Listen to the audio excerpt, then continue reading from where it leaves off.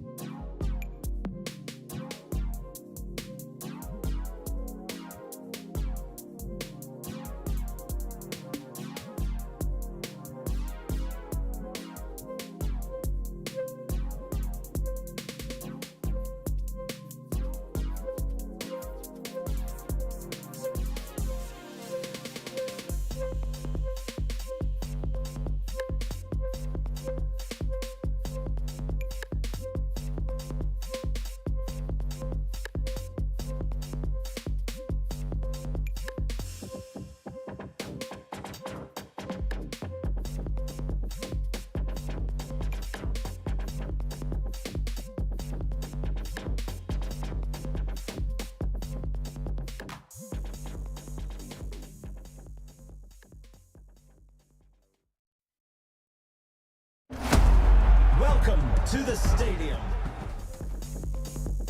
Look at our competitors. The first round can't get here quick enough.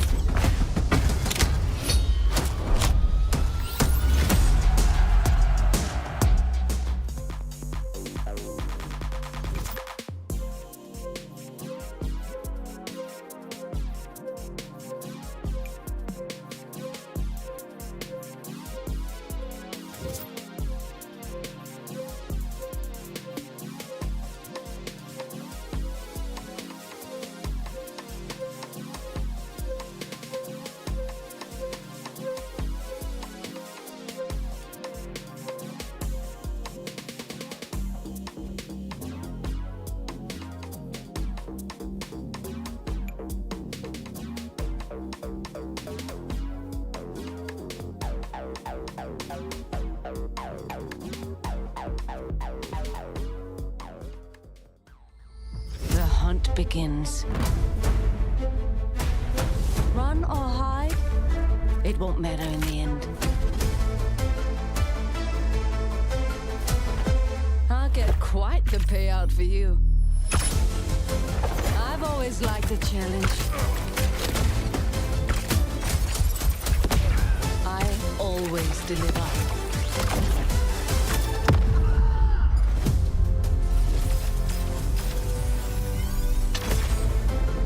Goodbye. Cheers, love! The cavalry's here! Nocturna is leading the Hollow Hearts to corrupt the world with woe! Only our combined power can stop her. We are the heroes of heart! Brigitte, the heart of strength! Amelie, the heart of grace! Kiriko, the heart of passion! Freya, the heart of courage! And I am Juno, the heart of hope!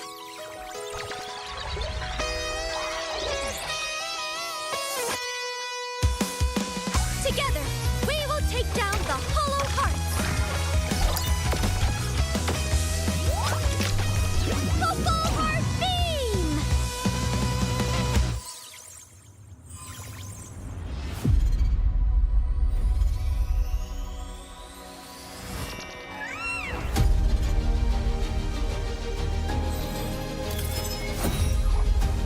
I run this show.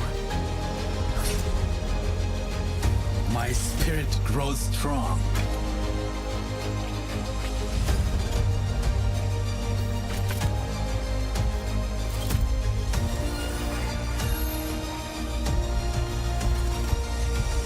The doctor is in.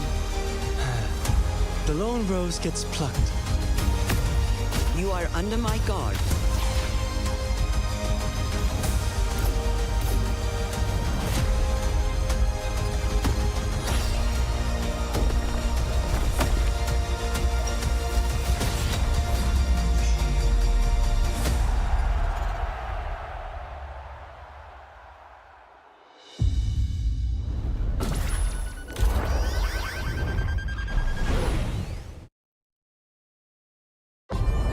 It's time for Stadium 5, 4, 3, 2, 1. Let the games begin. Coming out of the gate with some new tricks. What a game changer. The dragon becomes me. Hey! Bounty eliminated. That's a massive score for Genji. I've got you in my sights. Talk about a fresh perspective. It's a close round, folks. We're coming down to the wire. Anna's taking matters into her own hands.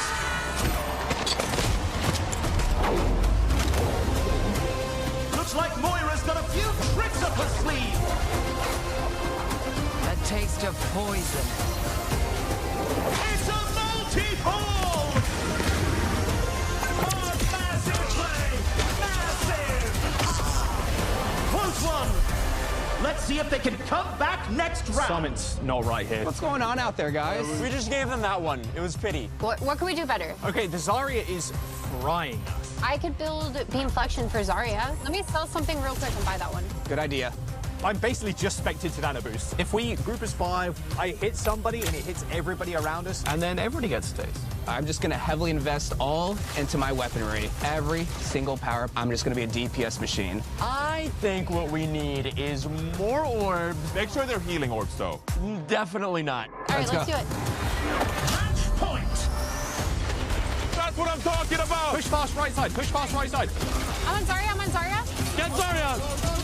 Go, go, go, go, go! Me and you. Oh, I've got you in my sights. Big slam! I got the point.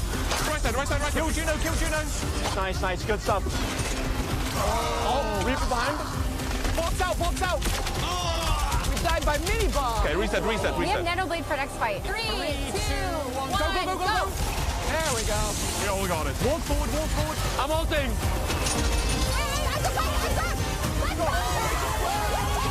Fist bumps on land! The goddess is here.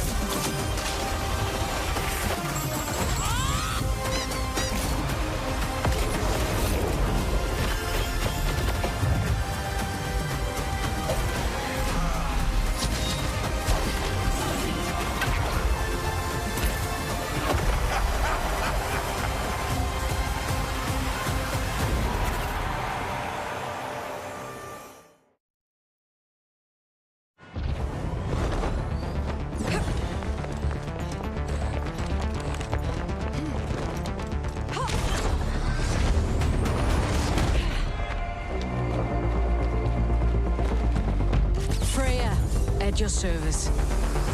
Been a while since I had so much company.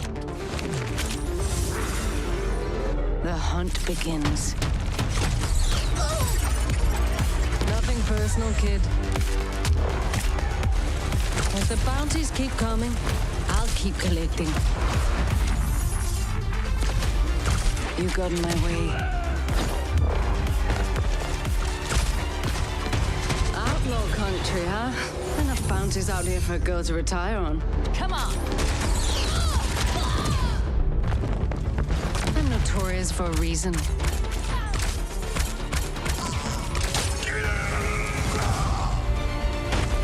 I never get tired of this. I'm no scared of nothing. I'll get quite the payout for you.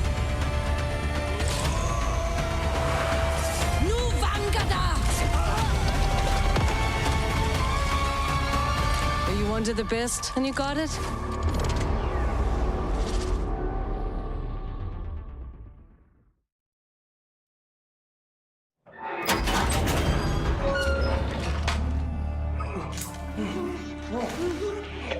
Sir, I think you should see this.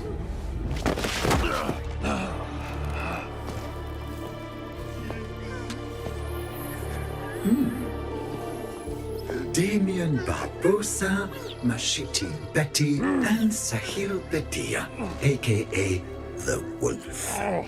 All bounties recently posted, all neatly delivered, all very, very interesting. Interesting. I thought you'd be more surprised than that, Max. I'd call you Marquis, but dark web monikers are so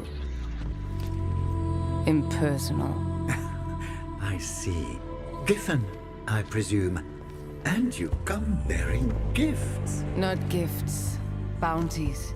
Yes, bounties.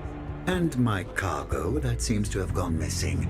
Might you also have something to do with its absence? Considering there was a problem with payment last time, I helped myself. There was a problem? Oh my. Perhaps I should fire my accountant. Speaking of surprises, I am curious how you found them. And so quickly. I thought you worked alone. I do. Well then, please, enlighten me. What's the tell? Your targets were nipped. And I'm not. So here we are.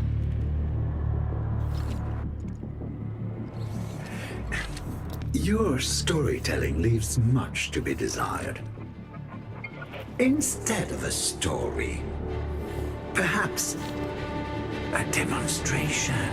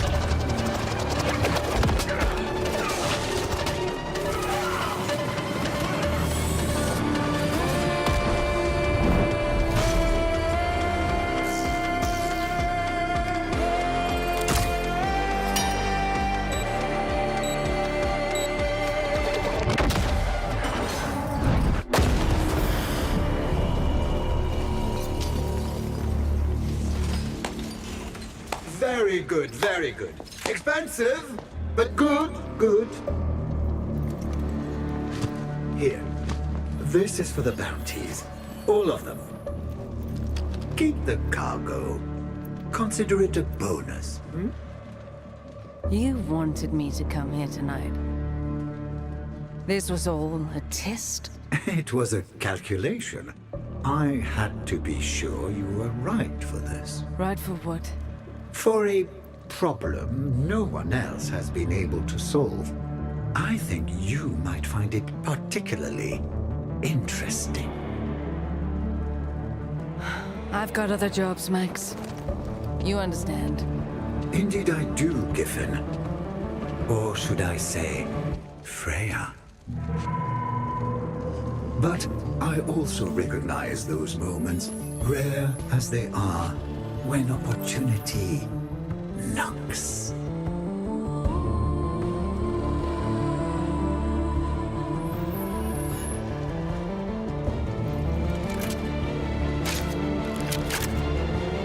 He should have led with this. Leave him to me.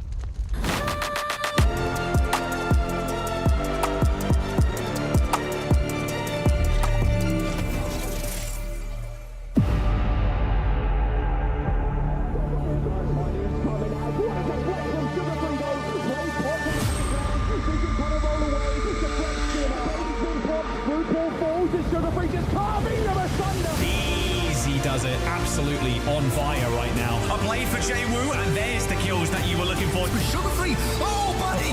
He's made short work at the back line. Ooh, what a not fangled there for lethal. Standard stuff here for lethal, really.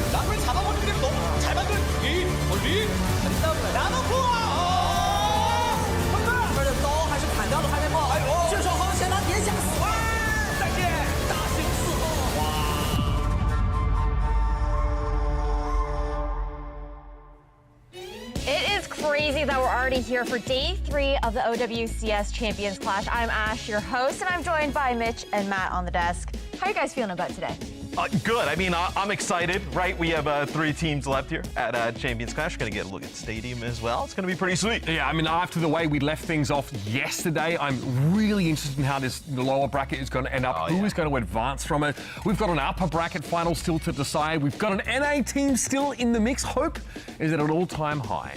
Crazy things to look out here for day 3, but we know what you guys are interested in at home. It's gotta be those drops. As a reminder, we had a unique drops every single day. Now, down into day 3, it's the last day to get your hands on some of these. And don't forget to link your Battle.net accounts to guarantee that you can get those. I know everyone's been going crazy with the fact that we get these loot boxes. Yeah, I mean, we're blessing people with drops. You know, the entire time here during the Champions Clash, 2 skins in the pipeline Widow today. skin as well coming out. It's great to see these OWCS themed skins you can take into your games and show just how much of an esports nerd that you are. So 4 and 5 hours respectively for those. So just stay dialed in. You don't want to be the person, the server without the drip. With right, the default This is skin? true. Yeah, man, we ain't about that life. That's tough. Oh. Skins equal wins, right? But the drops don't stop there. Don't forget that you guys can link your Faceit accounts for those Faceit points, and you can use them to redeem some sick goodies in the Faceit store.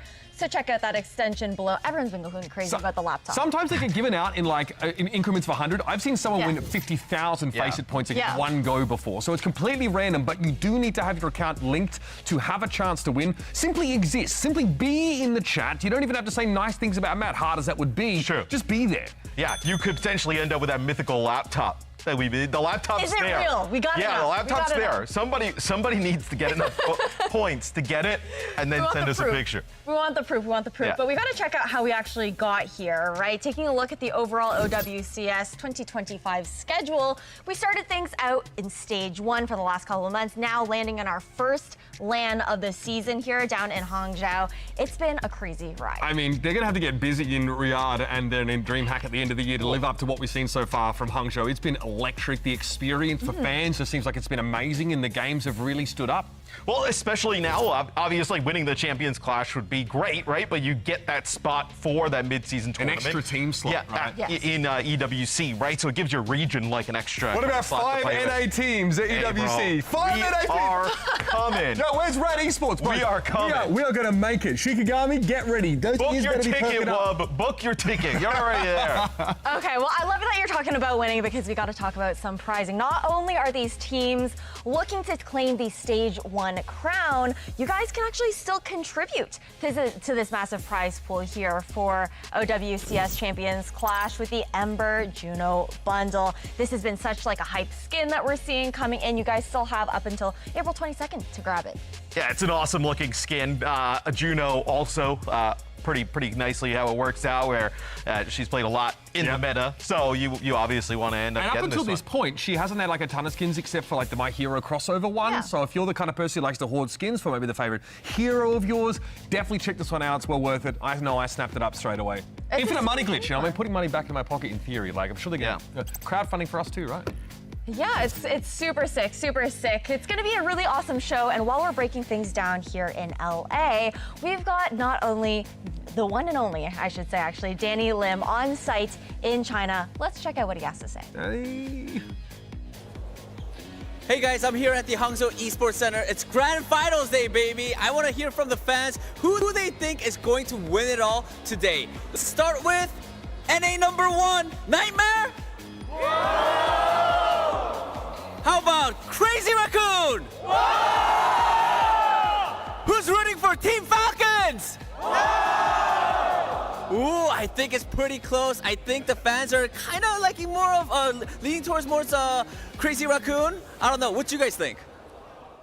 Thank you so much, Danny. I love hearing from the fans and the excitement. So let's talk about what's in store for today. The Champions Clash bracket really shook things up yesterday, to be honest. Matt, this upper bracket was crazy. I mean, yeah, just out of control, right? That Falcons, once again, game was really strong. You know, that 3-2 goes all the way down to the wire.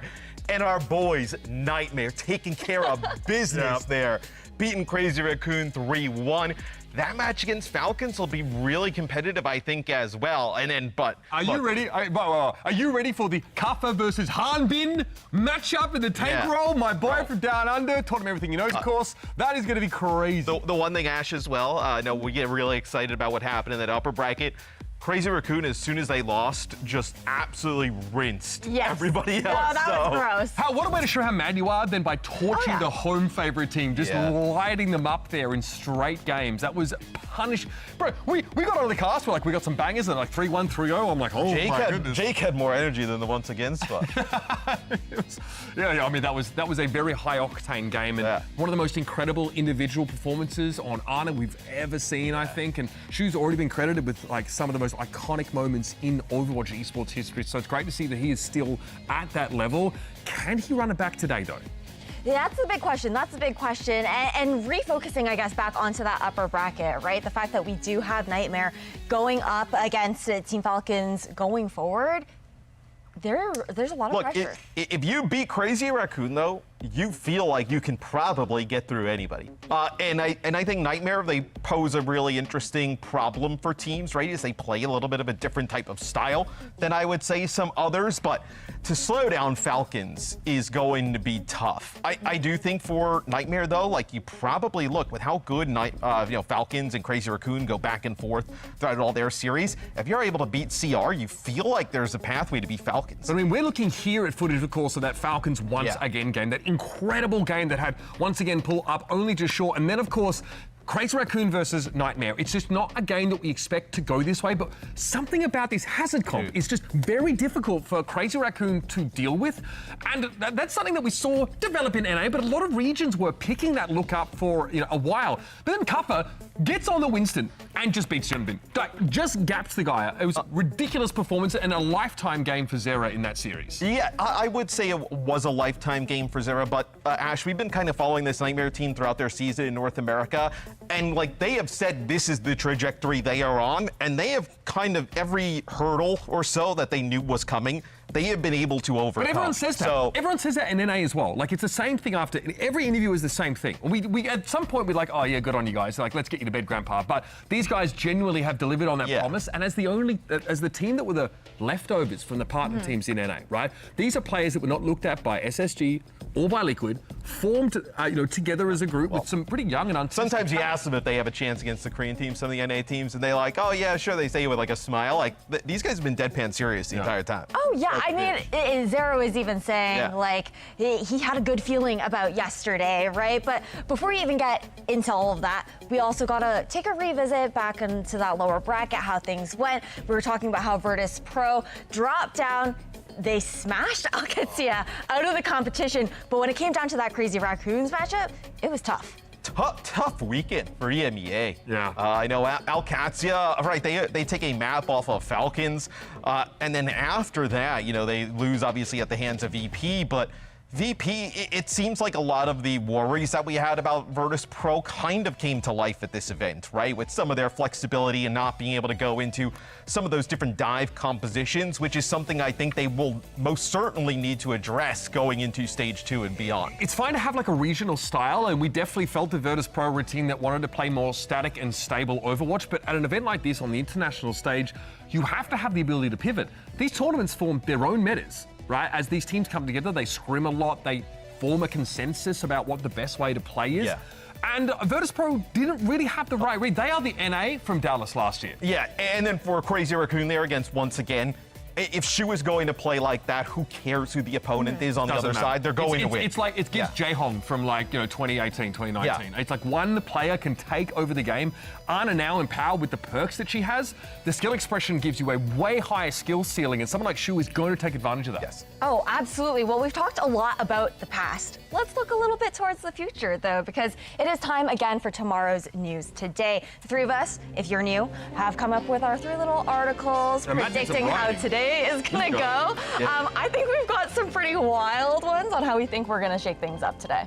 I think we got a lot of good ones here. Oh yeah, we do, because don't stop the party, guys. Upset after upset. Nightmare put the Korean Giants to bed, and it's time to start calling Zera Mr. Worldwide with how they secured the NA region another ticket to the mid-season championships instead of the nearest airport home. Oh, I get the centerfold? Yeah, that's your boy. Apex Predators outstress Pandas. In a showdown as inevitables, Mr. X becoming Limbo World Champion for the 5th consecutive year. Team Falcons descend upon a hapless Crazy Raccoon in a proper display of straight-set savagery, showing that if the shoe fits, you simply stick it where the sun don't shine. I like how you had to throw my name in there to get people to actually read it. But don't wake us up, USA. We are coming. Shocking nobody. To be expected coming into this event. North America reigns supreme as the dominant region in Overwatch Esports. Nightmare, they steal Champions Clash. Zera is the MVP. How everyone thought it would go? Hey, okay, hold on. You guys think, that's mad NA cope, right? That is a lot of NA cope right now. I wasn't expecting the 3 of us to go in this direction. I said Falcons were going to 4-0 in the final. We don't have many times where we can cope this hard for NA. It's true. On the final day. Oh, okay, right. On the final day. Typically, we can do this on day 1. We never have an opportunity to do it past them because we're most likely out. The bravado runs out by the end of that first day. Or we're on the fast pathway to running out. Where now, I mean, we have an opportunity, out of the winner bracket, go ahead to that grand final. You are making hay while the sun shines, bro. Good, yeah. This is man. It's crazy. Hey, it's a lot of fun stuff on the desk, right? But there's also more fun to come because we've got Overfeud back for you guys. If you're not familiar with the game, we polled 500 OWCS fans on various Overwatch-themed prompts, and our lovely analysts are, of course, going to have opportunities to take guesses. There are 5 right answers. You guys get 3 lives, 3 opportunities to get it wrong. If you get all 3, you're out. When we do this at home, he is the worst. I'm actually really good. You better not get a single one wrong. It's like this is so disconnected. After you're saying that, you better not get a single one wrong because you guys are going to have to name. I'm a man of the people. Listen. You guys are going to have to name the DPS player most likely to hit the Widow headshot out of spawn. Okay, Lip. Channel. Okay, Lip. Yep. Ding, ding, ding. That's the top answer, too. I know. Mitch might just be carrying. I know. Matt, you got to follow up strong here. I know you're on the same team. Let's go Shy. Okay, let's see. Another one? You guys just might clear this game pretty quick. Maybe a These are the options, by the way. We are not. Yeah, we have some options. Yeah. Let's go with. Down. Let's go with Labda. Labda. Okay. No. 2 lives left. 2 lives left, guys. 2 lives left. That's a good one. I'll go with Shockwave. Okay. Okay. No, you guys have one more. Don't forget, channel what the people at home are thinking. Well, that's difficult to do. I thought you were one of the people. Sometimes people at home aren't thinking that. I'm you would plugged know. in. I'm super plugged in. Let's go with Lethal. Guys. And look, Lethal, I love you, but I didn't think there was a way that the fans could vote. Okay. We had Stalker. Fine. Heesang's probably on there. Maybe Proper. Proper. Really? And Seeker. Okay. It was Lethal Seeker for me, that third one. Man, no respect for Lethal or Shockwave. This is more of a question of who has got a stronger brand, really, than like just objective performances. So it's fine. I got the number one answer. I'm good. I'm Gucci. Well, I guess I got the number 2 answer. Yeah, as usual, buddy. And I was Okay, wait. pretty close to the other ones. Number 2. What is the cope, though? You guys still lost the game. Well, I mean, losing is learning, so... I mean, that's just your opinion that we lost. Yeah. I mean, we did win in some capacity. We partially won. I don't think production agrees with you on that one. There's like an element of, I mean, where we win so much, we get tired of winning, honestly. Oh. There's like a quasi-winning You aspect. guys are so humble. You're so humble, so humble. But we gotta move on. We gotta move on, take a look at today's schedule for the matches that we're gonna be seeing, because although we have some heaters coming up in our regular bracket, we're gonna kick things off with a little show match for you guys. And if you guys don't know, we're gonna be introducing the new stadium game mode here in Overwatch. Yeah. We already thought, we were adding layers with hero bands, we're adding layers with perks, but now it even gets crazier.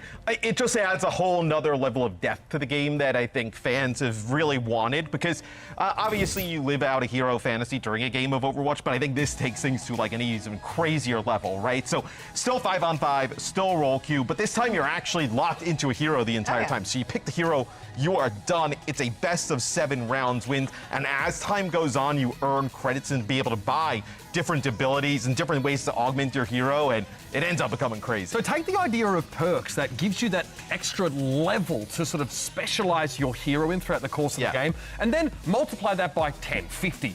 You can really drive in a particular direction in terms of your build. You can respond to maybe what you're seeing from your opponents, try and counter that out, like we saw obviously Jack try to do in that little explainer video. So it's definitely the deepest experience for competitive Overwatch that is available right now, and it's going to give us like so much more to dive into, so much more to sink our teeth into in terms of optimizing builds and just trying to find the most fun way to win. Yeah, super exciting things. And you're talking about those builds, we got to get into the heroes, because to kick off Stadium, we've actually only got 17 heroes in the pool. Which one are you looking at, Matt? So, Zarya's a ton of fun in the tank role, right? There's a lot of different abilities that can augment like the bubbles and do really interesting things. Raper being able to fly, getting some kind of like long range capabilities as well.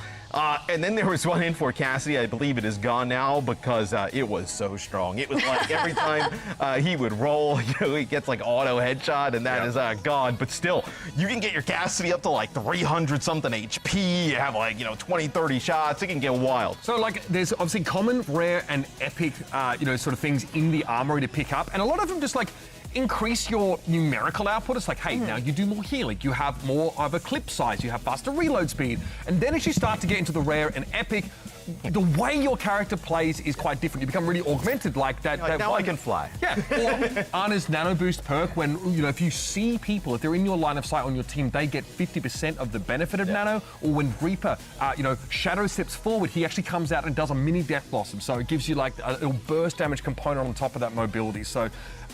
Completely changes the way you even look at most of these heroes, and there's already a decent number in the game.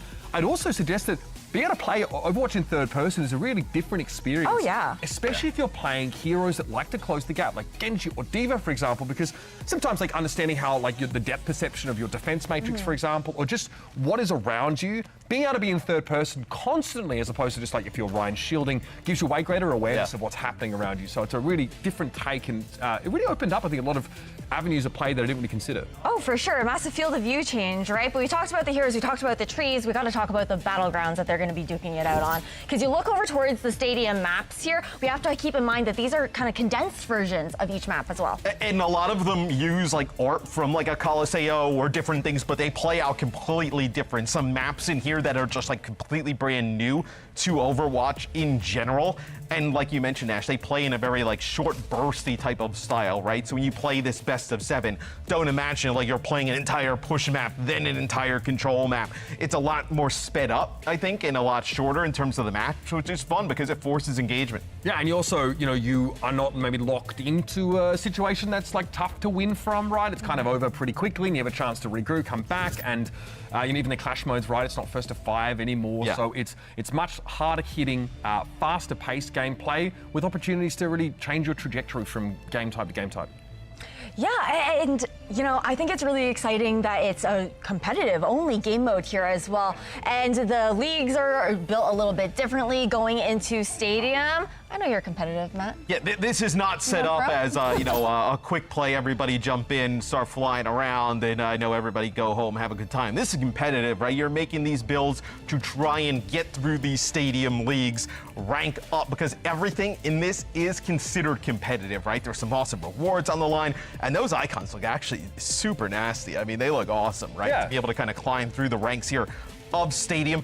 And it's great. Actually, there is like a rank system for this, and it is ranked entirely from the start because it really is a completely different game than kind of where we are with 5-on-5. And it has its own set of rewards for that rank procession as well, like, you know, awards that you cannot get in sort of, you know, other parts of the game. So I think it's like really, I felt when I tested it, I felt quite rewarded for spending my time there. It didn't feel like it was drawn out or a drudge, even if it is like a best of 7, best of 5. Even if he's going to be in Rookie forever, he still finds it rewarding.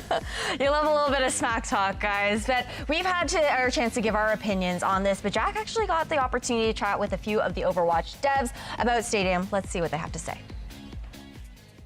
Hey everybody, it's Jack, or you might know me as Jaws from OWCS. I'm with Dylan, Dion, and Aaron from the Overwatch team, and we're here to discuss Stadium. So Spotlight was a little while ago in the gaming world. It was like a millennia ago. So there's going to be a lot of changes that have headed to the game that people haven't seen yet. What are those changes looking like? Yeah, so actually the biggest one it's pretty huge, is that instead of launching with 14 heroes, which is initially what we thought we'd be delivering, we're actually launching with 17. Oh wow! So we have an extra hero in each of the 3 roles coming at launch, and that's, I think, the team has really kind of found their stride with the workflow and the pipeline, and we just have so many ideas flowing constantly for all the heroes on the roster that it felt like a shame to hold some of those back and work on too much more. So we wanted to bring all of that. Is there anything that you guys were like super looking forward to in playing? Like, what has been your highlight actually working on Stadium? There's so much more that's gone into the build since we announced it.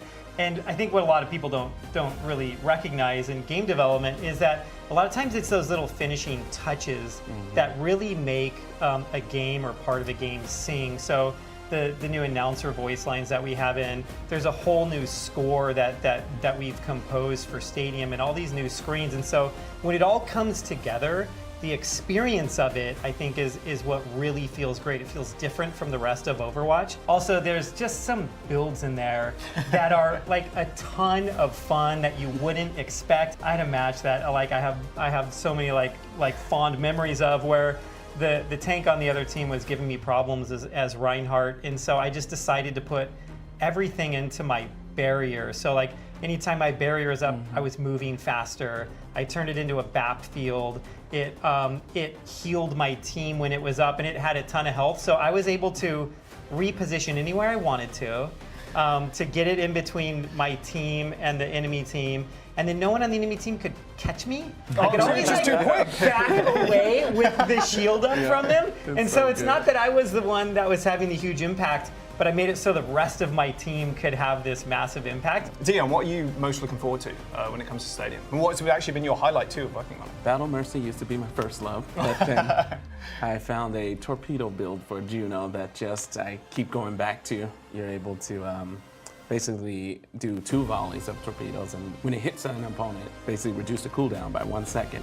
Oh, so you are just spamming torpedoes. Constant torpedo, healing your team, damaging the enemy, so this is super fun. When you went into developing that and like concepting that idea, did you expect it to be that fun in third person? Like, how was your initial perception of playing that way? The first time we did third person, it was sometime last year. I think the team kind of immediately recognized that there was like something to the mode, and also our characters look exactly right. Yeah, the skins. Exactly, the skins look great, and it would help with your teammates, because I would love if Azaria bubbled me, even though I'm behind her, and maybe she could actually see me now. So it is a very quick kind of game mode, because you are in smaller maps, small confines, and there's big over the course of 7 rounds. When it comes to competitive, how do you expect it kind of shaping up? Because Overwatch esports in general, it's never looked as good in 5v5, and like how good people have gotten over the years. How quickly do you expect people to pick this up on the competitive side of things? Well, we're like really excited to see what high-level players can do with Stadium. There's something like really cool about like just witnessing that. I wouldn't emphatically say that there is or isn't a future in esports for Stadium, but I think it's something that we're just going to have to take a wait-and-see approach with. It does feel like there's endless possibilities with the different characters too. Like you said, 17, but when it comes to adding more heroes, how can we and the audience kind of expect that to go down? Like I said, we have a ton of ideas. We're constantly kind of implementing, trying new things, and we have quite the list of characters ahead that we're like most interested in bringing to the field. We are going to be bringing new heroes, some amount of new heroes. We're not 100% locked in on the number, but it's something like hopefully around like 3 or so a season. I do one of the, it still gives me nightmares, the mini Bob. Just, Bob Jr., yeah. Bob Jr. coming out, my word. It's, you just out of nowhere, you see this tiny Bob running in, like, that can't do much damage. It hits you and you're instantly dead because that just popped you in the head. Oh, God, it feels. He's small, but he's mighty. Yeah, exactly. We had some funny moments with Mini Bob where the team, leave him alone. It's like a house rules, like nobody can hit Mini Bob. Mini Bob is safe. Finally, is there anything else you want the player base to know about? I found with Stadium, I explore other characters that I normally don't play. You know, I find I can create a build that actually makes me competitive with a hero that generally maybe in the live game, the current game, I probably not as competitive as I'd like to be. Okay, yeah. But Stadium allows me to adjust a hero in a way that I feel like, oh, I can actually contribute. Yeah, I mean, I think kind of going off of that, try different things. Don't be afraid to change things up. The crucial element is with items, you can sell them back at the full price that you paid for them, because we really wanted to encourage that sort of experimentation, that responding in kind to choices your opponents make. So I would just say, yeah, be open to changing things up on the fly and see what you can come up with, and it'll lead you right most of the time. Yeah, so Overwatch, it's a hero-based shooter. This is a game about its characters and all of the amazing abilities and things that they can do.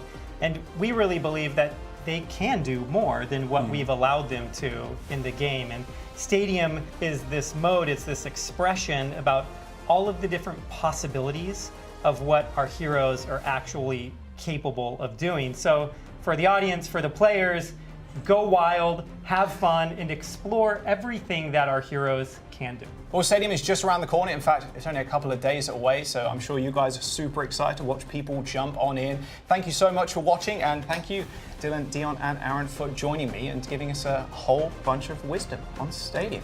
Thank you. Thanks for having us. And we'll see you all very soon.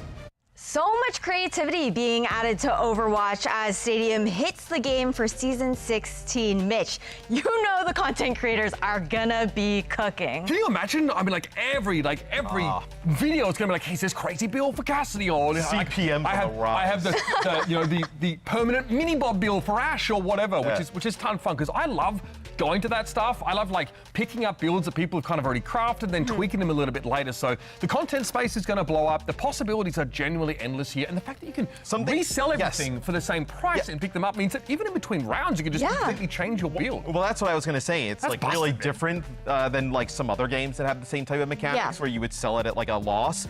But here you can sell it back, right? So maybe you have a build that kind of like leads you up like a really early game into a completely different build for mid and late game. Really interesting take. No, for sure. Well, that's a massive rundown for Stadium. The mode that we're going to be seeing during today's show match to kick things off. Nothing, just this. Okay. I love the logos first off, but it's going to be Team Eggplant versus Team Grill. I thought that was just Matt holding his breath, bro. He thought it was a grape. He thought it was a grape. I didn't say that. He just made that up, bro. Yeah, I think you're lying. I think you might be lying there. All I'm saying, though, is that eggplants do get grilled on the barbecue. That is facts. That is fact. That is Matt, though, right? What? That's you. Yeah. That's you when you're trying not to say something stupid. I mean, no, he's usually smiling. I'm always like that then, I guess. He's smirking. But let's introduce the teams and check out Team Eggplant to kick things off here, Matt. Yeah, they, Your Kellen team. and CJ, right? Checkmate as well. Excited to see how this team kind of meshes together in such a short period of time, gets out there on the battlefield. I mean, I'm kind of here for this. Like, Kellen is the ultimate, like, kind of jack of all trades player. He has sort of been in the past. CJ's obviously great. Checkmate, I think he's going to get out there and take this pretty seriously. Just quietly. Okay, well, we got to see who their mighty opponents are going to be in Team Grill here. Oh, never do mind. you guys still feel the same way? It's your boy, Martin! What's up? Finally getting out on the stage, my goats. Unreal respect. Finally getting mouse and keyboard back in his hands. You love to see it. He took the PJ from Sir Majed International Airport directly over to Hangzhou. It's, Sir Majed, Gushwei, Seeker, Shockwave. I mean, that is an all-star team. I'm excited to see which player in this server inevitably finds out like how to create something that's just demonic that the other team can't deal with. Yeah. Checkmate might be able to do it. I'm sorry, but like, you know, we have a Primal Blade overloaded potential on this side of Team Grills. I'm very excited to see how that plays out. It is going to be really exciting, but we're going to take a quick break while the teams get ready for our show match.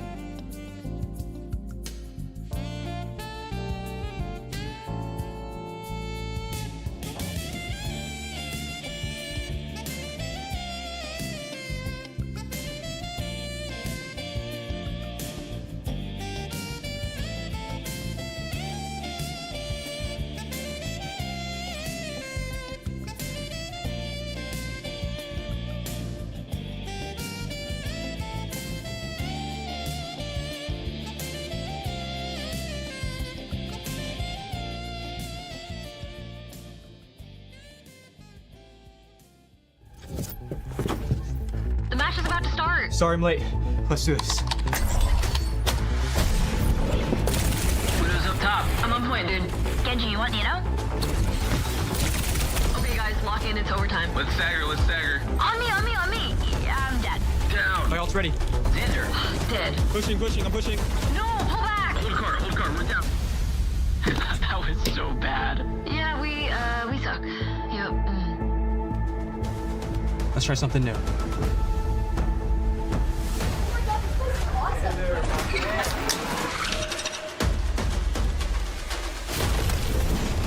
Diving back line. Nah, I'm dead. Widow's down. Matrix, battle. Oh, no. I got pulse bomb. Back on cart. Come on, back on cart. Going in. Stop the cart. Oh my God! Ah! Go to world! Do you see that?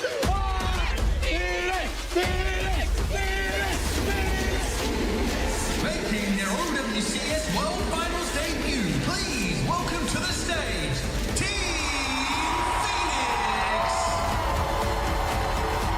Phoenix! Are you ready? Yeah. I'm ready.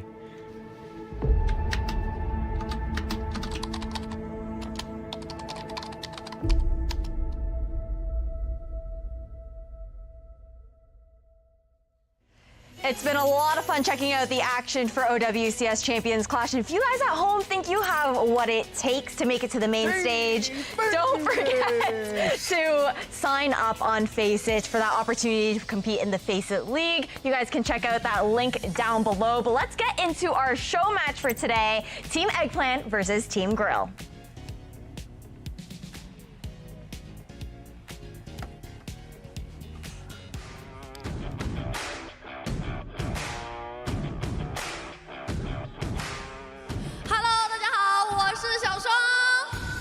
What's up, everybody? Yeah! 站在我身边的是我们守望先锋的老朋友 Danny， 请给大家打个招呼吧 ，Say hi to all the crowd here. All right, I got this prepared. Okay. 大家好，我是 Danny， 我爱 China。 Woo! 谢谢。 Great. Good job. Yes. All right, we got the hard part out of the way. Okay. Yeah. So All right. just relax. 刚刚我们看到了守望先锋马上将会迎来史上最大的游戏模式——决斗领域。 As you've just seen, Overwatch is introducing one of its biggest updates ever, the all-new game mode Stadium. 而在今天，在杭州，我们将为全世界奉上第一场正式的决斗领域娱乐赛。 And today, right here in Hangzhou, we're bringing the world its very first official Stadium show match. 而比赛双方已经准备就绪了，让我们掌声欢迎 Team Eggplants！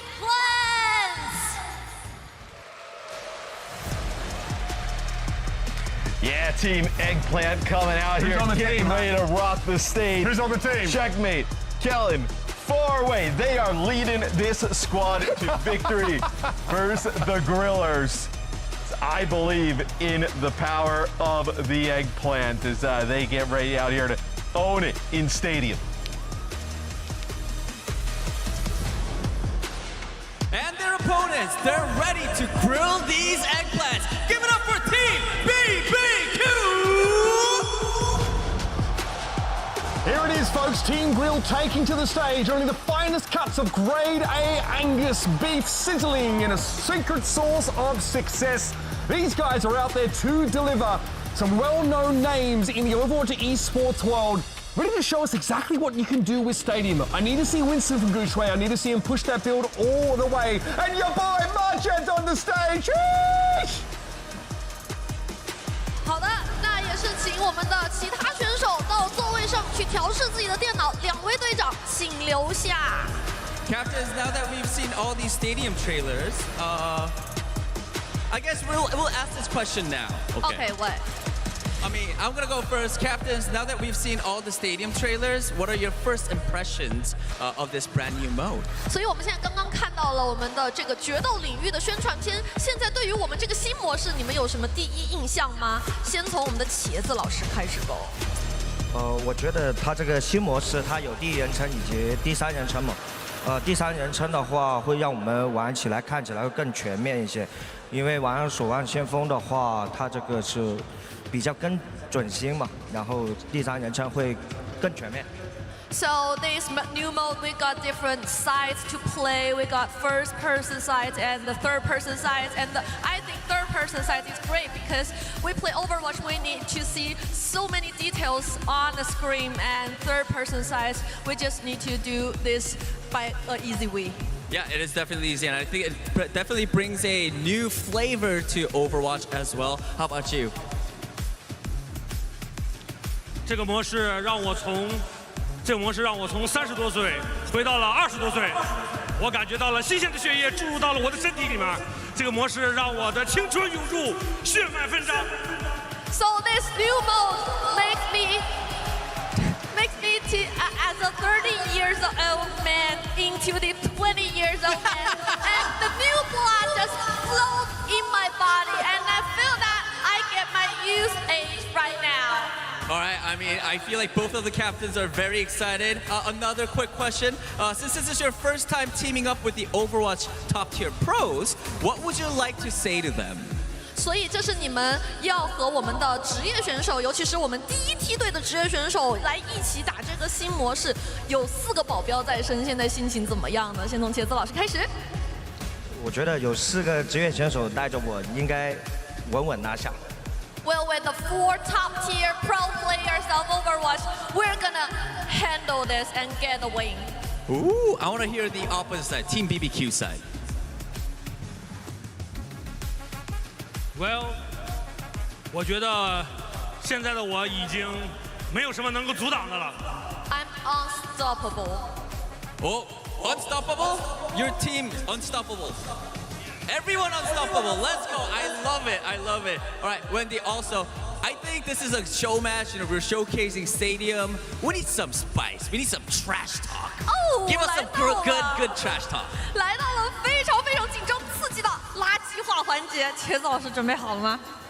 他不叫烧烤对吗？我拿他们做烧烤。 Their name is barbecue, so I need to use them to cook the barbecue. Ooh, all right. What do you have to say to that? Now let's barbecue some eggplant. Let's go!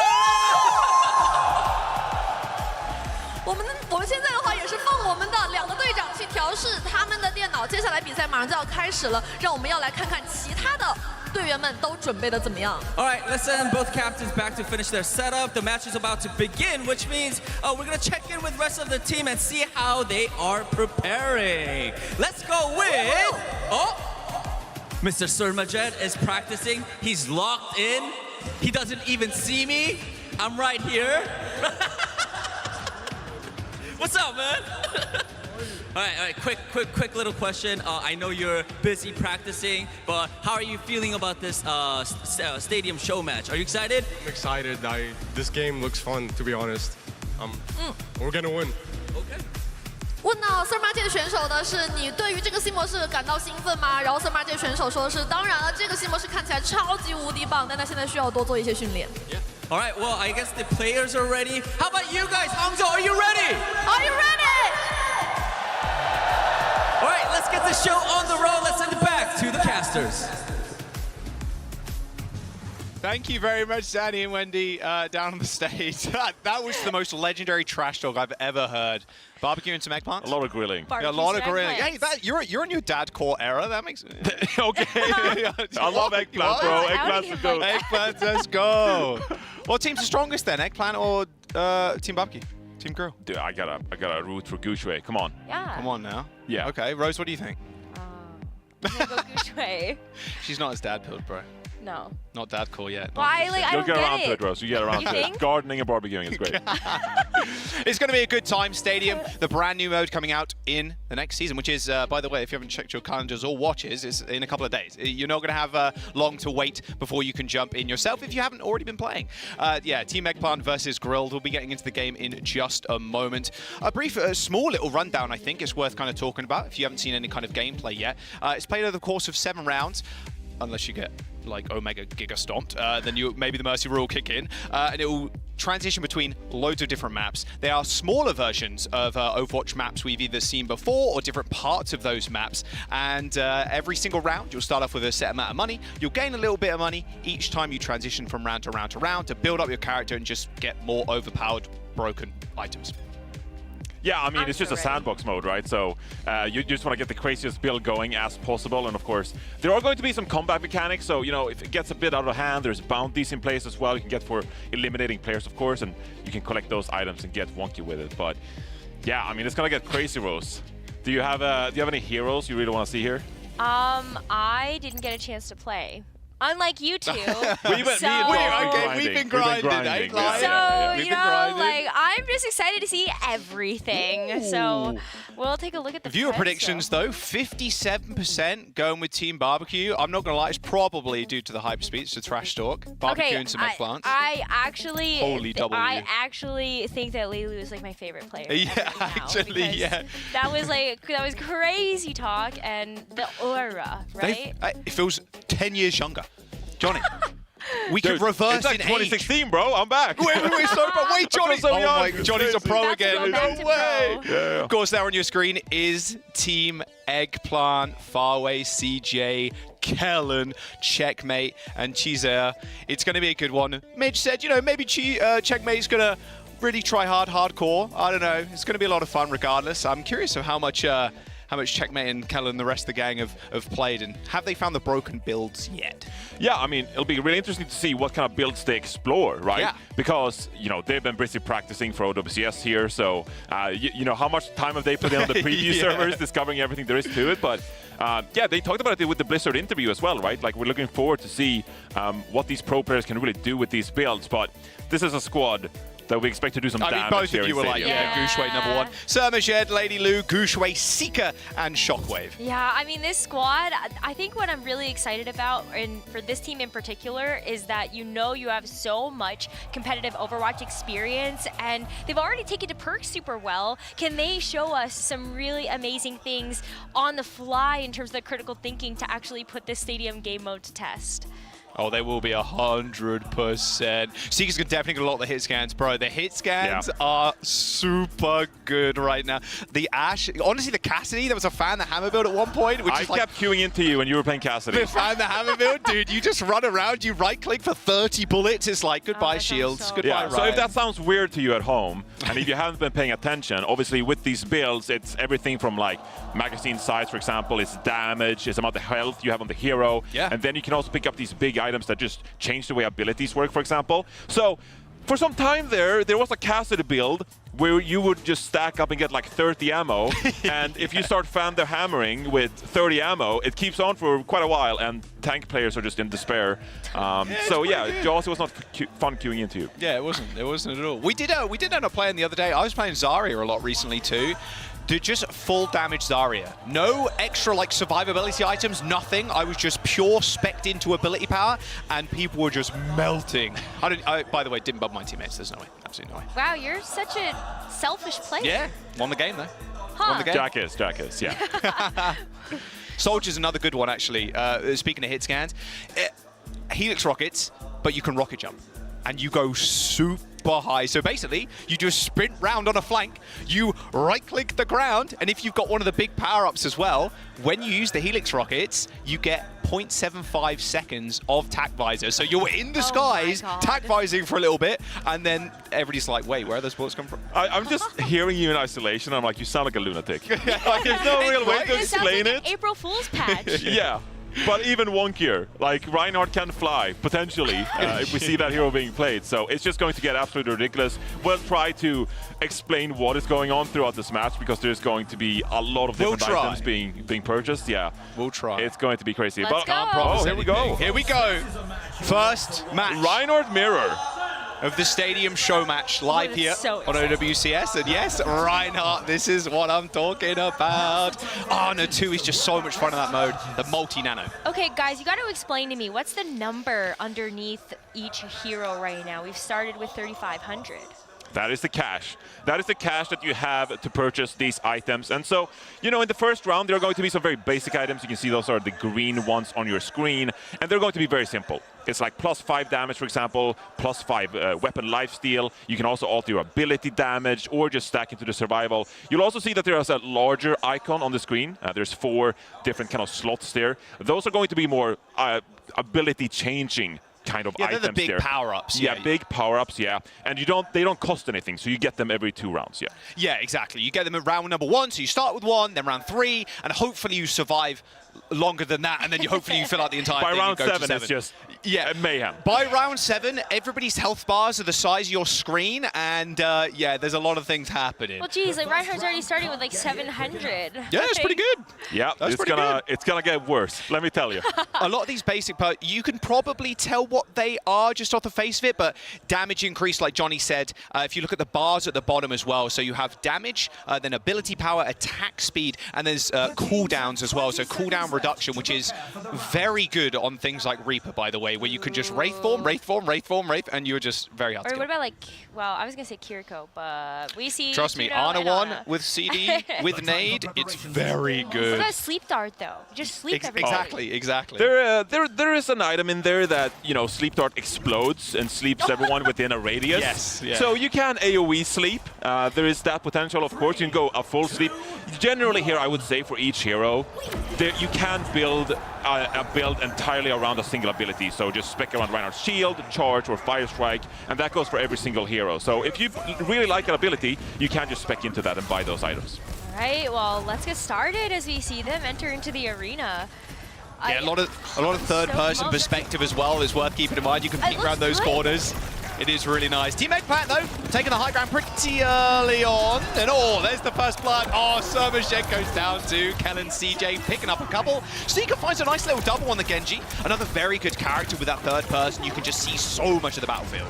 Yeah, that Genji was actually what got me really excited about Stadium. When we first saw a couple of those highlights to introduce the game mode, I feel like with the Dragon Blades especially, you have such a good field of vision.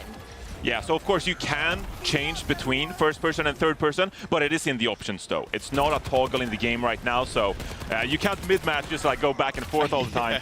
You do actually have to like pick one of them and then you're kind of semi-committed to it throughout the match. But for some heroes, it's incredibly useful, and then for others, of course, you might prefer the first person. Oh, Seeker. Okay, Seeker's picking up a kill. Make that a double, actually. See, making very good use of the first person there. Farway trying to run away. Not sure Seeker's going to let him live, though, however. And goodbye. Farway down. Points should get capped. And like I said, these points are going to tick up relatively quick, of course, a little bit faster than normal control, and we will be progressing over the 7 rounds. Kind of looks like a flashpoint type of timer on here. Yeah, it's a little quicker than normal control, it feels like. And you can, of course, see under the hero portraits as well, these heroes, they're racking up cash, depending on their performance so far this round. Bit of a Deadeye flank going through here. Yeah, you see that just there. Third person, perfect for that kind of thing. Blade for Oh. Seeker. A couple of slashes. It'll do. There we go. There's the reset. I mean, look, Team Barbecue kind of running over Team Eggplant right now. Shockwave finds another, holding off the off angle, but of course, Checkmate playing the mate. Yeah. And of course, because you're getting used to this third person, there is a bit of an alternate perspective, right? So some of these players, they might need some time to get used to aiming in third person because it is going to be a little bit different compared to first person. So you're kind of seeing that throughout this match. But this is about as basic as what you'll see in Stadium, of course. Yeah, We got very minimal items in play right now, so. But I heard a good ult basics. combo. I heard like a nano boost going on to the Mei, and then you got a chance to, I think, hear a Blizzard come through. Rose, you just wait until hopefully Checkmate gets the snowball. Oh, I'm you so turn good. into a giant ice block and roll around. You don't do too much damage, but you do a lot of mayhem. Nice kill from Seeker. Double Good shatter. shatter comes back. Kellen. Yeah, unfortunately for Kellen, there was a nano in his way. A whole lot of damage being slung out there by Team Eggplant. Barbecue will end up getting the cap. 90% to 67, though. There's a... Wait, who is this, CJ? Where is blood going? So you can actually see now under the Juno portrait on the blue side, there is a 750 orange little icon right there. That is the bounty, of course, on Gushui playing Juno. So if you take down Gushui, there is going to be an extra 750 cash for the red team, whoever gets the elimination. You really want to aim for those bounties, especially if you're a support and you want to boost your team up a little bit. Checkmate finds the first kill onto Gushui. Nice little nade there onto Lady Lu, and Farway's able to run them down. This is an OT situation now. Checkmate. Only one really alive for the team in the front line, but Seeker's going to be able to come back with a blade, but Checkmate from the skies. Little grin on Seeker's face there as Checkmate just dominates that last fight. And Eggplant will end up winning the first round, safe from the barbecue for now. Look at the smiles on these faces. Oh, so fun.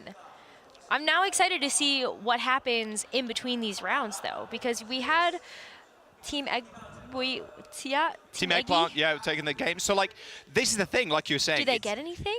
A whole lot extra money. And this is where it starts getting a little wacky. And for every single hero, there is a baseline of ability. So everybody's going to be able to get, an extra 10% attack speed, an extra 10% damage, ability power, etc. But then in each of the categories, they have their own unique ones. So the Soldier Rocket Jump, like I was speaking before, that's an epic perk. So you can, that's an epic item. So you can pick that up, and it's only available for Soldier. And every character has their own little perks. So is the blue, it kind of seems like that might be the next level. Right, that's a rare one. That's right, that's right.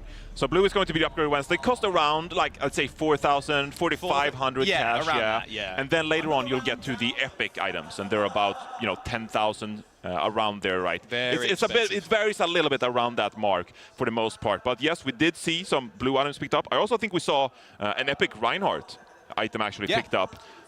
So already they're getting kind of crazy with it. Yeah, like they were saying on the desk, and how we explained during the trailer too, you can sell back the items at their full cost. So there's no detriment there. You can't sell your power-ups, like you're locked into those. But if you win first round, you dominate, you can sell them all and get an instant epic perk item. When can you sell? Is it always in between every single map? That is correct, yeah. There's an armory phase. And so now we're kind of waiting for the armory phase. It's about, a minute 15, I'd say, Jack. Yeah, it does speed up. Once everybody's kind of finished their builds, it speeds up, so you're not waiting around always for that time. Yeah. But you might be able to recognize this map a little bit. A little bit Anubis. But it's only over 2 points, like I mentioned. A little bit more condensed smaller. on the maps. Most crucially, of course, you can see in the middle of your screen, it's the first to 2 here on Clash. Right. So we're not going back and forth to A and E. We're sticking on the 3 points in the middle. Look at this. CJ's actually already starting out the game with a bounty, as is Chietsu. So I think the red team is kind of starting to run away with things a little bit, and we're going to have to see Grill actually fire up a little bit. Yeah, that's the problem too. You've got to lock these people down with bounties. They will continue to grow the more destruction and damage they do. So you getting a kill like that is going to be great for your bank, but you obviously need to win the rounds off the back of that as well. Nice little wolf from Checkmate. Lady Lou. Oh, man. I don't think Checkmate's going to go the fun snowball build, I don't think. I think he's just going to go full serious, like Mitch was saying. Go for primary fire damage. Yeah. Give us that fan service. Yeah, exactly. Shatter. Nice Shatter on the point. Easy push, though, for Team Eggplant there. Look at that nade, too. Looking so good. This might just... They might be able to get another touch. Spawns are going to be pretty decent. CJ is down, so it's only 4 players on Team Eggplant's side on the point right now, but Shockwave on the high ground is going to be able to pick up one. All right, we'll have to see how the rest of this point is going to go, because it is going to tick up quite like what we've seen for other Clash maps and on this final one. Kellen's just having a field day. I mean, blood is swinging. My guy going to town. Deadeye on the high ground. Shockwave doesn't manage to secure the kill, but my boy Majed coming up with the kill onto Kellen. And now here comes the spawn advantage. So Barbecue should be in a decent spot, so it looks like it might just be a mid-fight to end this map. Yeah. Majed popping off on the honor right there, and as you can see, we're going to the 3rd and final point here. On the throne of Anubis. And this is where it gets kind of tricky, because ultimates are hard to come by when the rounds are this short. So blue team, don't have the tracking right in front of me right here, but could be in a position right here where they had to spend so many ultimates on that previous point, and red might have an advantage. Go see here, Orbital Ray comes out. Orbital Ray already down. Majed already dead. There's a Blizzard available from Checkmate as well. Close to this Visor too, but all straight into the face of Team Barbecue. A Seeker just sliced him a new one there. Nice kill onto Kellen. Double kill for the Genji, and looking for another. CJ down. Seeker, well, obviously we know he's a beast, but I didn't know him like this. Okay, little Genji under your belt as well, Seeker. Oh, and the ice block getting forced out by Checkmate. Actually kind of walls himself off of the point. Touches. Oh. So, yeah. One apiece now, Team Eggplant and Team Barbecue, and now we're on round 3. So another big unlock here, another large power-up item. So I want to see where the players are going to go, because when you get to this phase, it's going to get a little wacky. This is where you should see some item builds come in, where you can see that some of these players are prioritizing one ability that they like to build around, for example. So we'll see if we can get a look at the armory here and see what the players are prioritizing. So let me get this straight. When you're buying some of these items, you are making a specific hero ability stronger. Or sometimes the general character, like you're seeing in the bottom of your screen here. 20% weapon damage here for the soldier, 10% ability power, and that can be more Helix rocket damage, but it can also be more healing from your healing station. Depends from character to character. You're seeing some of these abilities come through here, the power-ups. Yeah, you see the soldier here has actually picked up the tac visor one I was speaking about earlier. So when you use those Helix rockets, that big power-up, you can see the second one. That is the 0.75 seconds of tac visor, which is it's pretty good. It's pretty good. Some of these look fun. Yeah, what about the Sir Majed items? I was going to say, he might be trying to go for nade build. He's building a lot into just like weapon power. Yeah. So like, it's going to do a lot of damage. And if you're seeing on the left-hand side for the Reinhardt as well, we're building shield. It's quite obvious we're building shield, and there is a lot to that, of course. You can, like Aaron actually mentioned in the interview you had, Jaws, that it can turn into an amplification matrix. 15% extra damage to protocols that go through it. It's pretty good. Yep, that is absolutely the case. I believe as well they're having a fire strike, a rare item, the blue one there as well. We'll see what they kind of got going on here for their individual abilities. Ooh, we're on Busan. This is a fast soldier now. I really want to see the soldier rocket jump on. It is so funny. All right, they're going to roll out the gates. Yeah. Oh my god, he's so speedy. He is very quick. I'm expecting some mayhem here. Mayhem. I'm expecting pretty crazy. Oh, okay, no checkmate is on the team here, Jack, but... There's a tac visor. Oh, okay, well, he needs to reload. Unfortunately, all good though. We're all chilling. We're learning. I believe one of the Reinhardts has like a wider fire strike as well. So you just hit way more targets with the fire strike. Oh, checkmate. I mean, checkmate is just quite literally cheesing him right now. But oh, here we go. There's the Reinhardt. Okay, almost landed the pin. They were close. Checkmate trying to cheese on the mace still. Point's going to get capped by Team Barbecue. And you saw there as well, Johnny, Reinhardt was charging, still had the shield up. So you don't have to fear the sleep darts anymore. Oh, that's crazy. Reinhardt actually just got playable. Yo, Rose, come on. I'm trying to have fun playing my favorite video game. Chill. Oh my god! Oh, run away! Oh, get out of there. Going crazy with it. Oh, Farway takes Lady Lou out. What's the team? We're diving, bro. We're diving. Nice nano boost. See the nano boost as well. If Majed ends up picking up that perk, or any of the Arnas, a group nano. Slightly reduced effectiveness, but come on, it's still nano boost. Wow. No longer do we have to argue in comps. Who's getting the nano? We're all getting it. I love that. I'd say sharing. Sharing is caring, right? Exactly. Now no one can be visor. Oh my gosh. 30% in ticking for each team here. I mean, this is going to get quite crazy here because Lady Lu could just out of nowhere just go for the pin in the air. Just rando pin. Well, they're going to use the blizzard. There's the pin. Out of the blizzard. See ya. Unfortunately, Lady Lu's not really a factor in this fight right now, although saying that it doesn't matter because Seeker's got the blade. And when Seeker's got blade, anything is possible. Lady Lu ends up getting slept. No shield for you and nowhere to get out. CJ. Goodbye, sir. Oh, no way. Surely Seeker kills CJ here. No way, Surely bro. Seeker kills CJ here. Okay. Well, dude was letting him get the clip for Twitter. It's all good. Crazy. It's all good. Checkmate's still around here. Oh, checkmate. Seeker does dash out of the way. All good, but he's in a 1v5. But he still gets the nano. He's getting frozen. He is getting slowed up. Oh, the nice nade from Sir Majed. Shatter hits the ground as well. Oh, Team Eggplant are in trouble. They do end up killing Sir Majed, but how long can they stay alive on the point? Well, Checkmate actually just got his bounty taken, so it looks like we are going to see Team Grill keep control of this point. We're getting close here, Johnny. Getting real close. 85% here. Got a tac visor. See what we can do that. I believe also they've spec'd into the tac visor. Oh, this is a big flank right here. Oh my god, Seeker with the demons of the far-away. Oh, got him! The Pulsar torpedoes! Pulsar torpedo shut down the visor. Overtime ticks through, and that's Team Barbecue. Just setting up for a nice summer's day. Look, it's okay. There's still a few more rounds. So they do get a chance to come back. And it's fun, too, in the way that it's almost a miniature series. Obviously, with OWCS Esports, we do play first to 3s, first to 2s. In this, it's like a very miniature first to 4. So, unless you get mercy ruled, of course, if the team is beating you a little too hard. So you get your chance to, like you mentioned, Rose, when we go back to the armory, we can just sell everything, buy new stuff to make a new build if we feel like it.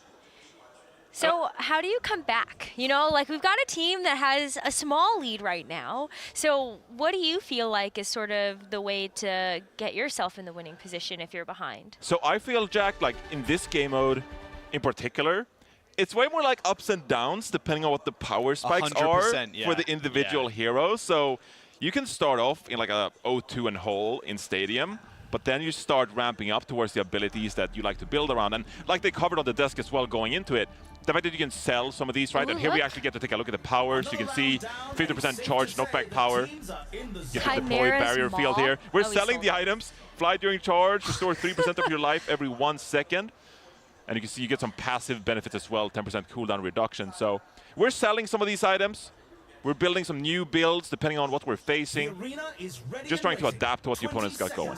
Yeah, so a really nice one for Soldier is actually the max ammo, because like during Visor, there's only a small downtime during Visor, but ideally there's 0, right? And the attack speed as well. Attack speed Visor, it's pretty good when it's on a Kiriko Rush, but you've kind of got that yourself now because you've got an extra 10%, or 15, sorry, including the Pulse Converter. Also have the man on the run power up, which you gain max ammo the more you run around. Blood was running. All right, so now we're pretty familiar map. Colosseo. Mini Colosseo. Mini version of Colosseo, yeah. So it's we all love mid fights in Colosseo, but they don't last as long as it used to. Wait, the heroes are on the banners. That's so cool. If we actually, come on, someone show us. Look, the heroes are on the banners. We're seeing a lot of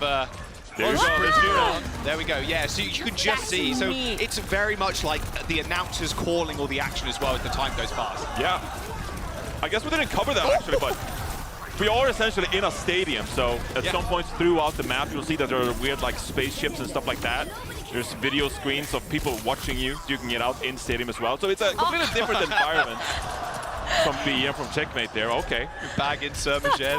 I see you. Leave my mans alone. Oh, what a stop. Wow. Okay, Checkmate. Jeez, okay. Secret got one shot. Yeah, Checkmate turns out pretty good at May. Who knew? Checkmate's in the championship form here. Got some revenge, okay. So this is a mini checkpoint here as well, you can see. We're about 20 meters through here, and this is where the updated checkpoint is for the bot as well. We'll take some time here. And then the final cap is slightly before the bridge. Oh, Shockwave with an early first kill onto Chiaza. Yeah, 1 minute and 40 seconds to go. Nice pin. Oh, that was a cleanse actually. Good sleep. And then the shadow. Good moving, son. He does get the shield back up eventually. Looks like Seeker's going to try and go in with that blade. Kelly's just running away from there. Oh my God! Oh, he doesn't connect it though. Gushue saves the day. Seeker. Thanking Mr. Gushue on stage, I'm sure. Nice kill on Farway too. So one of my favorite Reinhardt power-ups that we saw in action there actually. It's an item that every time you charge as Reinhardt, you cleanse yourself. It's a Susu effect that comes through. So if you're a Reinhardt and you're anti-nated, for example, you can charge and it cleanses that biotic grenade effect. But also, if you're in a Reinhardt duel, you can time the charge so that it cleanses when you charge each other. So it just adds a completely different kind of like interaction in this Reinhardt duel. That's awesome. I'm having so much fun watching these Reinhardts also earn these Earth Shatters so fast. They are kind of shattering quite fast here. A lot of bounties on Team Barbecue right now. Look at that. I mean, come on. Lady Lou's got a 1,050 bounty. Like, that's a lot of free money. Checkmate the last Blizzard, by the way. Oh, the charge. Oh! Lady Lou dunks on the pro Checkmate. Okay, yeah. He was saying I feel 10 years younger. Feeling like a spry 20-year-old. Maybe been better than you, Johnny, in 2016. Oh, come on, brother. Come on. 10 years younger, Lady Lou. Popping off. You love to see it. No lead actually getting taken yet, but it looks like we're about to enter into overtime. Yeah, that might be me, actually. For real. Nice play, though, from Seeker. Surely this is the cleanup now. Yeah. I mean, third-person blading on Genji. You just have so much perception, like awareness around you. It's really good. It's very clean. I think we're going to take this. It's probably my favorite third-person hero, actually, is Genji. And, you know, I'm not a Genji pro by any means. So yes, you get perhaps slightly reduced accuracy, but the fact that you get so much more like peripheral vision when you're raiding, it's such an additive when you're playing some of these heroes. Juno is another one. I love playing Juno with the third-person perspective as well. Get some more visuals when you're trying to use the torpedoes, for example. Yeah, I was checking out Gushui's POV, and it was so nice to be able to see around the corners. You can see the flanks really well, and I feel like that's so great for Juno, who's just kind of squishy. Exactly. Yeah, when you're in the sky too, you can just see so much more. There's heroes I definitely prefer first person on. Any kind of hit scan I found, like Cassidy, Ashe especially. Ana is really nice still in first person. It's nice to be able to peek around the corners, but it feels a little bit more comfortable when you're using the scopes. Let's have a look at some of the builds here for Gushui. Okay, so what Gushui has done is built only damage with pulsar torpedoes. If you look at the right-hand side of the screen, ability power, obviously powering up your abilities, pulsar torpedoes, 95%. That's a little good. That's and one additional charge of the pulsar torpedoes, and cooldown is reduced by 1 second for each target it hits. One shot? So this is what Dion was speaking about in the interview, the spam build. And as well, you got on the bottom right-hand side of the screen, you can see Shady Spectacles as well, ability lifesteal. So not only is Gushui dealing out the damage, Gushui is actually getting healed based on the damage from the torpedoes. Yeah, what you were saying, like you were asking, Rose, does that one shot?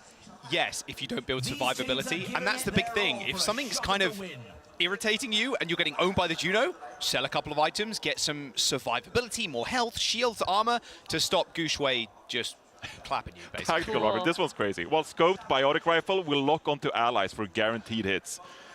Long gone are the days of just whiffing, trying to keep your teammate up. They're 80 strafing and you're like, oh, I gotta keep them up. Could you imagine, though, if you... Well, I guess you don't need the perk for it, but that's cool. I like it. But what if you get headshot? What if it was like a perma headshot? God. And you could do increased crit damage? The most OP character in the game. Honestly, I like it. I like it. Please add that. Please add that. Yes. Excellent. Okay, with the introduction of perks, we're just giving all the support players more ways to headshot. Yeah, pretty much. Oh my goodness. Wow, those bounties have gotten even bigger for Lady Lu and Seeker. As we head into our next map, this is a match point, right? Yeah, match point. Match point, indeed. We're down to Ruins. You saw Lady Lu, like, out of spawn, was just flying. Oh, there. Well, there they go. There they go. You got it. Someone's going to run. Reinhardt taking high ground is crazy. A little ridiculous. Nice little anti, though. Oh, no way. He gets checkmate again. Oh, checkmate's out of the fight now. He actually just went into a different map. Oh, my. Yeah, he's in Lijiang Tower now, I think. Is checkmate just stuck back there? I think he might be. Yeah, he's not dead. Point's been taken here by Team Barbecue. Gushui has built almost no survivability, of course, and yeah, just damage. Just all damage with the pulsar torpedoes. So only Reinhardt can actually get up there to deal with Gushui. Lady Lu is everywhere. They are touching spawn. Health. Yeah. Oh, I mean, my God. Everyone just, because you get these items as well that boost your abilities, most of them have some kind of like passive boost as well. So you get more armor, for example, you get more shields, more damage. Is that sound barrier? No, that was with his crossfade. You get a little bit of extra healing, a little bit extra speed. Surmajet just kind of dominating the kill feed right now. The FOV as well. This is a really nice FOV actually from Surmajet. Cranked up, Quake Pro style. Let's see. Lady Checkmate Lu is still back there. No way. Has he died? No. Now he will. Oh, never mind. Never mind. May will. I mean, we could speculate on why Team Red is losing here, but... Oh, the engage! Oh, no! Shockwave is in their spawn with 500 HP on Cassidy. He just slept, but someone's going to go touch point. That might be the game, yeah. Oh, Checkmate's got Blizzard. Still alive. Hold on. Blade's been popped. That's probably Seeker in the periphery. 1 HP. Manages to get the mega health back, but only half the health had been healed. And that's the kill for Checkmate. Okay. Touch the point, please. Our secret agent Checkmate has managed to keep them in this and keep them competitive. Ooh, and a couple more people from Eggplant coming back, but I think the grill is nice and hot now. Oh, good block on the Shatter. Go on, Lady Lu, get the pin. Oh, not quite. Cancels the charge, though. It's now in the backline, but you got to touch. You got to touch. Shatter available, hits the ground. CJ on the floor, being kept alive for a brief moment. Oh, the tomato touch. And that will be it. Grill is hot, eggplants are cooking as Team Barbecue end up winning this first stadium show match. As Reinhardt was making space, Lady Lu just all over the place. You could actually, I wonder if you could have like Spidey Reinhardt. Maybe if you fly up, you can cling to a pillar and then like Earth Shatter from the top, and the higher you are, the more damage you do. You're cooking here. I know, they should get me into the death You're room. on Team Grill right now. Yeah. Sure am. But there's your first look at that's Stadium, so fun. played by the pros. And honestly, Lady Lu, after that charge onto Checkmate, a couple of them, probably the MVP. In my Lady opinion. Lu's going pro after that one. I'm voting for Lady Lu. Yeah, 100%. Hell yeah. It's looking really good out there for Stadium, which is available, of course, in only a couple of days in Season 16. There's a ton of stuff coming. New Mythics, new Doki Watch as well. Stadium is premiering, and yeah, so make sure you jump into the game mode when it gets launched in the next couple of days. I know we'll be playing. I will still be I can't wait. as much as possible. Season 16 is gonna be crazy. There's so much stuff coming to the game. Hero bans? Yeah, hero bans for Hero ranked as bans well. at ranked? Oh my god. One tricks beware. Beware. But yeah, Stadium, it looks so much fun. And like they were saying in the interview as well, they're still going to be releasing heroes. And they said roughly about 3 a season. I think Dylan mentioned there as well. So yeah, even if your favorite hero isn't in Stadium right now, it could be right around the corner. Yeah, exactly that. What was the #1 hero that isn't on the list right now that you would want to see, Rose? Ooh, that's tough. I don't know. Everything's kind of fun. Maybe Freya? Oh, okay. Wow, there you go. Yeah, newest hero as well. We didn't mention the new hero coming because there's so much stuff coming to Season 16. So Freya, yeah. There is Junker Queen is in Stadium. And I love playing Junker Queen. Junker Queen has been a ton of fun because Junker Queen already in the 5 versus 5 normal setting, quick play, competitive, whatever you want to play. Junker Queen already is like very adrenaline, shout, movement speed, you get in there, drop a carnage, rampage. In Stadium, that just gets crazier. So you get like reset your shout, you can have like double carnage, and you're just throwing access. Oh my god. Like it just gets absolutely ridiculous as Junker Queen. So definitely one of the fast-paced tank heroes in the game. So I'm gonna be queuing some Junker Queen, watch out. Yeah, there you go. I would love to see Alari and Zenyatta as well. I want to see what Zen's items and power-ups would be. They probably just... They're gonna make him walk. I bet. He's gonna actually like have legs, and he can like run right at you. He can run. Zen just run. That's the power up. Zen doesn't hover anymore. He just runs. No, he just runs at you. Yeah. Okay, I like that. My mind went to, we talked about Cassidy, the fact that you can have like 30 ammo as Cassidy. Yeah. I just thought of like a Zenyatta right click with like 30 ammo. And you're just 30 throwing 30 right orbs. I don't know how that would look on your screen because usually the orbs cover the screen when you charge them up. So there'll just be 30 I just look orbs. crazy. You just can't see. Because there has to be a drawback, right? So you just like can't see. No, there doesn't have to be a drawback. It's Stadium. No, there's no drawback. Fair enough. There's no drawback. This is Reinhardt flying. Yeah. Either that or he does the Kamehameha with the orbs, and it just... it's just a giant power beam. It's just a laser beam, and it just... Oh my... Please. Kills people. It's like Hey, we Discord? All right, we're going to jump down over to the stage, though. I think we got Danny, actually, with a little interview. Let's go!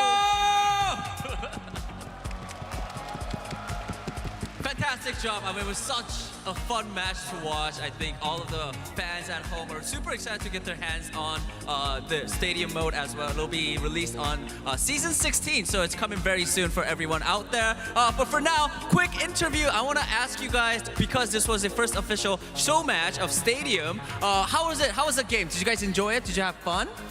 这其实是我们决斗领域的第一次公开场合的正式的娱乐赛。那你觉得整场体验下来感觉怎么样呢？先从茄子老师开始吧。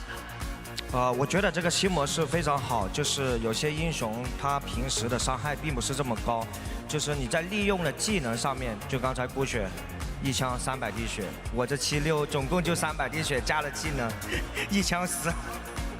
So I think this mode is great because usually we got so heroes do not have so many damage, right? But with the skills, with the skills, yes, actually the skills, we can get the more high damage than the usual. So Gushe got the 300 damage with 1 shot. Yeah. And the Soldier 76, he got the 300 life. Oh my The god, blood. yeah. So I think yeah, those skills, those perks are really interesting. I saw because we saw Lady Lu flying Ryan. Yeah，我们看到了陆夫人在飞，对不对？那陆夫人，你的这个初印象觉得怎么样呢？ Yeah. 你的初印象？没什么印象，我是打莱因哈特的，没什么印象。我们的战术就是我一个人飞过去，他们所有人看我，然后我剩下的队友带着我打，就这么简单。Okay, so actually I have nothing to say. I played Reinhardt. I just need to fly, and our opponents just focus on me, and my other players, they're gonna lead this whole game. All right, one more question for Lady Lu. Your team did get the win. What was the secret sauce? What was the strategy behind getting the win today? 那想问一下陆夫人，你们也是获得了这场比赛的胜利。那你们获得胜利的小秘密到底是什么呢？有没有什么小 tips？I don't know. I play Reinhardt, just fly, and they attack me, and I died, and their team died. Just that. I love so you sacrifice, and they sacrifice you. 他们牺牲了你，然后获得本场比赛胜利。Mr. Candle. It was definitely interesting, and of course, big congratulations on getting the win. Everyone, big round of applause for both teams. Big round of applause. 再次为两位老师送上掌声。All right, that's it from us. Back to you over at the desk. What a fun way to kick off the introduction of this new game mode here for Overwatch with Stadia. Lady Lu flying on the run. You had Gushui going for like a full AP build, playing like heat-seeking missiles. Hey. But man, Lady Lu's a bit of a gamer. Actually, that's true. I mean, kind of dominating there. Also, just kind of trolling because he can actually speak English apparently. Just repeating what he said in Chinese and English. I mean, I was getting a little bit hyped up for Gushui on the Winston here, but you know, you got to make way for Lady Lu. I respect it. I thought the Juno build was really interesting.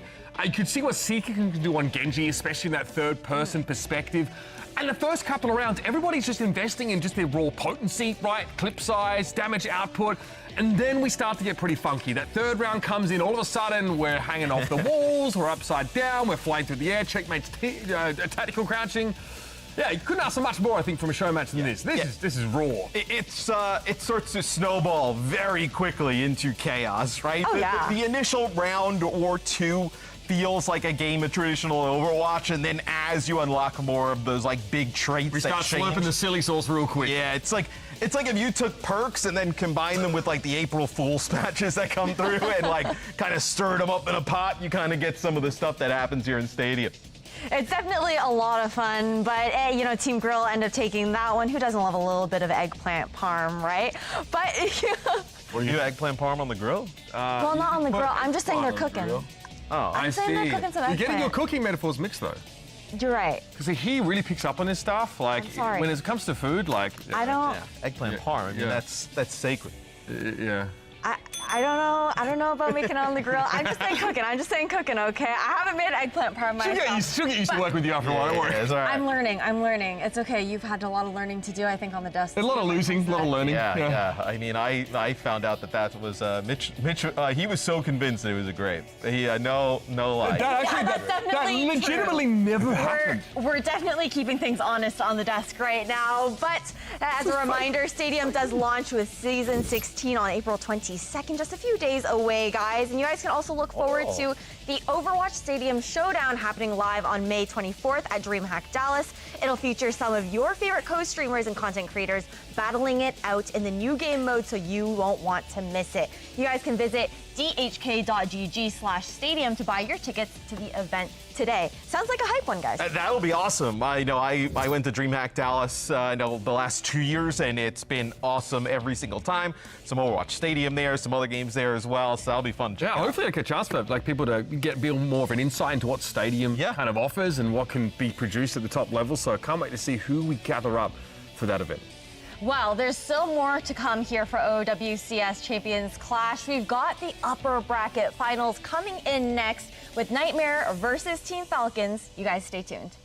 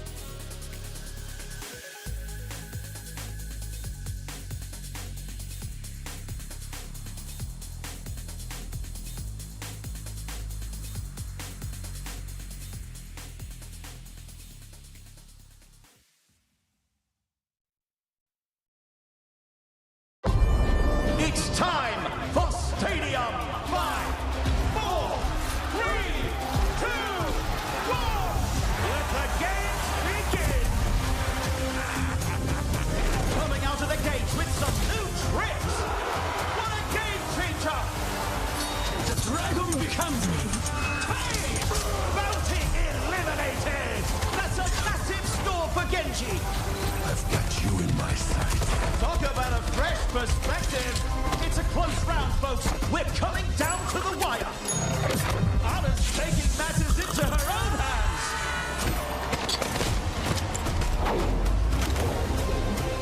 Looks like Moira's got a few tricks up her sleeve.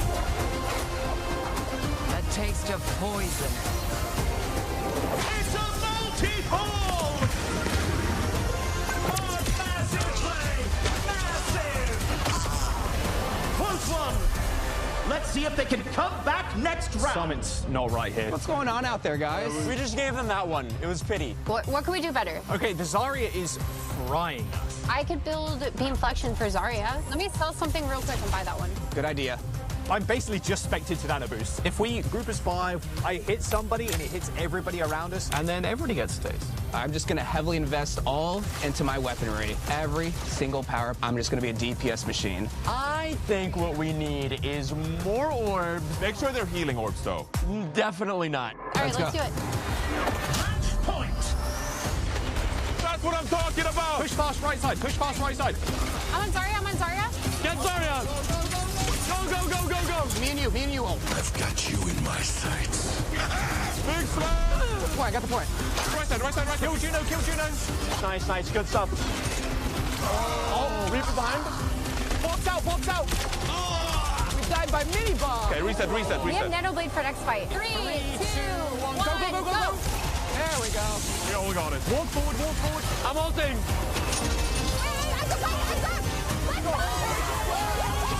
Fist bumps on land. The goddess is here.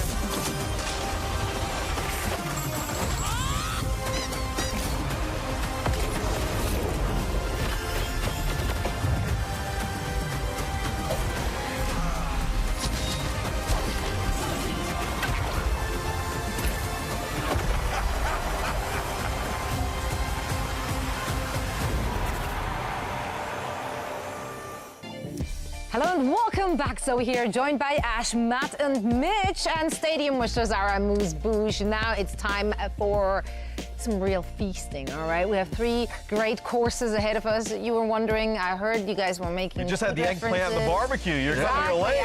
I'm just rolling along with it. Yeah, that's what we do. I was going to say, I did the motion capture for Tiny Bob. They used my, I was the motion capture artist for Tiny Bob. So why doesn't Tiny Bob barrage it round then? We couldn't get it in. We couldn't. Get it in. There's some lore. If someone wants the clip, I will share it later on Twitter. Don't worry about it. I got you. It's a future update. Yeah. Next patch. Or downgrade, if you would. Either way, we're going to take a look at some people who do not do any of that. No, they could. No, we're going to look at upper bracket finalists. We're going to have Team Falcons going up against Nightmare. Nightmare obviously coming into this entire tournament as an underdog. Alas, no more eyes on them. But let's discuss Team Falcons first here. They came with their own flavor. They've not been only playing Winston Dive. We saw a lot of Maga from them. We saw a lot of, Diva. So, they're coming with their own style. Despite cutting their tank core in half at the start of this year and in theory giving them less options in that role, Harbin has stepped up and has filled a whole host of different spots on this team. You've also got Proper on this roster. Marjet obviously is there just in case needed, but in general, this team likes to go for more of the static and stable look that we sometimes observe in EMEA and a lot of that Mauga look, but if it has to be Han Binston, they can deliver in that role as well. I think getting that close win against once again is a huge boost for these guys, and they've got to be believing that these world champions can remain world beaters. Yeah, well, it's going to be a tall order, of course, for the opposition to go up against this team, because you just on every single role, you got some absolute superstars. In my opinion, Chio Fielder, that might be the strongest support lineup we have in all of Overwatch. Yeah, extremely good, right? Historically, very strong as well. I think probably the strength, though, with this team actually probably happens with Proper and Stalker. I mean, such a nasty combination. Proper able to play just about everything. Stalker as well, extremely flexible and seemed to come into his own right. Yeah, Proper's on the Pharah in this clip. Yeah. And Stalker's the one that they usually try and ban Pharah against in map 1. If you play against Falcons, you've got to watch out for it. Yeah, you haven't even seen him on the tour, but that's when he really pops off. Yes. Speaking of popping off, loving the face cards right here from Nightmare.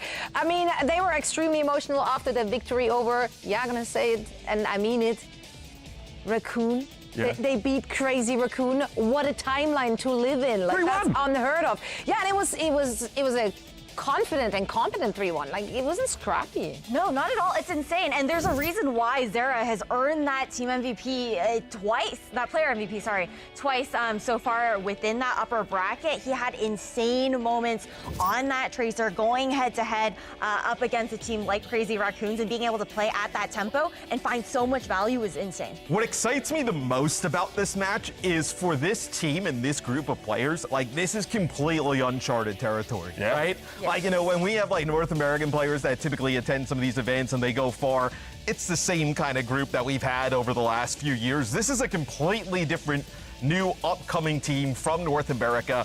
Really kind of like Ultraviolet is the kind of mainstay in terms of like veteran presence. But that's what I love about this. This is like uncharted territory for them. We'll see what they can bring here in the biggest match they've ever been a part of. They got overlooked by the partner teams in NA. They are literally the leftovers, the undesirables in terms of the top teams with the big money bags coming into Overwatch. And I think they've carried that chip on their shoulder here. We've seen their quality. They've maintained the core of this Nightmare team, you know, from previously. But it's young players that we kind of didn't really have on our radar as top individuals. No one coming into this year is saying Kuffer is like a top tank. Everyone's looking at Infected and Kellen over in NA. So these guys have exceeded our expectations incredibly, but how much further can they go?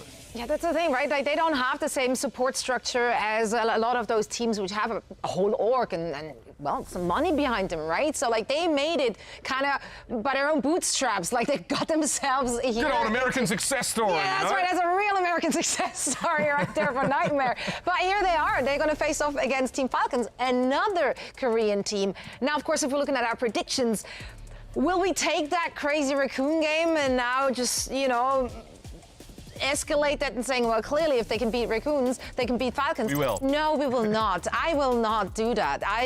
I'm not even going to give them a map. I quite frankly, I think Team Falcons just has to beat on every single individual role. I think what Falcons can do, they have more flexibility, like just for the individual players, especially if I'm looking at the why are you shaking your head? This is my prediction. If you got thoughts, you save them, bro. That's right. Use your words, Matt. Use your words. I don't have many. Well, anyway, like, that's a 3-0 for Falcons. I think just individual, they have a higher skill level. Okay, completely valid. I'm gonna say I'm huffing a lot of copium when I come into my prediction, but I put through a Nightmare. Yep. I don't think anyone's gonna agree with me on this, but I want to keep things a little spicy on the desk, and I think that for the likes of Nightmare, they did a really good job at their ban strategy up against Crazy Raccoons. You had Zera having an insane game. He said in his interview he had a good feeling about yesterday. If you can carry that energy over today, it's gonna be an insanely difficult to replicate, but I feel like there is a world where they could do the funniest. So you're having a good feeling today. Yeah. I'm having a good feeling today. I am manifesting that energy for Zera right I'm here for it. Manifestation all the way. What do you I went 3-2 Nightmare, and I think there is a path. I agree with you. I agree with you in the aspect of, like, I think this team, like Falcons, like player for player, is stronger. Yes. You could also have said the same thing about the Crazy Raccoon match. I think they actually did a really good job. No, but Crazy Raccoons were like, I don't want to say the sound back, but like, they were playing some weird stuff, my guy. But Nightmare does play a really bizarre kind of style. They play like a lot of Hazard, and they play different things like that. And I also think they do a really good job of utilizing, probably the best in the West, of utilizing the bans to their advantage. And look, I think if you can get, with the way Shu is playing, like, I think if you get past them, you can get past just about anybody. It will not be easy if they do it. I think there's probably a better chance, your predictions, right? But I think on the outside chance, I think there is a world in which we get a Nightmare win here. Okay, wait. I know we're on the same team, but I do think if it does go to 5 maps, I think if it goes to 5 maps, Falcon takes it. I mean, I think I had Falcons with a pretty comfortable win in this kind of game. 3-1 for me. I do give a map. I do think ban strategy is important. I need to see a Farah ban in the first map. Full stop. That has to happen. You cannot go to control and let, you know, he's saying just ruin you like that. but it takes more than band strategy to beat a team like Falcons. Your fundamentals have to be on an incredible level, and I don't know if Zera can produce another life game for us today. Like, can Lightning Strike twice? I don't know. It's so maybe much he has to two ask. lifetime games. You never know. You never know. Today's the day he has to show up for it because they want to grab that grand final spot. Alas, if they don't, they can still fight their way through the lower bracket, of course. So not all hope is lost for either of those teams. Team Falcons will go up against Nightmare in our upper bracket final. So it's time to meet our teams.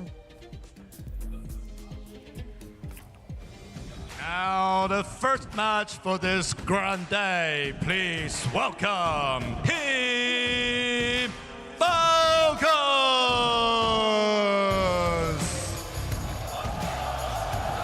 Yeah, Team Falcons typically runs through everybody with Proper and Stalker leading the way. That Chio Fielder backline, the Hanbin, Winston potentially on the cards in this match. They are so strong player for player, but Nightmare's a tough opponent. And on the other side of the battlefield, let's welcome Nightmare!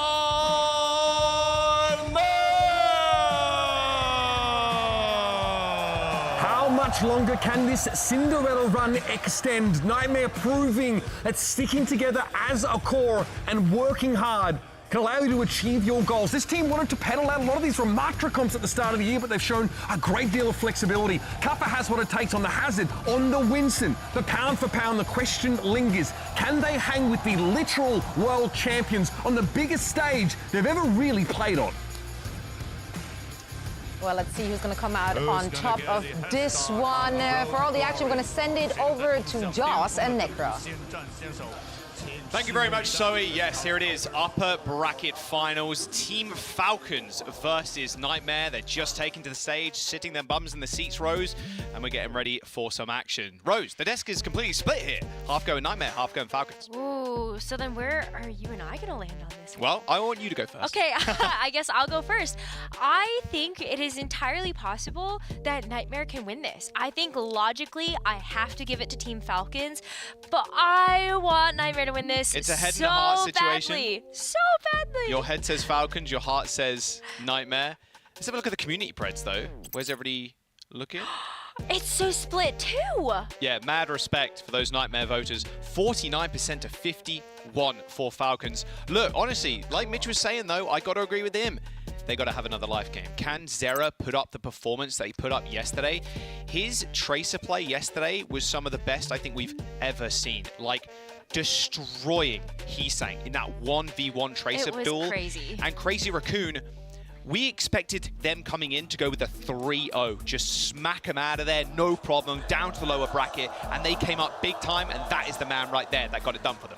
I'm hoping that this wasn't just a life game for Zera, but a chapter turn in his entire history as a player. This is going to be potentially the series that can cement himself into history in competitive Overwatch. And so I'm pumped to see if Zera can continue to put up those numbers and prove to us it wasn't just another day in the office. It's going to be the rest of his life. Yeah, and now you're going against two Tracer gods on Team Falcons.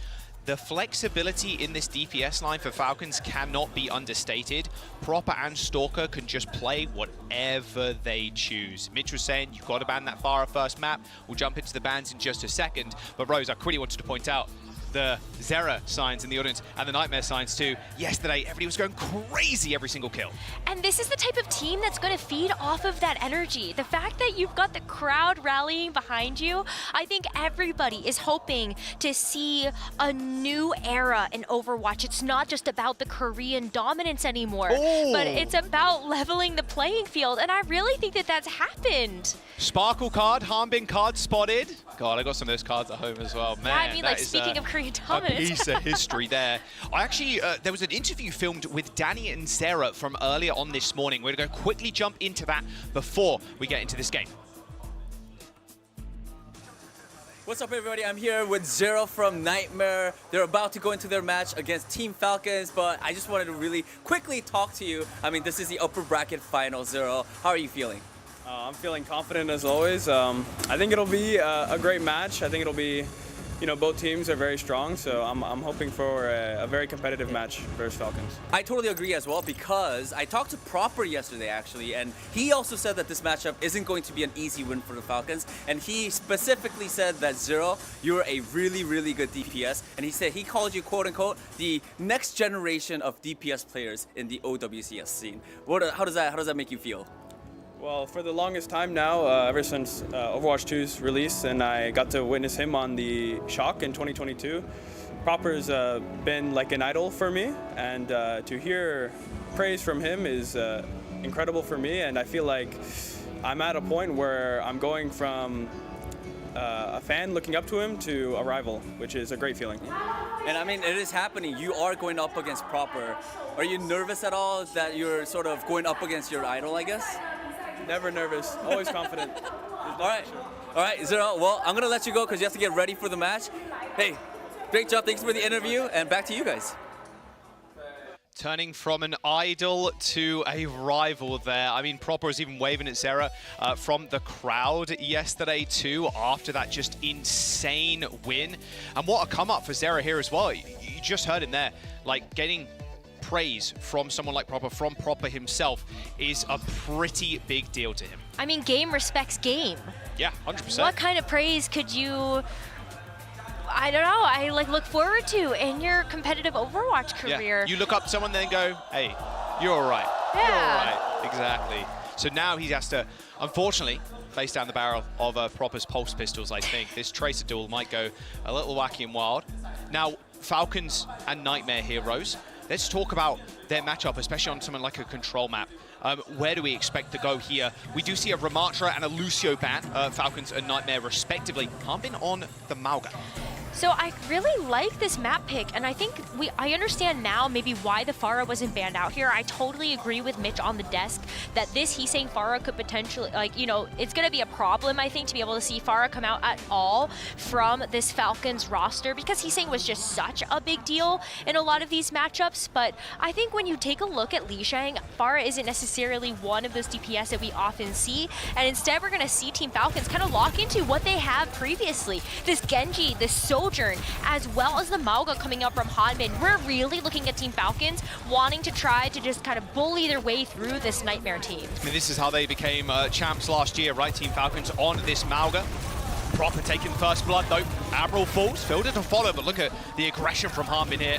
Should be pretty easy to deal with the Juno, just body blocking the doorway as well. Yeah, there's no support now for Nightmare to back them up with. They were trying to cap the point, but cover is out. We are already going to see Lethal actually swap off of the Cassidy and try to match Stalker in this Sojourn duel. Being able to have that one-shot potential, I'm actually very interested to see if Kuffa is going to make that swap as well to maybe go over to the Mauga.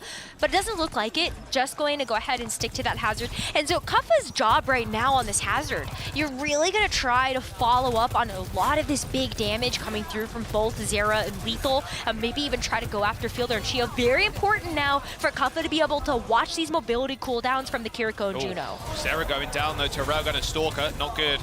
Now Wall is going to stop Hanbin from being a factor in this fight for a brief moment in time. Stalker taking a heap of damage though, but Team Falcons just very patient. They do end up losing a player and actually just going to give up the point. Nightmare, with that pick from Lethal, we're actually going to take a look at Lethal, maybe even getting this overclock up pretty soon. This was even after he swapped off the hero. Stalker actually kind of trailing behind as of right now. And so I think that really speaks volumes to how much damage Lethal is actually putting into these team fights. It's just about Nightmare being able to capitalize on that. And so now that they've got control of this point, Lethal can just let this rip. Good shot from Lethal, double tap scaled up from across the map. Orbital Ray's going to come through onto the point, but Chio's down. Both supports now dead for Team Falcons. There was a server room push there from Hanbin, but Lethal sniped Proper out of the sky. There's the quick flip to Nightmare. Yeah, even though Team Falcons actually did sneak away a couple of percent, Nightmare were always going to win out that fight at the end of the day. And the fact that they did that versus an Orbital Ray, I think is amazing. Nightmare only invest the overclock into this, and they get to hold on to both these support ultimates that are going to be coming up pretty shortly. And so Orbital Ray advantage for them. I think that fights a lot better into the Kitsune rush than kind of the vice versa of this rally. So Nightmare look like they're going to have a bit of an advantage, but double blade. Yeah, Zera's already killed Chio though, looking for more. Falcons have backed up again. A small trade here. Every single fight has been A back and forth so far as Cover finds Proper maybe lacking a little bit, has to dash away, already used the deflects. Downpour on the high ground, a Stalker shut down. The downpour is enough damage to kill him off. Cage on the point, but look at Cover trying to stay alive. Spike Guard end up running out of ammunition, unfortunately. That rally, not enough to actually save the tank in the front line. Harbin ends up getting bashed, but Nightmare, now they're fleeing. But the rally is actually good enough to be able to provide enough sustain for Nightmare to actually get 75%. And this composition has been enough of a problem. We're actually going to see Stalker switch over to the Sombra. I mean, giving up this Sojourn duel completely, and Stalker, with this amount of time that's left in the bank, hopefully is going to be able to build up to the EMP, because that's really what the Sombra is trying to accomplish here, outside of just being able to shut down Kuffa going after these backline supports. Blade for Proper. Maybe he can show Zera how it's done. Zera currently hacked. There's the Blade, popped into the backline. Nice little slash and a dash. Oh, and that's a double for Proper. Make that a triple. Make that a quadra kill for Proper. Huge numbers for Proper to be able to put up, and unfortunately Kuffa denies him of potentially being able to get that ace. But let's watch this Dragon Blade back again. I mean, even though we saw the power slide away from Lethal, Proper timed his dash back there perfectly, and Kuffa's actually gonna get caught out on this ledge with Team Falcons approaching 90% now and counting, and they've got an orbital ray. I mean, this could be good. Nightmare's hopes for this round fall on Lethal to be able to get this pick on Proper. Proper's completely caught. Lethal finds the perfect pick there for Nightmare, but they've lost cover in the front line already. The orbital ray is going to be so hard to fight into. Lethal does end up getting slammed down onto the ground. Just 99% for Team Falcons requires Nightmare to go for a touch. They are unable to do so. 75% on the board though for Nightmare. You've got to be feeling confident considering Falcons here in the upper bracket. We know how far they can go when they always go. World champions from last year here to make, well, just get another trophy under their belt, it feels like. That's why you logically think that Team Falcons might be the one to be able to actually win out this match, but that was such a close affair on that first round. You absolutely have to look at Nightmare as a true threat. And for Team Falcons, you know, this tournament has actually kind of been maybe a little bit unexpected for them. We do normally see them with just full confidence running through an entire bracket, but they lost a map to OWCS. They also had a close 5-map series that could have gone the way of once again. And now Nightmare. What if they're the ones that actually send Team Falcons down to the lower bracket? Falcons have gotten close to losing, so maybe it's gonna be Nightmare that can dish that loss out to them. It'll be a historical feat. You picked it up at the very start. Like, unprecedented. Rose. It would be amazing. Zera here. Yeah, Farah not getting banned out. Zera's actually going to be the one that's going to lock into that choice.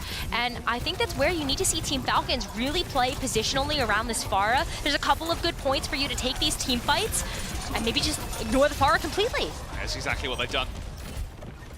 Nice little charge there onto the front line. Points not capped just yet, even though they've got the player advantage. Farah can be such a deadly tool in these fights here too, being able to poke through these small windows. But yeah, Admiral dead. Sleeping with the fishes now. Proper gets out as well. Nice little cap from Team Falcons. We'll see if how much they want to pressure them now. But you can see that's exactly the Falcons' game plan. Even though Zera is on this Farah, completely ignore it. Try to be able to win out that frontline duel versus Kuffa as well as Admiral. And Team Falcons also can play this where the Farah is going to struggle to actually get an angle on top of the team. Farah's entire purpose in this matchup is to make sure you can get this enormous splash damage onto Hanbin, force out this cardiac overdrive early, and actually force him away. Oh, nice wall there from Kuffa. Sets up Zera with the easiest rocket of his life. Like you said, that cardiac overdrive thing forced it out. Rose forcing him to back off. Nice headshot from Lethal, and there's the flip for Nightmare. Proper's going to make it a little bit more painful, or at least try to. He's still alive, but not for long. There you go. Now Nightmare is going to be able to get themselves on the board in this round, and this is where we're going to start to see these ultimates peek their heads up. Fielder with a Kitsune Rush is going to be good for Team Falcons to actually get through this chokehold, which is where Nightmare's going to want to play. With this Farah angle, you just get that splash damage down into any of these rooms, and that's where you see Stalker actually try to take this flank up to the high ground. Maybe catch Zera off guard. Oh, they're really checking every corner there. You see that? Just disruptor shot, making sure no one's hiding. Rush for Fielder. Ideally here, you wrap to the point, right? Use the rush or use the rush in the mid to cut Nightmare in half. This barrage from Zera is going to be scary. Already got that first minor perk on Lime Rose, so he's going to be able to move inside the barrage. But you got to make sure that Proper doesn't have that deflect up before you go. He messed up the conk. Stalker takes the kill. There's the rush on the point. Going to get matched with the Ray here, but Falcons are in a nice position. Harbin, though, couldn't quite say the same for him, however. The rally, the blade from Proper is going to be nice, but the Orbital Race healing everybody up. He manages to secure 1 kill, but can he get more? A nice bash from Admiral will shut Proper down. That was a huge investment of a fight, and it's going to go the way of Nightmare more economically as well. You still have that downpour as well as that barrage that Zera had earned up previous to this fight. This map just went poorly for Falcons. Even Stalker's going to go switch over to the Sombra because they know they've really got to get in there without falling victim to this barrage, but it's coming, Jaws. Barrage and downpour. Oh, Conk kind of messed up again, Zera! That's the 2nd time in a row. The Conk ends up messing up. He doesn't move himself far enough away and he gets taken out first. A manual hack onto Cuffer and Falcons descend on their prey. He manages to get out, but Falcons have the positioning and they might just get the point. A nice little reflect there from Popper. Doesn't find all too much, but they got to stay alive now. With the cage coming up, it might be quite easy, but Zera with a 2K with the barrage. He finds another one off the back of that too as Chio falls down. Team Falcons only have Harbin left now on the point versus 3. And not even a god Mauga like Harbin can stay alive here. There's the flip again for Nightmare and a delayed touch from Falcons, but the inevitable is drawing close. Really good here for Nightmare to be able to keep themselves in this map, but Stalker finds Zera again. 3rd time in a row here, Zera has fallen first. They managed to get a miracle touch, and Proper has all CDs available to him, so he can stay alive. The solo kill, the double kill, what was that, Proper? Double for Proper, championship winning play already, make that a 3rd. How does he keep doing this? How does he keep impressing? 58% and counting for Falcons and Rose. They are closing in on that EMP.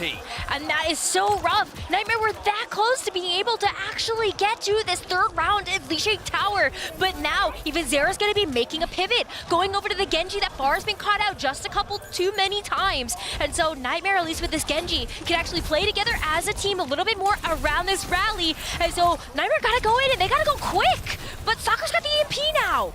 Nitho is super low too. Rose, they're all splitting up right now. You can see Cuffer also on an off angle. They can't get caught by this EMP. That's why they're split up right now. But Cuffa is actually going to get hacked here as Admiral goes for the rally, and that's where we might be able to see the showdown. Rally to touch, EMP hits 2, but where's the follow-up? Orbital Rain now on the point, and Falcons have to fight through it. Proper's got the blade, he's landed a slash already onto Lethal, gets the reset straight back into the fray of the fights. The break, though, is just too much. Ultraviolet takes him down with pulsar torpedoes, and Admiral finds another. The supportive backbone of Nightmare have done it. And over time, it ticks through, and that's 1-1 now on Lijiang.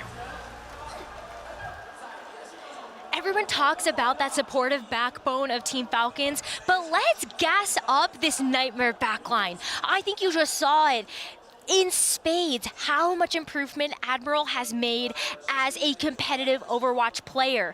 When we last saw Admiral, the highlight of him really was that Lucio being able to play for the Overwatch League team, London Spitfire, but quickly found himself on the outs of that team and really running the gauntlet here in North America. And now that Brigitte, immaculate. Admiral was such a huge piece of success for that Nightmare round. Just all of those rallies, making sure that Inspire Healing was going to really give that survivability for Cuffa and Ultraviolet. So Ultraviolet as well just can't get caught out. Actually can keep on extending these fights with all of that support healing. Now Stalker, his turn on the far and now Rose. Different looks from both sides, both sets of DPS. Happy to lock in the Pharah. Mitch was saying on the desk, you know, you have to ban this away from Stalker on a control point, and we might just see why. Zera already dead. This Team Falcons, they're in a prime position to cap. But just because Zera is down doesn't mean that Nightmare are completely out of the fight. We've seen this a couple of times. Even though Zera was the first picked in a lot of market, Nightmare were still able to win out those fights at the end of the day. As Zera also sees the Stalker Pharah pick and goes, guess what? Well then, if you're gonna play Pharah, why do I not just give this another shot as well? And take a look at the angle that he's taking. Zera is already gonna be able to lock down a lot of his fights and force Team Falcons to actually play versus Nightmare in the mid. Oh, there he goes. Taking down the idol and maybe soon to be rivaling Proper. Nice little slam to the backline though. Harbin doesn't want to make this that close, but Lethal finds a kill. Weaves it past Harbin there. A rather burly man, Malga. But Lethal still finds the angle. Harbin's okay overextending here because the name of the game in this situation is you know that you're already down a player. You may as well just go ahead and throw your body at the spawn and see if you can extend your control at this point just a little bit longer. Team Falcons are able to walk away with 41% as Nightmare, now they start their own control. And let's take a look at this ultimate big. Admiral's gonna be the first one up. Let's see this rally. It's been such a big difference maker in these fights on Lijiang Tower so far for Nightmare. It could be a fight win again for Nightmare to extend their lead. I mean, UV also has got 5% towards his, and Chio's 15% away. They could go fast if they wanted. Lethal, overclock, Zera in the front line, Harbin the main focus, Cardiac Overdrive already used, Proper in the sidelines of Lethal right now, but he snipes Builder. All deflects, all dash is gone from Proper, and there's Nightmare winning that fight. And off the back of just the overclock as well as the rally. Yes, okay, Lethal's gonna get caught out here, but it doesn't really matter too much when Lethal's got the power slide to come back into these fights, and you're still gonna be playing around this midpoint. Team Falcons have the cage, so this is gonna be very important for Nightmare to be wary of. They don't want to get caught by this. Orbital Ray, that needs to connect. That has to help Kuffer in there, but nope. Cage, Blade, Ray, everything basically thrown in by Falcons there. They got the barrage and the Kitsune rush to back them up next fight though. I think that's okay though. I mean, Nightmare get out 3 ultimates from Team Falcons pockets. Yeah, they still have the barrage as well as this rush, but I think Nightmare are very excited to be able to have this wombo combo of this downpour as well as the barrage.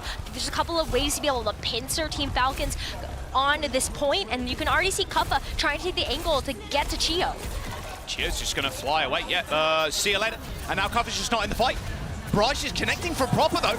Distraction technique, but Stalker's gonna do him one better. A double kill for the Pharah. And overtime is swiftly approaching Rose with 75%. Stalker 30 HP in the skies, but Chio's there. Same with Fielder to back him up, heal him all the way back up to full. I mean, Stalker's backed off though, and this is actually going to give Nightmare a little bit more space to work with. Kuffa still hasn't used that downpour, so that's going to be a great way to be able to lock down somebody like Harbin or even Fielder. And Lethal, let's not count him out as just a raw overclock kill. Prop is dead. He got whip-shotted into the wall there. Admiral finds an amazing initial pick. That wall is also kind of annoying for Harbin, in all honesty. Downpour, does it connect? It connected with Fielder by the looks of things. I think Nightmare, or Falcons even, happy to lose this fight. They've got 99 on the board, and they've got a couple more chances here to win this first map. Yeah, but they don't have any ultimates right now. So it really is going to be on the onus of Nightmare to set the pace of this next fight. With Rally, they have Ray advantage because Ultraviolet is so close. Omer pulls out torpedoes, and that's going to be Nightmare being able to send that Ray down main. And Lethal, also another overclock. Nightmare have the ultimate economy, and we're in last fight. I think Nightmare could do this. What a pick. Ultraviolet dies, and that Admiral with the emergency Q button, but he instantly gets destroyed. Kuffa's traded one, but Proper's already capping the point. Team Falcons, despite almost double support ultimates from Nightmare, they've just got and won it. An overtime touch here for Kuffa does trigger it, but it's not really going to matter. Proper's also just holding the door. 100 to almost 99 there. Nightmare, they're looking good, but Falcons looking better. Almost felt like Nightmare just needed a couple more seconds, but Team Falcons being able to get that first pick in that last fight just pushed them into panic mode. You already called that out. I mean, like, panic ultimate coming through, but when you aren't able to get that set up to be able to utilize those 3 ults coming online, that's just a loss. And so I think Nightmare probably not too happy about how that map played out because there was a clear win condition on the board and it got taken away from them. Yeah, you hit the rally there. As soon as Ultraviolet goes down, you kind of have to, and then you get punished for it. Harbin jumps straight on top of you. That initial pick on Ultraviolet, like you said, that's crucial. They were so close to Ray. Exactly. You go down there with 5% away, like, the game's pretty much over. And the ultimate economy game just slipped through their fingers. Falcons off to a good start, though, winning that first map, but Nightmare making it pretty damn close. And that gives me so much hope for this series because I think Nightmare, they just have to make sure that their mental is going to be iron stead for the rest of the series. And they absolutely do, you're right. Plus, they've got the crowd behind them. The crowd was cheering for them so loud, and I feel like they can still feel that coming through for this series. We could already hear with, like, you know, Zera, Lethal getting these picks. Okay, this Proper Blade was disgusting, though, and I think at the end of the day, if Proper can keep putting up numbers like that, it's still going to keep the series very competitive. Later on as well, I'm sure we got a clip of it, but Proper coming back in OT, getting this double kill. Look at this dash. Oh, that is perfect. Edge dashing like that at the perfect point, right-clicking through the head, like, oh, gross stuff. But I think that was also an example of Nightmare almost fumbling the bag a little bit because in that moment, you could see Nightmare, they have control. They've got 99%. The overtime is starting to expire, and then Proper comes in with a massive hero play. And that is ultimately, you know, it's just kind of, it's tough in those moments because, like, yes, Nightmare still come back and we go to that third round, but you could have won sooner, you know? Can you call it a hero play when he does it so often? Ooh. It's a heroic event. He saves the point, but that, I feel like, is just an everyday Proper occurrence, in all honesty. He's just that good. An idol to many, a rival to few. Nightmare now, chance to pick a map. Now, obviously, the other day when we saw Falcons, we actually saw them lose this this Hanbin Mauga mirror the other day, which was very surprising to a lot of people because, you know, this is probably their best look, especially looking at last year when it was Perma Mauga meta. Where do you expect we go? A push map perhaps, and then maybe ban something like a Mauga? Or do you want to maybe match them in this kind of dive? Because Hazard is also probably going to be on the cards for a ban on Team Falcon's side. That's true. And so it does come down to this ban strategy. The Desk talked about this a lot already, but Nightmare have been really good at being able to identify the key heroes that are going to be the most impactful from their opponents and finding a way to not just shut those down, but also protect their own strategies. I think for Kuffa, this Hazard is certainly going to be on the table for the rest of the series. Whether or not you actually want to try your chances again versus this Mauga, I mean, it went fine on Lijiang Tower. We were just like seconds away from seeing a Nightmare victory. And so seeing this King's Row, I think you could still lean into the Hazard here, but we'll see whether or not they actually want to ban out this Mauga. Yeah, you can play Rush here if you really want to. You can play a little bit more dive-oriented with the Hazard, like you said. Going to be an Ana ban for Nightmare. We'll see how Falcons want to follow this one up. Pretty annoying versus the Hazard. Annoying versus the Mauga as well, to be fair. But I kind of wonder then if Falcons actually respond. Okay, they actually respond with a Pharah ban. Okay. Interesting. Maybe just seeing how much impact Zera had actually had on that Pharah in that first map. Because you could feel it. And yes, despite the fact that Zera actually got picked off first quite often, it didn't matter because the rest of Nightmare had his back. And I think that's something that's been very impressive about this Nightmare roster in particular. Kuffa sometimes out of the equation because he's diving onto the backline, but it's because he trusts the rest of his team to be able to follow up. And even though Zera might be taking an off angle and sacrifices his own life, enough of a distraction that Nightmare with the rest of that 4-player squad can get the job done in these fights. Saw Sparkle there for a brief moment. Backroom staff. We spoke about it yesterday in the Falcons game. Rose? Sparkle was a prodigy in and himself. Going into the Overwatch League, when he eventually turned of age to actually get picked up by an OWL team, like the bids were going through the roof for Sparkle. Just a prodigy type player. Lived up to it in his moments, but now he's taking a backroom staff role in the coach, and you can see him sitting behind the rest of Team Falcons now. So we're going to King's Row. Ana ban, Pharah ban. Yeah, I think Zera had a pretty decent impact on the Pharah. Very good map, especially on first. Being able to jostle around the buildings is quite nice. We've seen a ton of Pharah on this map. She's just very, very good right now with the perks. The moving barrage and the concussive implosion.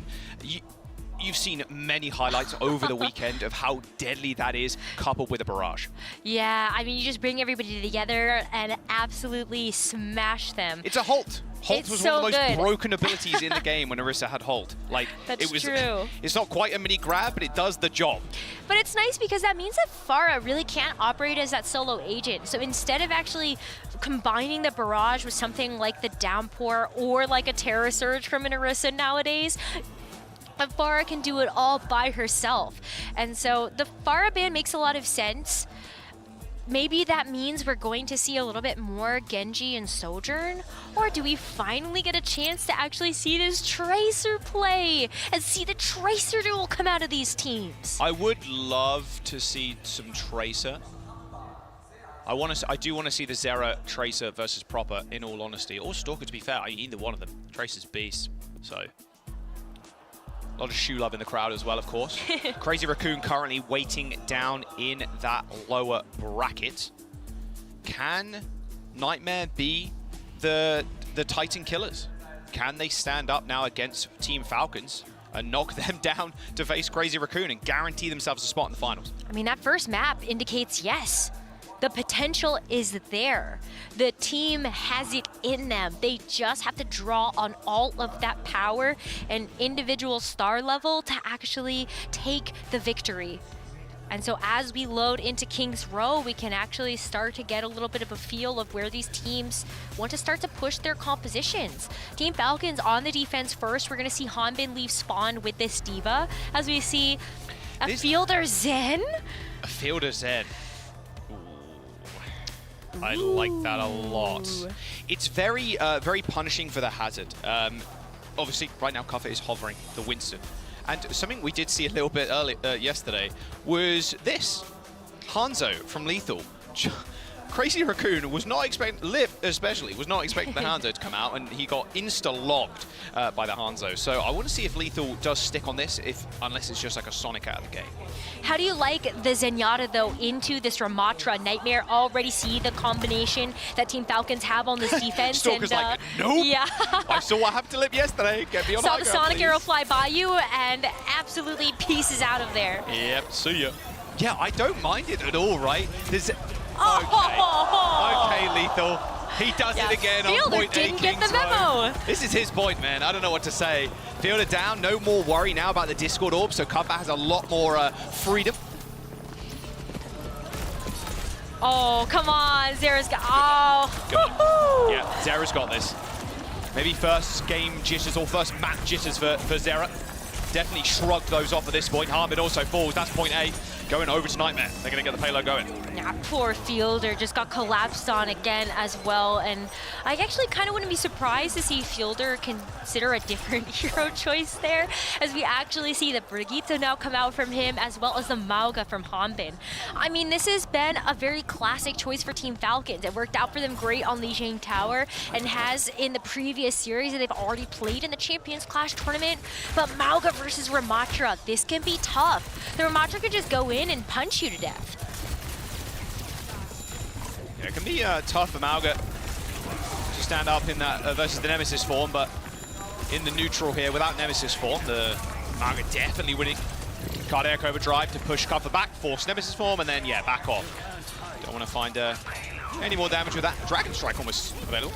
But I mean, the longer these fights go, though, the more time that Lethal has to get a headshot and an elimination. Yeah. To randomly find a log from across the map. I mean, needs one more arrow here or a little bit of time, and he's got the Dragon Strike and an incredibly frustrating place to play against it in this small street, but they've got to be expecting it. Dragon Strike through the walls, gonna split the team, but Proper's happy with that. Proper finds two. Oh, and a deflected arrow to the face as Proper hunts for a third kill. 4.5 minutes to go. Orbital Ray sent out by Chio to aid in that victory in that fight. They're gonna try and stagger Kuffa here. Lethal sees that the Hangzhou was a great point A hero pick, but now goes over to the Sojourn to be able to match Stalker. And I think it's also better on some of these straightaways that you have on the second point of King's Row, and also just considering where we're going to go for the third point as well. But yeah, I mean, Orbital Ray committed there. I think you had to. Just knowing that the Dragon Strike split up the team, you needed to have an additional healing investment. But Proper has the Blade already too. He saved it. Oh, he doesn't quite get to Lethal though. Nice little slide away and a headshot. Style points for Lethal. The Nemesis form and the annihilation being pulled by cover 2 should be a fairly easy cleanup for the gang. And there it is, Payload are moving through the streets. Well, Falcons, they still have one more touch here before this point's capped. Yeah, but they're going to have to play into this Orbital Ray and Blade combo. And it's going to be very difficult to take down Zera unless maybe you get a big deflect kill or something like that. But look at how far forward Nightmare are playing because they know they have that Orbital Ray ready to go in their sails. And Kappa already spots out Proper, has to send him running. Maybe a little bit pissed about that one, that Vortex looked like it trapped Proper on the floor. Well, there's the Orbital Ray and the Blade pulled by Zera. Should be a pretty easy feat, but not if Stalker has anything to say about it. Nice headshot finishes off the Blade, and Genji is Proper find himself in the backline once again with a solo kill onto Lethal. Big trade though in the front line as covers. Nemesis form does end up running out. A Ravenous Vortex and a shield dance there to try and dish as much damage out as possible to harm him with this cage. It's gonna prove quite cumbersome to deal with. The Mauga is just running over this front line now, and they managed to hold this payload. I mean, even with the healing investment that came through from Admiral, that cage on top of the fact that Hanbin had that cardiac overdrive, it was just taking too long for Kappa to actually finish up on those softened up HP pools. So unfortunately, Nightmare gets stopped in their tracks just shy of capturing the second objective. And so now they've got to look at another ultimate rotation. Overclock is almost there for Lethal, so maybe that can help here. But Stalker being able to shut down that Dragon Blade was pivotal in that last fight. Yeah, that was the win con. Like you pointed out, the Ray Blade should be super easy. There's the push from Falcons. Ray deployed, Proper finds Lethal yet again. Deflects, no dash, has to finish off the good old-fashioned way. And his blade is as sharp as ever.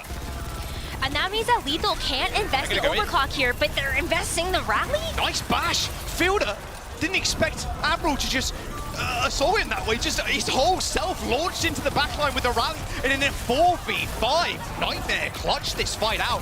And that good Vortex too, that being pulled to the floor ends Stalker's life. 1 minute and 20 seconds. An extra little bit of time here added. Almost 3 minutes to push into third. What an amazing rally bash there from Admiral. It was so good. I think Nightmare have identified a really important win condition against Team Falcons. Similarly to how Proper is going after Ultraviolet and Admiral, what if Nightmare just try to go against Fielder and Chio? Just walk onto the backline and just completely take them out of the equation. And now Nightmare, they've got Annihilation here. The overclock from Lethal can get let ripped. Chio is just too far forward there. Cover is in the danger zone. Critical health bar, but Ultraviolet and Admiral keep him alive, and they've actually earned an Orbital Ray thanks to it. The play from Proper, though, could be deadly. He's waiting for his chance to go in. The Orbital Ray is not a good chance for Proper just yet, so he manages to scurry to the high ground. A blade pulled by Zera, however. Proper dashes straight into him, thinking he can get the kill. But Zera's blade, merely a little bit of fear rooted in Falcons there. That's about it. And Proper's still got his own, and Falcons too also have a cage. So this ult dump from Nightmare netted them nothing. No, and they've got to back up because Kappa's still coming back from spawn. But you have some time to work with here. Minute 40, that should be about 2 more attempts from Nightmare, and a good opportunity for you to get out this cage blade combination from Falcons before maybe you can go in with an overclock rally of your own. But they've got to force out these ults. Oh, good cage though in the back line. Yeah, there's the blade. Proper just, oh, he's just dirty with it. Hasn't got an extra dash, but it doesn't matter. Copper's down, Admiral in the front line. Without that Juno, there's no chance for you to survive. There's a minute and a little bit to go. A regroup here from Nightmare, pivotal. But this is exactly what they wanted to play for. No cage, no blade, an Orbital Ray to Chio's name, but that's kind of it. So Nightmare actually do have the time to be able to push past with this minute and maybe even capture this third point because Admiral's got another rally, and you know what big things he's been able to do with this ult. Looked like he wanted to go in there. Here's Hanbin back in the back line again, but the Orbital Ray very, very early. And Zera booped into the wall. That perk helping Fielder secure that kill. Admiral falls, and that was the rally gone. A big trade with, again, nothing gained. 30 seconds to go, and Falcons trying to stagger as many members of Nightmare as humanly possible. Still time to work with though, because this is going to be another full 5v5 attempt. But it is a close hold coming through from Team Falcons. They know they can try to stop them in their tracks here, so they can stop them from getting to the card. Zero almost got caught out there, but it's actually Field that goes down. They're still on the high ground with Nightmare still having to touch, remember. Proper's in the back line, find himself on an island, and he's cut to smithereens by Zera. Lethal still trying to help the high ground peeps out, but the payload is moving away from them. Payload moving, Stalker, overclock Kappa kind of by himself, but you could hear the cheers from the arena for this overclock. But Shio is dead. Overclock, Annihilation on the point. Proper pulls the blade. Stalker 2 ripping his own OC. Can they actually find these kills though? Zera, oh, he gets duped by Stalker. Stalker is so low. Can still maybe survive and get back to the rest of his team, but Zera finishes him off with just a plain shuriken. Overtime ticking down. And so are the health bars for Team Falcons. There's the completion for Nightmare. It was a hard battle, but they did it at the end of the day to be able to secure all 3 points on King's Row. And I think it does come down to the wire. Really smart play, though, to be able to just kind of macro go for forcing out those ultimates from Team Falcons, understanding that they still had enough time if they took those fights early to get that 3rd contest, and with ults to spare of their own. Zera being able to secure the kill onto Stalker, that was just so pivotal. Stalker getting the kill onto Zera just nets him a high ground advantage or even a backline advantage, and that's a very different fight. See what Nightmare want to do on their defense. Going to rock out with the same thing. Now, this is where I'm curious. How do Falcons now approach this? They didn't start with the Mauga. They do have a chance to change. And I wonder if Fielder is actually going to go to the Zen. Didn't stay on it for too long after getting logged by Lethal. But it is a real possibility. I don't know. I feel like the Zenyatta is just so exploitable. It's so squishy. You can see how Kuffa, with this giant health pool, is so comfortable being able to walk back there. And if you do have the Zenyatta alongside Chio, that's easy pickings. That is simply easy pickings, either for a Ramatra or even this Genji that Zera has locked into for this defense. But as we see Team Falcons leave spawn, okay, we do have the Zenyatta, which will help out with this Ramatra duel as Hanbin starts on that hero, but eventually decides, maybe I can go for something that's going to be a bit faster paced as we see the D.Va lock. Yeah, D.Va, very easy to get to the high ground. It's just becoming a tradition at this point with our Hangzhou on point A attack. Oh, and there's the first kill. And it's Hangzhou again. Admiral taken down by those storm arrows. And Kuffa dead too. Okay. Man, Hangzhou apparently just the most broken character on point A, King's Row. Well, it's so good because you have such easy access to the high ground, being able to wall climb with the Hangzhou. So I feel like not only do you get the intel from being able to use the Sonic Arrow, but you also just have the ability to really force Nightmare into the position where you can win out that frontline duel at the end of the day. And immediately after they capture that first point, all of that first damage is gone. Team Falcons make a full pivot of their composition to have this Sojourn, Mauga, and Brig as the backbone of this team. They're just running straight in. I mean, this is Hanbin's specialty here, just dashing to the back and then hoping Proper can follow up with a couple of kills.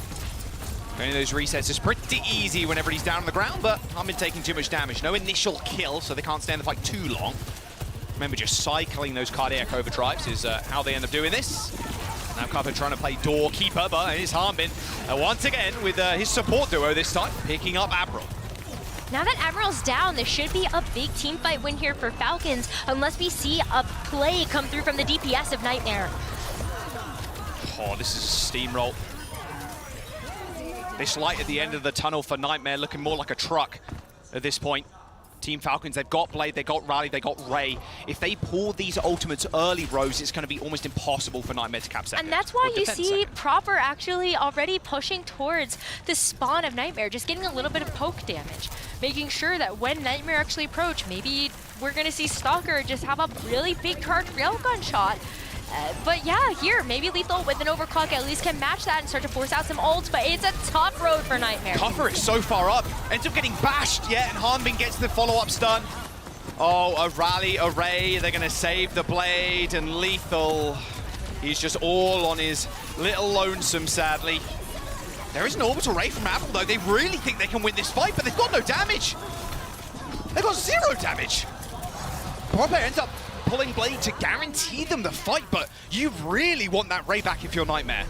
I think you are okay. I mean, like, yes, you want to have it absolutely in this fight, but you're already so far behind that maybe the orbital ray would be able to actually give you that hero play to dig your heels into the sand and actually stop this payload in its tracks. Because Team Falcons are beating you right now in terms of the ultimate economy, in terms of just being able to muscle their way through, and they still have this overclock to play with. Overclock, Avril misses the bash, Stalker sidesteps it.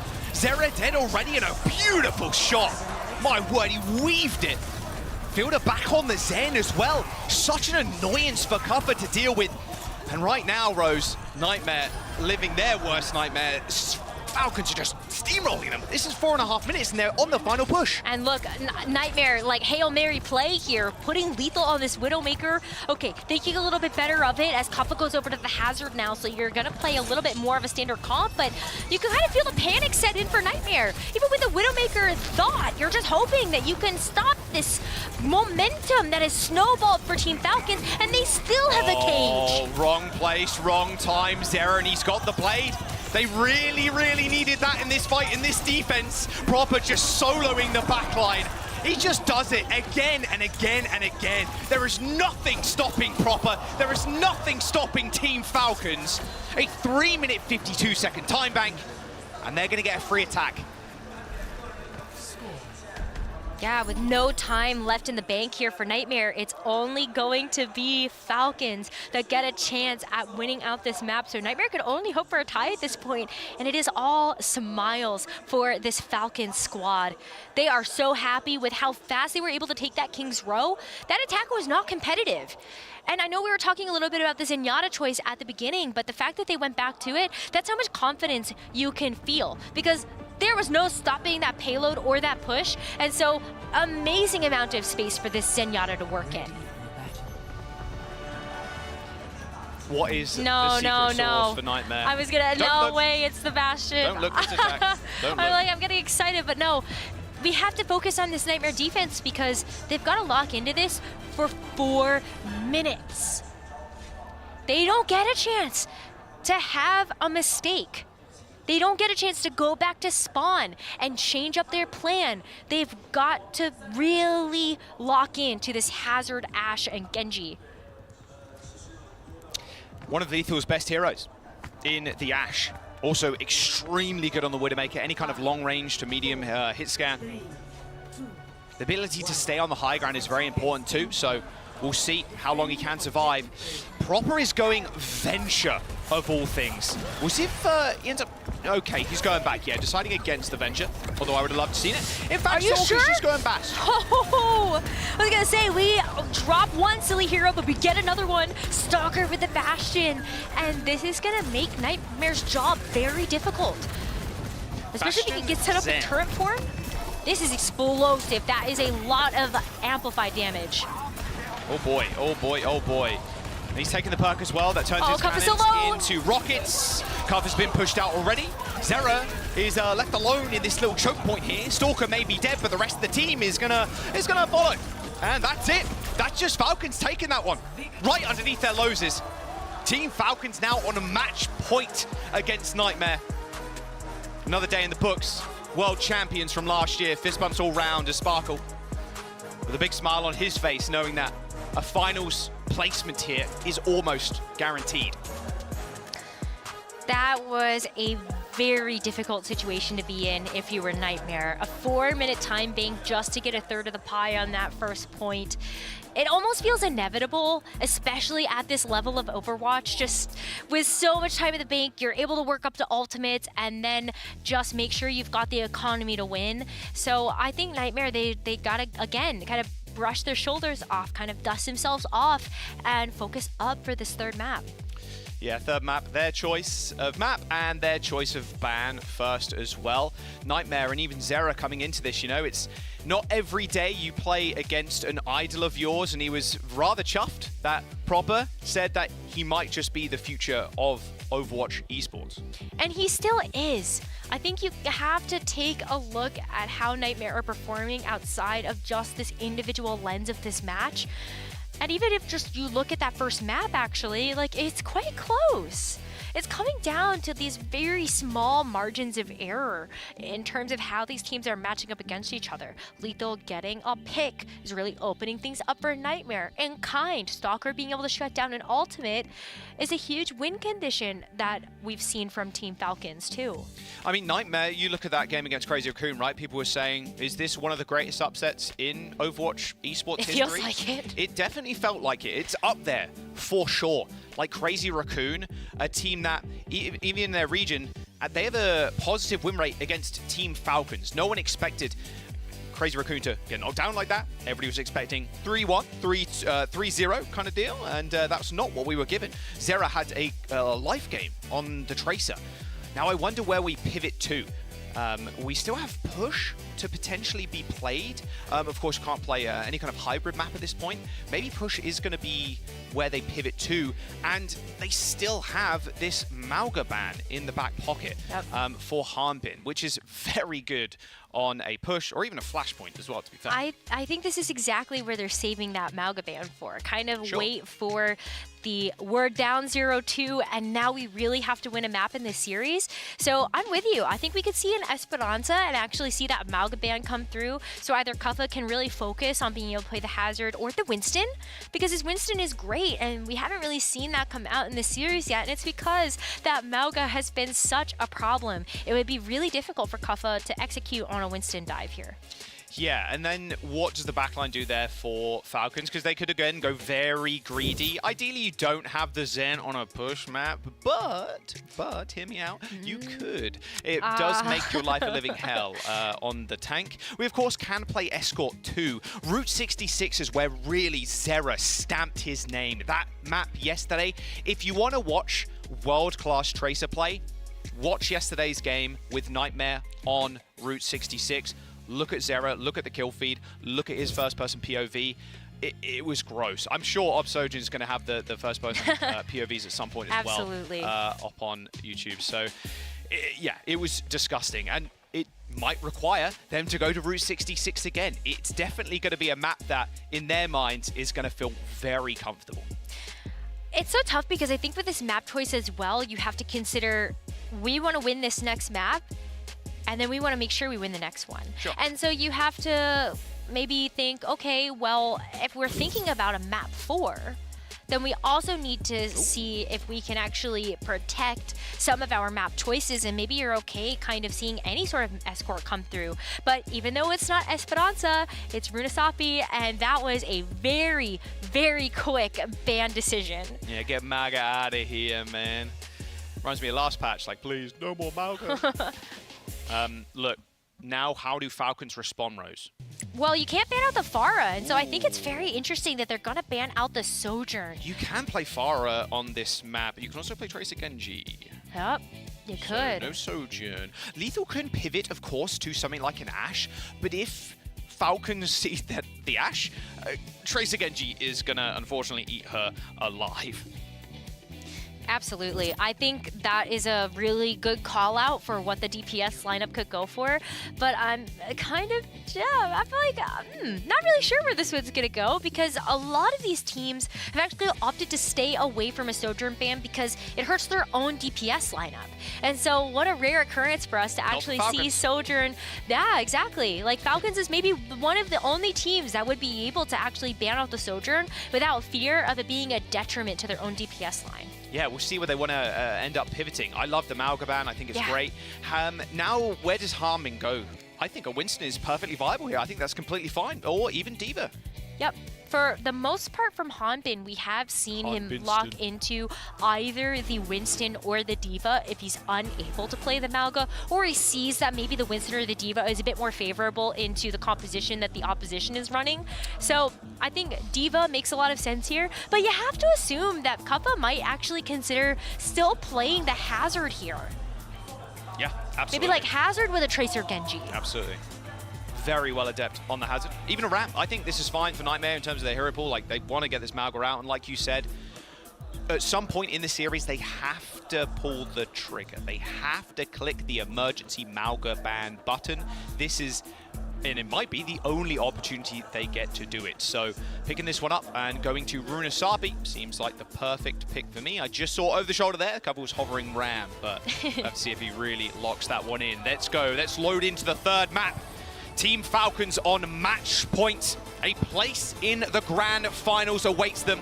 A pretty usual spot for Team Falcons to be in. Nightmare, they're the one to find the upset, but it requires a reverse sweep from here on out. But if there is a team that can do it, I believe Nightmare is going to be that bastion of hope. The last team standing of these Western teams. So you've got to think Nightmare could get the job done, and especially knowing that the rest of the world is behind them in this moment. But as we see these teams lock in and those gates open, Nightmare are going to be relying once again on this Ramatra composition. And for Falcons, a rare Orisa pick coming out from Hanbin. We have not seen him do this at all in this tournament. But now it's the time. Orisa has a pretty good matchup into this Ram. But that Lethal's playing the Cassidy too. Cassidy versus Cassidy here. Stalker also picking that one up.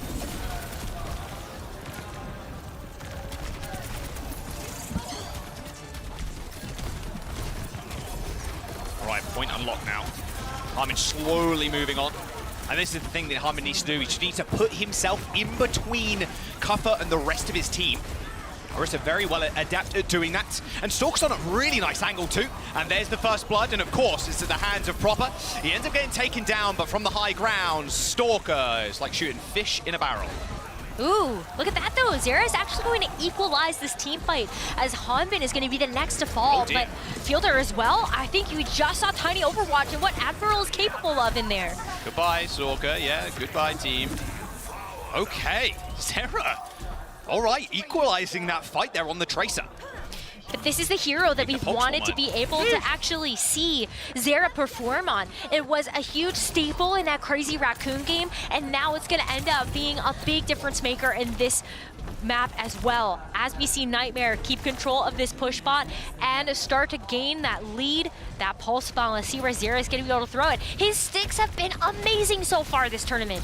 Just unbelievable sticks. Speaking of which, oh, Fielder a little bit too sharp. Unfortunate. Shield turn, hits it, and yeah, pulse bomb denied. But there's still a lot more that Nightmare can work with here. They're going to be able to utilize this High Noon from Lethal, even if it's just going to be to reload. But I'm really looking at the fact that Admiral's going to have this rally in a couple of %. Yeah, it's a big old dump fight here.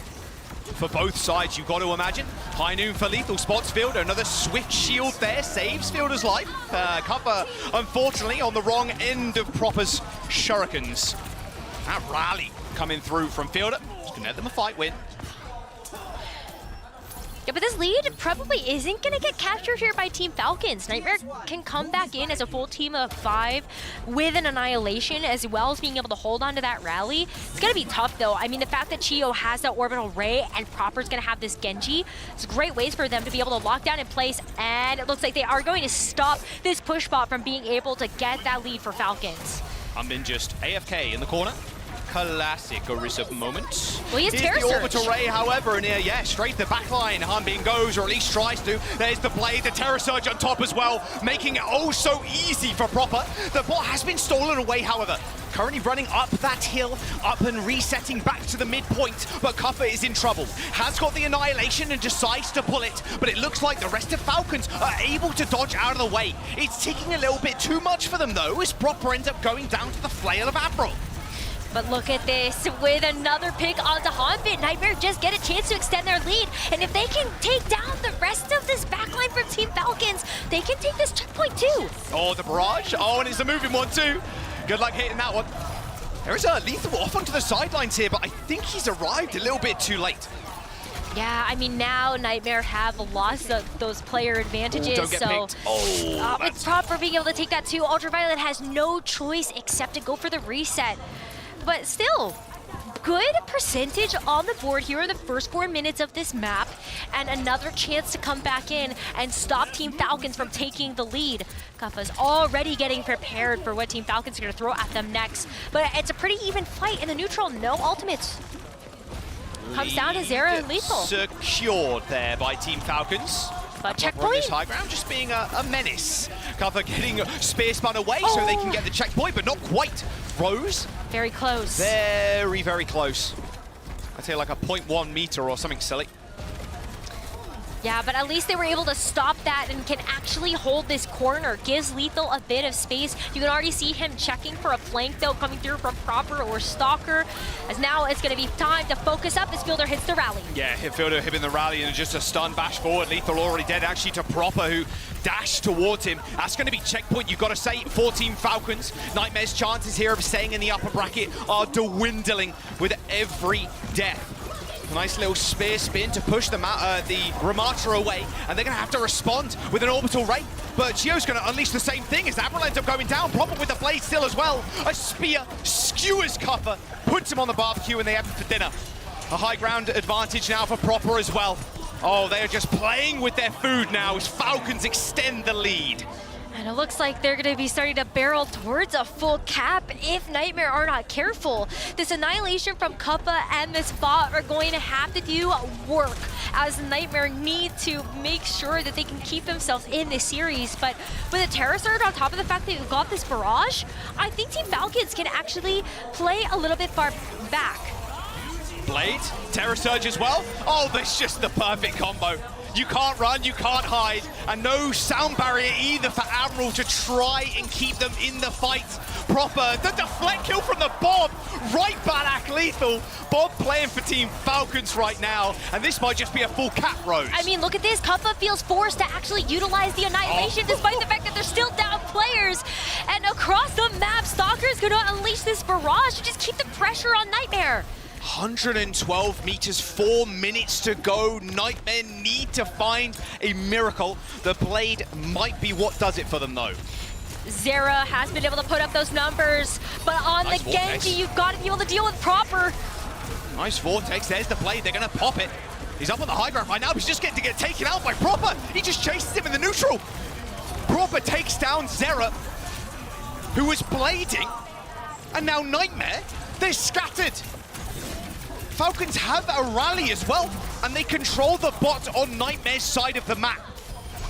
3.5 minutes to go as Team Falcons keep pushing that bot further into enemy territory. A Nightmare with this sound barrier. Do you have a chance to come back into this one? But Team Falcons have been the one to pull the trigger first. Even if it hasn't been with an ultimate, it's just being able to get that first kill that has really opened up these fights. And Proper is playing up like a tank right now. Full confidence behind these swings as he now starts to take that flank behind the team. Yeah, disrespecting Nightmare, it's got to be said. Sound barrier popped and Team Falcons get out of there. They do end up using a rally though. You can see Fielder trying to find a bash kill onto Admiral, and Harbin actually is the one there with the follow-up. Both orbital rays popped. Lethal on a nice angle but cannot land the shots on the Juno. The low health bars are ticking for Falcons right now as Lethal finds a double kill. But there's 2.5 minutes to go. And they need to get a whole lot more meterage, and Harbin's making it difficult. But this is a good start for Nightmare to come back in. It was expensive, but you still have the ability to be able to put up those DPS plays that Nightmare has cemented their history with. Starts with taking out Stalker and also making sure that you don't get caught by the blade, and that's a good pick. Yeah. Zera's gonna be able to shut that down before Proper actually lets it rip. The blade is gone. They've got the combo though. They This have the might be Terror a Blade. checkpoint. Yep, High Noon to try and guarantee it. Oh, what a spear. There's the Terror Surge. Oh, wrong place, wrong time, Admiral. Terror Surge nets them a kill. And now there's 2 minutes to go. Kuffa trade, same with Zera. Proper chasing Ultraviolet off the map. What, you want to try? You really want to try this? Oh, Proper, no way! He got him! Oh, Ultraviolet falls off the map anyway. but he actually accomplished what he wanted to, and this bot gets to stay in control of Nightmare. And the comeback is real. It is so comebackable, Jaws. They are looking at this first checkpoint. They just have to be able to get through Hanbin, but Nightmare could do it. Another blade in the pocket of Zera. The last one fell a little flat, but he has the potential to really stick the Falcons right now, but it's gonna be a close call. We're now getting down to the wire, 1 minute remaining. Zera pops the blade, same with Proper. He's already found Fielder. Proper ends up getting taken down mid-blade by Zera. The apprentice trying to become the master. 1 minute to go, and it is very doable, Rose. They've still got to deal with Hanbin, though. They've still got to deal with Stalker. The barrage from the high ground, and Copper pulls him straight to him, and he pulls him straight to his demise. Hanbin on the point, just trying to juggle it at this point, and Rose, the problem is that they're not making these fights clean, and they've only got the orbital rate and maybe the annihilation left. But that's still good ultimates, and they're close enough that they could still be factors in this next fight. But with 30 seconds to go, and Team Falcons starting to move that ball past that midway point, it's going to be a tough fight for Nightmare. They've got to win 3 team fights in a row to stand a chance to extend this series. So it's looking grim, but Nightmare could do it. They just got to play smart, and they can't get picked off before they take this 5v5. Probably looking for a flank with Stalker there, but decides better of it, just goes back to the mid. The entirety of Nightmare, having to maybe deal with Fielder, who's overextended and then some. Good solo kill by Zera. Here is the orbital ray used. Okay, not the most expensive fight, and now overtime is here, and the perfection is required from Nightmare, but they've got the tools. They've just got to withstand this orbital ray from Chio. Very good start here from Nightmare, but you're right. It's the orbital ray on top of the fact that Fielder's gonna have this rally. A lot of sustain on the side of Falcons, so Nightmare gotta go first, and they gotta go fast.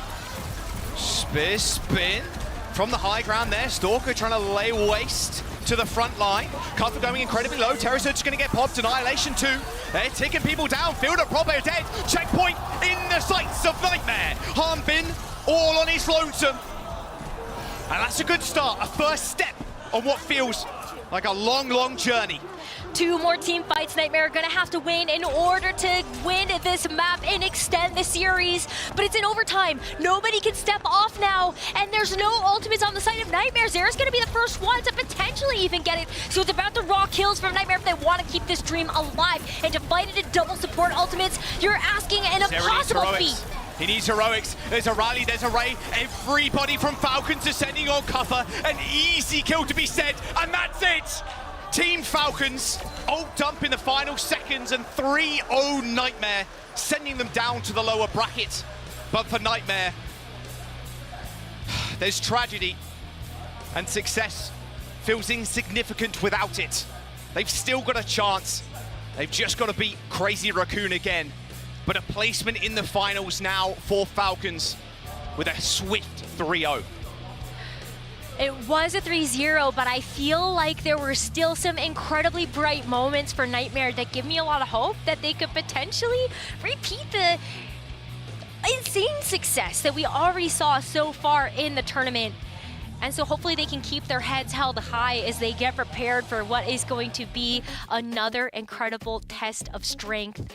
But congratulations, Team Falcons. They came in as the first seed in Asia Pacific, and they're going to be our first finalists here at the Champions Clash. What felt like a small hiccup against OWCS, I think that was actually OWCS punching up a little bit. It's been almost perfection from Falcons in that upper bracket.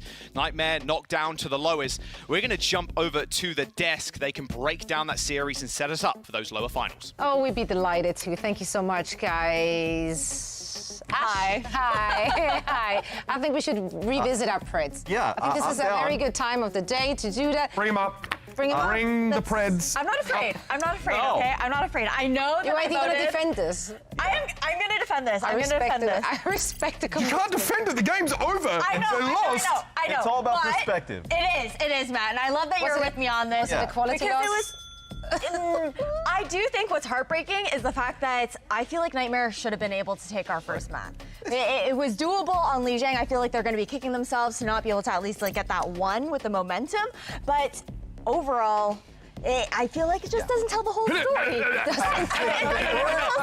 They were close. They were close. Like on Li Jiang, I think there were great moments coming from Admiral. He had a lot of impact with that brig, with the rally coming in. But yeah. Why are we letting you guys speak at all? They should have won Li Jiang. They should have won Li Jiang. King's Row, all right, not the best, and then there at the end. But this series was all about downloading info, right? What are you saying? Rematch them. What are you saying? After they beat Crazy Raccoon. I agree, the talent is clearly there. This is like downloading the info. It's a text document that just says the quick brown fox jumps over the lazy dog. That's all it says. They're warming up for lower bracket. Lorem ipsum. All is on this data, bro. No, we're good. We're good. No panic. No panic. We're all. Okay, so what are the takeaways, Matt?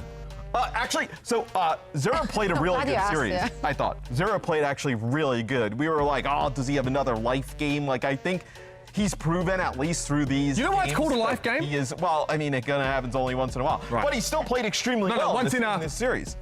While being alive. Yeah. Now, Proper seems to have a bajillion lives because every game is a life game for this gentleman. He's a bag of cats. He literally is. Quite frankly, like the versatility of him and to be able to play each and every single hero that he plays on such a high level is just, that's outrageous. That's criminal. He's extremely, I mean, we know how good Proper is. I'm surprised that we didn't see them attack some of these Mauga comps a little bit more because, like, it's clear that this is the type of style that Falcons wants to play. Running the Ramatra into it, I think, is a choice, right? I think we can debate that. Is it controversial to wonder why they don't try and work an Ana into those anti-Mauga comps? I think, like, having something to answer, like Cardiac Overdrive, is decent. Even though Mauga's perk does obviously give him a bit of that extra overhealth and that comes down, I feel like you've got to try and deal with that inherent durability in the clutch in those team fights. Yeah. Yeah, I mean, nobody stands there toe-to-toe with Mauga in just like a tank battle and wins, other than another Mauga. So, like... But we moved on. Mauga team Falcon. Yeah, we moved on from that. Don't even speak that one back into existence. Like, we're good. Everyone's good. Nightmare, a little less good after this loss. However, they are still alive in that bracket. It is a double elimination bracket. They won their first match in the upper bracket, so they can still make that lower bracket run. It's right there. Ta-da. Rematch, baby. Rematch Time, but I feel like Crazy Raccoon, they're out for revenge. This is not going to go well. This is going to be a roughie. If Crazy Raccoon plays like they did yesterday in the lower bracket, it will be a tough game for Nightmare, and then it will be a tough game for Falcons. Like, they looked so good yesterday after that loss, a little bit of a slip-up, right, where they roll through VP, they roll through once again. I think if that's the same lineup, the way they play yesterday as they do today, I think they could definitely come back and win the whole I want to say event. something a little controversial. I think Crazy Raccoon have been the most streaky team at this entire tournament. Yeah. Because the game they played last time against this Nightmare team, like, Chorong is setting the phases to warp feed in some of those fights. Right? Like, some really questionable decisions there. It looks like they're playing really loose, really aggressive. They just seem to be overconfident. I think they've dialed that back now and they're locked in. Yeah, well, another player that was very confident, even in the loss, is Zero. You touched on him as well. And we have Danny standing by. Let's hear what he has to say. Guys, I'm so sorry. I know you guys are suffering a tough loss right now, 0-3, but hey, things are not over. You guys have one more match, rematches against Crazy Raccoons. How are you guys going to prepare? We'll just play our game, I think they play completely differently to Falcons, so I don't think it should be like too difficult. We beat them yesterday, so hopefully we can do the same. Lethal, are you confident going into the rematch against Crazy Raccoons? We're just going to repeat what we did, to be honest. All right. Well, good luck, guys. Thank you so much. Danny out there hustling. He's tried his best. They're locked in. Yeah, they're locked in. They're going to play their game, I heard. Unlike most other teams. Apparently repeat what they did yesterday, too, which was kind of missing. The good news for anyone. The main fear is I believe that Crazy Raccoon will not play the same way they did yesterday. I think we can actually expect that. So, like, looking at that Crazy Raccoon performance, what should Nightmare be taken away from it other than them having to play their own game? I feel like a broken record here, but, they had to really watch out for that first map. They're the high seed coming into that game, which means they have first ban. We're banning Wrecking Ball on that first map. Try and set yourself up at least to get a one-map buffer, because that means, obviously, you have to win less of their map picks in order to win this series. I like the flexibility that Nightmare offer. They can go to those Ramatra-style comps. I think Kappa can literally hang with Junbin in a Winston mirror. I'd kind of like to see them go back for that again, but who steps up if Zero doesn't have a blinder of a game? I think they've got the quality on this team. I think UV's the kind of player that can stand up here, but, we need to see a better performance than the last time they beat Crazy Raccoon, in my opinion, and that's You look like you have an aneurysm. Are you okay? It's tough. It's Bro, I tough. listen to your justification of the pred. Don't Well, pull the also, faces, you have bro. to think about it. So, like, in the back, I was talking to Johnny and Jake. I was like, man, this is insane because for Nightmare to win the event, you'd be like, okay, they beat Crazy Raccoon and Falcon 3 times in 24 hours. Yeah. Like, that's just like an insane statement, just in general. That's what right? it means to drop to the lower bracket in this like upper final. But even getting a win here would feel like a little bit of a victory just overall for Nightmare, but it's not going to be the same Crazy Raccoon as yesterday, I promise. They're in the top 3, man. I feel like they're already playing with house money at this point. So Nightmare This is so charted, much, so much to be proud of already. You know what we are proud of here? Battle of the Bots, which have been implemented in this very season of OWCS. And we're not done. No, we got it ready for you as well here, of course, on our grand finals day. This one is a good one. It's going to be 1 big Symmetra versus 10 tiny Junkrats. What are we thinking? I give it to Symmetra. She's going to laser them I am off. also feeling the Symmetra. The Junkrats, because they can all knock her around the remote mines. Okay, but like it's 1 big Symmetra. But they just knock the laser. They're going to be big. But she's going to just chunk through the Junkrats That's what so I'm thinking, fast that they're just going to keep coming off. I think just...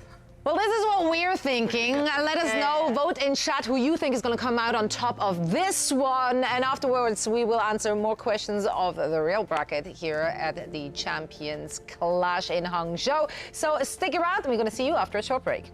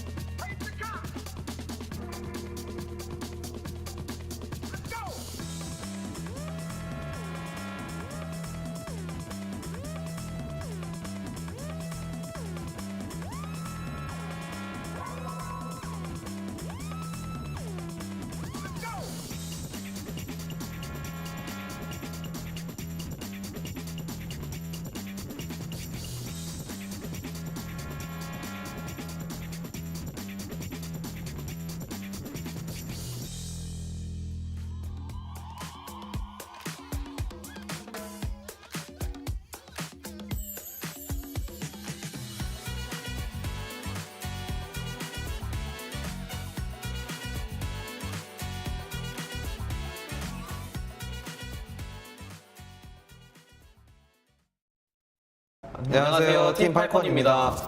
지금 2025 챔피언스 클래시를 시청하고 계십니다.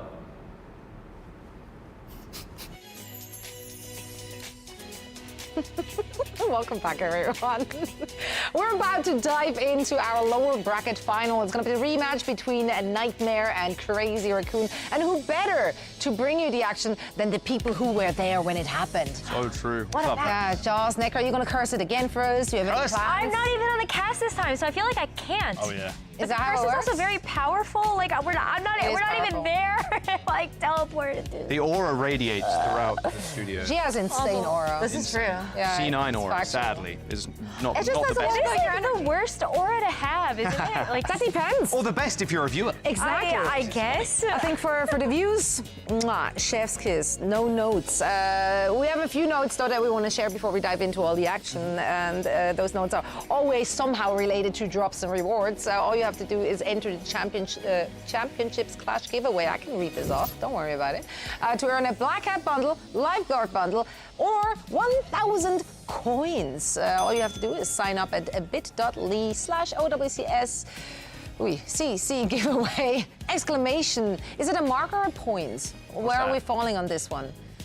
Exclamation mark or exclamation point? Exclamation mark. Because it's a question mark, not a question point. Who is Mark? So it should be a mark, but who is Mark? Exclamation mark.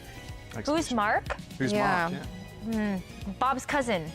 Sick. Well, I hope that would leave this conversation with more answers than questions. Alas, that is Never. not the I'm case. sorry. I know maybe grammar is not our strong suit, but I know talking about these teams definitely is, because we know everything there is to know. And if you missed the first time those two teams faced off against each other just how many days ago? What is Watch time? the VOD. You watched the VODs, actually. Yesterday, I know that's a while ago, or it feels like a while ago. Alas, we're back again. So therefore, we will discuss what happened the first time around. Quite frankly, it was not the Crazy Raccoon that we're used to. It's not the team that has just been so dominant. Whereas Nightmare, I think they played as good as ever, but they just like somehow managed to step it up a notch. What did they change in their approach in order to come out on top? Like just completely ignoring the fact that Crazy Raccoon played some odd composition. Yeah. Oh, we ignored that for now. Soldier? Yeah, I think, look, honestly, Zera just had the life game. We've been saying it all day already. His Tracer play in that series was just ridiculous. Like, if you want to watch world-class Tracer play, watch his POV. That was an unbelievable amount of pulse bombs. Like, success rate on the pulse bombs were absurd, and he was getting doubles. Like, the efficiency there is definitely over 1 in terms of pulse bomb attaches to kills. But I think a lot of this was also just the confidence from the entirety of the team. Of course, when you have a DPS that's popping off like that, it does give you a lot more confidence to make some big plays. Like Kafo was going in and isolating a backline player. Or you even saw Admiral and Ultraviolet taking duels that they were winning.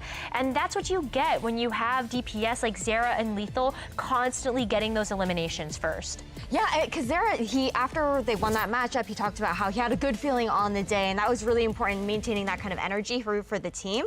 And you saw that come out in how he was popping off through his gameplay, right? Even moments where he's saying, I feel like was giving him a lot of respect when they were going on some of those 1v1 duels. But that's also a situation that I can't imagine he's saying will be kind of putting himself in this matchup. I mean, we'll even take a look at where Crazy Raccoon went at the end of the day yesterday. Shu was so pissed. Like, he had some of the best games that we have ever seen from him. He was completely diffing by himself the opposition. And I think that you have to look at that game yesterday where Crazy Raccoon finished and go, okay, yeah, like they slept on it. They're awake. How rare is that though? Like, how rare is it that we literally can say like the support player carried this team? When you're shooting, when you play on the Ana. Yeah, I mean, Shu on the Ana, that's just masterclass. Like, that was a TED talk in moving pictures. Shu has been playing the game since its inception. He has been on almost every really good, successful team. Like, this guy is just a beast. He actually used to flex to Widow, like back in the day when it shows. Like it shows. It makes his Ana like the Widow. Yeah, so, like, no, seriously, it shows it in the aim. Like, the raw skill from Shu cannot be understated. Yesterday was definitely a little bit of a fluke, I think. Today, I don't know. After a loss, can Nightmare come back? It doesn't feel like it because, like you said, Rose, they're probably pretty mad about that. We saw it in Shu. I think we also saw it in Lip. I mean, Lip was just getting overclock kills and these big charged railgun shots that you weren't expecting. Like, they're halfway across the map, and we're still seeing Lip be able to get those. I mean, if I had to make a guess here, Ash, their coaching staff must have given them quite a bit of a talking to. This is not an acceptable result for Crazy Raccoon, and also not for those individual players. I don't think have ever had to claw their way back through the lower bracket from that far gone. Like, yes, they dropped the upper bracket finals match, quickly dipped their toes into the lower bracket. They never had their full feet in there. Like, this time they were up there to the waist, to the neck even. They were deep in there, and like, sure as heck, like, they're not happy about that, and they want to make a statement out of this rematch. Oh, of course. And you can only imagine how much of a statement is going to come from, you know, the rest overnight into today, when they're already able to make such a strong pivot up against a once again that looked incredibly good earlier on, you know, during Champions Clash. So I feel like these Raccoons have got to be rabid going into this next matchup. Yeah, I mean, 1,000%. Yeah. They're not going to let Zera get away with what he got away with yesterday. Like, they're going to be marking him. And I can imagine if there's going to be a Tracer duel, Heesang is going to be on his tail. There's no shot Zera's getting away with that again. Yeah, now Crazy Raccoon, they're obviously fueled by revenge. They're frothing at their mouths like to get it. On the other side, we did just see Nightmare walking off of the stage after this loss. Danny tried to pry some words out of them. They looked shattered. Like, the spirits were not high. Like, this is a tough one to recover, especially if you consider that these are younger players. Like, this is not like an org with that much support. We touched on that already previously. What can you do as a player in that situation? I think the result is even more heartbreaking, though, because we saw those moments, especially on the first map of that series, where it looked like Nightmare could have won easily. And it's that last right? Like they really could have. I think it comes down to like individual moments where they can't follow up on kills, or Zera's getting picked off first, and that is uncharacteristic. And I think you're right, Zoe. Like, it's really hard to repair the mental after you walked into that series probably confident through the roof, to the moon, like whatever it was, and then you fall short in that first map, and you could really start to see how that was affecting them throughout the rest of the series. I think they need a complete reset here, because quite frankly, we said it already, Nightmare playing with house money here. By like, in every single scenario this entire season, if you're going up as any team against Crazy Raccoon or Falcons, you expect to be outclassed. Yep. So you have to come in and have fun. Gotta play your game, gotta play to your strength, not think too much about like the opponent. Turn off nameplates. Do not see name on other teams. Have fun. Like, have fun with it. Like, you have to throw something into the works here. I think that you're talking about the fact that these are younger players on the side of Nightmare, and how that inexperience can factor into the fact that it might be a bit more difficult for them to bounce back. I want to give them the silver lining of that young Zoomer energy. Okay, the young Zoomer energy might actually be the difference maker there as well. It's the Zoomer energy now. I'm talking about we're stretched. No. I'm talking about the mental game, though, just to be able to inject that kind of confidence back into the team after that loss. I think that's maybe where they can draw from. I can confidently say that this is the first time in 21 years of hosting this that was the silver lining. It's the Zoomer energy. Can bring that one to the. Hey, you know what? If it works, you coined it. They're a vibes-based team. Get those vibes high, and we're good to go. Get in there. But what's the pred? That's the real thing. Yeah, this is the previous map set here in the bands as well. What stood out to you guys? Well, first of all, instead of the C9 on a New Queen Street. No. Okay, we're looking at the maps. We're not looking at the what happened. We're not looking at what happened. Yeah, but I think it says something that Crazy Raccoon even went for a hazard ban on New Queen Street, and we still saw Nightmare take it. This is a comfort hero for Kuffa, but he was still able to show up on a different comp. I wonder if they ban Winston again. going straight in because we know Jimin's just going to play Wrecking Ball. No, you have to play the Pharah. Yeah, when they started that series, like you're like, okay, where do we go from here? We know Jimin's going to play some sort of dive tank. Do we ban the ball or do we ban the Winston? He's going to play either one. It doesn't really matter. I think, yeah, maybe pivoting towards a DPS ban. Yeah, I think you want to take that head-to-head with the Winston up against Jimin, right? And then there's also the fact that they did a really good job at targeting the backline, and that's, I think, why we saw Shu so pissed in that lower bracket and having such a standout. I can finally play again. Oh my goodness, I'm alive. Oh man, I mean, this is going to be an uphill battle. Like, no matter what picks and bans we're going to see coming out of that, no matter what maps we're going to see, literally all year long, every single team going up against Crazy Raccoon was the underdog. Yeah, like Crazy Raccoon and Falcons historically, they only lose to each other. There's no one else they lose to. I mean, you look at the internationals coming in from last year, it's like, oh, what a surprise. Yeah, you can play them close, you can grab a map here and there, but you can't win against them. So that's uncharted territory for us as well. So Nightmare already breaking records. They broke the mold. Like, it's like, okay, let's go to the upper finals, guys. Who's it going to be?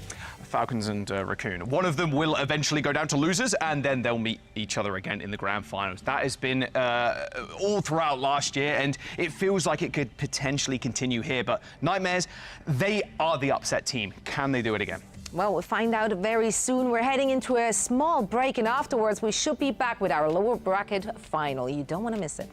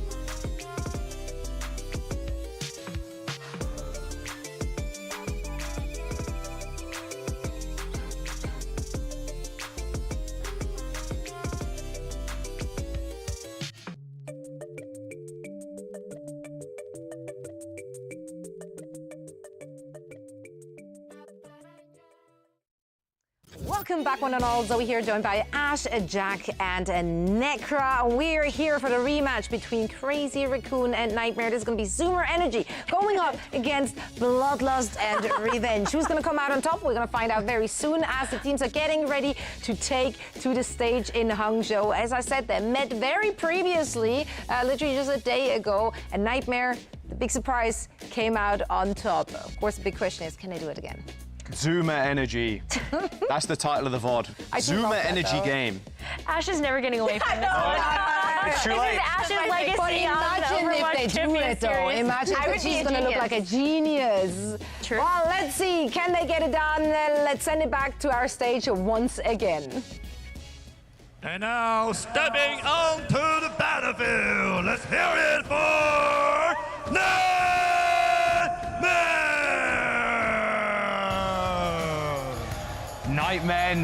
Nightmare. Well, they had a dream yesterday, and that dream was to beat Crazy Raccoon. They successfully did it. However, beating them again after Shu, Lip, and in fact the entire roster looked pretty glum, pretty angry and annoyed on the stage yesterday after walking off. They're going to need some big Zoomer energy to win this series.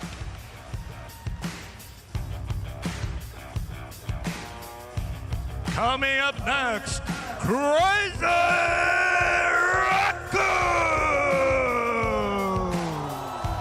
Crazy Raccoon, they have something to prove, and that is to stick it to the final Western team that is left in this bracket to repeat history against Team Falcons. Man, yeah, pride on the line here, definitely for Crazy Raccoon. They want to make this one a statement piece. I'm relieved to see smiles on the other side of Nightmare.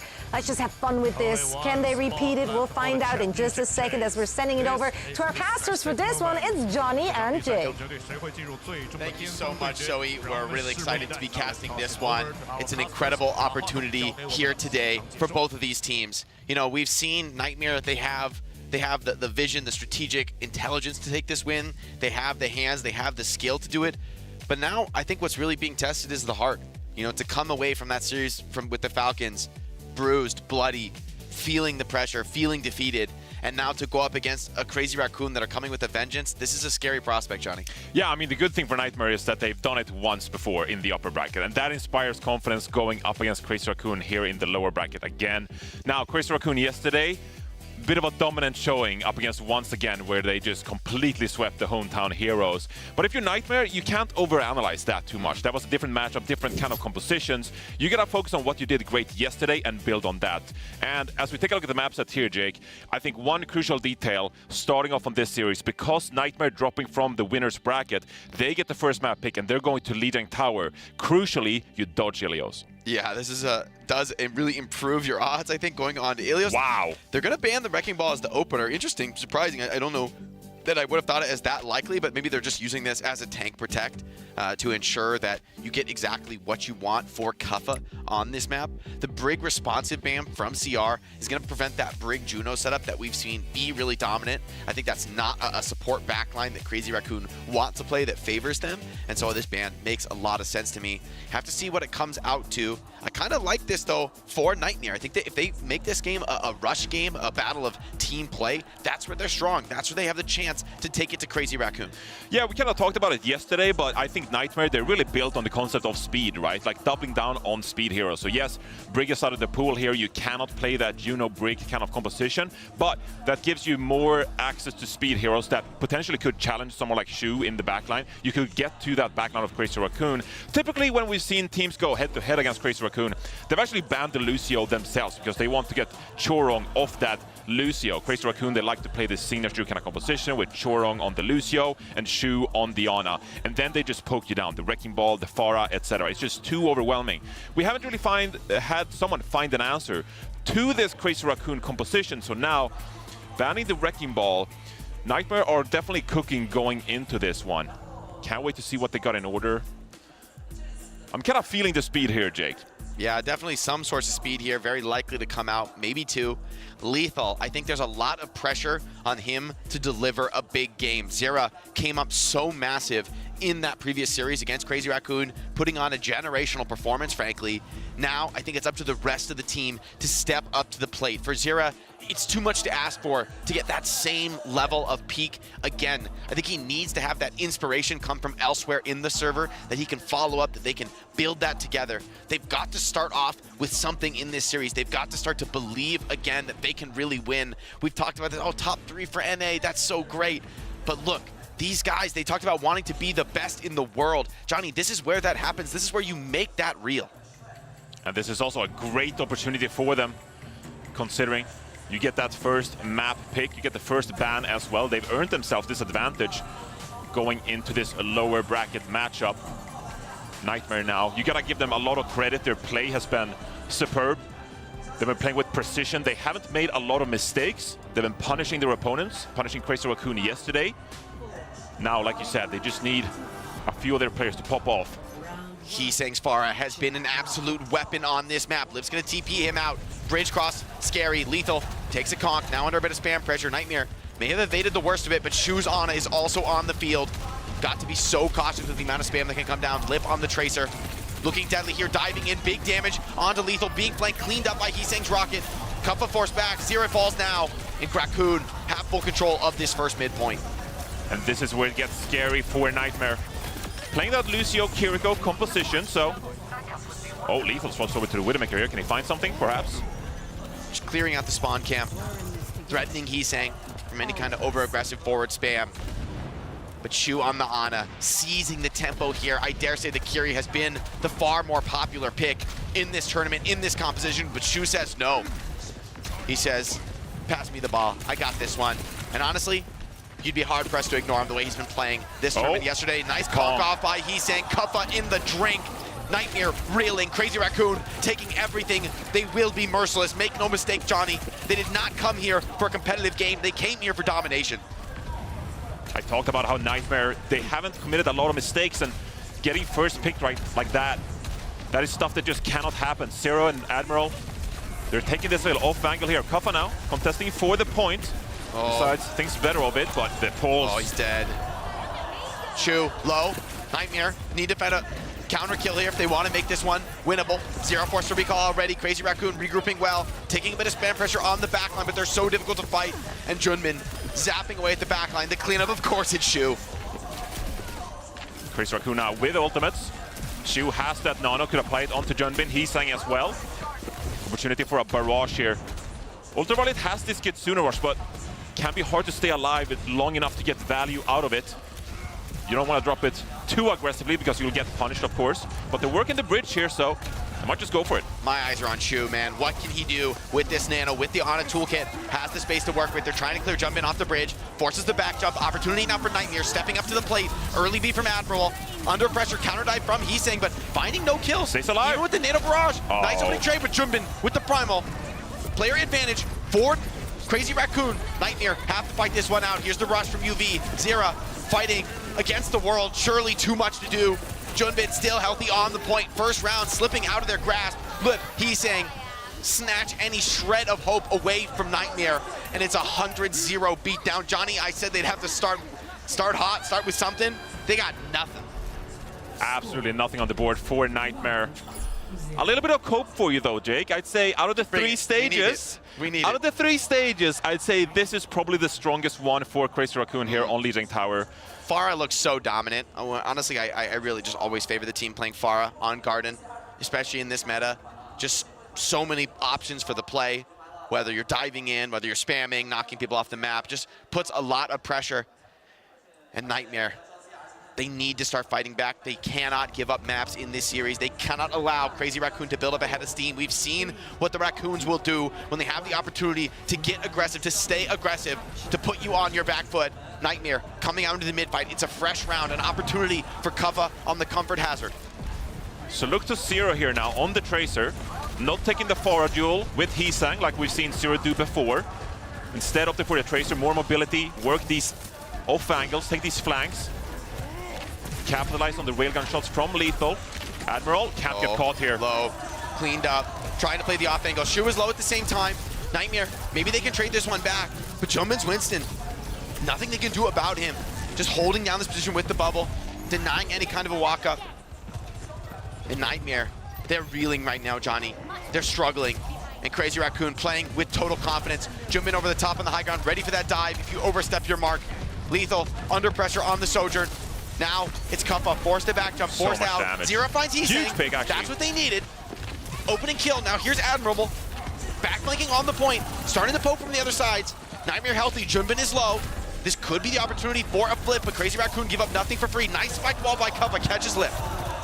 Didn't even have to waste an ultimate for it. Ultraviolet gonna come up on that Kitsune Rush, and that'll be a crucial tool. Looking forward to the next fight here. Nightmare, bit of a gift there from Crazy Raccoon. Contest the point there, capture it, and now you're set up.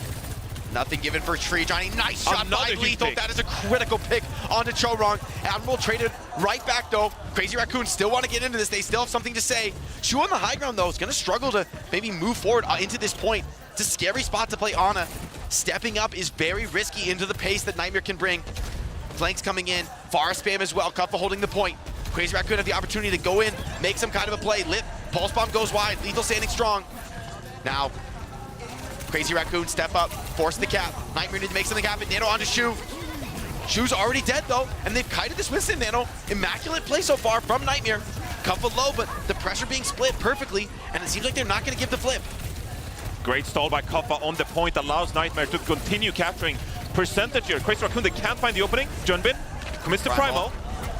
Primal is massive here, Johnny. Huge threat. Maybe the cleanup now starting to come in. Shu over to the Kiri. Wants to match the pace of the game, wants to bring some of that dynamism. Oh, and a nice Goomba from Junbin. Stood on Koffa's head there to prevent the wall climb up. That's dirty. That is dirty. Still though, Nightmare with a lot of capture percentage there. And Crazy Raccoon, I mean, they were forced to use the Kitsune themselves and the Primal. He sang with the Barrage here. Barrage and the choke is massive. Admiral could make a huge play here with the sound barrier. You got to be so careful though. The threat of the Ajax is incredibly real here. Pharah, he's hovering looking right for over it. the top. Here it is. Looking for the connection. Admiral low. Didn't Ajax though. Didn't force the beat. Something decent. Zera trying to stay alive behind. Being hunted now by Chorong, by Lip. Forced into the recall. He's gonna get chased. Lethal. Gonna commit elsewhere in the fight. Wits is extremely low. Needs a connection on a jump, and he grabbed Mega. Headshot follow-up. Is there more? Perfect connections out of Lethal. Shuts down the tank from Crazy Raccoon. Opportunity for Nightmare. They get the early flip in the fight. But recalling off the map. Lip. A rare mistake from one of the best players in Overwatch, but you need that for Nightmare, and you need to run with it. Heesang as well, on the high ground, doesn't want to get cleaned up, but may have no option. Look at him dancing around, but there's the follow-up. And the point has been Nightmare's hands this whole time. Nightmare here actually coming up on double support ultimate themselves in a great position here to close out this point. Chorong, Lip forced to recall. With the sound barrier. We're on Ajax watch here.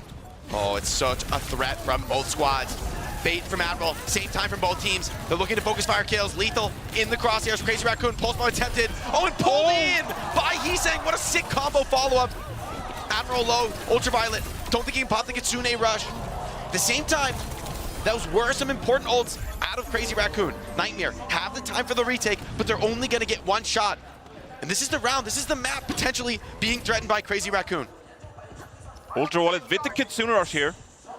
But so does Shu and Junbin coming close to that Primal Rage. Junbin is a real playmaker with this Primal Rage. Could make all the difference here to close out Lijiang Tower. Primal is a problem. Zera dueling, but under the watchful eye of that enemy Pharah. Such a scary spot to be. Needs a bit of heal to move in on the flank. Junbin inching ever closer to that Primal. And Lethal, he's found opening picks before. But in this moment, surely it's too much. Rushes, now traded on the point. Chorong takes out Zera. Player advance to Raccoon.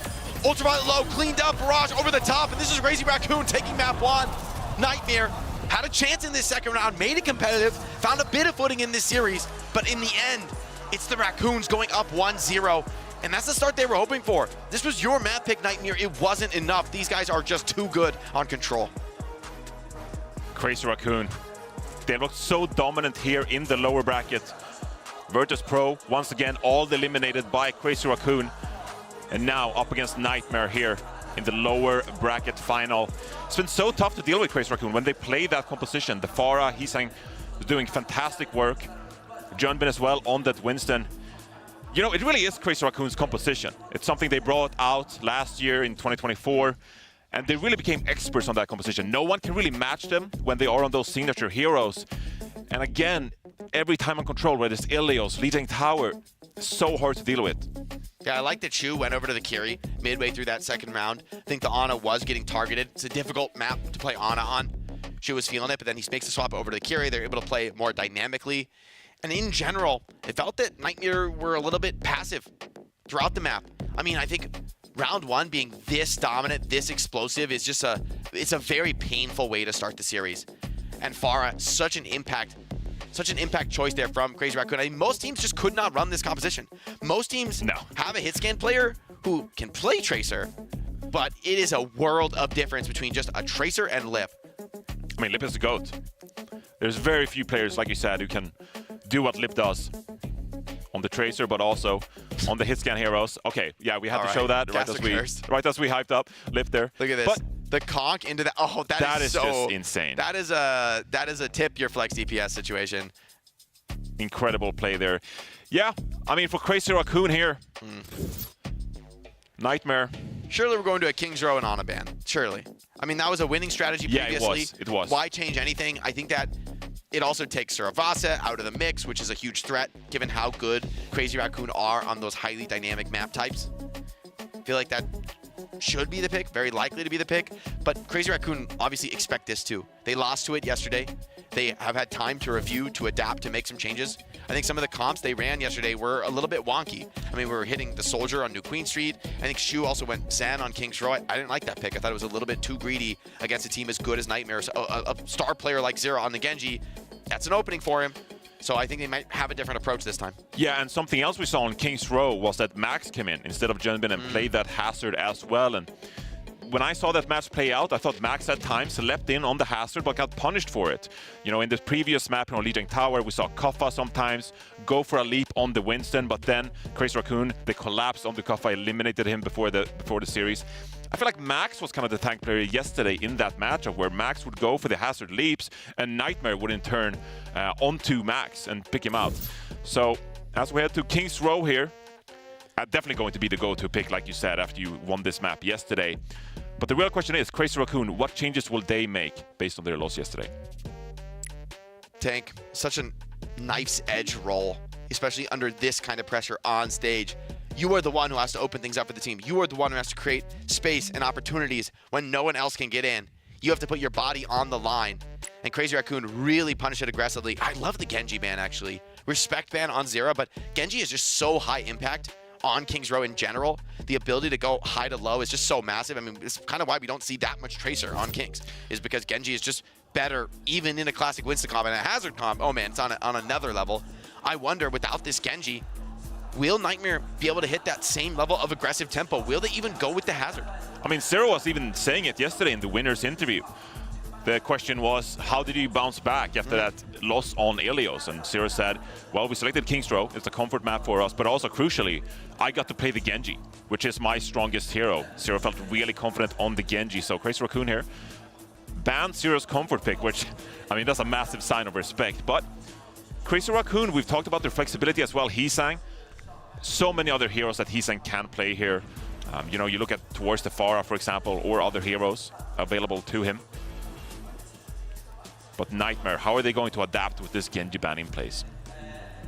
That's going to be the big question. Also curious to see, do we see Max come in again? Or will Crazy Raccoon, will Coach Moon just put the trust in Junbin? They've made that call before. It has looked great for them before. I mean, Junbin is just a monster, honestly. You know, like, we talk about him as a main tank player, but with the level of just raw skill that he has, I feel like there's an argument for just running it with these 5. Yeah, and I mean, Junbin has shown it before that he's insanely clutch. Thinking back to OWCS Dallas last year, a year ago, Junbin was the Grand Finals MVP because he came out clutch with Rodok swaps, with Wrecking Ball play, which we hadn't seen all tournament long. So when it mattered most, Junbin remains in the lineup here for Crazy Raccoon, and now looking to repair the damage that was done yesterday on King's Row. And Crazy Raccoon sticking with their guns. The Pharah Tracer, you can't really question it. The way that Heesang has been performing on the Pharah has been immaculate.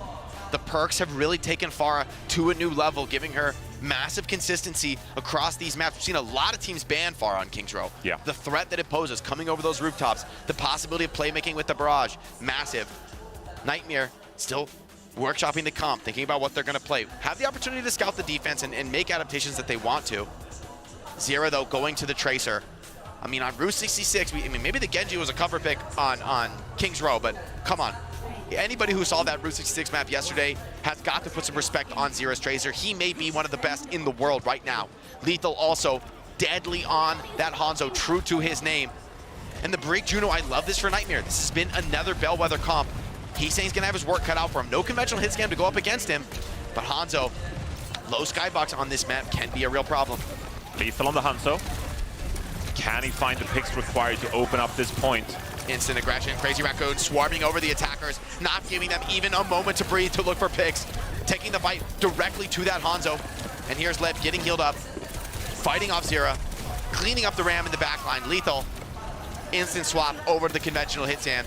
Maybe Cassidy will be the way, but Crazy Raccoon, if they continue to play with this pace, with this level of aggression, Nightmare need to react, and here it is. The Winston swap as well from them. They want to match the pace. They don't want to try to bunker through it. I think that's a wise call. Trying to survive the onslaught of Crazy Raccoon is an impossible task. You need to be ready for this aggression now. Crazy Raccoon, they're sitting back, but Junbin threatening here. Zero finds a crucial pick on the Shu, actually. On Shu, carry for carry, blow for blow. Nightmare up 1. This is the opportunity, and they need to strike. They need to open up this opportunity, turn a hole But Lip strikes right back, taking down the opponent main support. Lethal trade, so still player advantage for Nightmare, closer to their own spawn. No Crazy support Raccoon, here. they're looking for the retake, regrouping, getting the health pullback, giving up a bit of cap time. Awkward for Nightmare though, having to come out of the spawn with Crazy Raccoon controlling that area of the map. They're trying to put some pressure on this hotel area. Raccoon gonna be back at full strength. Pulse bomb for Lip, very close. Needs to get a connection into the backline. Recalling away for now. Low blinks, low cooldowns. Kuffa though, also forced out of the fight. Both teams licking their wounds. Both tanks under immense pressure, dropping extremely low. Lethal, two-tap Flip. And Kuffa, very low pressure. He's on his stuck here. Needs to carry it, but there's the support. Ultraviolet gets the cleanup, and this should be the opening cap here. Does Jump in want to primal this? Would be an insane play. Shu has found one. Kitsune Rush? Kitsune from Shu. He gets his one. He says, I'm going to rip Junbin? this. I'm going for it. Primal? Junbin Primal. They're all in now. They have to make this hold. Very expensive situation. A fail here would be very costly for Crazy Raccoon, but I think they're starting to put this together. UV and Admiral have stayed alive though, but not Zera under pressure. Couldn't get any support under the pressure of that Primal. Now Nightmare though want to strike while the iron's hot, still playing for the tempo. Barrage with the Kuffa. And every ult is being dumped here from Nightmare. Ray and High Noon. No connections, no kills. Admiral rallying as well. Desperate to stay alive, desperate to keep control of the map. Lethal, dove, bubbled, isolated. Pulse moment of Junbin is enough to get it over the line though. With no take, with Liv onto Admirable still. Keeping this in contention for Raccoon. They have no business on this point, and yet 3 minutes are already up the clock, Johnny. Kuffa is going to build this Primal Rage. Now with a couple players out of the fight, Kuffa, could he come up clutch with this Primal Rage and make a play for his team? Here it is, Shu down. Kuffa looking for more. Surely, finally, this should be enough. Zera trying to zone away those flankers. Junbin kills Ultraviolet. This is not supposed to happen, Johnny. Ball's back in. No ult up for Nightmare. Do they have to finish? 99.5%. You cannot step up this point for Crazy Raccoon. They're coming back into this one by one, stabilizing Junbin onto the Wrecking Ball, holding the point for now. Heesang strikes into the backline, traded away. We need kills, we need opportunities. Zera, is he gonna be the hero for that team? No, Shu immediately bailing out his fellow support. Lethal though, finds Junbin. Bubble on the high ground, standing tall, opportunity here to continue this cap pressure. Another Kitsune Rush. Shu is a god, unstoppable. Connection though, beautiful, off the blink from Lethal, dumping damage now. The hit scan finally coming into effect. But if Crazy Raccoon keep playing this way, Johnny, I am worried for Nightmare. This is a team that has been in this situation a million times before. Crazy Raccoon, they are playing like this a ranked game. They're playing like it's a scrim. They're just running it down on you. Nightmare, do you have what it takes to stay into this?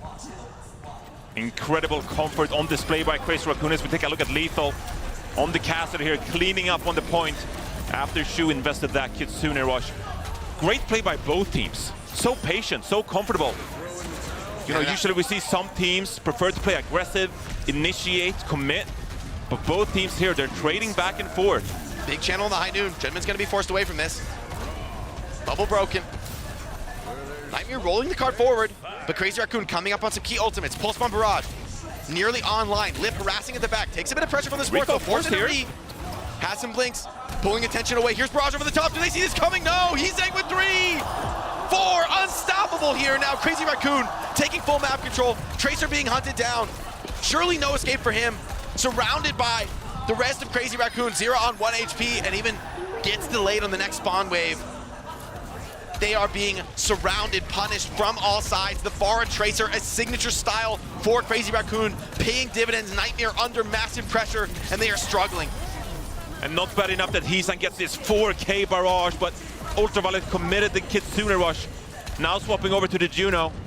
They want this double speed to work out. They want to play with pace, but losing that big ultimate, that could hurt them with only a minute remaining. So much pressure on Lethal. The onslaught is immense. Chorong has that orbital ray. Kuffa with the primal could be the hero. Maybe it'll be Zero with the pulse bomb. But staying alive itself is a tall task. Torpedoes there over the top. Heesang and Shu find their ones. Now pressure on Cart, but no real threat to win the fight here. Once again, Nightmare sent packing back to the spawn. And where is the team that we saw yesterday, Johnny? Nowhere to be seen on the server. This is all Crazy Raccoon. They are dominating in the tempo battle. Crazy Raccoon at their best. Last year, winners of OWCS Dallas and the Esports World Cup. Second place at the OWCS World Finals, and now here on Championship Sunday, they want to make it happen once more. Up here against Nightmare in the lower bracket final. Nightmare fighting for their lives here on Kings Row. Junbin Master in the clutch, has been in these pressure scenarios before despite being a young player, but here's Kuffa into the backline, getting the pin, breaking the corner. Shu dances his way out of it. Lethal though finds Lip in the chaos. No support for the cart. Here's the counter primal from Junbin. Can he bring this one back under massive focus fire pressure? That health pool dwindling by the second. Lethal getting massive heals. Here's Shu with the rally and over the top of the barrage again. He sang with 4. Refusing to lose. The Raccoons make the hold on second point. It's only Zera, but he's not long for this world. And now Nightmare, King's Row slipping out of their grasp. Feels like they have to make a full hold here. They have to hold first, but look at the smiles on their faces. Another day at the office for Crazy Raccoons. Chorong's just chilling, man. He's relaxed. He's cool. Shu on the brig, immaculate. And just the full court press here from Crazy Raccoon. You're being hit from all sides. Nightmare trying to play this hit scan, trying to keep Lethal alive, trying to get him into the engagements. But the pressure seems to be getting to them. I mean, they're really on the defense. And Crazy Raccoon is taking liberties in this match. The Genji ban has really set Nightmare back here. Hisang playing the far out to perfection, and Zero just can't match that playmaking on the Tracer. Find a couple of picks here and there, but can't deal with Hisang in the sky, and cashes in with 2 4K barrages there on the defense. Nightmare need a very big hold on first point. The threat of picks is massive. Zera gonna trust in the Pharah here, gonna take a risk, play for this heavy spam damage. Crazy Raccoon could be a difficult walk up for them, could be a difficult point to capture. But with the way Lip and Hisang are playing, when these ultimates come online, it is a scary prospect. Curious to see what Raccoon go with. They're gonna go with just some scouting heroes for now, seeing what the opponents bring to the defense, making their tactical response. This looks like a team destined to go to the grand finals, Johnny. And Crazy Raccoon gonna go out with the Torp Sim, the classic hazard counter. Zera on the far though, Lethal on the Soldier. I mean, these DPS are gonna be pretty free here. This is a bit of a risky call for Crazy Raccoon, and Kuffa has played against this before. Zera here go for a big rotate. I mean, this is a gambit, Johnny. This comp has been good in the past. Crazy Raccoon were one of the teams to popularize it. But overall, across the board, I like the comp from Nightmare. They evade the second TP rotate, seeing it coming. So hard for Nightmare, they're gonna get collapsed on here. Flanked a bit, but can you actually catch people? Far, no, but it's Shu. Does it himself. Here's Junbin finding the second connection. Zera trades one, but now Kuffa surrounded, hit from all sides. Ultraviolet 1 HP, and the Torp Sim. The beam strat comes out in the playoffs, and Nightmare have no answer. They're staying alive behind, setting up for a potential recontest, but the cap is being stacked by Crazy Raccoon. He hangs back on the Sombra. Very scary spot. Somebody has to come in for the touch. Admiral booped away. Can't get the connection. Now Ultraviolet hacked, finished off by Shu again. And Nightmare crumbling, no support. Surely an impossible task now. Trying to even stay alive, to stay on the map is too much. Lethal kills Lip, catches him sleeping a little bit there. But Crazy Raccoon, it seems like they've just done enough. Shu creates picks where there are no opportunities. He makes it happen. Bit of a pocket strat coming out here from Crazy Raccoon, and this is something that Nightmare haven't practiced against. Rarely in scrims you get the opportunity to practice the rotations you have to make against an Orisa composition like this, and now Crazy Raccoon, with that quick offensive attack on the first point, they've bought themselves 5 minutes here to cap out on the second point. Nightmare, it's gonna be a momentous task here. This is a team that's not scared to take risks. Junbin straight to the back line, Shu with the rush, overwhelming Kuffa, no tank left to make the hold. Nightmare, Zera, barrage coming soon, has to be the one to turn this around.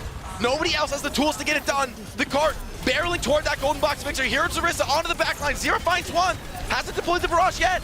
Shu is low as well. There's an opportunity for Nightmare to make something happen. But Zera is down, Shu defeats him in battle. Lethal finds one, Captain contested, Admiral low shield, punished, spin on the guard. You have to touch into this. Damned if you do, damned if you don't. And Crazy Raccoon maybe getting this over the line. Kuffa's back though. Opportunity, Ultraviolet can heal. Overclock? Overclock pop, Lethal wants to get a cleanup, wants to reset the attackers. Just gonna force them off the angles. But man, this map rests on the edge of a knife. In 4 minutes, this feels impossible. Here's the beat from behind, Chorong flanking in, Shu again onto Ultraviolet. Caught by the downpour, Zera finds two. Barrage opportunity, but the wall on point. So difficult to fight into Sim in this spot. And Lip cleans it up on the Symmetra. What can't this guy do? Incredible play from Crazy Raccoon here on King's Row. I mean, to bring out the Orisa Symmetra strat here. These guys are different. This is not the Crazy Raccoon we saw yesterday when they played Max on the Hazard, New Queen Street. They were messing around with Jundin's Wrecking Ball and Lip on the Soldier. This is a Crazy Raccoon squad is coming into the Championship Sunday, prepared, ready to go. Some rare compositions in play. The weight of destiny is bearing down on Nightmare right here, right now. The fact that they were in that upper bracket, the fact that they could upset Crazy Raccoon, they made history yesterday, Johnny. But Crazy Raccoon, they are eager to forget. They are eager to move on and show what they are truly capable of in this grand final, and they are so damn close. Just one map stands in their way from a berth in the grand finals, an opportunity to snatch that crown back from Team Falcons. They lost them in Korea. They weren't able to take that first place slot. They don't forget that either, Johnny, and I don't think they're gonna forgive it. Nightmare, I mean, this is a dire place to be. The way Crazy Raccoon are playing the last couple days, good God, I do not want to be in their seats right now. I mean, even if you do force a map 5 here, Jake, you're gonna have to beat Crazy Raccoon on the Ilios as well. Don't talk about the Ilios, Johnny. I have to bring it up. We can't think about that right now. One map at a time. That's what they say, right? One map at a time? We cannot think about the fact that we have to play Ilios without any of the most important bans against Crazy Raccoon. Look, I gotta tell it how it is, Jake, and that was the first thing that come to mind. If Nightmare reverse sweep this, it would be the greatest comeback in Overwatch Esports history. Now, a little copium for you. There are some good things to come. A little is not enough, Johnny. There we need are a lot. A few things to take away from that King's Row. I know that first point offense looked dire for Nightmare. It took a long time to cap that first point, but there are some good signs. You're still dueling with Crazy Raccoon, one of the premier teams in the entire world. You're trading effectively, going back and forth. You just need an extra 10% from your players to win those fights convincingly. Can one member from Nightmare step up? Lethal, can he find an extra pick or two? Zera, can he come out on top on that Tracer duel, depending on where we go next here, of course. I agree with you. I think pound for pound, Nightmare can stand up to Crazy Raccoon when it comes to a one-on-one situation, when it comes to their mechanical skill. But what I'm seeing out of Crazy Raccoon here is a team that is built to be in grand finals, to have their back against the wall in an elimination scenario. It means nothing to them. They have been here so many times. This is clockwork. This is just what they do, is perform under this level of pressure. And Nightmare, I can't say the same. The way they're playing in this match, it's not I mean, when there was less pressure on them, when they were the underdog and no one expected that they could win, they showed that they had that possibility. And I think Crazy Raccoon were caught off guard. But this is a Crazy Raccoon that now is putting full respect into the match, that has prepared for you, that has, I mean, to be honest, if you're Crazy Raccoon, when you come into this tournament, you're looking at Falcons. You're saying, look, we got one real opponent here. Nobody else touches us ever. Now, Nightmare has joined that group. They have, you know, the Eye of Sauron is turned on them.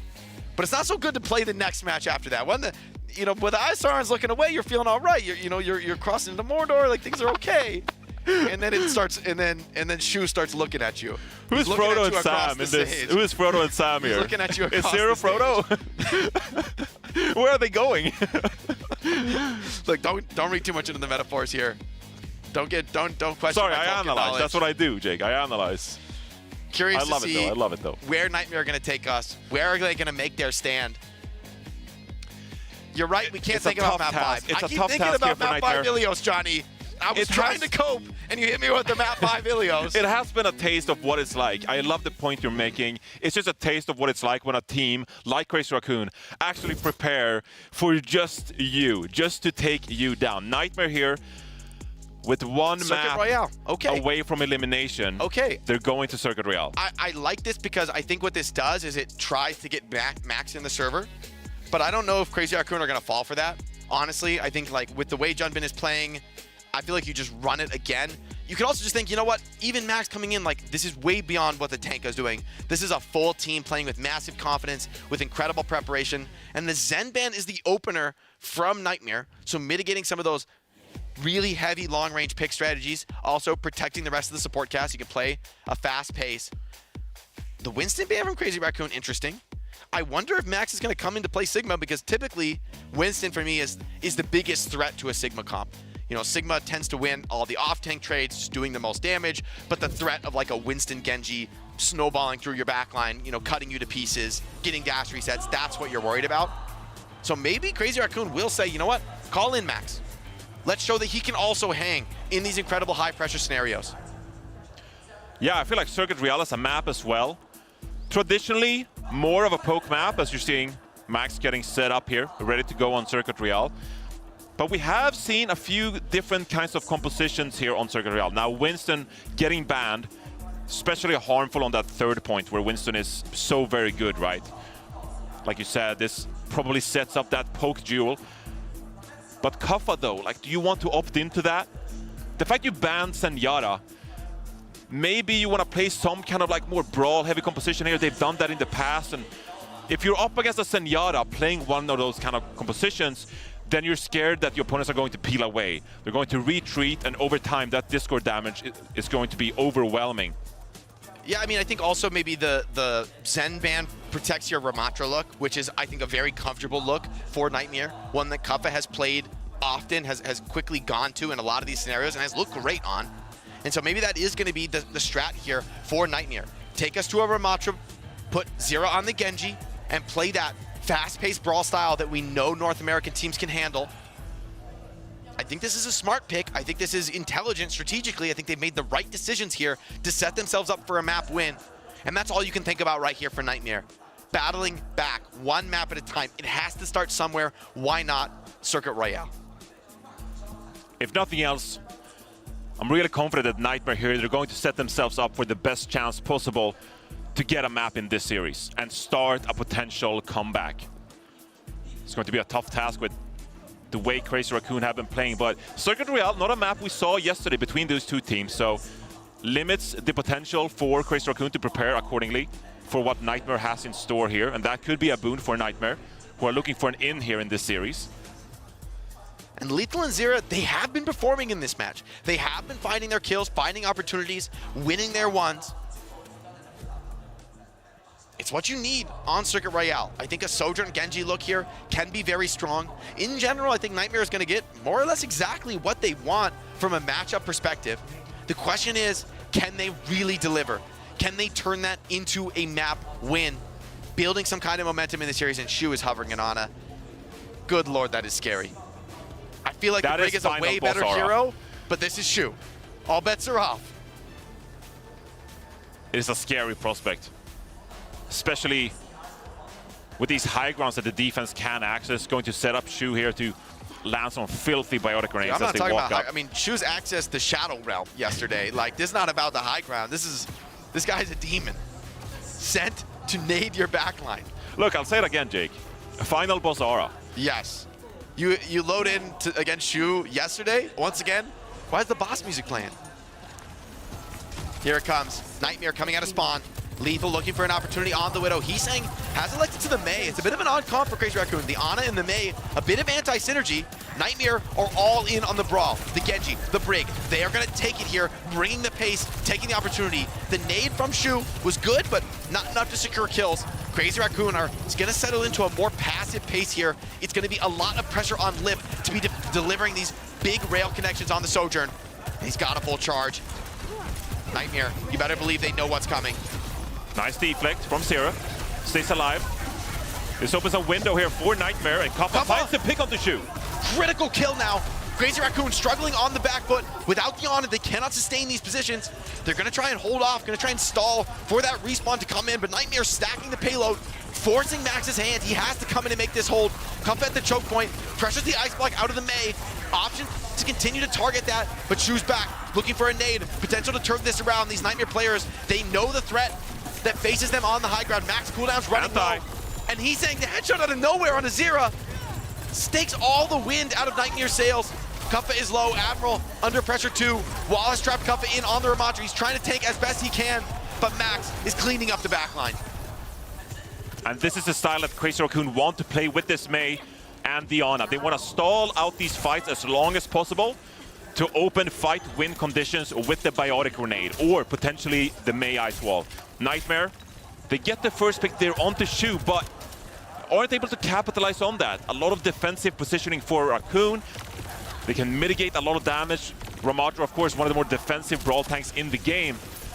So Nightmare, they need to find that pick once more, but then capitalize on it and finish out the fight. Nade on the Kappa, he's under pressure. Does have that form to stabilize. Speed Ring has been used by the defense. Blizzard, though, for Heesang, could look for something. OC, popped by Lethal, has it up first. Crazy Raccoon playing in cover, trying to survive this. Here's the Blizzard, though, zones off the attackers. No one, it seems, is frozen for the moment, but Zira is so incredibly low on 1 HP. Lethal finds Heesang. Chorong trades it back on a UV. It's a bloodbath here on the point. Kava with the ultimate. Does he want to rip it? Does he want to try to close this one out? Lip has the OC, and without Zira, surely this is a bridge too far, but Kava says no. He's going to rip it. Max forced to trade that back. Ult goes 1 for 1, so not the worst economy trade, but Crazy Raccoon was shooting the Ana on the high ground. Capping this first point feels impossible. They did dump all 5 ultimates to make that happen. Nightmare closing on Bradley Blade. This is very winnable. And this is how Circuit Rail has been played this tournament. It's very hard to get this point A cap, and even then, point B has been an achievement here at this level of play. Nightmare, oh, it's a biotic grenade onto Zero and Admiral. He can't full commit. Shu misses the sleep. Ultraviolet finds Heesang. Kuppa, though, under pressure, trades onto Lip before he goes down. Only Max and Chorong, but they're so durable on this point. Lethal needs to find a kill. They need to clean this one up quickly. Chorong knows the pressure is coming his way. He falls back, being chased now into the backline, but he stays alive. He just Max won't is die. so tanky. He just won't go down. Spawn's coming in for Nightmare. Heesang on the sim, forced back fast. But once again, Nightmare have been stalled out, caught in the mud. And the threat keeps coming from Crazy Raccoon. No ultimates on the field except for Admiral's rally. But Shu's nade feels like an ultimate. Has been deployed already. Admiral rally on the point. This is a difficult spot for Max now. Under pressure, has used form. Being attacked, being bashed, being threatened. Zira is low, Kuppa slept. And Nightmare just can't get it over the line. Come on. Somebody's got to find something. Players low for Raccoon. Low on skills. But even Sim is stepping in to stall the point. Lethal needs to play here. Can he find it? Oh, he goes, no way, Johnny. Crazy Raccoon are holding. It's a nightmare for the North Americans. And they fall at the first hurdle. It is so painful. How does Max not die there on that defense? It's incredible patient play from Crazy Raccoon. The awareness of the mitigation tools available to them in that kind of composition. And Shu is just, you know, having a field day on that Ana, landing aggressive biotic grenades that they can capitalize on, but also keeping Max alive on the Ramatra. And Nightmare, they just couldn't capitalize on the openings they did find. They're hard to come by at this level of play, but there were a couple of times there you have to ask yourself, what could they have done better to close out those fights and get the cap? Just incredible endurance. Nothing less than perfection required from Nightmare to defend, to make the full hold. Crazy Raccoon can set up themselves perfectly. They're going to have so many opportunities. Nightmare need heroics right now. Admiral is going to go over to the Ana, try to replicate what Shu was able to do on that defense. And Crazy Raccoon can taste the opportunity at a rematch against their nemesis. Falcons await in the grand final. But Crazy Raccoon, they're destined to be there. They're destined to take this matchup. Nightmare, interlopers, it seems, only contesting for a mere moment, facing elimination from the tournament. It's been a massive showing from them so far. But Johnny, it feels like it's about to come to an end. Crazy Raccoon are showing no weaknesses, no openings. Nightmare, everything is so stacked against them. Oh, lethal! Oh, Johnny, it hurts. You need to know that the Widowmaker is a possibility, and now Kappa throws himself on the payload. Stall it out. Zero trade. Hold on. Nightmare found life in this fight. You need to retreat. You need to regroup here. So far from the spawn, you're exactly right. Cart is gonna roll. Max playing with confidence. Does get slept. Forced back, using form, but I mean, Cart is rolling forward. You're totally happy with this. In the end, I think those counter kills from Nightmare are going to get them the opportunity to defend this corner. That is crucial. That keeps them in this map. That makes it possible. But it's not going to be easy. They need yet more. Here's the speed ring. Zira now being attacked on the flank, being pressured. Heavy resource commitment from Crazy Raccoon, trying to clean up that flank. Compass left as well. Forced back. Shu is hitting everything today. Moment of stabilization, full cooldowns though. 4 max, starting to move forward, starting to pressure Zira. Caught in the vortex. Cuffa still holding incredibly well with Lamp. Oh, lethal again! Insane kill, Cuffa naded, headshot, and everything's falling apart. Zira, the hero in the moment, the team flank, the second, supports are down. Wait a minute, 3v3? Surely this is too much for him. Zira's gonna get the bait! Into the back line. Oh, he goes down. But he's done enough, I think. Those kills. You can't stall it out here. Admiral's gonna get close to the nano boost here. Cuffa's alive as well. Should be able to get back and stall out this card. Crazy Raccoon, they're going to play it slow here and regroup here. Zira, the hero that the moment required, kills both supports, denies Crazy Raccoon the easy finish. It's gonna be a fight. Zira has Blade. Such a scary spot to go aggressive though. Nano Blade here.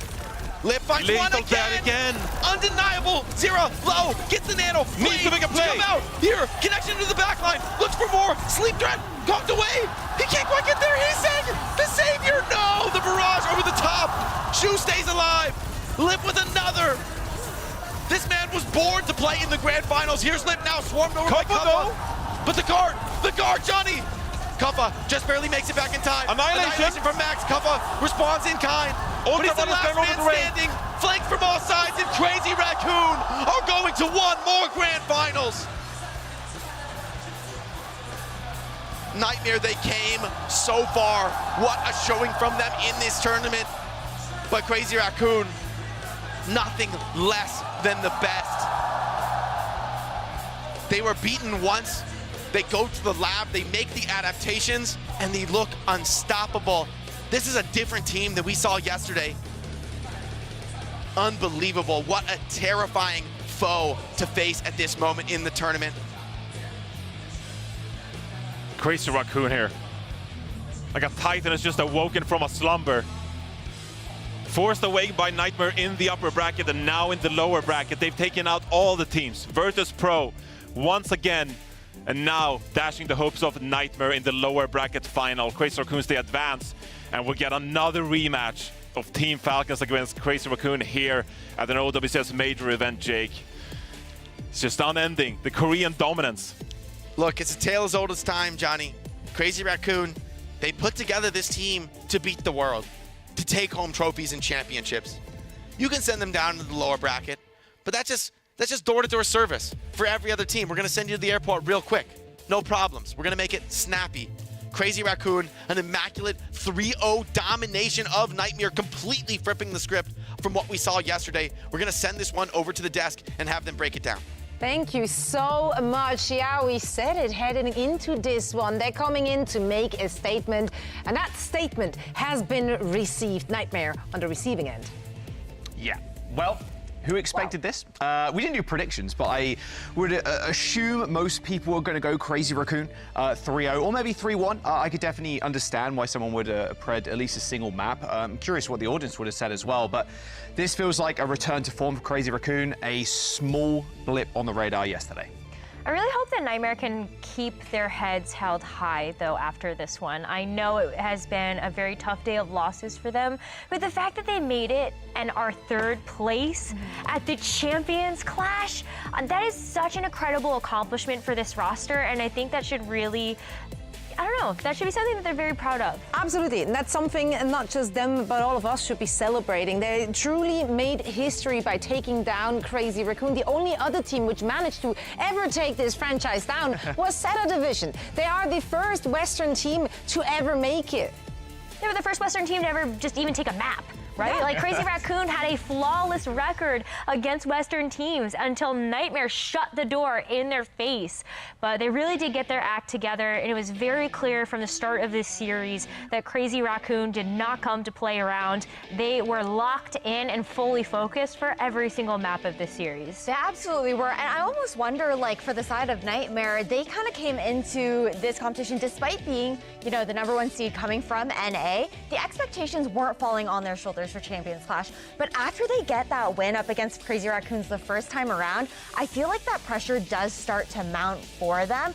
And Crazy Raccoons, they come in with an insane response. It felt like Heesang was just taking over the server. The the back-to-back barrages were insane. The 4Ks coming in, he was not giving the respect that we saw the first time they faced off. Yeah, Zera was dominating him on the Tracer in that match yesterday on Route 66. It was disgusting, but Hsing was like, actually, time to play the game this time.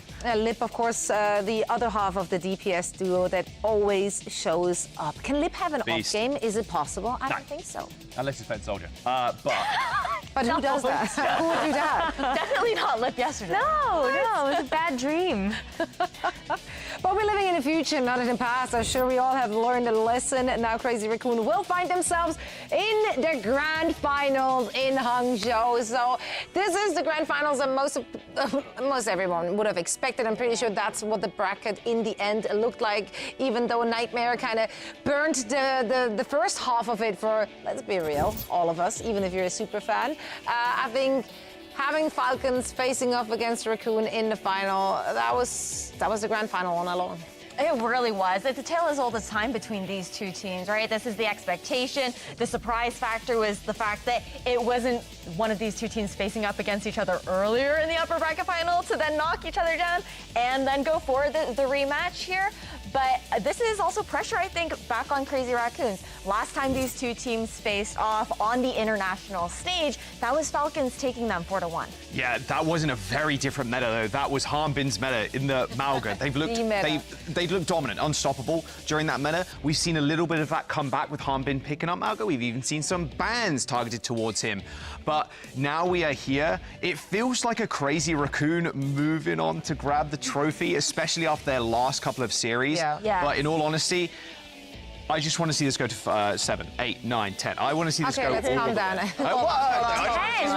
have a heart out today. Hey, let's go to Apex. Let's go to 3 BO7s, and then let's just keep on going to Oh my God! We're lucky we don't have a bracket. It wouldn't be surprising if it's a close one though, because they have been playing it close. They have been trading those wins and those losses. Currently, Crazy Raccoon has a 10 win against them, a win record against them, and 7 losses. Yeah. So they are up close.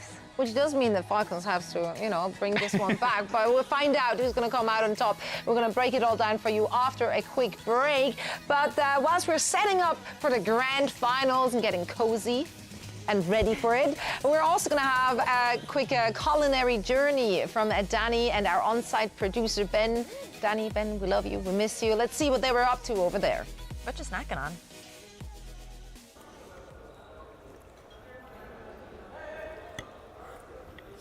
This is fresh ingredients, homemade with love. The velvetiness of the coconut mixed with the slight spice of the curry. I don't know how you found this hole in the wall place. And first time in China, this is some amazing food. We didn't find it, but it's all right. I guess it's good. Yeah. The fish too, like caught this morning, roasted with mackerel and the handmade boba to go with it. Bro, I'm in heaven. This is I'm love. sorry? It reminds me of childhood. Childhood? Childhood. I'm sorry, but bro, it's just catering, man. Chill. Welcome to Champions Class, everybody. My name is Danny Lim, Hi, I'm Wendy. and we're here to connect with our favorite teams, quite literally, like this. And for today, we have Crazy Raccoons, everybody! Yeah, make some noise! 안녕하세요. 저는 크레이지 라쿤에서 서빌러를 맡고 있는 슈라고 합니다. 안녕하세요. 크레이지 라쿤에서 딜러를 맡고 있는 리비지온이라고 합니다. 안녕하세요. 크레이지 라쿤에서 딜러를 맡고 있는 희상이라고 합니다. Welcome. Let's go Crazy Raccoons, everybody. I mean, yeah, just starting off, how are you guys enjoying Hangzhou? How's China? Perfect. 저희가 어제 양꼬치를 먹으러 갔는데 되게 맛있게 먹어가지고. 제가 이전에도 항저우에서 제외를 한 경험이 있어서. Alright, well, I mean, I'm gonna start off. First question, I saw you guys in Korea for the Asia Finals. Great match, by the way. If you guys haven't watched that match, it was really, it's something else. It's really entertaining. But unfortunately, you guys did lose to the Falcons, and you guys are sort of coming right after a loss. So does that sort of hinder your mentality coming into the Champions Clash? 저희가 그래도 뭐 결승전 같은 것도 좀 많이 나가기도 했고 좀 어떻게 보면 나이가 어린 선수들이 있지만 그래도 경험이 많은 선수들이 많아가지고 딱히 그런 멘탈적인 부분은 없는 것 같아요. 많이 지고 많이 이기기도 했었어가지고. So my question goes to Shu and Li. You guys used to play in China, so do you still remember some Chinese words? Can you show us? 저는 일단 중국어를 따로 배우진 못했기 때문에 뭐 생각나는 거는 이제 하오츠, 팅푸동 중국 분들이 저한테 말을 걸면 한걸론 팅푸동. So how about Li? 상하이에 있었을 때 자기소개를 많이 썼던 뭐 워슈 상하이 롱주 뚜이 뭐 이런 거랑 그다음에 뭐 부지다오 약간 이런 거만 기억하고 있어요. I'm about to cry. You're about to cry? Don't cry. I'm a huge fan of Shanghai Dragons. So, Leaf, this is a question for you. Leaf just said he want to meet you at the lower bracket. So, what's your comment on that?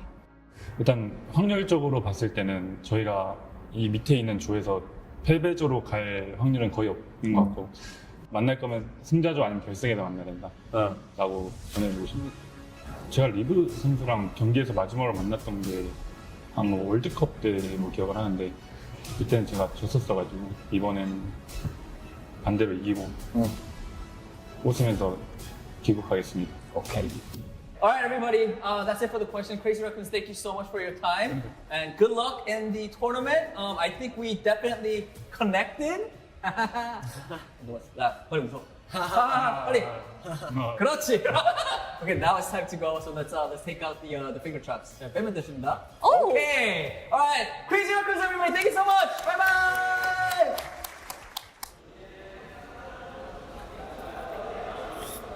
Oh, this.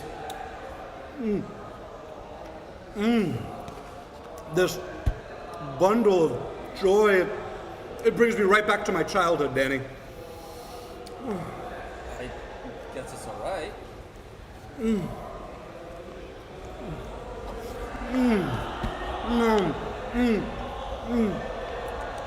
Danny, it tastes like the people, the competition, the beauty in a dumpling. Ben, it's okay. It's just all right. Nothing to write home about.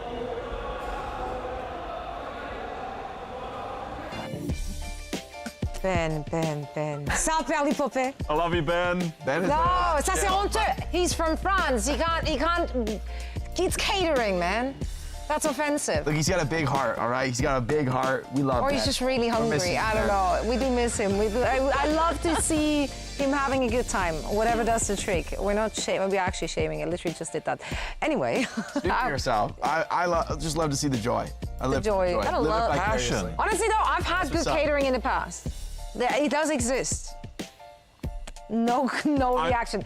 So I'm the only person who ever had good catering. I did go to China once, and I mean, the food there was just like amazing. The food was amazing, I but dream of not like the soup dumplings like once a week. And I'm So like, does wow. Ben apparently. Actually, that's true. He will be too. Reaction. I was in China like a month ago, and the food was fantastic. Yeah. So.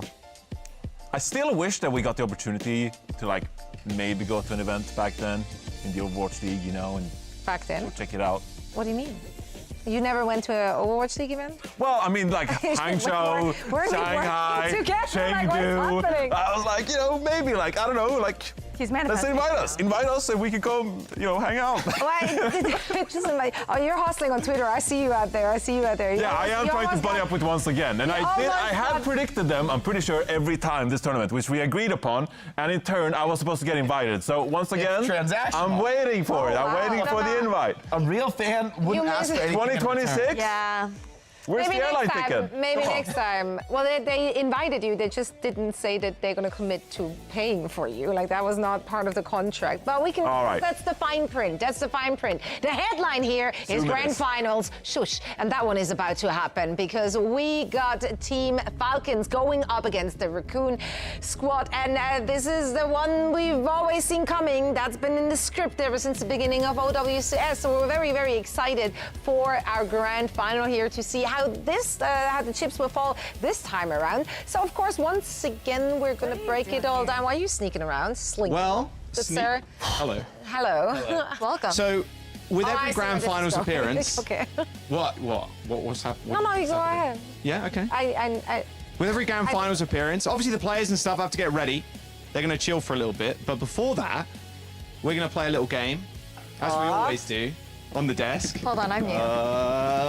No Overwatch time! Air horns. Obviously, Ash, Yeah. pretty new, but No Overwatch is a game show that we play. Every Okay. finals, we always play this. It's just a test your knowledge, type beat. Like it's pretty. Wait, was it a wheel? What is this? Oh yeah. It's a wheel Rose, with thank you, animals? yes. So we've upgraded. Who's so we've Nim? got a wheel now. What is Nim? What? No, it's worry about backwards. It's upside down. Don't worry Backwards. Don't worry about it. So we've got this Supposed to be now. win. But it's just a game show. Okay, go. No trick questions. Goes upside down. that's Easy crazy. answers-ish. But we've updated. We've upgraded. We've got a wheel that we're I love wheels. We spared no cost, I see. Spared no cost, Yep. 0 cost. So yeah, make sure you study up. Look at all these pictures. There's Zara there. It's pretty- Okay. Okay. Sarah, then why? Bears. What's John, with all the you'll bears? need Yeah, I was this. gonna- Where are need there so this. many Need bears? this. Hold on. Is this a throwback? Yeah. Is this a 2019 moment? I already have this. You just gave me a duplicate. Do you need one? Give it to Jake. You got Lenny on there, so yeah, make sure you study up on the wheel. Wait, why did they get cards? Yeah, I want a card. Do we get a wheel? Do you want one? You guys take one. I don't want. No, I don't want share. your filthy card. Have it. Okay. I don't know. I'd just be a little dramatic. It's like 3 in the morning. It's pretty late, but okay, let's get down to it. First question. Don't worry about the wheel for now, but just keep But why is it? memorize the. Don't worry about who's it. on there. Don't worry about it. Just Don't memorize worry who's on about there. it. Just memorize. Just memorize question, it. bro. Okay. Just calm down, Johnny. This is my game show. Also, we have time to fill. Okay, you Okay. ready, Johnny? I'm waiting. I'm waiting. He's locked in. Locked in. Yo, let's just. Disqualified. We Mods, should not have given him that energy. Mods, drink, make bro. sure every Like- time Johnny gets out of the shower, he slips slightly and has a small heart attack, but catches himself. First question. How many Danish players are there at the Champions Clash? Put someone put their hand up. No, no. That's not how you're supposed to put your hand up if you know the answer. Oh. Ash? Raise your hand. No, that's weird. It is one. Yes. Shockwave? Yes. Okay. How do you? Hello? That was great. Yeah. Thank you. Well, I said Why it didn't first. you I raise just your didn't hand? raise my hand. Okay, so I didn't raise a hand. You're supposed to. Do we not? I thought we Guys just not know how yelling. this We used to works. have What, you asked buzzers. how many players, and I said Yes, the and it's a number. game show, and then you're supposed to like do. We can share that point, Johnny. We used to have buzzers. So you're too We tough. did Don't used to give have him a- buzzers. Did we trade them for the I wheel? don't play this game so that to try and make him lose. So don't give him a point. Yeah, we tried. That's on you. Okay. Either way, Okay. she gets a point. You don't get one, and I get honorary mention. Thank points you. instead of So each now other. you're helping. I agree. Okay, You second didn't say a word question. the whole time. Good luck with this one. Once again's Mew has gone by a couple of different names. What are they? Ibalto. Oh, yeah, hands. Great job, sure Zoe. we got Okay, Great well, job, Zoe once again blurted out some answer. Ivaltal and Xerneas. He's too good with it. He's too good with it. I think Rose may Bro have changes his name collaborated every on that. year. You gotta pick Yeah. one, dog. You got like just from me. You gotta pick one. No, you It have will to be catch different them next year. all. Do you not understand the rules? I vote Munchlax for the next one, by the way. Ooh. Okay, all right. Now we get to spin the wheel. You ready? Do I spin? Okay, I guess, No, I you don't guess get to we spin. are. Oh, That's right. no! Wait, you spun twice? That's a very. That was a double I spin. really, Oh, I scared really of the wanted to hit bears? the bear because I wanted to. Oh, crazy raccoon. They are Okay. They're like bear adjacent. Third question. Who is going to win Champions Clash? What's this? Zoe? Crazy raccoon. Well, no. But the wheel said yes. Is that not how it works? I don't know. The wheel has nothing to do with this question. Anybody else? Yeah, then- Jake? The fans, because we were here together. Oh my God, the real You actually winner. took my answer. It's the Frank Oh my God, let's go! go! That's Let's go! I knew this was a trick question. Are you serious? I knew You actually got it?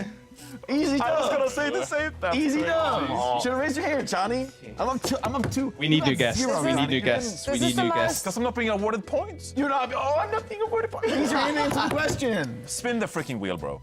It's not time. That's so rude. It's not time. Yeah, wait, since when were you in charge? This is the most 3 Why are you a.m. in charge of this segment. guy? That's what I'm talking about. Let's just gonna dog lie. on Johnny. That's what I'm Okay, here for. fourth I don't care about question. you. I'm used to Okay, it. That's lock what I'm in. feeling. Lock in.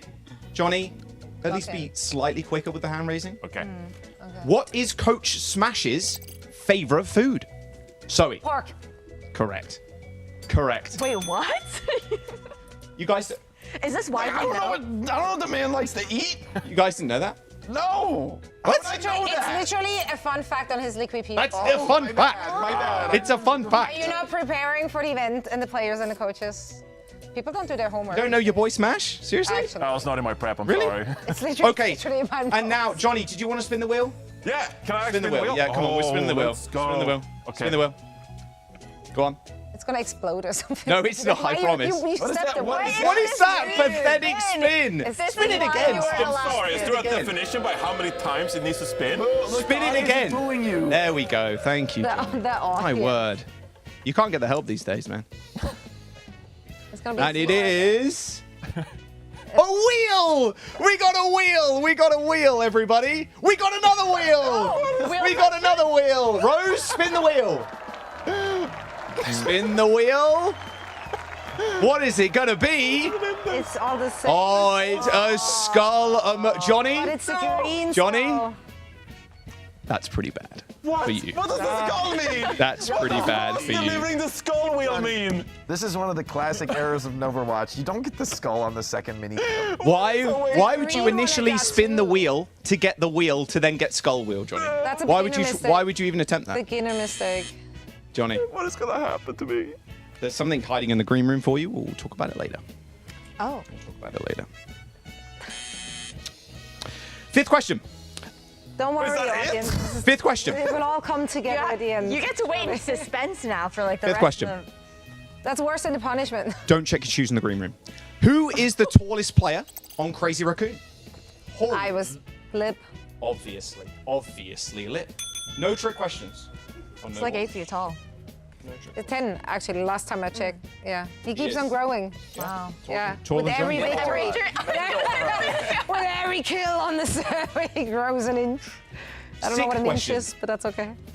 This one a little difficult.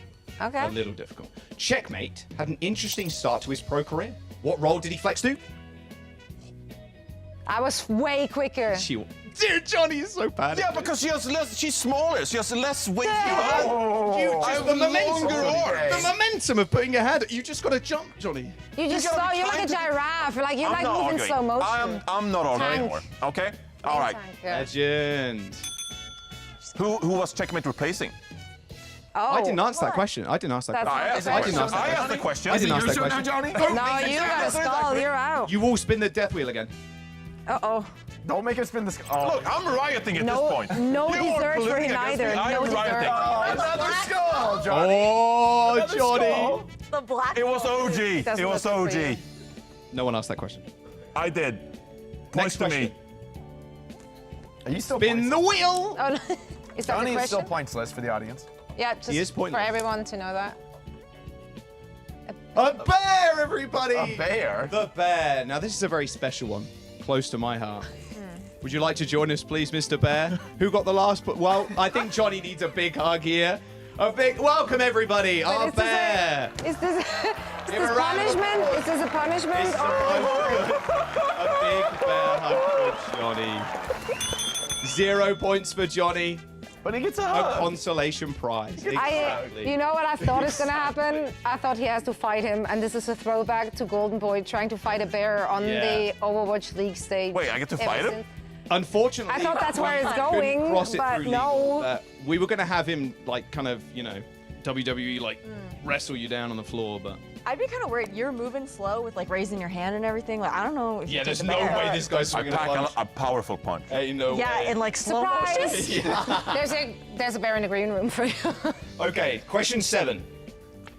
What was Sugar Free's first team? What was it called? Is it Atlanta Marine Academy? No, it was not. Anybody else? I got nothing. I don't have anything. I'm Yes, gonna get the minus point. take a wild guess at goats. Is he right?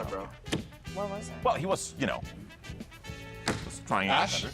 No anime allowed. Correct, Ash. No anime allowed. What? That was his How did you know first that? team. Lore, again, do She's prep the work. law You know, master, that's- Johnny. We're the two with the notes. You guys Yeah. have nothing. Johnny, Yeah, you guys got the cheat cards Nothing. too. You guys got the cheat I cards. gave you those cards to help you These are during the not quiz. helpful. These are like the players' names. Like these don't help us at all. It's all- His name is on that list. I know What this. was I gonna do with his name? I know what his name is. Oh my God. But maybe you can deduct with the help, the visualization. Look, of as long as Johnny referee. loses, I win. I don't play to win. I play for him. Why? Okay, well, this one should be fairly easy then. Okay. Yeah. Who are you? Okay. Well, that was Jake. I don't know about that. It's 4 a.m. and I'm in your house with a rip tire? False. Ash? Wait. Who are So you? he's going crazy over there. I'm that person in school. Okay, now I'm confused because of Jake's answer. Jake, Don't listen to Jake. The fact that Jake Don't worry about the rip tire stuff. Even Don't if worry my about the answer rip is tire that at 4 your a.m. answer Don't is worry. the right answer. I'm an Overwatch fan. That's a good answer, Zoe. I'm Jake and I'm in your comms. This should have been the answer and you know it. Who are you? Ex-Shanghai Dragons player. I'm holding my hand up, bro. I'm not allowed to answer. Oh, I didn't see. Okay, but you also held your hand up a whole like 30 seconds after everybody else held their hand up. Yeah, Jake put his hand up, Ash put her hand up, so... Your hand was still down when the three of us had our hands up. I'm not gonna lie, I've not been keeping track of the scores. But I will spin the wheel. I think I'm winning actually, just throwing it out there. I'm not so sure about that. We can check the VOD. Actually, I fight the bear. Fun fact about Lenny, for a bonus point. A fun fact about Lenny. Yeah. Anything, literally anything at this point. I'm not super familiar with Lenny time. Bonus point for Zoe, and that is the end That is a of fun No fact Watch, that I don't know everybody. fun facts Thank you about. so much. Woo! I'm glad you all enjoyed. Yeah, thank you so I'm much. gonna take us home. Bravo. Yeah. Johnny, you can lead the Amazing. death wheel. Don't trick A me. segment of all time, for sure. I'm not sure what the takeaway here is. I think I won. Johnny lost. Yeah, that's the Johnny most lost is, important I think, thing. the biggest take a point. Take a point. He didn't take a point. No, he didn't. That was a problem. Two scores. Okay, if you watch that, you might not feel like you're winning anything, but we did stretch some time, and that also means that you got more minutes watched, which means you could have increased your drops for watching the stream. So technically, it is a win-win situation. Absolutely. Right? We want those loot boxes. The Johnny, the you players love have loot not been boxes. taking any liberties. It's been a quick day so far. This grand finals could be different, though. I mean, But there's good things to Falcons. come, and they always come from above. I promise there will be something any moment now. Oh my goodness! Production value. Incredible well, stuff. just a little guy. Just a little guy. What could it mean? We don't know. Is it a guess? Is it a hint? He's moving.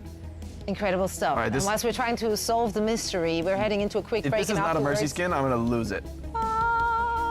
It's got wings. It does. I'm so scared it actually drops.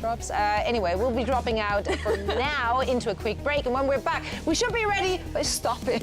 Finally, with the grand finals, you don't want to miss it. Crazy Raccoon against Team Falcons once again in the grand finals.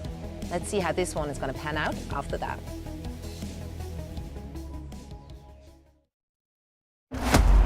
Welcome to the stadium. Let's get a look at our competitors. The first round can't get here quick enough.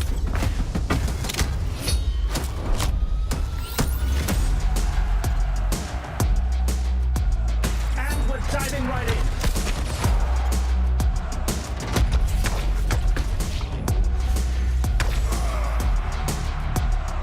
They nearly clinched the win this round.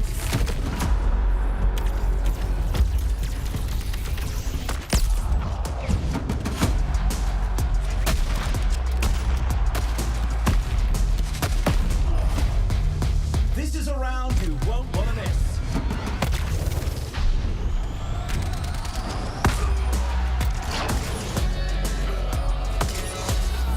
Against all odds, they've won it all! You love to see it, folks. Something for my trouble. The hunt begins. Run or hide, it won't matter in the end. I'll get quite the payout for you. I've always liked a challenge.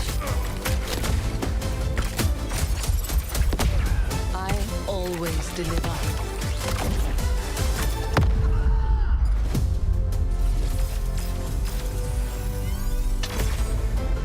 Goodbye.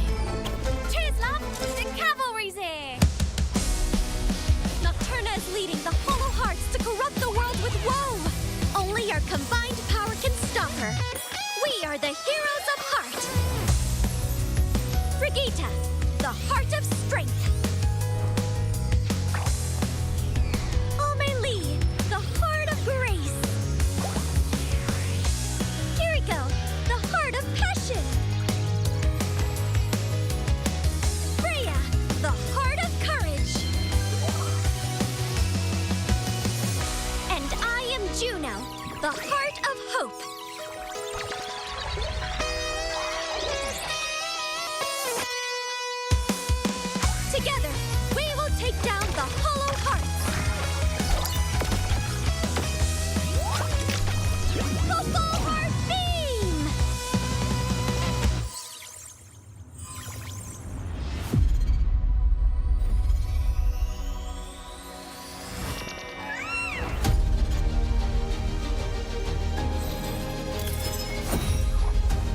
I run this show.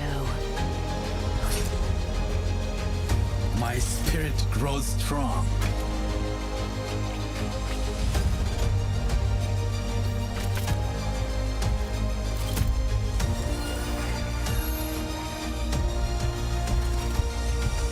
The doctor is in. The lone rose gets plucked. You are under my guard.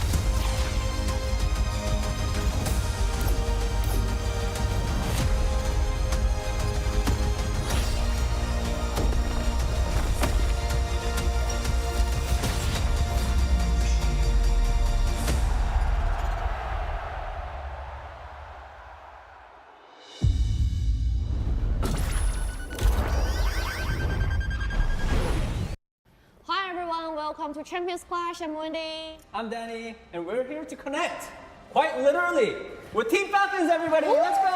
Yeah! 안녕하세요. 팀팔콘에서 서포터를 맡고 있는 필더라고 합니다. 안녕하세요. 팀팔콘에서 탱커를 맡고 있는 상빈이라고 합니다. 안녕하세요. 팀팔콘에서 딜러를 맡고 있는 프로포라고 합니다. Great to see you guys again. I saw you guys in Korea. Now we're in Hangzhou, China. 좋았어요. 좋았어요? 아, 예. 프로포 선수는요? 그냥 중국에 있는 거 진짜 한국애들이. I guess talking about Hangzhou and China specifically, I want to bring up the Esports World Cup last year, 2024. You guys met against once again, and you know it was a very close fight, but you guys unfortunately did lose. And now you guys are in their home turf, I guess. Going up against Chinese teams. What are your thoughts on that? Do you guys feel like, are you guys confident that you guys can get revenge against once again this time around? 이제 작년 EWC 때는 많이 아쉽게 졌는데 이번에는 이제 저희도 많이 보완을 했고 그래가지고 꼭 이기고 싶어요. 네, 이번에는 그때는 제가 뭐 많이 안 했어가지고 이번에는 제가 다 하는데 재밌을 것 같아요. 저 이번에 메인 탱커를 제가 이번 연도 시작했는데 메인 탱으로 겨루게 되지 않을까. 네, 재밌을 것 같아요. 일단. 예. 일단 여기가 중국 그래도 홈그라운드니까 이해가 되긴 했는데 너무 쉽게 이기면은 안 될 것 같아가지고 조금 하면서. Hangmin, you mentioned that you are the only tank for Falcons right now. So it has been a tough year for you to play in the heroes. Sometimes you wouldn't. 힘든 점은 좀 많았고 근데 진짜 힘든 점은 되게 많았었는데 처음에 시작하면서 진짜 많이 힘들었는데 하다 보니까 애들이 좀 많이 도와줘가지고 제가 모르는 부분이 되게 많아 거의 진짜 그 프로 처음 하는 수준으로 조금 도전하는 부분이긴 했는데. So Purple, there's a meme in China that said that Leaf is better than Purple is better than Leaf, and if the Leaf's performance declines, it goes to Leaf is better than Purple is better than Leaf. So you are always in the middle. What's your read on this ranking? 일단은 메인 딜러랑 서브 딜러를 둘 다 잘할 수 있는 거는 그 두 명 중에선 제가 유일하기 때문에 아마 그것 때문에 좀 비교가 많이 되는 것도 있고 최근에 제가 연습을 많이 안 했어가지고 좀 예전처럼 좋은 퍼포먼스를 많이 못 보여줬는데 요새 긴장 다시 해야 될 것 같아요. Well, guys, that's it for the questions. Thank you so much for connecting with us. And I think it's time for me to let you guys go. So let's take out the. Take it out. Don't connect. Okay. 자, 빼세요. 오, 잘 빼네? 이거 안 빠진. 화이팅! try. 이거 안 빠져. 야, 조심해. 손가락 조심해. 뭐야 이거? 왜안 빠져? 그 이렇게 너무 세게 빼려고 하면 안 돼. 네네네네.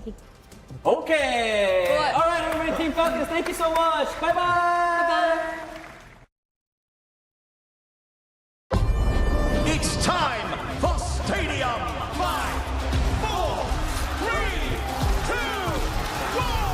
Let the games begin. Coming out of the gates with some new tricks. What a game changer. The dragon becomes me. Hey! Bounty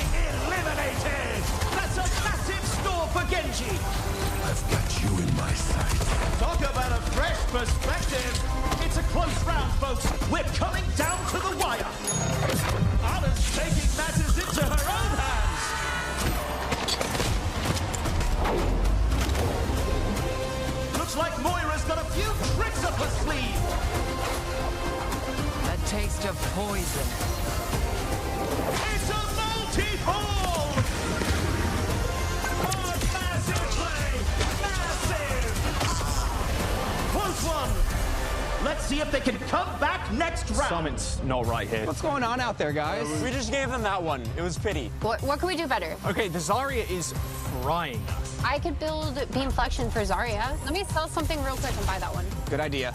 I'm basically just spected to nano boost. If we group as 5, I hit somebody and it hits everybody around us. And then everybody gets a taste. I'm just going to heavily invest all into my weaponry. Every single power-up, I'm just going to be a DPS machine. I think what we need is more orbs. Make sure they're healing orbs, though. Definitely not. All right, let's do it. Point. That's what I'm talking about. Push fast right side. Push fast right side. I'm on Zarya. Get Zarya. Go. Me and you. Oh. I've got you in my sights. Big slam. I got the point. Right side. Kill Juno. Nice. Good stuff. Oh, Reaper behind. Box out. Oh, we died by mini bomb. Okay, reset. We have Nanoblade for next fight. 3, 2, 1, go. There we go. We all got it. Walk forward. I'm ulting.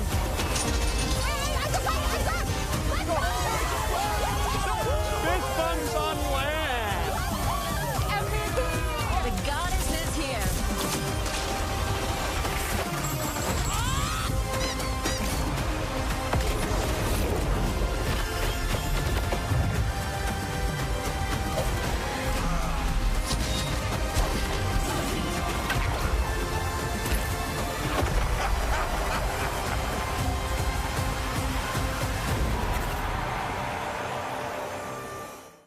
Friends, and welcome back to the Champions Clash in Hangzhou, China. Zoe here, joined by Ash and by Jake and by Johnny. And we're about to break it all down as we're headed into our grand finals. And to absolutely no one's surprise, we will be seeing Team Falcons taking on Crazy Raccoon.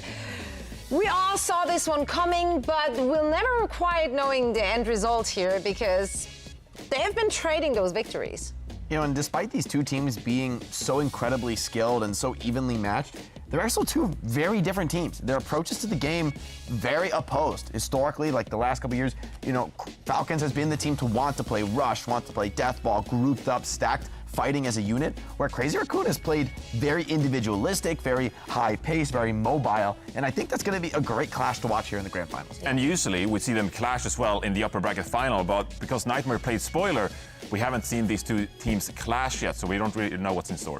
Absolutely, and all these players started somewhere, sometime, and you can too. So make sure to sign up for the Face It League. Once again, the signups are open. You might be able to play your way right into OWCS as well, and we might be covering you and your team in the grand final. So hit up the URL for more information, and we hope to see you on those servers. Best of luck signing up for that one and making your way up there with your team. You had the pleasure, honor, displeasure, what was it?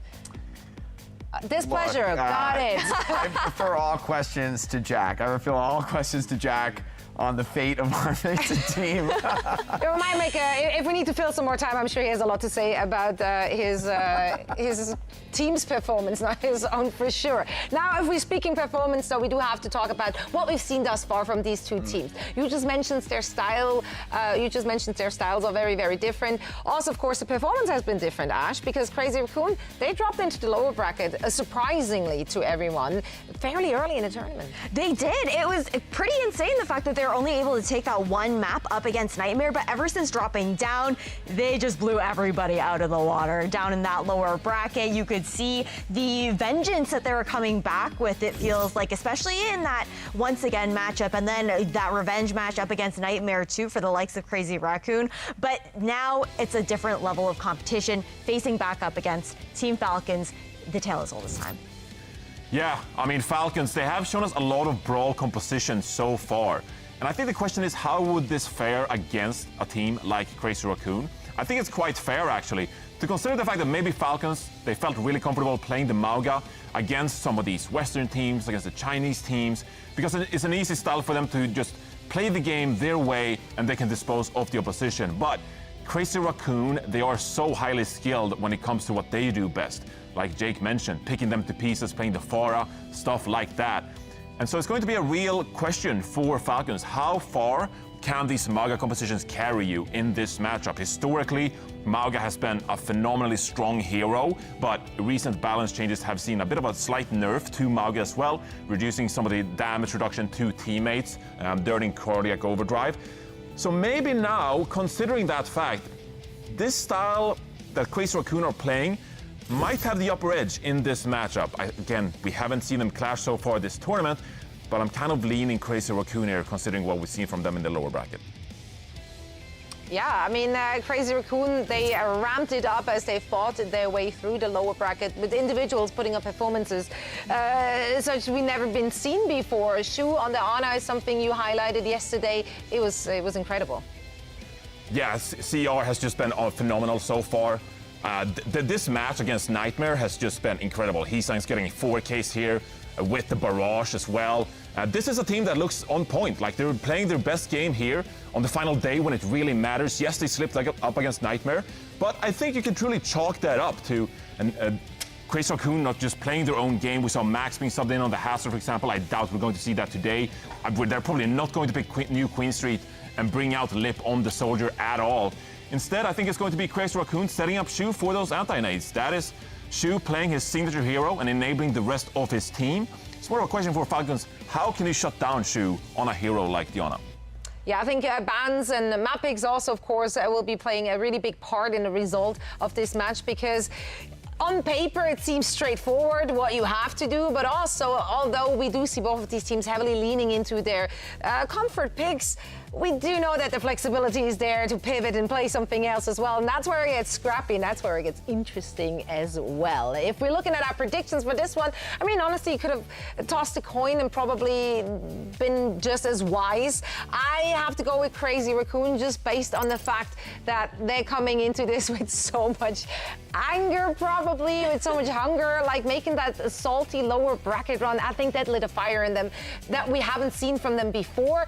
Just given the situation, this situation has never occurred before. They never had to do that. So I think they're really eager to prove a point, to brush off the shame from that lower bracket run. I've got to agree with you on this. I'm also locking in that 4-1 here for Crazy Raccoon. I think that it will be a heater in every single map, but I really look towards the difference in the back lines between both of these teams. It feels like Shu and Charong have just been electric, and when it does come down to the way that Crazy Raccoon are taking the fight to their opponents, it's really that backline that's made the biggest difference and has helped them turn those tides. I gotta be the dissenter here, actually. I kind of like Falcons right now. They came into this tournament refusing to kowtow to the meta. They've been playing their style, and they've been forcing every other team to bend the knee. I think that they're going to be able to get this win. I think, honestly, the back line is going to favor them. I think this is like the Brig Juno, the Lucio Kiri. These have been the more dominant support lines. As fantastic as Shu has been on the Ana hasn't been top of mind. I mean, he's been the one to bring it into the meta, to force it to happen. But a team as good as Falcons, I think they're ready for this matchup. I think they're going to potentially punish. I think if Hanbin finds the way to bring out the Diva throughout this series as a way to attack some of the dive combos, I think there's some map picks that are going to potentially really shift this in Falcons' favor.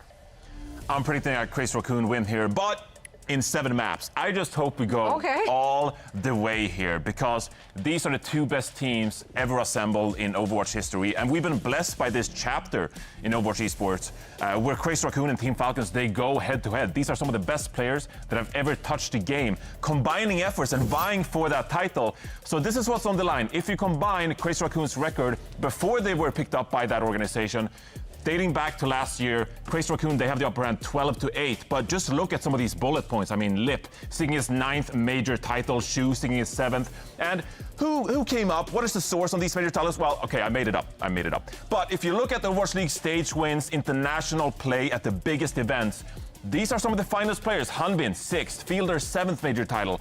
They have been victorious so many times before. You can see so many tournament MVPs available here too. Junbin last year at Dallas. Lip, a 2021 Overwatch League MVP. Proper, a 2022 Overwatch League MVP. These are some of the finest players we've ever seen touch the game, and now they're again vying for this title here at Champions Clash. Yeah, it's truly two all-stars teams facing off against each other. They're very familiar foes, though. They have been playing against each other for quite some time now. So I do feel like the weaknesses, if there are any, they are exposed to one another. Yeah, I think, these are the two best teams we've ever had in the history of the game. Very comfortable saying that. I think it's actually pretty straightforwardly true that the level of the game has continued to increase over the years, and they have finally delivered us two incredible superstar squads. Going to go head-to-head for the nth time in this grand finals. It's going to be incredible to watch. They know each other very well. They have very different styles, and so I'm expecting to see an explosive ban phase with both teams really attacking each other's strengths. Absolutely. I think you also, again, we talk about the energy that Crazy Raccoon are taking from their lower bracket run. It's also that rematch on the international stage from last time around, and that's why I've got to put my money on the Raccoons. Yeah, I mean, this is going to come down to the wire. Individual pop-up performances is what both of these teams are looking for to be dominant. Let's send it to our stage for our grand finals opening ceremony.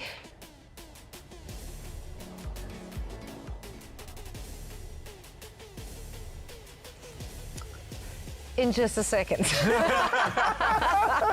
got a little too excited. There was no way I could make this one smooth. Yeah, but they need a few more times. But you know what? Good things take some time. That's what it is. Just in the last moment. Literally, I got to notice. So he nailed it. But you know what? Sometimes they need the players, they needed a second. They just needed that one last second. That's unfortunate. At the moment, I'm tempted to just count along with our producers in 3, 2, 1, and... Really? No.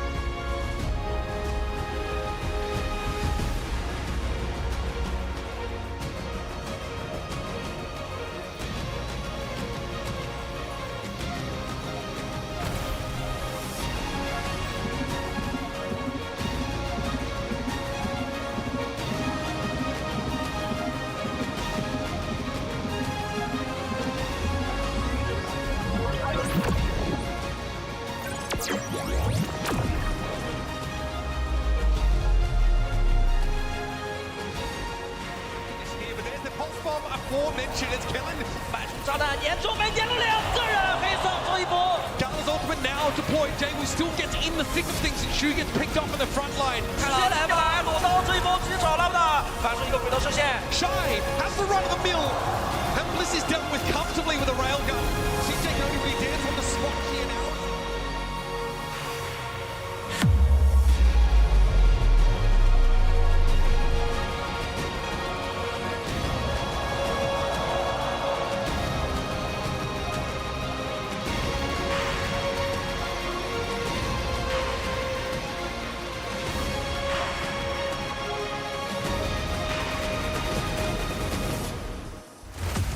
After 2 days of epic battles, only the strongest remain. 经历2天的史诗级鏖战，唯有至强者屹立不倒。Now, these two legendary teams stand on the grandest stage of them all. 此刻，这2支传奇战队已经站上终极舞台。But in the end, there can be only one champion. 但最终，冠军宝座只属于唯一王者。Who will rise? Who will make history? 谁将登顶？谁将铸就传奇 ？The world is watching. Let's find out. 全球瞩目之下，让我们揭晓答案。Now, please welcome today's competitors. 现在，让我们隆重请出今天参赛的战队。First of all, let's hear it for Team Falcons.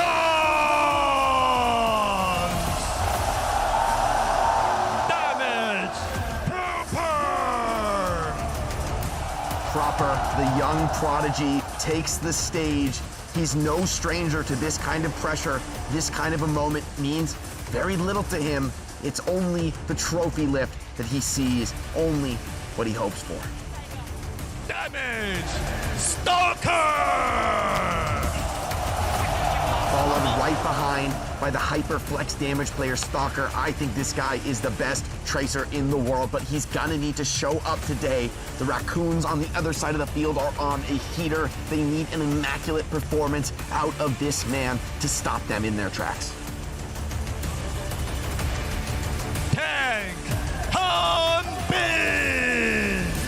Hanbin, a legend of the game, has been on top for so many years, and once again he finds himself on that grand final stage. Now, with the complete pressure of the team's tank line on him, only what he can play, what he can deliver for one more championship. Support! Fielder! So many major wins for Fielder. He has always been that man behind the curtain, the stable force, keeping the team alive, making plays when they need him most. The rest of the team relies on him for his consistency. He's going to be under massive pressure in this match. Support! Kiyo! Bending the bonds of what it means to play main support. This guy is nothing if he is not bloodthirsty, getting on the server, making plays, excited to see what he can bring the leadership for Team Falcons. And now their opponent, Crazy Raccoon!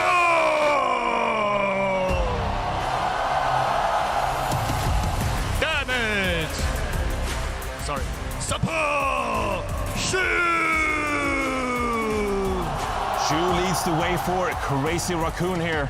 You've seen his Ana play this tournament lethal. Needs to be taken down by Falcons if they are to stand a chance. Signature player on a signature hero. What impact will Shu have on this grand finals? Support! Chorong made a name for himself on the 2023 Overwatch League championed roster of Florida Mayhem.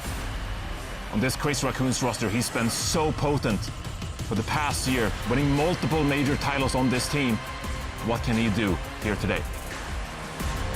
Tank Junbin! And Junbin, our 2024 OWCS Dallas Grand Finals MVP. That time he brought out the aces up his sleeve, the Roadhog, the Wrecking Ball. What heroes will he play here today against Falcons?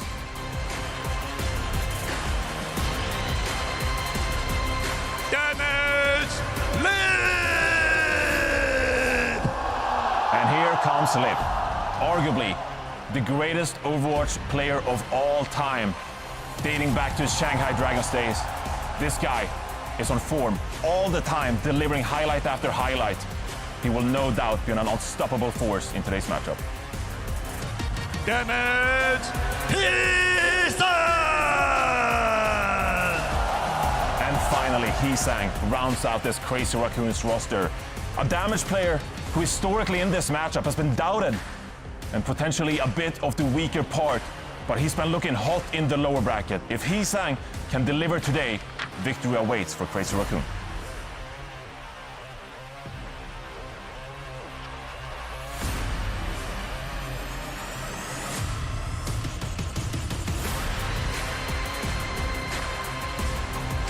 Two teams, one title. Who will be legendary? 两支强队，一座冠军，谁将成为传奇 ？The grand final is imminent. 最终对决即将上演。Let's give it to our casters. 有请解说接过话筒。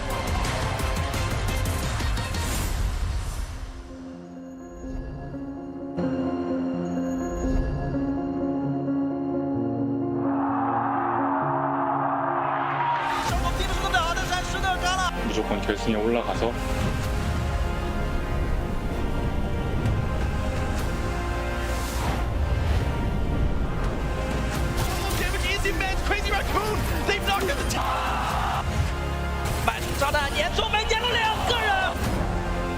일단은 결승전에 올라가 있어서 기분 좋고. Has already made his way through Alcancia, leaving nothing but blood in his wake.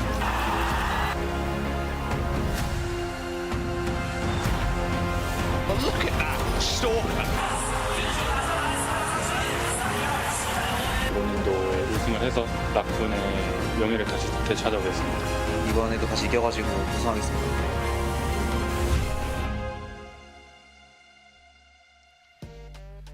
And so, once again, folks, it comes to this. We seek to answer the question that has dominated competitive Overwatch over the last couple of years. We're pitting Crazy Raccoon and Falcons head-to-head once more, this time for the title. Champions Clash. Hey, with the way things have gone, this is a matchup that we will probably see again and again throughout the year, right? I mean, these two teams seem to be just on another level from everybody else across the globe. Nightmare made it a little bit interesting, but this is the match we all thought we would get. Absolutely. Even though there were some bumps in the road for Crazy Raccoon as they end up in that lower bracket, they sure as heck took their anger out on everybody who stood in their way. And after both Falcons and Crazy Raccoon had summarily ejected the last foreign interloper here, they get the battle that, of course, was fated to be. The one thing I would be worried about for Falcons is that we've seen them being able to kind of get through this, playing a lot of the Maga-based compositions, and I don't think Crazy Raccoon is going to let them just do that, right, throughout this match, especially with how good Shu is on the Ana is just tremendous on the hero. Yeah, and look, and we heard, I think, from Harbin, while I was in the air. Let me just get back to, is that, okay, wow. A proposal on stage. Okay, we've got a little bit of everything here. Well, congratulations to the, I guess, bride and groom to be. Yeah, give me that close-up. Yeah, we're getting zoomed in on that. I mean, hey, what are we missing now? We're lacking this nothing. Event's had everything. We got augmented reality, we got an engagement, we got North America on the final day. I mean, hey, this one's pretty good. This Championship Sunday is absolutely delivered, folks, but there's still one final treat that awaits us. Last time these two teams went head-to-head, of course, was in the Stage 1 finals over in Asia. It's Falcons with a run back from that lower bracket to handle Crazy Raccoon in 6 maps. Of course, as the top seed here, Falcons do have the privilege of selecting the battleground. And we're going to get a rare Oasis map to start us off with a Protect ban, most likely here. Yeah, we'll see what they decide to do. Okay, so they get rid of the Orisa, and this is probably to protect some of the other heroes, right? Maybe there would have been a Maga ban here, potentially, because you think of Oasis, it's a map that we haven't seen really at all here. No. In this tournament, Maga is actually very strong. I could genuinely be, trying to eliminate a problem for Maga, or at least something that Hanbin and co have identified as a bit of a challenge for them playing on this map. A legendary map, I think, for these two teams because it was the arena in which we saw Crazy Raccoon play Roadhog last year in Dallas, shocking everybody. Not to say that we're going to be heading back to that this time around, but again, curious to see already some of the strategies at play because for these two teams, it's different.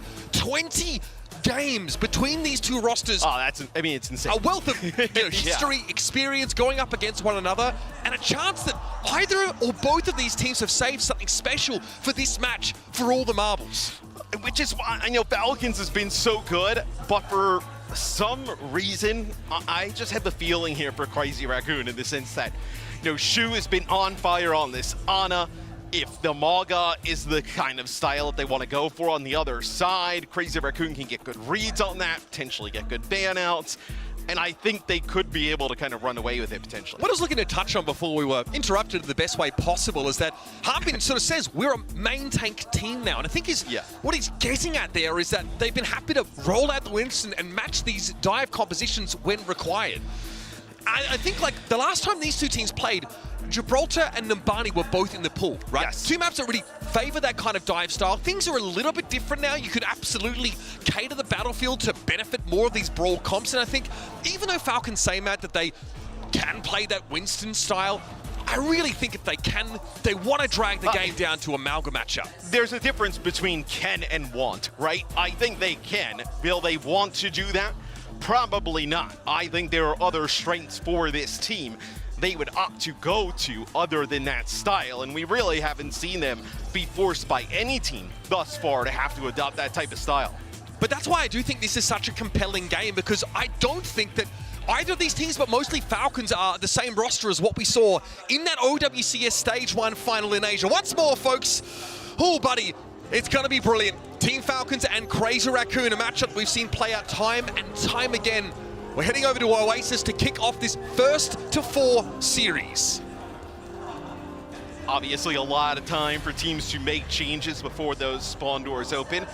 Also to point out, we talked about how Falcons using that Orisa ban to potentially protect like a Maga. On the other side, you did have the Genji get banned out there from Crazy Raccoon. So the Genji, a very strong hero in the hands of Proper. All right, false start, folks. Little pause called here. We got the crowd is going, like the music was going. Hey, consider that rehearsal. Yeah. I'm sure everybody's getting warmed up. I'm certain that this crowd is going to be extremely loud, extremely involved in this. And let's, taking a look back, Falcons have definitely been tested, been pressured, right? But I would say the team that has done that to the greatest degree, because these two teams have kind of dodged each other, right, is that once again roster. Yes. A really close game. And I'm sure the Falcons coming out of that are incensed that it was so close, but there are a lot of factors at play there. Home crowd, an incredibly aggressive dive-based team that is potentially still the antithesis to the way that Falcons want to play. Crazy Raccoon can be that team. The raw pace that they fought their way through the lower bracket with, that incredible game from Shu, they do have what it takes to topple these Titans. Falcons also dropped a map to Alcatia, right, in the first round. So it's not like they've kind of just rolled through everybody with relative ease, right?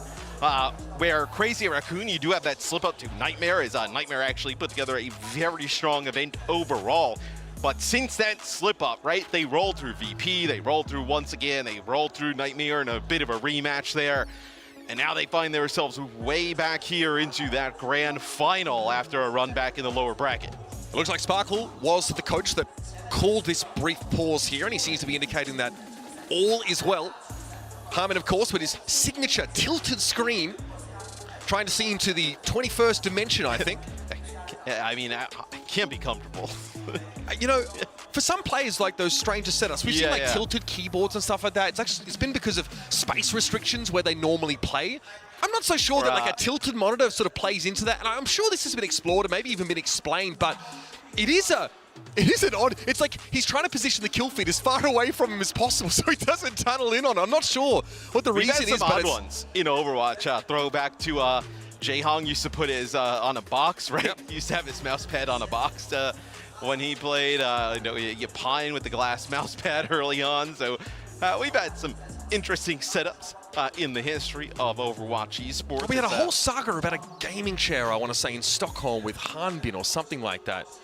I don't know. I believe we delved into the very deep annals of ergonomics and lumbar support on that occasion. The crowd was so ready.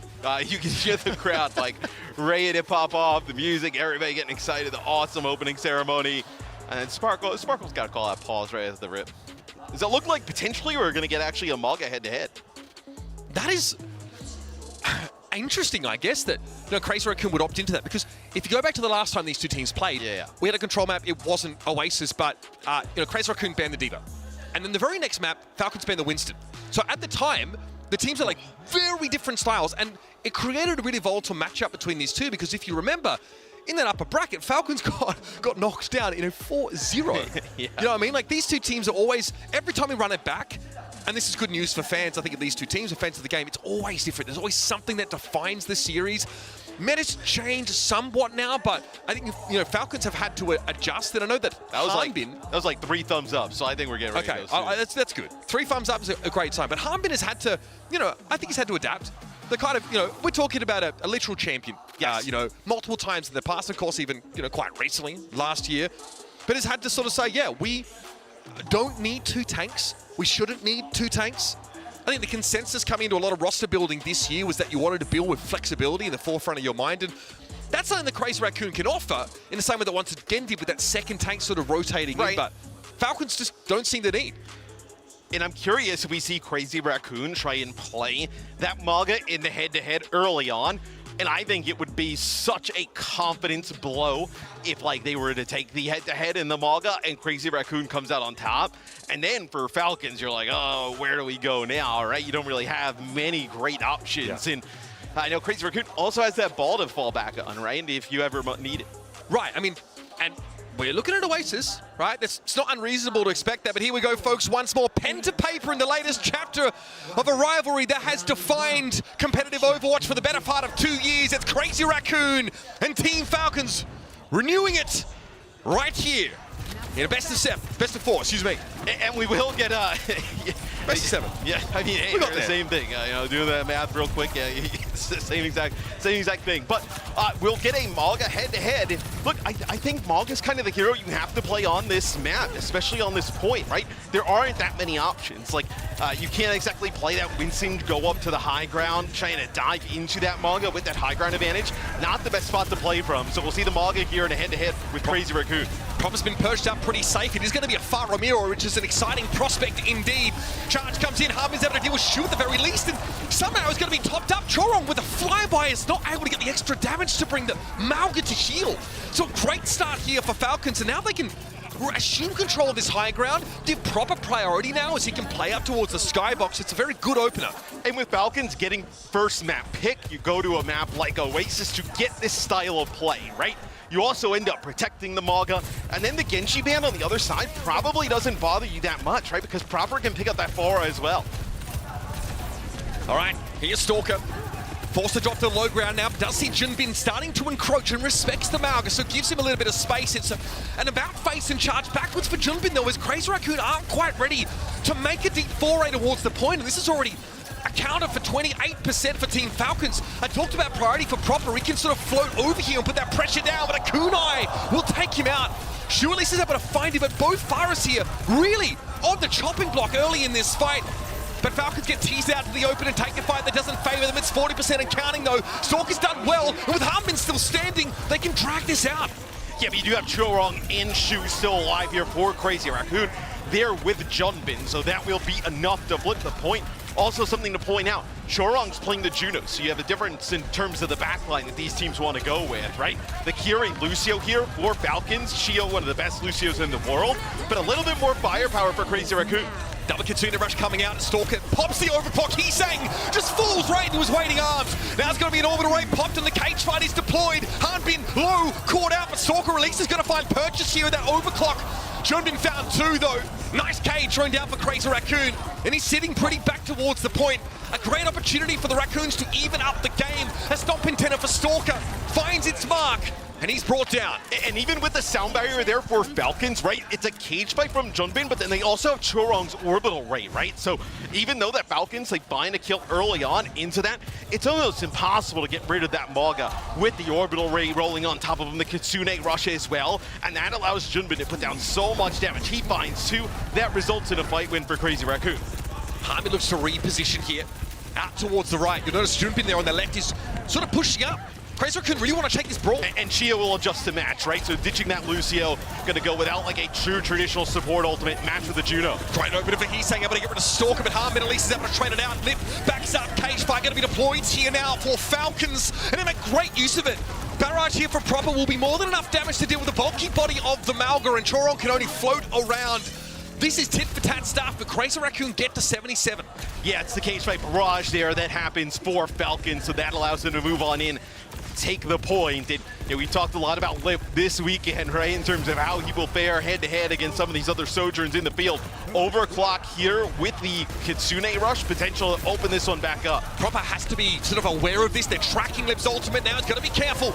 A dive back for Junbin, but Lip gets on the point, front and center, commanding the attention of the entirety of Team Falcons, and it's good damage on Hanbin, but Fielder and Chio have the healing throughput to keep Hanbin in the game. Big damage though, Hanbin struggles eventually. That front line buckles here for Team Falcons, and Crazy Raccoon flipped the point behind it.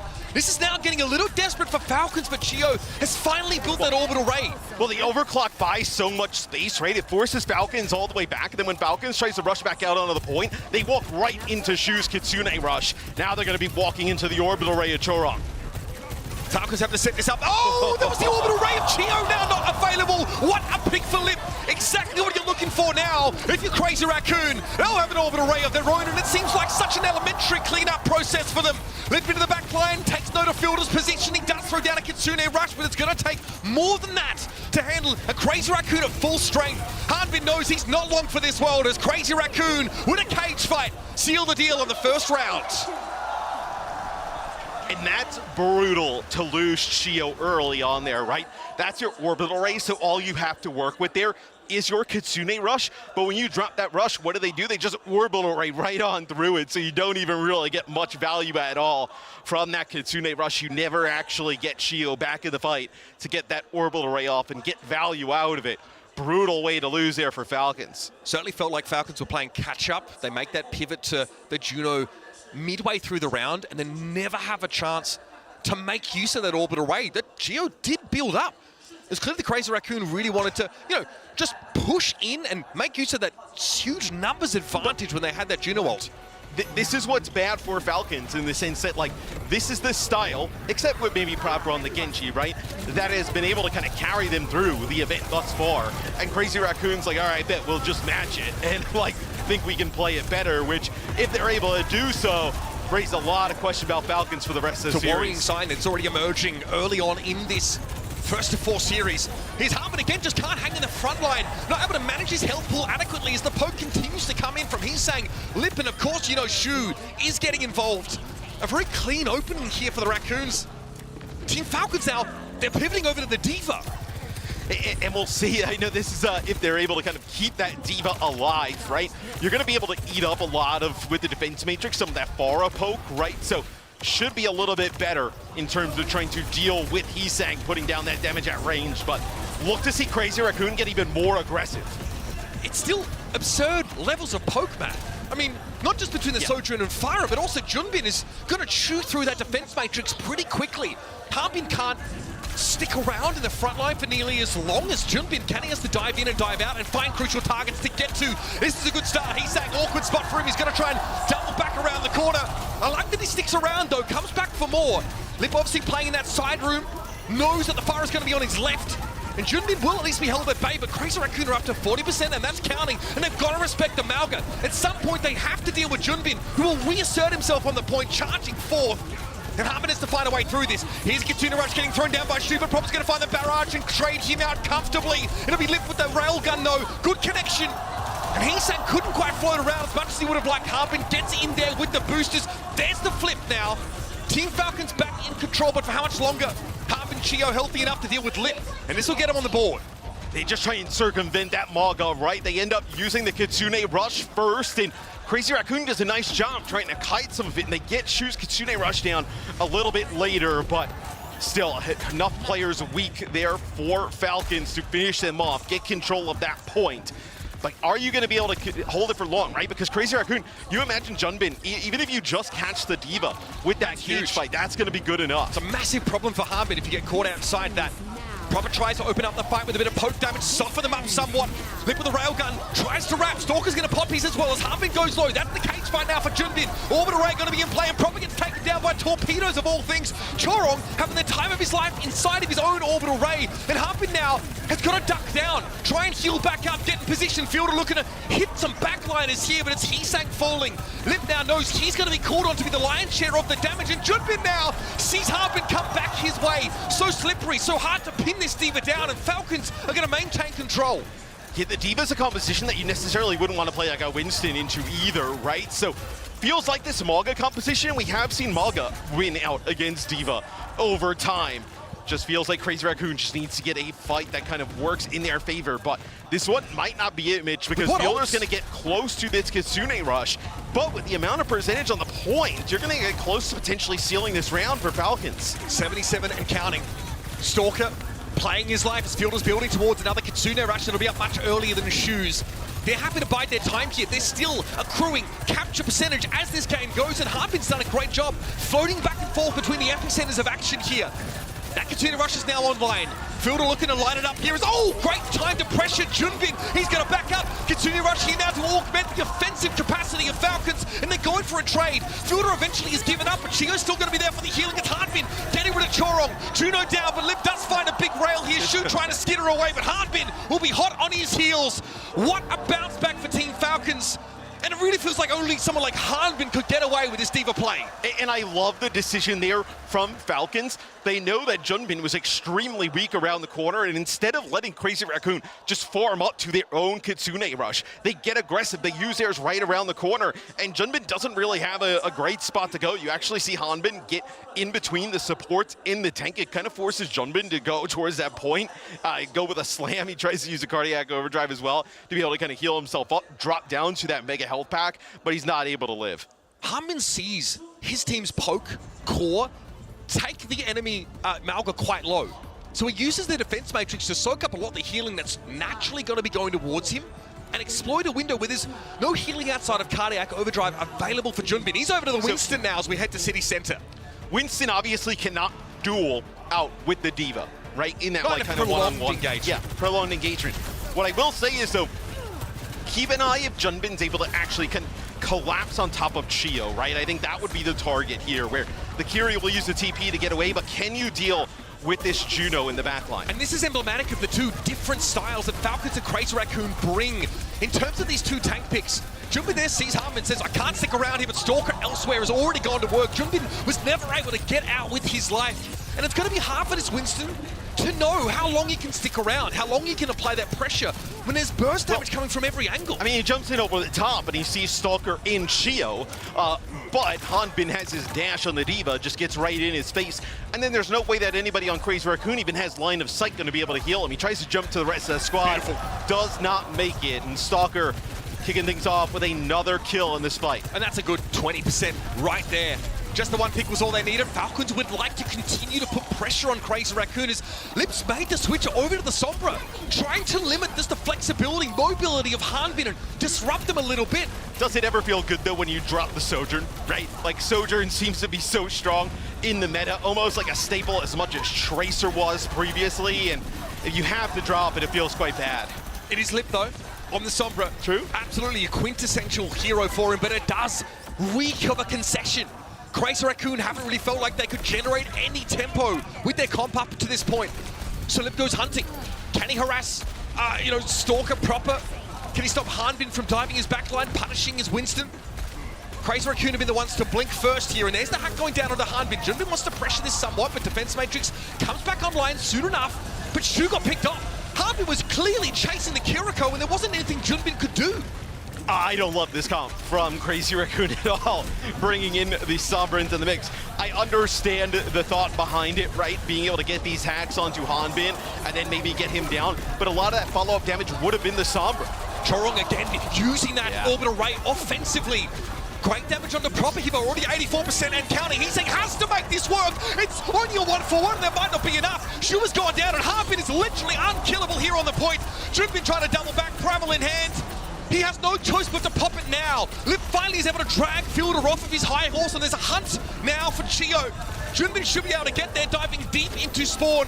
A timely primal range to keep Crazy Raccoon in this game, but overtime still ticking on the point, and they've lost Lip. Hesak now wants to try and tear strips off of this D.Va, as Stalker's already dealt with Junbin. He can never really get back into the fight and help, so Hesak's gonna play his life, stay alive as long as he possibly can. But Stalker's sitting on a railgun here, and Wall Buddy nails Shu with it. Tough to bounce back from that one, indeed. Chorong desperately on the Lucio will also fall to Stalker. And that's all she wrote, folks. What a first map. We are watching Falcons adapt once again to their age-old rival. And they never actually get rid of Hanbin on the point there. Able to stay alive for so long. We're on board with Junbin as he uses the Primal Rage, pushes on in. What ends up happening is actually he gets taken out by Stalker in Proper off the respawn.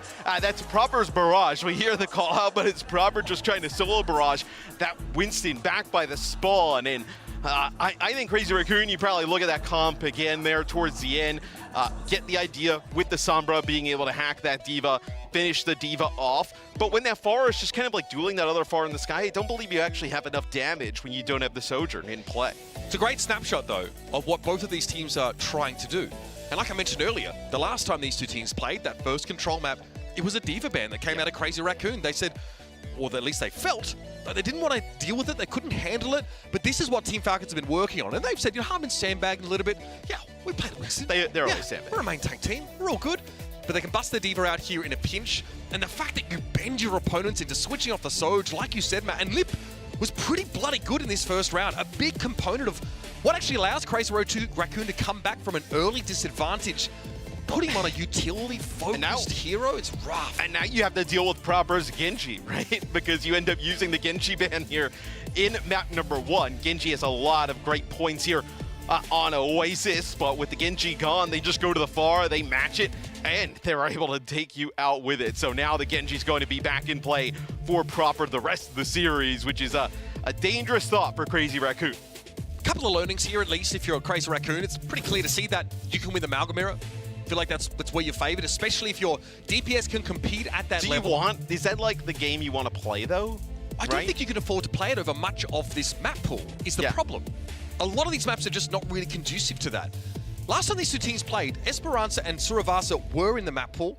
We saw them sort of played out, as well as New Junk City. So a couple of battlefields that are familiar, at least for these two teams in recent memory, but the rest of them, like you've got Circuit Royal you could throw in here. Like does Max come in and play like the Ramatra or the Sigma as we saw? They handle VP pretty comfortably there. A ton of options for you, but you're feeling pretty rough about losing this first map because you definitely pitted your idea against Falcon's idea and came off second best. I think you can go to like Suravasa. I think that's a map that everybody feels pretty comfortable on, especially coming right out of Control, and then also some of the hybrid maps teams will like to avoid, so potentially we could see Suravasa coming up next. Then also at this event, you know, both of these teams have been tremendous on push, right? Just absolutely just blowing people out on push, so maybe that's another option. Yeah, I mean, I'm very curious to see where Crazy Raccoon go, because like I mentioned, you just might have a couple of extra ideas to deal with a team like Team Falcons, especially if every interview you've given over the course of this Champions Clash, you've said that you expect to end up playing them in the finals. Could play like an Esperanza. Right, take us there. I mean, that would definitely like open up for the Winston comp, right? You can play Malga on that map. We've definitely seen teams go for it. Do you ban Malga if you're Crazy Raccoon? I guess then what? That puts you in a world in which you're playing Diva into Winston potentially, right? I mean, yeah, Diva, Winston style. You're sort of banning the Malga. I think you are concerned about the Diva. Okay. Suravasa very reasonable. There's also this other question. What about Shu? Are you trying to set up a game condition that allows you to have Ana in like a reasonable place and try and exercise an advantage there? Fielder is on the opposite team. So it's not as if you have the Ana GOAT and there's no opposition for him here. Okay. He's a Malga ban straight off the bat. Yeah, this is kind of going how I originally had mentioned, right? Suravasa, Malga ban, and then let's see what Falcons decide to do. You could get rid of the Ana here if you're Falcons, right? Because Crazy Raccoon would want to play that Winston with the Ana potentially. We'll see what they go with as the ban will come in. It will be Torbjorn. So we have seen Torb like in the past, right? No, Torb can be a little bit of a nuisance when you're like playing like a Hazard or something along those lines, right? I think it's the most hostile to Hazard and Tracer compositions. Yeah. But Genji's open here. You can't ban that out. And there's a real world where this is just a DPS. This also might be one where you don't exactly want to, there's nothing else you really want to target, and potentially you just kind of throw this in, right? Honestly, if you're in that position and it's map number 2, you're feeling pretty good. There's nothing that sort of reaches out of the page to you with something that needs to be dealt with or you're trying to avoid. That definitely speaks to a surge of confidence here for Team Falcons. As of course, Crazy Raccoon will be electing to take us over to Suravasa. And like I said before, we did see this. Crazy Raccoon won this in the second map against Falcons. Falcons banned Winston on that particular map. So different approach, different strategy here when it comes to the bans. It'll be Malga and Torb off the table. So the Malga seemed like one that was definitely going to go at some point during this series from Crazy Raccoon. Potentially early, right? You lose this, you're in some trouble. I guess they just don't feel like playing the mirror, because in the Malga mirror, I think they looked extremely serviceable. Very reasonable there. Which is odd. We're kind of seeing the two teams' styles cross over at points, but we might be in for a treat, folks. A good old-fashioned Kiriko Lucio Winston Shell. Tracer Genji mixed in. It'll be nice to see that. Sojourn obviously still on the table, still a very good option to go with here, especially with a perk that gives you those 2 slides, that extra escape potential should Winston come knocking. And like how you mentioned, getting rid of that Torb opens up some Tracer play, right? And if you're Falcons and you have Proper, Tracer is an amazing pick, especially to combo with the Winston. And he's saying someone who's been looked at as Johnny, sort of talked this team through the intros as someone that would need to step up, would need to raise the level against opposition like Proper and Stalker. Can he do that on this map? It's time for map 2, folks. Those are the early pleasantries being exchanged here already. Lip getting some attention from Harbin as Falcons are the first team to make a surge forward. And a lot of these Winston-based compositions with that Tracer in the mix, right? Or how well can your Winston and Tracer organize on those dives as Stalker connects with a railgun shot as the player crosses the point. All right, bubble down here for Junbin. Got to be careful. Lip also getting a little bit low now. Bit of buckling happening on the Crazy Raccoon side of things, and Falcons are not in a hurry. They put Harbin forward, and Junbin is just too low. Look at the ult charge here between Stalker and Lip. I mean, 54 to 24 there in that first fight, the neutral. Just so much more damage out of the Sojourn on the side of Falcons. I mean, it paid off there. You saw that Junbin was low, tries to dive up, and eventually gets taken down. Definitely getting a lot of stares here from the enemy Sojourn. We're on with Stalker, and you can see that every time somebody crosses the point, he's connecting with a railgun shot, right? I mean, whether it be Lip, whether it be any of the other players.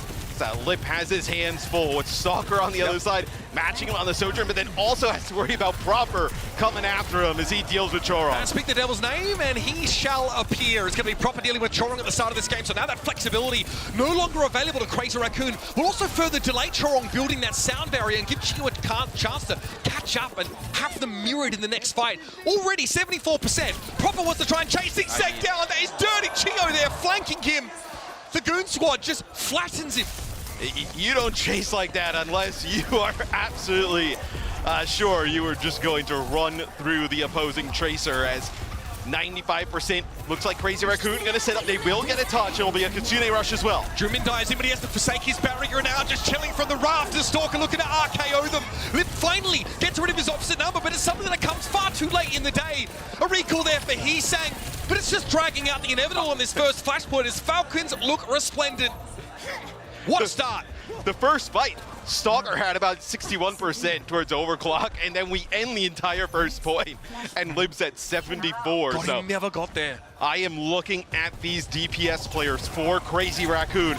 You need to step up to match the firepower that Proper and Stalker are putting out. Okay, a little bit dicey there for Hanbin. Didn't really have anywhere good to go. She, of course, will chime in when the damage is needed. So a good start here, but both teams come in with relatively matched ultimates. A pulse for Heesang might be the difference maker, but sound barrier on both sides. The kill happened so early, and it is Hanbin, that you're going to get back here and get a fight for Falcons. For Crazy Raccoon, though, you do get this advantageous position to be able to sit up on some of the high ground. Hanbin steps up. It's going to be a sound barrier now deployed for Falcons. Chorong has the laser beat, and Junbin clutching onto this primal rage, looking for a good use case. Lip, oh, buddy, that's brutal. And again, the head-to-head of Sojourns is going to be instrumental on this map. Stalker wins it out once again, and the rest of the ultimates, frankly, just don't end up mattering. Hanbin back to the point. Team Falcons happy as Larry, Proper stashing a pulse bomb for a later day. Later beat from Crazy Raccoon does not matter. Is Falcons being, do we see it there from Lip's POV? Junbin is actually primaling Stalker. Stalker just turns to his left and just domes Lip there. It's almost with as a if railgun Junbin shot. delivered Stalker to get in position to kill Lip. And Falcons is in a 6th spot now, right? I mean, you have this Kitsune rush. You're going to end up with this overclock as well. You can take a little bit more of an aggressive fight if you want. They're going to try and burst Junbin down with these ultimates, man. I'm sure of it. Lip with an overclock, but what is he looking at? He's got nothing to see, and he's been zoned out of the fight entirely. He has to spend his time trying to swat at Proper, who is never going to stand still long enough for the Sojourn to find the kill. And there it is. Burst Junbin down. That's the strategy, but finally Lip gets in there, and it's on Stalker of all people. Proper now once again embroiled in a deadly duel with Heesang, but he's always got help. Chio always seems to be there, but Heesang's done his job. He's drawn these two players away from the main formation, and he does eventually go down, but Crazy Raccoon returned to the roost with their Winston in tow. Yeah, but is it enough, right? You still have Shield, Fielder, and Proper alive here, so finally they are able to flip as Fielder trying to get a TP out, not able to make it. But Falcons set up still here. Mitch in a fantastic spot. Overclock here for Stalker coming on back. But double support all for Crazy Raccoon, right? So you're going to have a huge advantage in that regard. The beat didn't matter last time. Your 2024 World Finals MVP made sure of that. You use beat and the Kitsune rush here for Crazy Raccoon, and you lose this fight. It is chalk. Yeah, pretty cooked. Heesang there is forced to respect a glancing blow off a railgun, but still one that forces him out of that sideline. Crazy Raccoon here looking for anybody to poke their head up. It's going to be Hanbin going in first. Stalker with the overclock. What an aggressive position. The guy is unchained. Junbin's having to deal with him now, and a sound barrier comes too late. Crazy Raccoon get a ton of value out of their overshield. Chorong, of course, gets himself onto the kill feed in the best way possible. But a really aggressive thrust there for Falcons. Yeah, Falcons, they end up investing their sound barrier and their overclock there. It is the double support they'll use there for Crazy Raccoon. Is they will pick out the Stalker off the respawn. Is it will be one person getting on and touching, but Crazy Raccoon should be able to tie this up. All right, looking good now. Shu just delivers that Suzu to make sure everything's hunky-dory. He's proper. We'll try and drag this out a little bit longer. Let's just swat him aside. Young blood, let me talk. It's always so dangerous though when Proper's on the Tracer, right? Every time you see him, regardless if you know his team is down, a player or two, there's always a thought that he's just gonna the possibility of magic whenever I see that guy. He is just going to come out of nowhere and just kill two players with one clip. Take stock of things here. Primal Rage is to be matched in the next fight, but Crazy Raccoon have the tools to just burst Hartman down if he gets too cocky. Lip slides in, disrupt the shot, throwing down, and potentially protected from a dive. Ooh, that's Fielder getting picked up. Stalker, though, does him one better. Gets rid of the Lucio of all things. But the Primal Rages now start to be a factor. It's a messy fight, but Stalker is out of it. Here's Junbin now, swatted away by Hanbin, but is healthy enough at least to retreat into his bubble. Flashpoint only now available. Such an early fight taken by both these sides that they didn't want to wait. Fielder has a Kitsune Rush to bring it to the next engagement, though. Yeah, and Proper actually stays alive on the point, so at that last moment, it's just the Tracers and the Winstons alive for each team, and Proper was on the backside by that point, able to just kind of put a touch on it there, drag Junbin and Heesang back, and then he deals with Heesang, everybody coming off of spawn. Quite interesting is Falcons are pretty fortunate they end up winning that fight. And they also end up holding onto the Kitsune Rush, not of their own doing, right? Fielder gets domed by Lit right off the bat. Hard to avoid making a pound-for-pound comparison of these DPS match. Stalker v Lib, Heesang v Proper. It definitely feels like it favors Falcons across the board. 46% and counting, and a fight won without a singular ultimate to be invested. Very good signs for your team in blue. It's so dangerous on this point because you see Stalker able to farm these railguns, and you're just kind of walking around the corner directly into them. All right, we're at a crossroads, and I'm not talking about both of those Kiriko ultimates. There's a sound barrier now for Chorong, matched by Chiyo. It's getting hot and heavy in there. Up to the skies, Junbin goes, he goes low, but Lip is the one under real pressure. Harbin's having to deal with it now, but gives up his life in order to claim the Sojourn. Junbin might be next on the chopping block, and Fielder ensures it. Chorong, though, absolutely wants to knock heads together in this engagement, and there's a flip behind this. Crazy Raccoon back in control, but Stalker's not out of the fight yet. Flanked by Fielder, trying to keep him in the game, but a self-Suzu means that Fielder's effectiveness is limited. Stalker still wants to have a crack at this now, but there's too many bodies to look at. And it feels like this is just biding time for the team to return, and they have. He feels safe enough, though, to kind of go around this corner, form up a railgun shot, right? That's what he's trying to do, potentially take one out. Now the rest of the team back in the fight, see if he can set them up. They're relentless, just relentless. Falcons back for their prey once more. Proper forced to recall there as he dies in Chorong's direction and is booped back. Lip's got a good off angle here, and Falcons decide to regroup for a moment. You're going to build up towards a Primal. You're also going to maybe take enough damage to end up building up here towards your Kitsune Rush. Hanbin just controls that Mega, picks it up for himself, sees Junbin there and gives him a bit of a tickle now. Knows the jump is on cooldown, so Hanbin can hit this backline. Has his jump available. Primal now active, and Lip is getting good damage on him here with those 150 rails. Great damage on Hanbin there, and Fielder can't save him. Kitsune Rush still going to be deployed to the point for Team Falcons now, and they need to work through Crazy Raccoon, but Chorong, I tell you what, these final blows off the Lucio have been ridiculous. And a sound barrier, and again, the perfect time will give Crazy Raccoon the leg up here. 2-1 in flash points, and the Trash Pandas have come alive. That Primal from Hanbin left a lot to be desired there as he jumps in, just starts flailing his arms and becomes a pinata there. That Lip and the rest of the go just farming up. I mean, that's the risk of diving a Sojourn with that perk, with overclock available. It's pretty easy to hit a Winston in your face, and it's pretty easy to chunk him down quicker than he can be healed. Sound barrier here for Falcons. Yeah, this is really early. For position, not for the point. I mean, there's 15 seconds left before the point even unlocks, right? It's just Junbin going on in, popping Primal, and then getting that sound barrier out. That's huge. That's ugly, man. Pulse bomb there for Proper doesn't quite reach its intended target, and Heesang sees a low health Tracer in his field of view. Fielder falling already, and Crazy Raccoon capitalize on a real overstep there for Falcons. All the composure they took into the first map, and most of this seems to be gone. And maybe for Falcons, you thought that there was going to be more follow-up there when Junbin goes on in, ends up using that Primal, and then you end up using the beat. but as soon as the beat gets dropped, he is out of there, and that just sets him up perfectly. They have a Kitsune rush to follow up right after that. The tide seemed to be turning in favor of Crazy Raccoon. Harbin jumped down by a lot of this poke damage early. Stalker now is looking for an opening. Needs to find a winner, but a great bubble thrown right in his way is going to be a problem. Junbin dies. Chorong tries to keep him up, and Elise is able to find the trade. They got rid of Stalker. Sojourn gap being exacerbated, but Falcons still in the mix. Lip goes down. Proper sees a pretty easy target, and Chorong there. And Crazy Raccoon will have to satisfy themselves with about 60% before the flip comes back and Falcons fight for the map. So it's that overclock that comes through there from Stalker. They absolutely needed that big burst of damage from the Sojourn, and they have a lot to make up here, right? Crazy Raccoon, you're gonna have a fight that you can probably take here, maybe try and get that rush out, then come back. You're still gonna be in the lead and have double support on. Lip repositions, trying to keep an eye on Stalker, but instead turns his attention to Geo, but that leaves him open to Hanbin. Tickles him down, Lip going low, but the healing's been so good here for Shu. Sound barrier now for Chorong. Geo doesn't have his available right now, and Hanbin's looking for a primal rage moment, but Junbin's doing him one better. He's found a squishy Stalker and tears him limb from limb. Shu is out of the fight though. Hanbin's able to get one at least as he lands, and Lip desperately tries to reposition. What a rail shot onto Hanbin. The overclock pays dividends, and Team Falcons, for all their bluff and bluster, blunder here as they try and close the point. So Falcons will end up taking a brief lead. It'll be switched back here to Crazy Raccoon.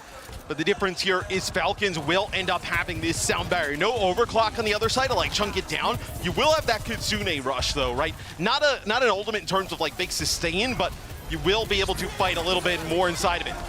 His Stalker flips around, sees the Kira, or rather, Sojourn, just descends upon Lip. He-Sang's Pulse Bomb does find purchase. We got a 4 versus 4. Stalker now out of the picture, and He-Sang's looking to make this even worse. A quick flip on the point there as Raccoon were about to take the map. But still, they've got the numbers now to push the rest of Falcons away. Geo down, nice little right click there from Junbin. Classy stuff. And now it's about dealing with the dregs. Oh, buddy, it's a good old-fashioned bar brawl as Harbin tries to drop on in. Bubble gives him a bit of space to breathe, but the rest of Crazy Raccoon quickly exfil him from the point. Way to bring me another. It doesn't get any better than this. So it'll be Crazy Raccoon tying this one up. We talked a little bit about it in the pregame, right, where you were like, oh, I know Hanbin says they have no problem playing that Winston. I think there's something different about saying that and then doing it, right? And I think as the map went on, Crazy Raccoon started to figure it out and had a big advantage over Falcons. I mean, against probably any other team at this tournament, that's I would totally believe fine. Hanbin, Yeah, right? totally fine. Here, though, if you're in the Thunderdome, if you want to take a dive mirror against Crazy Raccoon, you had best not miss. And still a pretty competitive game. That first Flashpoint, I think, was very strong. I think we are to see Falcons DPS players put a lot of pressure down on Junbin early, take him out, start of the fight, snowball from there. That's fine. But as the game starts to settle in a little bit more, we start to see those Winston rotations, and just the fact that someone like Lip is being dove frequently and always being kept up. Shu is never leaving his side, really focused on making sure their Sojourn can stay in the fight.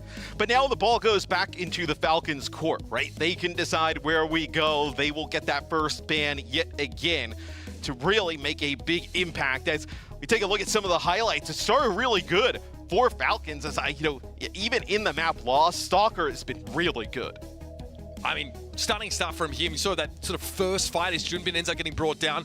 Chorong is someone who appears in the kill feed probably more frequently than most Lucio players that you see, especially when these fights start to break down. There were many such occasions where we saw that. You mentioned a couple of these primals from Hanbin where he really makes a beeline for Lip. There are options here for Sojourns. Yeah, I mean, look at the health. Look at how it drops. There are options now for Sojourns to sort of deal with this, right? You have an extra slide if you're going to go in that direction perk-wise. Giving yourself 150 max charge doing Railgun means that you can pepper that Winston down a little bit quicker. Yes, Primal gives you a massive health pool, but when everyone starts to turn and looks to burst that Winston down, Harmon quickly realizes, I've made a big mistake. I've completely overextended. So if you're Falcons, your options here, at least in my opinion, you can play Runa Sapi, right? That's a map that doesn't even really kind of lend well towards like dive tanks anyway, right? So you can potentially go there. Obviously, Circuit Royale, a map that doesn't play well for those either, right? You can get, Hanbin, whether it be like on a Diva, a Sigma, something along those lines, or Matra even. And like I mentioned, Runasapi is a map that, even historically, like when there's not been bans or whatever, Winston's not really great Same with like a ball. It's not really awesome on Runasapi. You kind of have to play like Maga or Ramatra types of comps. Is there a world where, you know, Falcons tries to play a poke comp?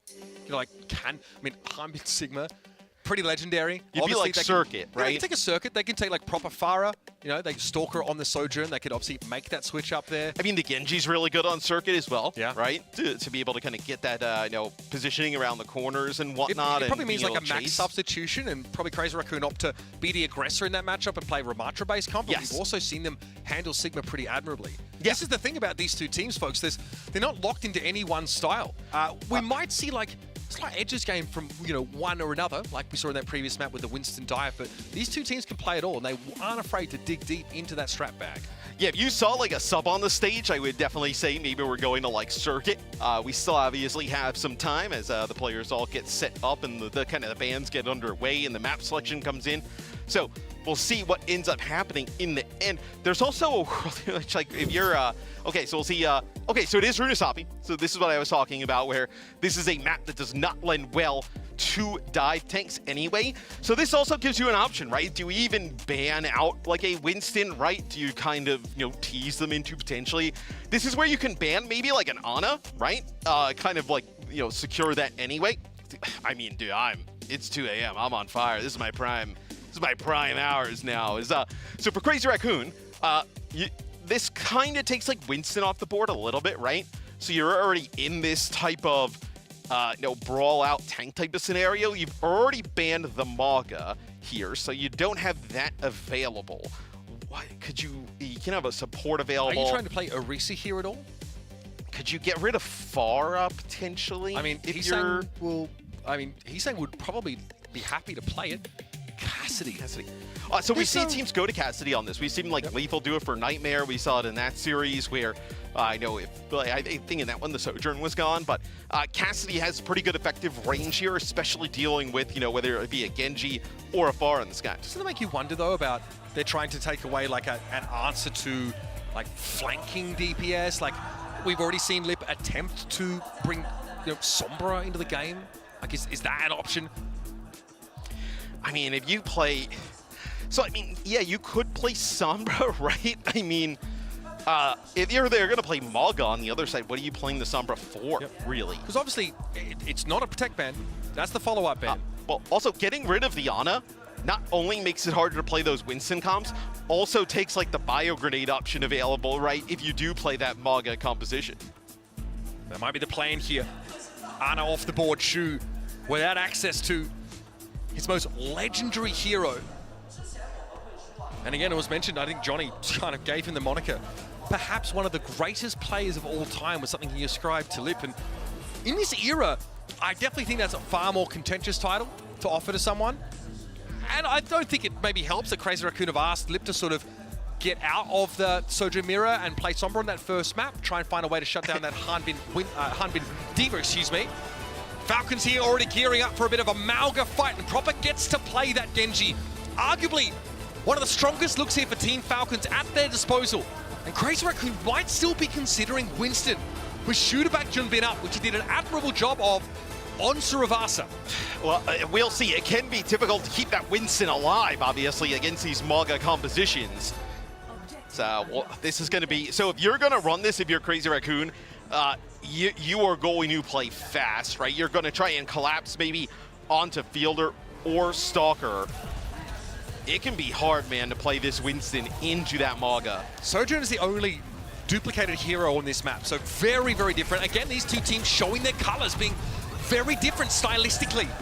We'll have this neutral fight played out where Junbin really wants to establish control there, such that he'll throw a bubble. Harbin's just looking for a bit of a reposition, so Falcons have seen something they don't love. It might be this Pharah that they've got to answer. And this isn't the type of composition for Crazy Raccoon where you will really kind of initiate, right? It's about Falcons maybe trying to come in there with Hanbin on that Maga. You get him quite low, and then when he's trying to charge away, that's when your Winston jumps in, and that's where you try and finish him off. You see, that's priority number one for Lip, is just trying to keep that Mauga health pool as low as possible, and Gio doesn't really have the mobility to avoid that questing rail, and Lip finds yet another one. Here's the issue, I guess, for Falcons. They're too slow in achieving their aim, and Lip really had all the room in the world to work in. So the comp for Falcons, right? You want to go. That's how you get the most value out of the Mauga and the Genji. And Crazy Raccoon is just kind of welcoming them in. Like, okay, dive, right? Go, use that charge, come on in.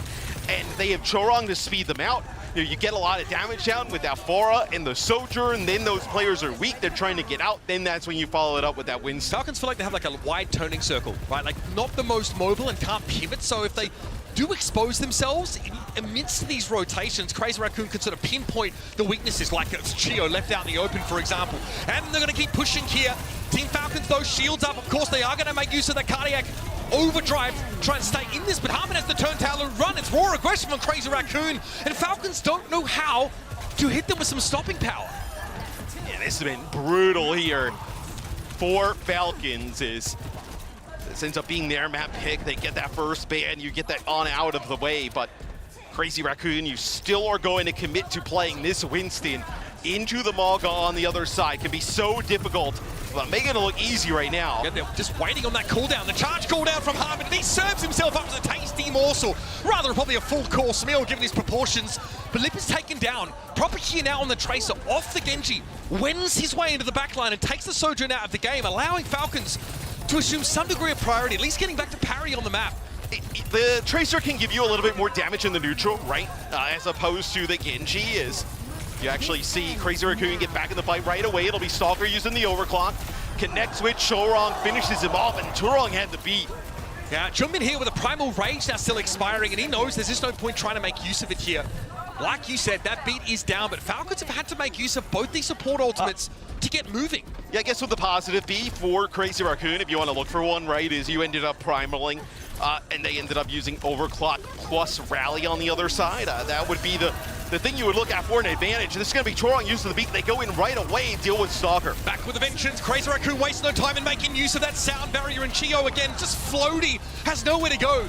He sank to a beat on him and did not let him out of his sight. Harmon now kind of trapped in with the enemy team after throwing that cage fight down. And once again, Crazy Raccoon show why this comp looks so good against Falcons. Proper might have switched to the Tracer because Falcons don't feel comfortable full committing. Yeah. They're also trying to draw something out of Crazy Raccoon, but Harmon, but if you charging, can be so easily punished. But if you can't full commit, like, then why are you playing Mauga? Why are you playing Mauga? Yeah. Like, this is also something for Falcons, right? You could definitely play D.Va into, right? Like, we saw them do that with this type of composition on the first map. Chorong again goes down first. Another first pick here on the Lucio for Crazy Raccoon. Quickly get back involved. Field of Falls. Lip is now hitting these railguns, and it's being felt by the Falcons. They're going to feel it in their bones on a cold day. It's hitting that hard. Now, of course, we'll have a checkpoint secure. Crazy Raccoon definitely in the lead here on Runasapi. They get Chorong first, but it's a Kitsune Rust from Shu that ends up carrying them over the line. And now look, Hanbin, he's going to have to obviously play aggressive, close this gap, maybe ends up using the charge, and they're going to end up using the barrage and the overclock, and they're just going to burn him down. They've done this like 2 or 3 times already. Heesang wraps around. Those are Falcons still somewhat in disarray. Harmon at least is getting forward, trying to contest, and is actually moving the bot with Proper back to a more neutral position, but there's a whole fight brewing elsewhere, and that's the barrage to burn the Mauga down. Dirty little direct hit there, and desperately Chio is trying to skitter away. Proper has managed to abduct the bot. Credit to him there. Just 60 more meters to go. Yep. Get those hiking boots on, son. They found him. Right. So, I mean, I guess benefit there is Proper moves the bot back towards the mid-map. Doesn't allow them to just kind of keep rolling it in to the Falcons base, but it still has looked really ugly. Prime up here for Junbin. Not much else to speak of, though, for Crazy Raccoon. Last time we saw Stalker with this rail, he finds a key first pick. OC at the ready. Harmon again, been tentative this map.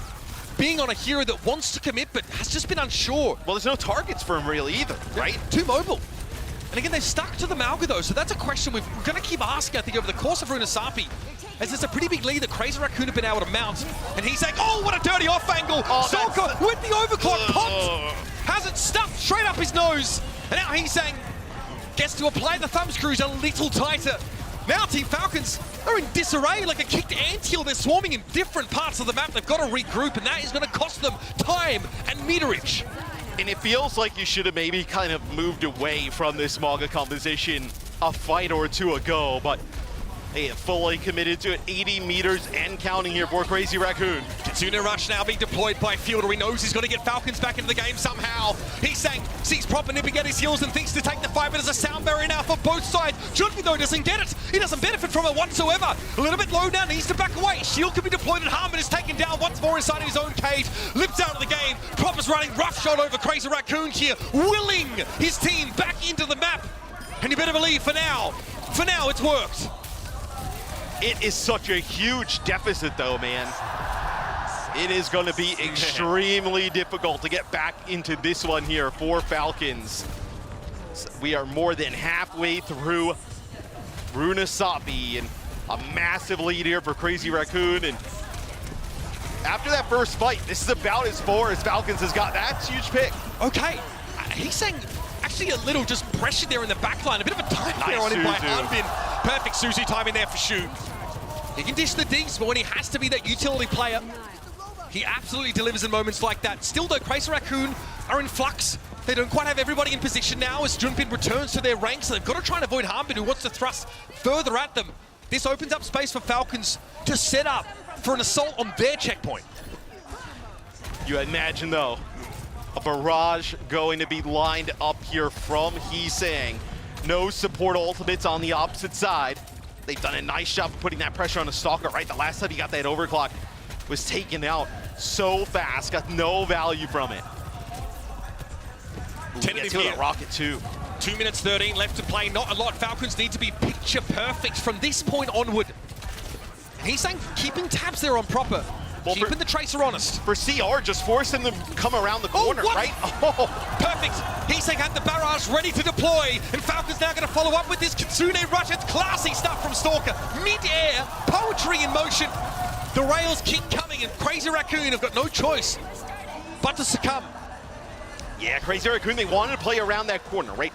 Force Falcons to engage around it, you know, maybe have Hanbin charge around, try and collapse the proper, then you could have followed that up with that barrage as they got aggressive, but Stalker goes inside of that house, takes out Heesang from the side, and that opens things up for Falcons.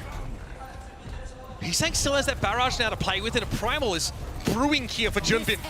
It's going to be an overclock to start the fight, though. Stalker again wants to keep Heesang out of the fight. He's got to respect it. Sound barrier has to be deployed there by Chorong. Was getting a little bit dicey, and here comes Heesang looking for a mobile barrage, but it's a sound barrier that stops the ultimate entirely. Falcons now in a position to snap into the lead for the first time this map. Primal for Junpei looks a little bit awkward. He's out of position, out of sorts, out of the game for now. And Falcons are approaching the total of Crazy Raccoon with less than a minute left to play. It's that Crazy Raccoon on the receiving end. And this would be why you don't see a lot of teams play Winston comps into Mauga, as eventually it just feels like once the Mauga gets rolling, once you start to figure out how to play against that Winston-based composition, you have a huge advantage. And now Crazy Raccoon, they will go to a Mauga of their own here at the very end, but Falcons, the damage has been done. They've taken the lead. If that isn't admitting defeat, I don't know what is. Hanbin has the cage fight at the ready. Lip here needs to make his way through it. He needs to open his cage up if he possibly can, but Fielder already out of the game. That's been dealt with at least. 3 players out for both sides, and Shu had a Kitsune Rush. He's not going to have a chance to deploy it. Lip might be called on here to save them, but there's just no space, no time. And Stalker deals in a quantum death blow.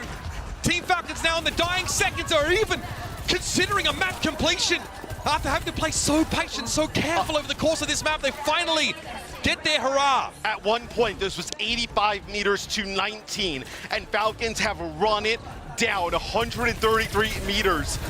Oh, and now you lose Lip right off the rip. Speaking of run down, Lip joins the ranks of those. Harmon's able to find the charge here on Chorong, and that's it. Done with the crying here for Crazy Raccoon. Team Falcons are back with a vengeance, no longer happy to sit and wait for their opportunities. They go for the jugular at the perfect moments. Stalker, dirty stuff. He's saying out of the game. And that's what you get for your map pick. Team Falcons get into the lead. And if Crazy Raccoon ends up losing this series, this may be the map that we look back on. And it is just Stalker, because they're set up, Crazy Raccoon, to play around that Heesang barrage and let them come around that corner with that Mauga. And Stalker comes right on through with a railgun, just takes him out on the side. never got used to that barrage. Then they just start running it down the map. At that point, they were able to get checkpoint. They come back in the next fight. It's a kill onto Lip early on, and that turns into 2 consecutive fights, which ends up giving them the lead. And this game is delivering. You can't ask for much more than this now. It's a Falcons map pick, and there's some interesting bans, right? Cassidy's taken off the table. Sojin, of course, that was still an entirely viable option. I will say, the Runasapi map pick is really good, and then you ban the Ana because it also saves the Winston potentially for later on. Yeah, absolutely. You keep that in your back pocket, and despite this, Crazy Raccoon still wanted to play the Winston composition, and it makes sense. You're trying to exploit that somewhat lack of mobility that the Mauga composition has, but if you can be patient and stay healthy in the front line, you saw Hanbin, it paid off. They're able to snowball fight after fight, shutting down, of course, that crucial barrage for Crazy Raccoon. We're going to take a breather, take a break, and head over to the desk to break down what we've seen so far in this championship match. Thank you so much. Yeah, Falcons now up 2-0, winning their map pick after it looked dire, right? Up until 2 minutes at the very end there on the clock. They were far behind, and somehow, some way, Mauga picking up speed. And then Jumbin is the one who has to switch over to match the Mauga. It didn't work out for them, a little too late there, unfortunately. How did they find traction with that Mauga? I mean, this is something they've done before, right? Making the comebacks on push, falling behind, where typically on this game mode, I mean, when a team falls behind, they have such a tactical disadvantage. Usually we see them crumble, but Falcons has so much confidence in this comp. Once they mirror this Lucio carry backline, eventually, slowly, they work their way into the advantage. I think in large part is Proper's Tracer creating such problems in the backline. Yeah, I mean, I feel for a year now, this has been Falcons' go-to push map. They're so incredibly comfortable on this. And you look at the rest of this series, you know, pressure is on Crazy Raccoon here because Falcons, they're coasting pretty comfortably right now. They have losers pick in this format they can rely on. So for the rest of this series, Crazy Raccoon, they have to now, of course, defend and win their own map pick. But for the rest of the series, if they want to win this grand finals, they will ultimately have to beat Falcons at one of their own map picks. Yeah, I think it'll be interesting to see what Crazy Raccoon want to lean into here. I feel like the Circuit Royale could be a nice pick going into this next matchup, especially with how well Heesang was performing on that Mei up against Nightmare. That could be the look they go to. I mean, I think one thing that's worrisome, though, for CR is if you, assuming you win this map, right, you take us to a map pick, you win it, that also means that Falcons get to avoid Ilios. They get to take us right back to control, play the Zhang Tower right in their comfort zone. I don't think that's unwinnable for Crazy Raccoon, but I think they'd much rather be going to something like the Ilios, playing those heavy dive comps. That being said, I think for CR, I feel like you probably want to keep Junbin on the server. I mean, just it feels the way this tournament has gone. Max has been solid. However, they've wanted to play around Junbin. That's the wheelhouse. You know, to go away from that here is almost like to be the team to blink in the series and to go away from your strongest look. Well, let's take a look at our map set to see where the team is taking us for this next map. That's not Route 66. Not quite what's displayed. So which one is wrong, the picture or the It's definitely the picture. I don't think it's Busan. Yeah. It's definitely the picture. Busan not in. Crucially okay, here, right though. map. So Route 66 is the map, but Busan is not. And where we're crucially actually here, heading up. Falcons have already spent the Ana ban here as well. We Yes. saw yesterday what Shu can do on that hero on Route 66 against once again. He was the best player in the server. So Crazy Raccoon here, how can they set up Shu for success on this map pick? Zen ban, mostly just a protect there for the support, so it would seem.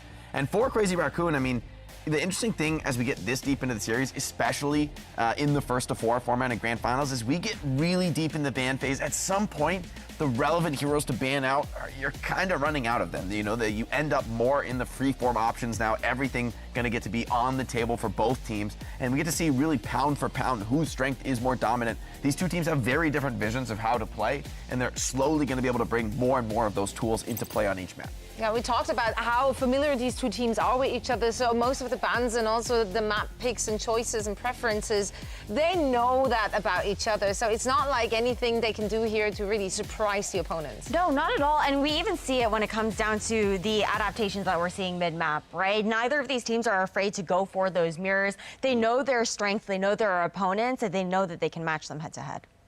And on a map like Route 66, especially with the hazard ban here, you know, I wonder, will Shu end up going back to the Ana? Because as good as he's been on it, I think there's also some vulnerability to the Ana pick. We've seen Lucio Curie and Juno Brig be the more dominant backlines across this tournament because the Ana, as powerful as she is, as much playmaking as she offers, she's also a vulnerability, a liability at times where you don't really have that escape. I mean, heck, even Sojourns have a hard time staying alive with the rate of play that we're seeing in this tournament.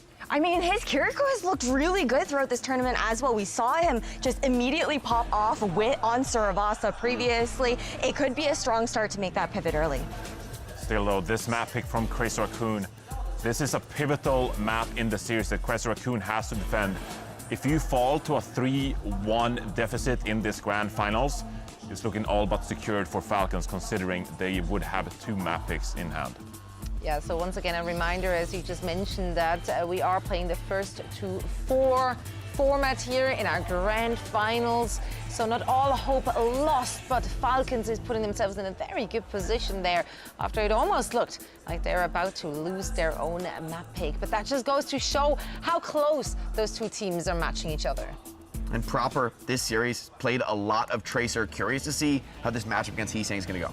Well, we don't have to wait long as we're locking into Route 66. So for all the action, I'm going to send it back over to our good friends, Matt and Mitch. Welcome back to the booth, folks. Yeah, we're friends. That's true and factual. Good to have you back, of course, now. And as Johnny mentioned, a pivotal map for Crazy Raccoon to go down 3-1 in this first of 4 series feels almost insurmountable. A superhuman effort to come back. Zenban, Hazard Band here. Looks like we're locked in for a bit of Winston play. It would be quite brutal to fall down 3-1 as you're just rattling through your map picks with no positive results to show for it. As Hanbin does get hit with a bio here towards the beginning, but not going to play close up enough to get caught off guard with it. As Crazy Raccoon, they will play Chorong on the break. This is to protect Shoot on the Ana. Johnny talked about the Ana being susceptible to some dive, and then for Falcons, you'll have Fielder on that Curie, so going to have that cleanse available. In theory, got to be the best look for Crazy Raccoon here. Something that they just run roughshod over teams in that lower bracket with the Ana for Shu. Legendary for a good reason. See how on the attack side here, Jumbin already chunked down a little bit, but they made some decent progress. Proper's already looking for a way to find a weak point here on Crazy Raccoon. They're not in a hurry to give up this higher ground. Junbin now wants to try and set up the big Earls. Will be chased by Hanbin as he will keep tabs on his opposite number over much of these early stages of the fight. And for Crazy Raccoon, you're going to end up being able to build up this nano, right? Shu getting very close to it, and I mean, you get Hanbin, so not even really going to have to feel you need to use it here early on. So really nice pick, getting rid of the Winston on the opposing side. That allows you to hold that nano here for what's coming up soon as Shu takes out 3. Yeah, it's beautiful stuff. And you notice we saw Shu's POV earlier. Hanbin is chasing Junbin around the map. Shu is just holding him one, pumping damage into that Winston, and becomes not insignificant over a longer period of time. Nano Boost already deployed here as well, Matt. Dangerous stuff as the bio or a warning shot. Hanbin gets brought down anyway. It's going to be tough for Falcons to keep their frontliner in these fights. I mean, Shu's already has perk 1. He's not even really worried about what's going on here as Crazy Raccoon, they just steamroll through Falcons here. So, look, so Falcons, is this Winston really what you want to commit to, right? It feels like you maybe kind of have to here, right? This is a really good Winston map. But in the scenarios where we've seen this Winston head-to-head, that's where Crazy Raccoon have gotten the better. Yeah, it feels like their strength, but Falcons have had to adapt here because they know there's some maps that really still favor Crazy Raccoon's style. Here it is again, Shu just pumping Hanbin with shots every time he goes overhead. It is Junbin, though, that makes a slight misstep and awkwardly lands, but he's with that primal. Crazy Raccoon have everything that they need. It's going to be an extremely volatile next fight with his war chest of ultimates deployed. Well, I guess that's where, like, if you're Falcons, you could have actually ended up getting rid of the Winston, right? I mean, that could have been an option here, but I guess you feel so confident that you're going to be able to do it. It'll be Kitsune Rush and Rally used here as the payload's actually making pretty good progress. Yeah, Mano being held in reserve here for Crazy Raccoon. The Rally Bash just staves Hanbin off. Gives some room for Crazy Raccoon to continue to advance with that carpet in the backline. Dangerous for Shu. As good as he is, Stalker, like a Heart of Cerberus let loose, just rips into him. You wouldn't be able to tell there, but Chorong ended up having the benefits of the nano as well as Lip gonna get a kill with the railgun. Junbin using the primal, so not completely over. No, that's a big pick off there on Stalker, the instigator in that previous fight. Suzu, Swift Step all have to be used to get Fielder out of trouble, but Harvin doesn't have access to that suite of mobility. He can only float and have himself brought back down to earth as Crazy Raccoon continue to build ahead of steam. It feels like you're gonna stagger out Fielder here as Staggering well, himself right? out. He's hoping to be back in the fight, I get it. Uzulo's cooldowns just to stay alive, but now puts him in a weird spawn wave with Stalker. No touch here at all, no chance. 4 minutes plus to complete the map here for Crazy Raccoon. Is look, when they can play this Winston in a head-to-head, they start to dominate. It's hard to feel like the mood hasn't shifted a little bit now. Team Falcons have to mirror to some degree, but this Brig Ana looking for Crazy Raccoon feels like it gives him such an edge in this head-to-head. He's on the hunt. Proppen needs to try and control these flank angles for the attackers, but it's scary. It's not just Heesang is going to worry about, it's about keeping Harmon alive, and Fielder didn't have the throughput. Luckily, Harmon has Primal, but now he's going to try to find a way to repurpose it offensively outside of just staying alive. He slept instantly by the Goat Shoe, of course, and that's now expired. Railgun comes in for Lip now, of course, Overclock at the ready. Pulse, though, is a good connection on Junbin. The tip of the spear snapped clean off of Falcons. They're able to deal with both the aggressors there. Yeah, I feel like Hanbin was like below 50% HP for a full minute straight there. I mean, he ends up using the primal, gets slept, then gets hit with a bio on the way up. Then he gets hit with some railgun shots with an overclock from Lip. But Falcons does a nice job keeping him alive to stay in the fight, and then also Proper going huge. That's such an important stop to get. And the architect of it is Proper. Junbin there sees an opportunity to harass Chio, but there's a sound barrier at the ready, and Falcons can use it at their leisure. It's Lip out of the game. Proper circling. Doesn't have to do too much here, but Chio getting picked up by Shu does furrow the brow of the defenders somewhat. Proper now needs to get his hands a bit dirty, but Hartman's out of the game. Dangerous. Chorong here, rally at the ready, no need to make use of it just yet. He'll take the health pack and look to regroup with the rest of his team, but the harassment here from Proper is a problem. Tries to predictably shield bash, but it doesn't pay off. Junbin now commits the primal. Can't really catch on the Chio, so it feels a bit awkward, but the cart is still on the move. It's still careening towards the final checkpoint. Dude, the survivability from the backline on Crazy Raccoon is insane because Shu is able to use the nano onto Chorong there. They end up both obviously having the nano in that type of situation, and then if Shu is able to stay alive, Chorong could have actually cycled that into a rally as well, right? So you basically become an unkillable support line, you know, for 45 seconds or so. Crazy Raccoon ends up falling in the end. They hold on to that rally like I was talking about, but Falcon sets themselves up. Remind you, this was like above 4 minutes on the clock. Now we're below 2 minutes, so Falcon's putting together a pretty respectable hold here towards the end of the map. 2 big stops on this part of the map for Falcons have really started to bleed this clock down a little more. And they're in a favorable position in terms of ult economy as well. Sitting on 4 of them, no less. Proper now here's a rally go off. He's going to be wary of the shield bash now, but looks to get past Chorong, and that's a beautiful stick. Chorong just has to play his own life. Shield up to defend himself, but now they've lost the core of their team composition, and Proper is free to have his way with him. Lip at least shuts him down, but the damage has certainly already been done. And that's 3 defensive fight wins for Falcons in the last phase of the map, burning us down to 1 minute and 15 or so. And now really nothing for Crazy Raccoon to be able to use. Fielder's gonna have this Kitsune rush to use in a wide open choke here. All right, that's a Kitsune rush being popped, like you mentioned. Fielder getting at it. Lip just has to get the heck out. The rest of Crazy Raccoon, but that the lion's share of the damage. Again, Proper's kept in check by Lip. He's still got life in those old veins of his. And his Harbin doubling down.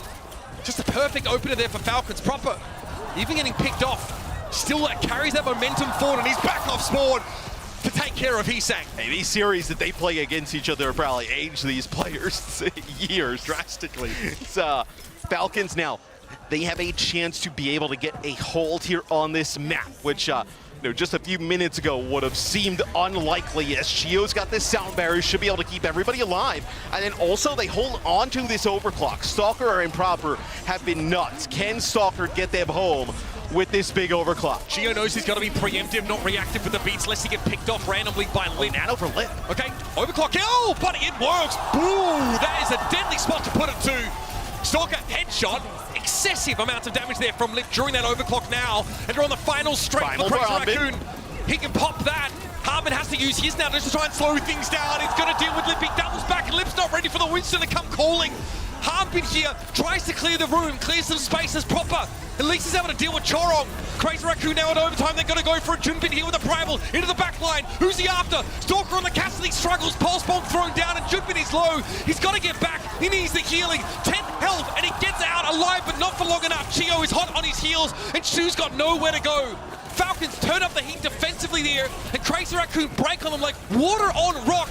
Still, Proper's got to attend to the cart though. Chorong could have snapped it through. Lifts back on the Symmetra, and Chio does fall. It's up to Proper. It always seems to be. He's found his second. The Sims out of the fight. The turrets are going to be an issue. He's got to avoid them to some degree, but eventually he's saying he's going to be out of cooldowns, and Harmon ensures that that is punished back on the Rhine. What a way to do it. It's a brilliant stop here for Falcons, and you can see the frustration on the faces of the Raccoons. They know they were so close, and that might come back to bite them. They had 426 to be able to complete the map, and they are not able to get it done. Chorong ends up dying 99% to a rally there towards the end as well. You see a look at his face. Not a happy camper. Falcons, they have to feel like they are just, you know, coming away with highway robbery here, right? Like, you know, the first two parts of the map, it's just all Crazy Raccoon, and then towards the end, it feels like everything breaks right for Falcons. It's tough sometimes because we don't want to oversimplify win conditions to simply Lip, you know, or Stalker, as it were, shooting people in the face, but it ended up really being the sometimes it is that simple. Yes. Lip got nanoed. They sent him in. Was able to do pretty good work there as well, instantly taking Stalker out of the game, and it looks like Crazy Raccoon would get there. But Proper is so sticky. So hard to get him off that cart in those final moments. And there's a sim just to TP forward for Lip. Crazy Raccoon were already floundering. Yeah, and we talked about Hanbin's Primal there towards the end, which was pretty massive, but even before then, because Shu was playing the Ana, he actually jumps between Shu and the cart, so we actually can't really see Junbin, and puts his bubble down. That's where you actually see Fielder TP to them, and then being able to take that kill down onto Shu, then Primal. So some nice Winston play towards the end from Hanbin. Stalker comes out, ceremonial Widow shot, and now we go back to the Sojourn. Now Falcons know a map completion here puts them 2 maps clear in this series, and on the doorstep of taking another major OWCS title. Still, Crazy Raccoon defend a little bit further forward than you would otherwise expect, but Lip has already had to get out. Crazy Raccoon, though, don't want to give up this high ground, not for anything. They need Ana to be set up here to be as devastating as possible, but rails like that from Stalker are going to put the fear of God in Crazy Raccoon, and eventually they're going to fall back to Big Earls. And it feels like for Crazy Raccoon that if you can keep Shu alive, you're good to go here on the defensive side of things. So many great sightlines for the Ana to be able to hit some crazy bio grenades, as we've seen Shu do it. Stalker, no fear, over the top, just hits Junbin in the head. One of the most important kills you can take in this situation, especially when Hanbin now is free to just force Shu out of line of sight. He doesn't even have to get the kill. Just punish the Ana, force it away, and now you can erect a bit of a stagger here. Proper goes down, but it's the least impactful kill really here that Crazy Raccoon could have found. We'll see if CR can actually come back, challenge this, as Shu is building up towards a nano rather quickly. You see players just coming around the corner here, taking some damage. Shu able to farm this up. Crazy Raccoon know they're going to fight in quickly, but that's another massive pick from Stalker. It's been absolutely sublime from him so far. Harvey gets hit with everything, including the kitchen sink. It still is going to be kept alive. There's a Suzu there for him by Fielder, but gives up his life in order to do so. Junbin gets nanoed. Stalker still makes sure his team stays in the fight, though. He's looking scary. And an overclock waiting in the wings. A cheeky sleep, but it's a follow-up going to be there. Shu is low, but there's so many reinforcements for the Falcons today. We'll continue through the map. And for Falcons, you don't end up using anything there, Mitch. Literally nothing. So now you come in here, 5 ultimates. We talked about how good Crazy Raccoon's time was through these first 2 parts of the map, and then they kind of falter at the end. Falcons in a position to sit just as good of a time. Crazy Raccoon now perhaps concern, mild desperation even starting to set in. Junbin turns around, see Hanbin there, realizes he just doesn't have the bandwidth to deal with the Winston right now. Proper's already going to cause enough problems on his own, and Stalker's holding on to that overclock from Pryor. Proper down though. He's saying deals with him, but is up on this left side flank. Soundberry makes it harder to get these kills, but oh, Stalker Doesn't realize what the pulse is. It's right behind him, but he's trained forward on the rest of Crazy Raccoon. Great tracer sequence here for Heesang. Difference maker indeed. Yeah, and Hanbin ends up using the primal here. You still have Fielder alive, and yeah, he ends up falling towards the end. Hanbin makes it out with his life. I was like, if Fielder is able to maybe TP out there to Hanbin, you can have both DPS coming off of spawn rather quickly with both ultimates, so maybe you can actually kind of extend that fight, but once you end up losing Fielder, it is now a full team reset. You mentioned how many ultimates Falcons took into this phase of the map. That is certainly not the case now. Both the support ultimates out of the game.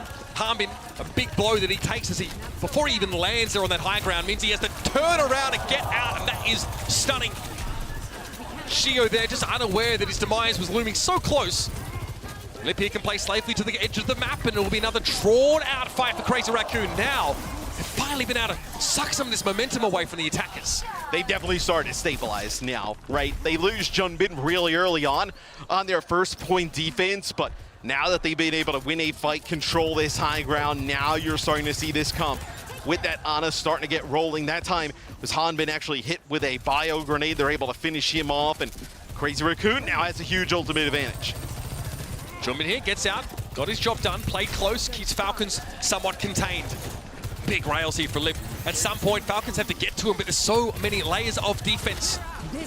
Blast doors, one after another, protect Lip now, and there it is! Another nano being given over to him. Shu knew Lip would be the target of scrutiny, and he gives him everything he needs to stave off the offenders. That is dirty work. I mean, Lip is hard enough to kill without the benefits of the nano. Cleans up proper there towards the end as he's starting to heat up now on the soldier. Suffice to say, those Lip doubters feeling a little more subdued now. Again, he's got the benefit of being able to play for this high ground, of Shu at his back, Chorong there to protect him as well. And he's a problem. Falcons have not figured a way to adequately deal with him without overexposing themselves to Junbin and the rest of Crazy Raccoon, who, of course, has a primal. Dare I say, a bit of a Sony ultimate. He makes space, slows Falcons up, gives them pause for thought. Now drops down, now he's getting serious. Stalker barely gets away with it. Nano will claim him in the end. It's Slip once more. Dude. On the right side of the kill feed. I mean, they are just getting formed coming through the choke where, you know, Zhu is able to just throw down the bio that bounces, connects with a few players. Then they're all dispersed. They're running into a rally as we'll take a look here. It's a replay of Lip with that nano. And again, it's a sleep there that sets up such an easy pick on Hanbin. The first kill for Lip was massive, and the rest of it is just theatrics, really.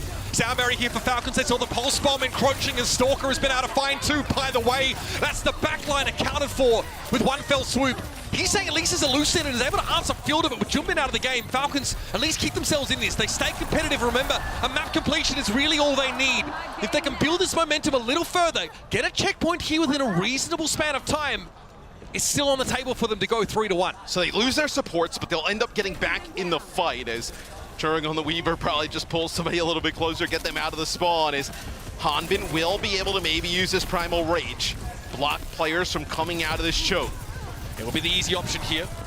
He opts to step back here, wary of the whip shot that eventually comes in. But Akat's been moving up. See, Heesang tries to waylay it somewhat.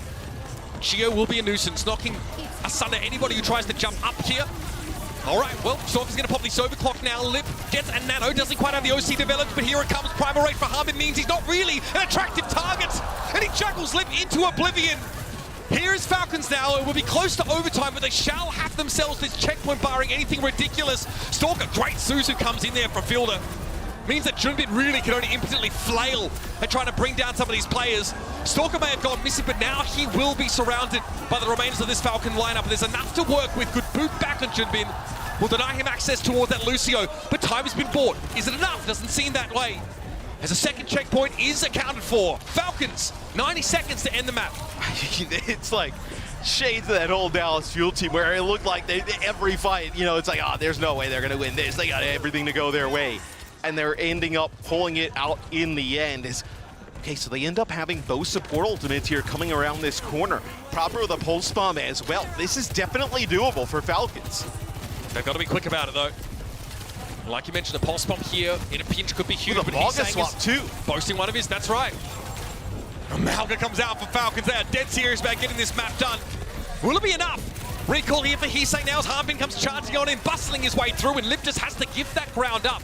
Now returning to the card, Junbin needs to be addressed as he dives in, and Harbin has to chase him, has to be reactive, but he's a second too late to save Chio. Shu, though, is traded out. Stalker's able to find a massive pick across the map, and Proper's Pulse Bomb is primed and ready. He sees options here, plenty of them. Chorong's shield brought down, he opts not to go for the kill. He knows he can get it done in theory without the Pulse Bomb, but Chorong will show him. And he's like dealing with Stalker now means that Falcons are a little bit awkward, a little bit off kilter now with only 3 players up. But Falcons end up holding on to their beat. They don't have to beat, they're able to keep Hanbin alive. So difficult to deal with this Maga, as it will be on Shu, potentially hit one of those big bios. How do they access Shu? He's sitting so comfortably in the back line with the shield of Chorong in his face. Lip is also going to be there for deterrence.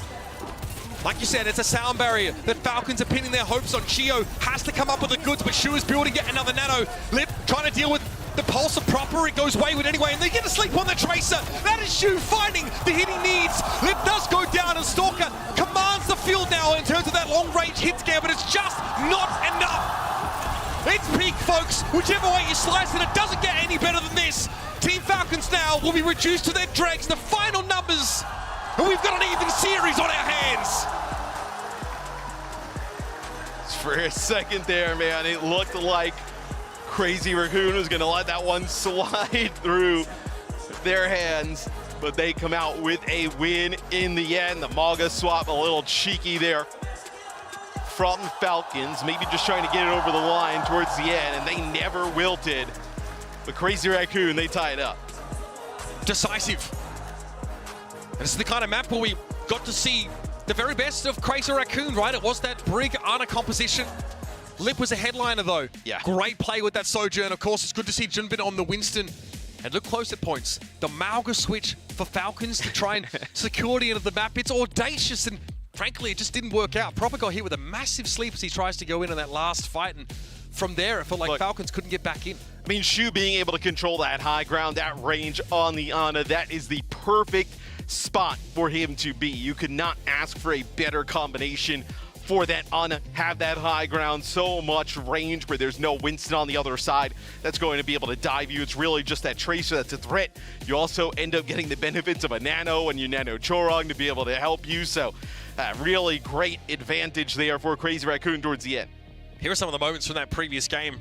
Obviously, Hanbin on this Winston, dealing with a pretty fearsome backline in Shu and Chorong, and in this example is able to cut through them pretty comfortably. It was a great stop of Team Falcons. There's a reason to feel confident about their ability to turn around on the attack side and then win things out. And with Junbin being the first casualty in that fight, you can already start to see the wheels turning for this Falcon squad. They had a ton of tempo that just abandoned them in the second phase of the map. So this man on your screen. The second part of the map, they were getting dominated. Their Lip was able to control that high ground. They were having a difficult time even just getting through the choke. They have a better push here towards the second part of the map. They definitely could have been in a situation where they had a great chance to win it. Yeah, I mean, they were ultimately, knocking on the door of that second checkpoint with, scant seconds left. They're basically in overtime now. And of course, we're wide open now. A full reset of the map pool. So I guess some silver lining there for Falcons, losing that map. They get to peruse the entirety of the map pool and sort of decide where they're going. You go Lijiang Tower, right? I mean, if you want to play Maga-based compositions and things like that, you go Lijiang Tower. Absolutely. So that would be... I mean, you could run it back on like Rune Azabi Surabasa, like one of those. Oasis like, you go back to Oasis, right? But for me, Lijiang Tower is the clear option here. And again, we might end up seeing almost a full reset in this series. I mean, it virtually becomes a best of 3 now. Lijiang, you can ban a tank. You don't necessarily need to ban the Winston, right? Yep. If you think that they'll just play the Winston into your Maga and you feel like Lijiang has an advantage, that also saves you that ban for potentially down the road. Yeah, absolutely. It is huge that you could select a map that doesn't require you to use that really crucial Winston ban. Take Amalgamira. I mean, going back to Oasis though, I mean, the Amalgamira didn't actually favor Falcons. They found their success in that map when they switched their comps and Hanbin actually got on the Diva, which again, I mean, is fine. That's also an option too if your Falcons going there. But that was the one concerning sign I guess we saw early in the series, is that it was actually Falcons that were forced to move off their preferred comp. But straight away, we saw Crazy Raccoon ban the Malga. So it's like, okay, they were able to be successful in that comp, but they don't trust themselves to be able to do it over a larger sample size, and they'd rather play to their strengths, which were definitely displayed here. With the map pool being completely open and this virtually now being a first to 2 series, it really feels like a full reset. You see how quickly Crazy Raccoon got out of those seats, bro. They're hitting the showers briefly, taking a breather, trying to recollect themselves. And again, in the past, I'll just be straight up. In the past, our finals of our major tournaments have not been particularly close. Like, we've had some pretty big blowouts, but in this era... I like how you, like, I have to be honest, like, they didn't know the scores of the previous ones. I mean, like, you want to try and sell it, obviously, because it's a legacy here in, you know, we've been very fortunate to cover so many of those finals, but in this era of Crazy Raccoon and Falcons, we feel like we've always given us some magic. There haven't always been close series, but if you throw it back to last year, on multiple occasions, these two teams gave us their very best. It's really the peak of competition between these two rosters, and there's so much to take away from every single game. What's wild is in the past as well, like when we've had like teams that consistently make finals, eventually you see them make changes, and they're like, we feel like we can get better here or there. I don't know where, unless they're stealing somebody from the other side or something, right? I mean, like what are you doing? Falcons have trimmed down their numbers. Like, you just trading players between these two teams just for fun? Like, I mean, like, you know what are who's you doing? floating in the ether somewhere? Merit and someone. Yeah. Right? There are players out there, like, you know, They're probably in a VIP box watching. Like, it's a separate conversation, right? But, you know, we're seeing, you know, 10 incredible players here in the server, sometimes 11 if you count subs. You know, I'll throw margin in there, make it 12. But there are incredible players out there as well in the ecosystem looking for their chance to compete on the stage, just like we saw from Nightmare. We're taking a break here. Chance for you to reset to at home and get excited about the rest of this series, because it's going to look a lot like this. Saddle up, don't go too far. We'll be back with what might be the conclusion of this incredible grand final.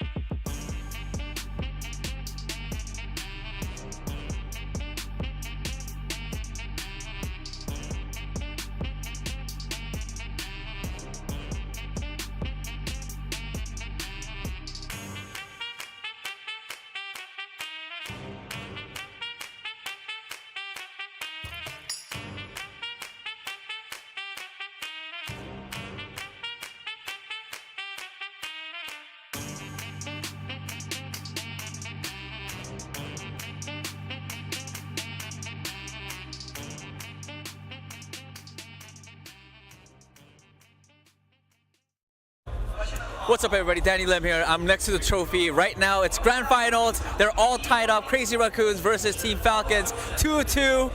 I don't know who's going to take it, but one team is going to take the trophy tonight. We'll find out. True and factual.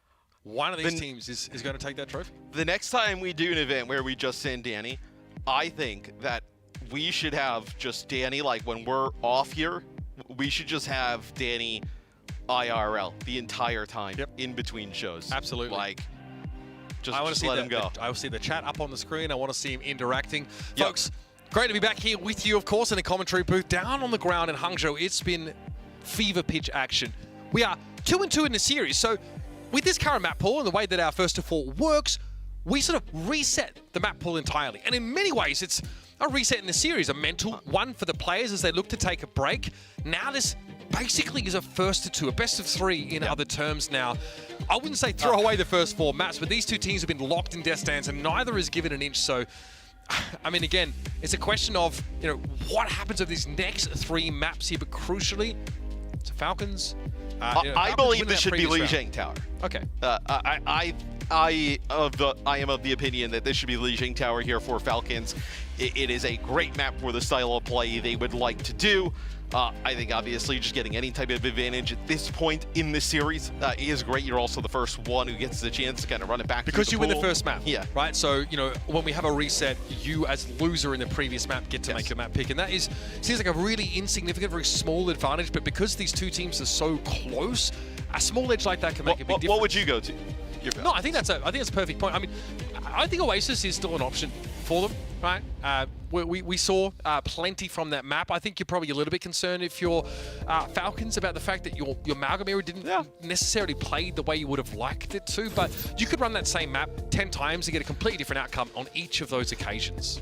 I mean, Runasapi was interesting, right? Maybe with some different bans. There's like I know Falcons ends up winning it in the end, right? But it's just kind of how things. I mean, they spend about 80% of the map. Right? Yeah, exactly. Like you don't feel extremely confident.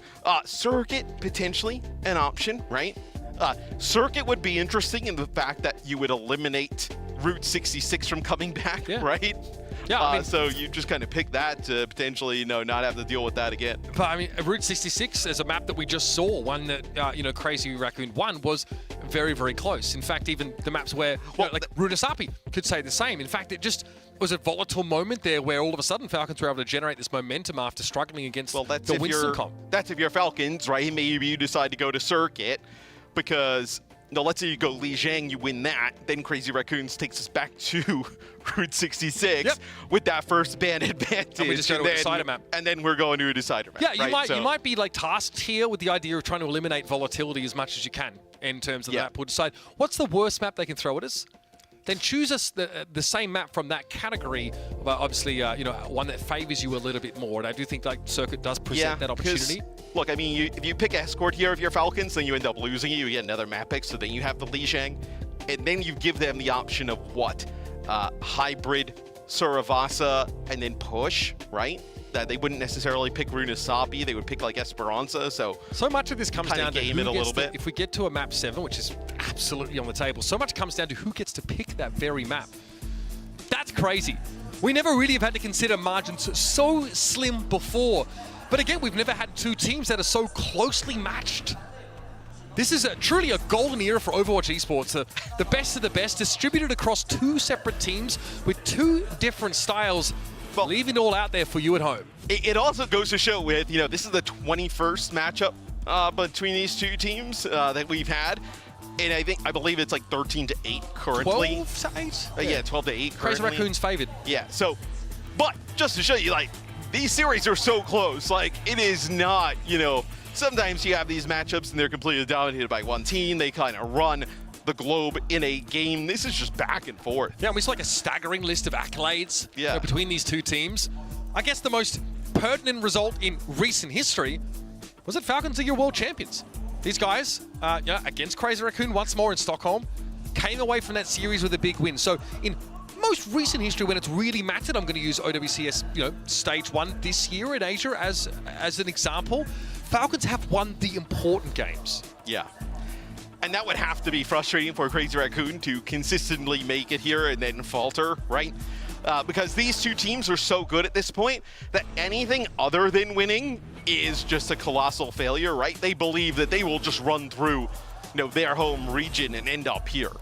Someone we haven't seen yet this series is Max. Yeah, true. That's, an option, obviously, especially if, like Matt suggests, we see at some point Circuit Royal picked up here. It's kind of map like against, VP where, we saw Max come out there and look really, really good.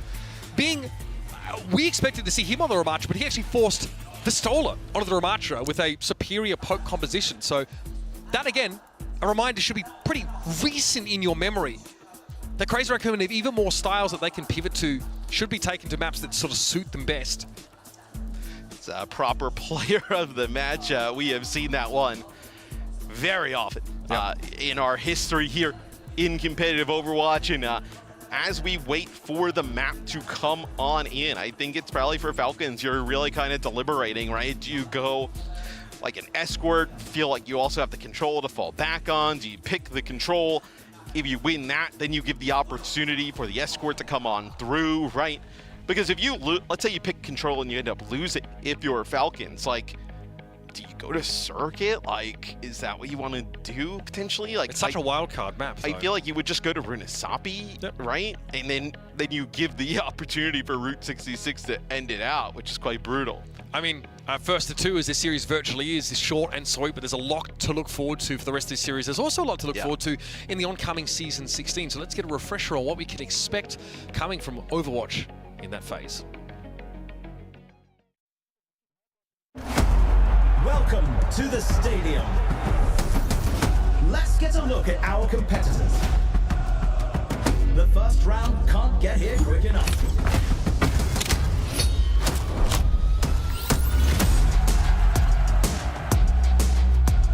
And we're diving right in.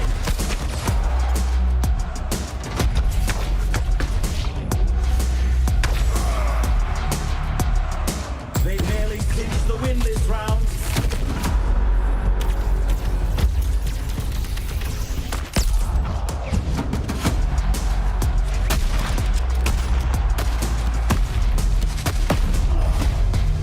This is a round you won't want to miss.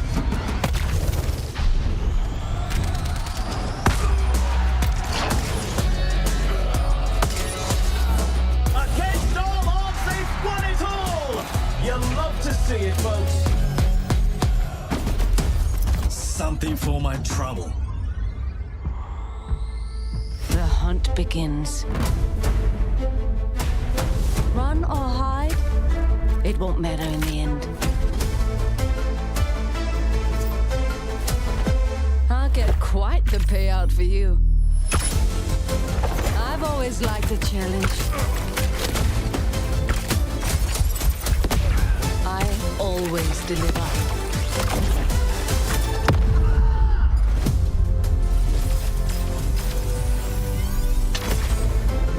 Goodbye.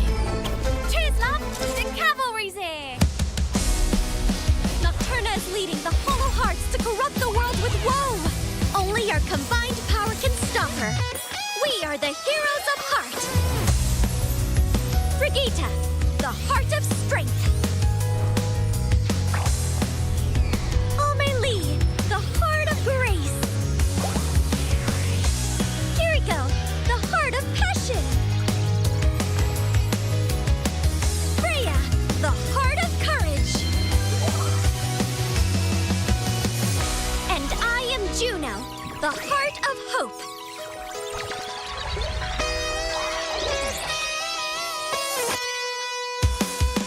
Together, we will take down the Hollow Hearts! Football Heart Beam!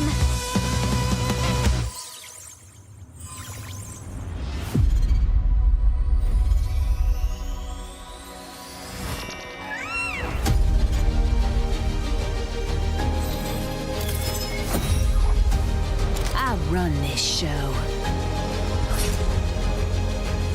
My spirit grows strong.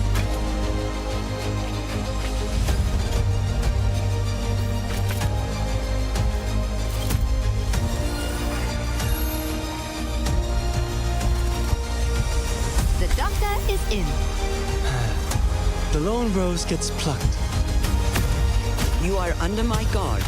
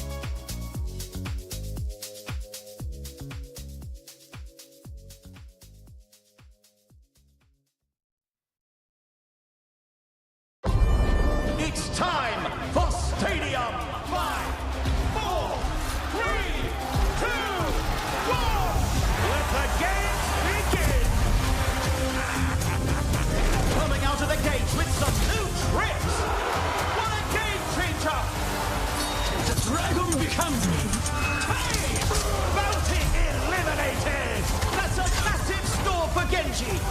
I've got you in my sights. Talk about a fresh perspective. It's a close round, folks. We're coming down to the wire. Anna's taking matters into her own hands.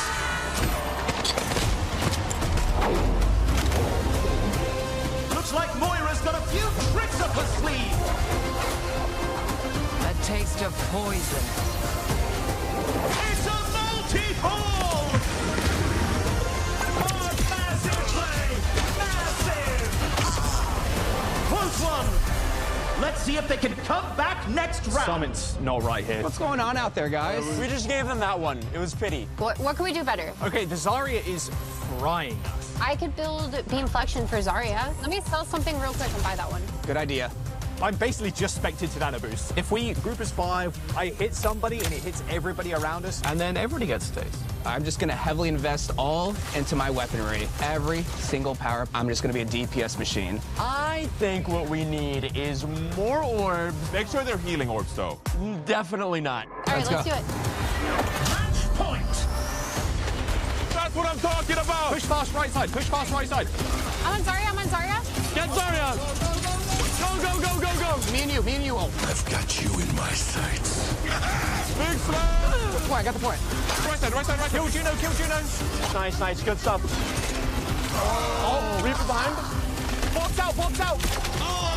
We died by mini bomb. Okay, reset. We have Nanoblade for next fight. 3, 2, 1, Go.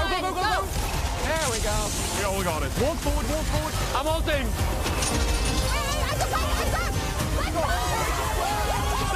Fist bumps on land. The goddess is here.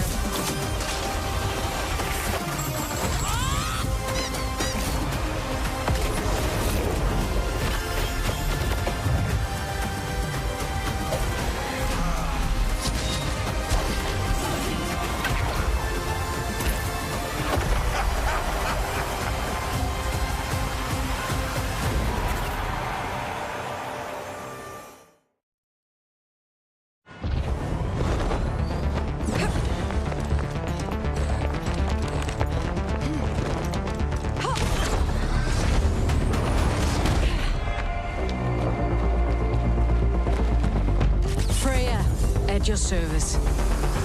Been a while since I had so much company.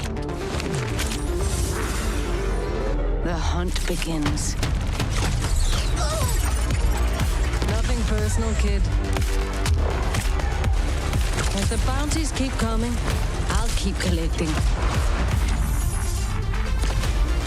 You got in my way. Outlaw country, huh? Enough bounties out here for a girl to retire on. Come on! I'm notorious for a reason.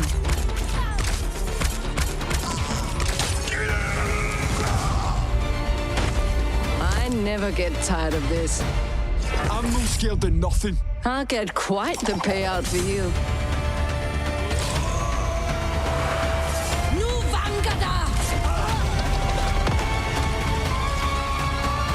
You wanted the best, and you got it?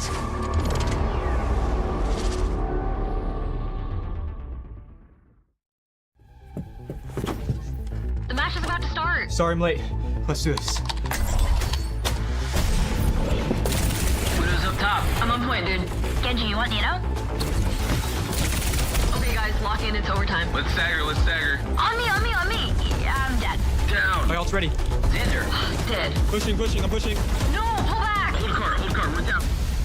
That was so bad. Yeah, we suck. Yep. Let's try something new.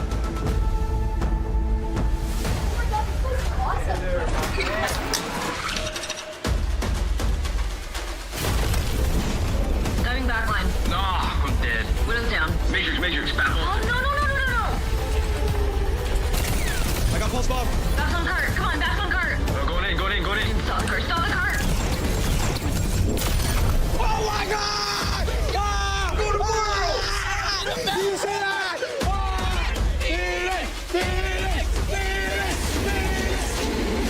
Making their OWCS World Finals debut, please welcome to the stage, Team Phoenix!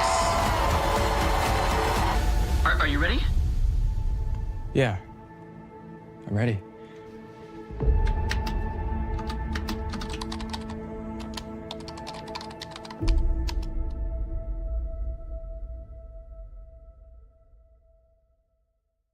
Hi everyone, welcome to Champions Clash. I'm Wendy. I'm Danny, and we're here to connect, quite literally, with Team Falcons, everybody. Let's go! Yeah! 안녕하세요. 팀팔콘에서 서포터를 맡고 있는 필더라고 합니다. 안녕하세요. 팀팔콘에서 탱커를 맡고 있는 상빈이라고 합니다. 안녕하세요. 팀팔콘에서 딜러를 맡고 있는 프로포라고 합니다. Great to see you guys again. I saw you guys in Korea. Now we're in Hangzhou, China. 좋았어요. 좋았어요? 아, 예. 퍼포먼스는요? 그냥 중국에 있는 거 진짜 한풍대더니. I guess talking about Hangzhou and China specifically, I want to bring up the Esports World Cup last year, 2024. You guys met against once again, and you know, it was a very close fight, but you guys unfortunately did lose. And now you guys are in their home turf, I guess, you know, going up against Chinese teams. What are your thoughts on that? Do you guys feel like, are you guys confident that you guys can get revenge against once again this time around? 이제 작년 EWC 때는 많이 아쉽게 졌는데 이번에는 이제 저희도 많이 보완을 했고 그래가지고 꼭 이기고 싶어요. 네, 이번에는 그때는 제가 뭐 많이 안 했어가지고 이번에는 제가 다 하는데 재밌을 것 같아요. 저 이번에 메인 탱커를 제가 이번에도 시작했는데 메인 탱으로 겨루게 되지 않을까. 네, 재밌을 것 같아요. 일단. 예. 일단 여기가 중국 그래도 홈그라운드니까 이해되긴 했는데 너무 쉽게 이기면은 안 될 것 같아가지고 조금 하면서. Hangmin, you mentioned that you are the only tank for Falcons right now. So it has been a tough year for you to play in the heroes. Sometimes you wouldn't. 힘든 점은 좀 많았고 근데 진짜 힘든 점은 되게 많았었는데 처음에 시작하면서 진짜 많이 힘들었는데 하다 보니까 애들이 좀 많이 도와줘가지고 제가 모르는 부분이 되게 많아 거의 진짜 그 프로 처음 하는 수준으로 조금 도전하는 부분이긴 했는데.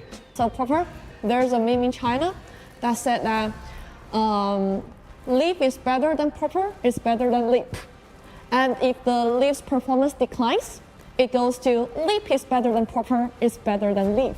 So you are always in the middle. What's your read on this ranking? 일단은 메인 딜러랑 서브 딜러를 둘 다 잘할 수 있는 거는 그 두 명 중에선 제가 유일하기 때문에 아마 그것 때문에 좀 비교가 많이 되는 것도 있고 최근에 제가 연습을 많이 안 했어가지고 좀 예전처럼 좋은 퍼포먼스를 많이 못 보여줬는데 요새 긴장 다시 해야 될 것 같아요. Well, guys, that's it for the questions. Thank you so much for connecting with us. And I think it's time for me to let you guys go. So let's take out the... Take it out. Don't connect. Okay. 자, 빼세요. 오, 잘 빼네? 이거 안 빠진. 화이팅! Try. 이거 안 빠져. 야, 조심해. 손가락 조심해. 뭐야 이거? 왜 안 빠져? 그 이렇게 너무 세게 빼려고 하면 네네네네. Okay. All right, everybody, Team Falcons, thank you so much. Bye-bye. Welcome back, folks, to our grand final here, the OWCS Champions Clash. Now, obviously, we've been in a holding pattern for a little bit. There's pretty intense discussion occurring down on the stage. We'll deliver you the details about that in a moment, but for now, we've got a game to play. So we're going to dive straight in, and we'll give you some clarification as we go along. All you need to know is we are back. We got a game going on. First ban here is going to be Falcons. That'll be Brig being gone, and then for Crazy Raccoon, it will be Tracer taken out of the game as we move on to Esperanza. Now, this is ostensibly a Falcons pick, his Esperanza map, and they will be walking out with his Malga look. So again, the two very distinct styles of these rosters will be pitted against each other in what has to feel like an absolutely pivotal map. Yeah, no Tracer available here for Proper, right? But you'll be able to play that Genji and get aggressive here with Hanbin. It's like the first time in this series we've seen Proper being able to pilot that Genji. All right, Crazy Raccoon here, perched up on this little causeway. Jubin opts out of the fight though early as Crazy Raccoon are happy enough here, drawing Falcons out of rotation. And this is going to play out like Runasapi, folks. It's going to be Crazy Raccoon attempting to punish a misposition of this rather unmaneuverable Malga. Heesang just cops it there from Proper. Sees Afara fighting a little bit too close to the ground, but Chorong at least is able to take the trade. And if you remember back to Runa Sapi, it was Crazy Raccoon getting off to a great start, being able to get a big lead and advantage, but in the end it was Falcons who was able to come out on top with that Mauga composition and run it down. Stalker backed up here, takes a pretty big blow, but Crazy Raccoon don't have the extra gas in the tank to reach him, so instantly he's back in the fight and already keeping Lip's head laid low. A good rail though from the direction of Lip. Will again keep Stalker honest once more. Really slow start to this game. Both teams really locked in the neutral for the time being, but Proper goes a little bit low and Falcon's starting to buckle under this pressure. Hanbin, low as he is still trying to negotiate from a position of strength. But Shu's dealt with Chio already. Now it's going to be even harder to keep that bulky Mauga in the frame. Yeah, Chio's not going to be able to live in that type of position right as the Juno underneath that underpass. And although Hanbin gets on top of Lip, it will be the rest of Falcons falling to the pressure of the Vara. That's the opening they're looking for. It's off the first pick, of course, that Crazy Raccoon were able to get, and you could see just that trade of poke damage heavily favoring Crazy Raccoon there, and it's part of this might be on virtue of Proper being on the Genji. When it's time to full commit, he can absolutely dive in there with Hanbin, but Heesang is so favored in these longer, drawn-out engagements in these neutral poke wars. He's developed a barrage already, man. We'll see if he can get in position to use that barrage. He's going to get over to the high ground. This is going to be the Kitsune rush here for Fielder and co, but the barrage is going to get nothing. Heesang found himself in a pretty risky position, but is able to just to clean up Stalker after the fact that mobile barrage for Farah really changes the complexion of the way these compositions interact. And that's a second consecutive fight win here, I'd say, for Crazy Raccoon. Shu is able to make sure the plane is landed here, and now they're threatening a checkpoint. So you're going to be able to use this overclock your Lip as they come out of the spawn. The Kitsune rush available to use here as well, as checkpoint would be massive here. And the one advantage I would say you have here for Crazy Raccoon, obviously difficult to play that Winston into the Mauga, is there's some really nice natural high ground that forces the Mauga into the open space, forces you to use those cooldowns early. Crazy Raccoon have obviously tracked an orbital ray here, so Falcons obviously are going to be primed to fight a brawl style here. So Crazy Raccoon want to poke them down, work on the periphery, get good damage, and then look to commit. But here's the orbital ray coming out. Team Falcons happy now to use this to take control of the bot once more, move the fight back to neutral territory. But his blade from Proper doesn't do too much other than frighten Crazy Raccoon. They're glad to back up, but Junbin snaps back in, and that's the maneuverability of this Crazy Raccoon composition. But they see an opening, they will take advantage. Yet even when that orbital ray comes on through, right from Chia, they just run away. They kite it completely. The blade also Proper. We see him just on the hunt looking for anything. A lot like what we saw on Runasapi. It is Crazy Raccoon off to a fantastic start. Wholesale changes to the composition for Falcons. Farah, Sojourn, mirroring the DPS. Still keeping this Mauga in the mix, but at least now Falcons have some more poke potential. They've got to get back into the map though. Stalker's got to start connecting these shots, keep Junbin just out of that full confidence he's been able to display over the last few moments. He'll drop a bubble and get back on the low ground now, and Crazy Raccoon aren't really incentivized to push too aggressively past this point. They want to contain Falcons and force errors from them again. So, see now, how do you bounce back here? If you're Falcons, it'll be a cage fight here, trying to get anybody, and it's just, I mean, look, they're so slippery, this Crazy Raccoon lineup. You not get connect with nobody. Proper and Stalker take huge damage here from Heesang.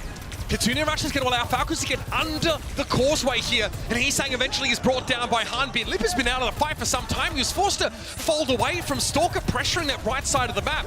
So it's 4 players here for Crazy Raccoon and a sound barrier that was supposed to keep them in the fight, but they've got no interest in taking this engagement, Matt. Yes, they have to back up as now finally Falcons, right? With some changes, right? You moved away from the Genji here. Stalker up on that high ground, now playing the Farah.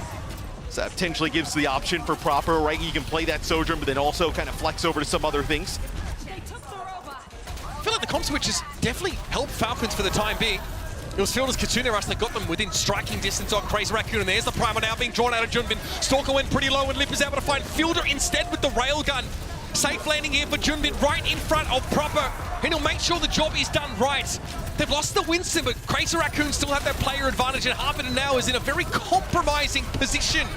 He'll eventually suffer for it. So Crazy Raccoon, they get back up on the high ground. Junmin had to use that primal. He gets hit with a big railgun shot from Proper really early, and that forces him kind of almost in a little bit of a panic, maybe a reaction to using that primal, but knows you need to be able to fight that high ground, right? If Falcons can start controlling the high ground, forcing Crazy Raccoon to be the aggressor, right, with this composition, that's where maybe the Mauga can start to get rolling. And we're back to the status quo for most of this map so far. We're 6 minutes in and we've only seen so much of Esperanza. Falcons burst their way back in. There's going to be a barrage here for Stalker. Keep an eye out for it now as Hesek finds his first. And this is not an answer for Team Falcons. They are silenced. An easy cleanup. Hesek with 3 off the fight. And Crazy Raccoon will extend this lead. So we will see now as Crazy Raccoon making a push here towards the Falcons spawn. Man, this is just so similar to Runasapi. As Chorong will end up having this beat, right?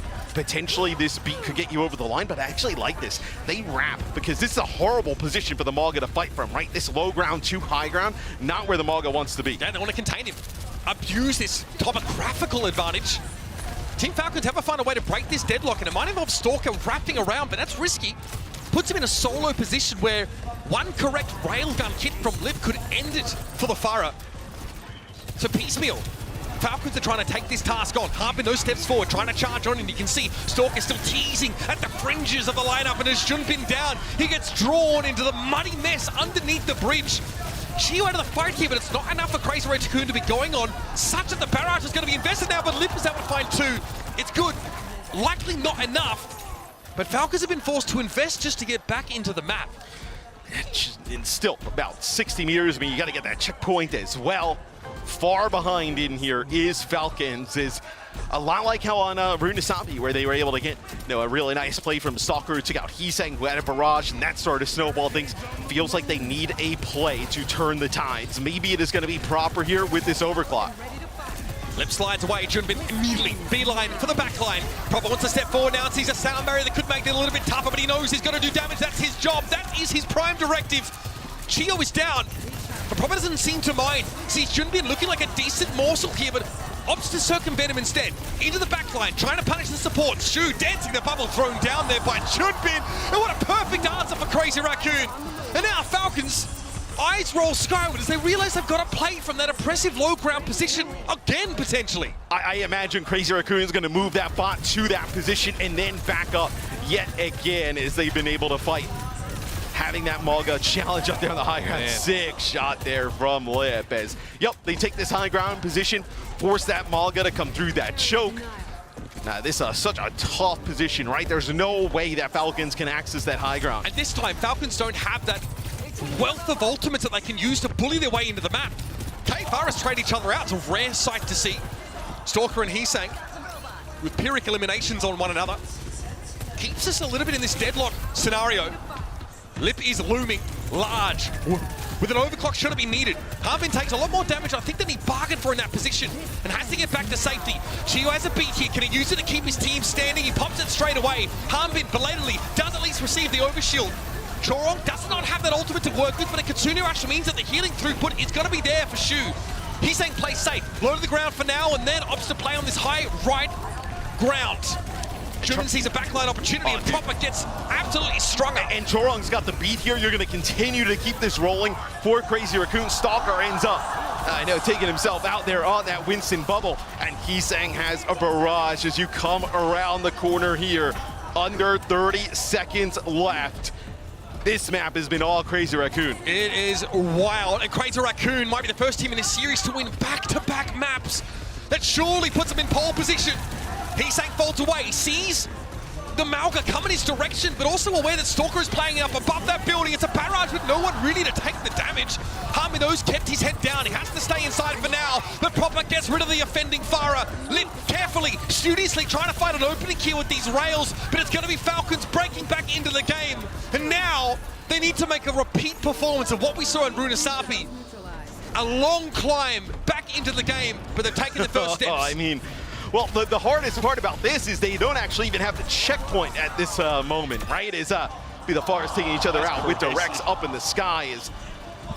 Now we will see if Falcons can make this run back. I think Proper is scared that they're going to kind of like wrap around and take a really early fight.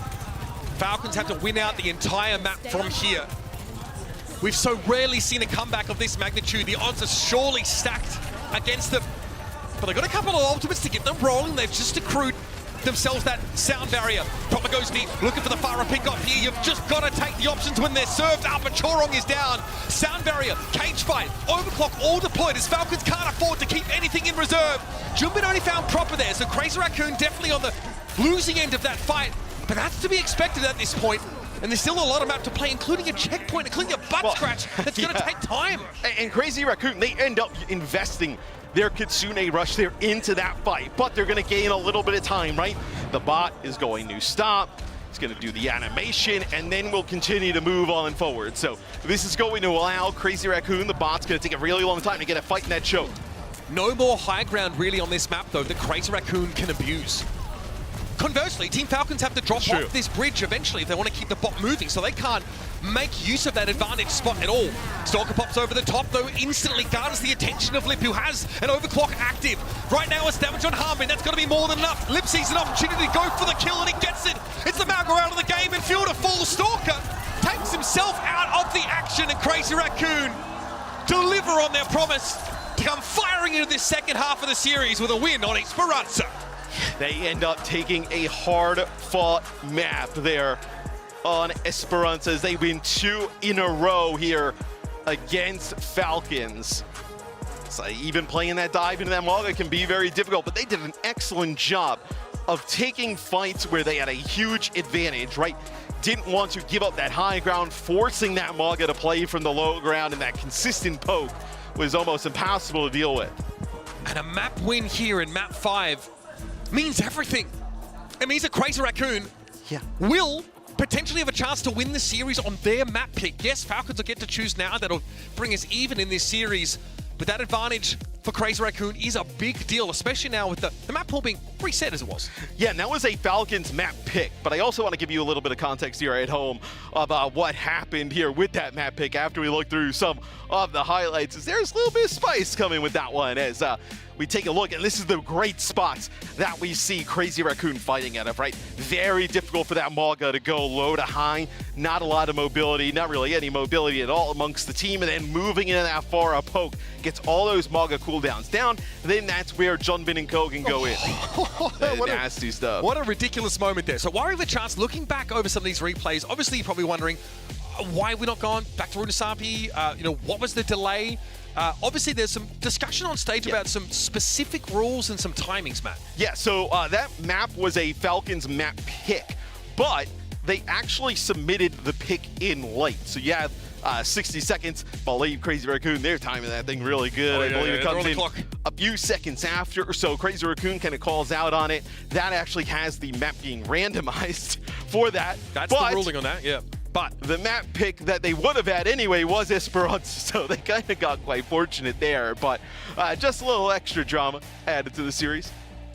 Yeah, probably not what we expected to see here, but for Falcons, that's still an issue. That's the map that they were hoping to pick, and they come off decidedly second best. Yeah. Tough pill to swallow, especially now that they're staring down the barrel. This is a verified match point scenario now for Crazy Raccoon. I imagine they get their map pick in on time for this one. So yeah, I mean, they have to know that. It was a situation which, like, Crazy Raccoon, they see it comes in, they call for a rules enforcement. They say, we want this to be policed as per the letter of the rules. And in a situation like this where timing is I kind of like it from Crazy Raccoon, if I'm honest. Like, you were playing quite well. Your head dived down, right? Let's get going. Let's get into the next one. Let's kind of cycle this one through, right? Let's keep things going in our direction. We see the map pick there. It ends up working out for Falcons that they end up getting the map that they originally would have selected, but they don't get a win on. Yeah, bizarre that they actually end up on the exact map they wanted, but a lot to talk about there. Obviously, Falcons are playing the Malga composition. They're opting not to try and match these Winstons whatsoever. You can have a look at the map set here now and see that Circuit Royal has been picked by Falcons now. Again, another map pick that we discussed pretty extensively, actually, sort of coming into this. So, and do you think there's a sub here for Crazy Raccoon potentially, right? This is where we would potentially see Max play. Where we've seen him play, play that Ramattra. Ooh, I was going to say play the Ramattra, but the Ramatra's gone. So just want to also, another clarification. Obviously, our map set graphic can sometimes indicate that, with the reset, you can select the same map again. That obviously, for those that are keeping track at home, is not the case. Yeah.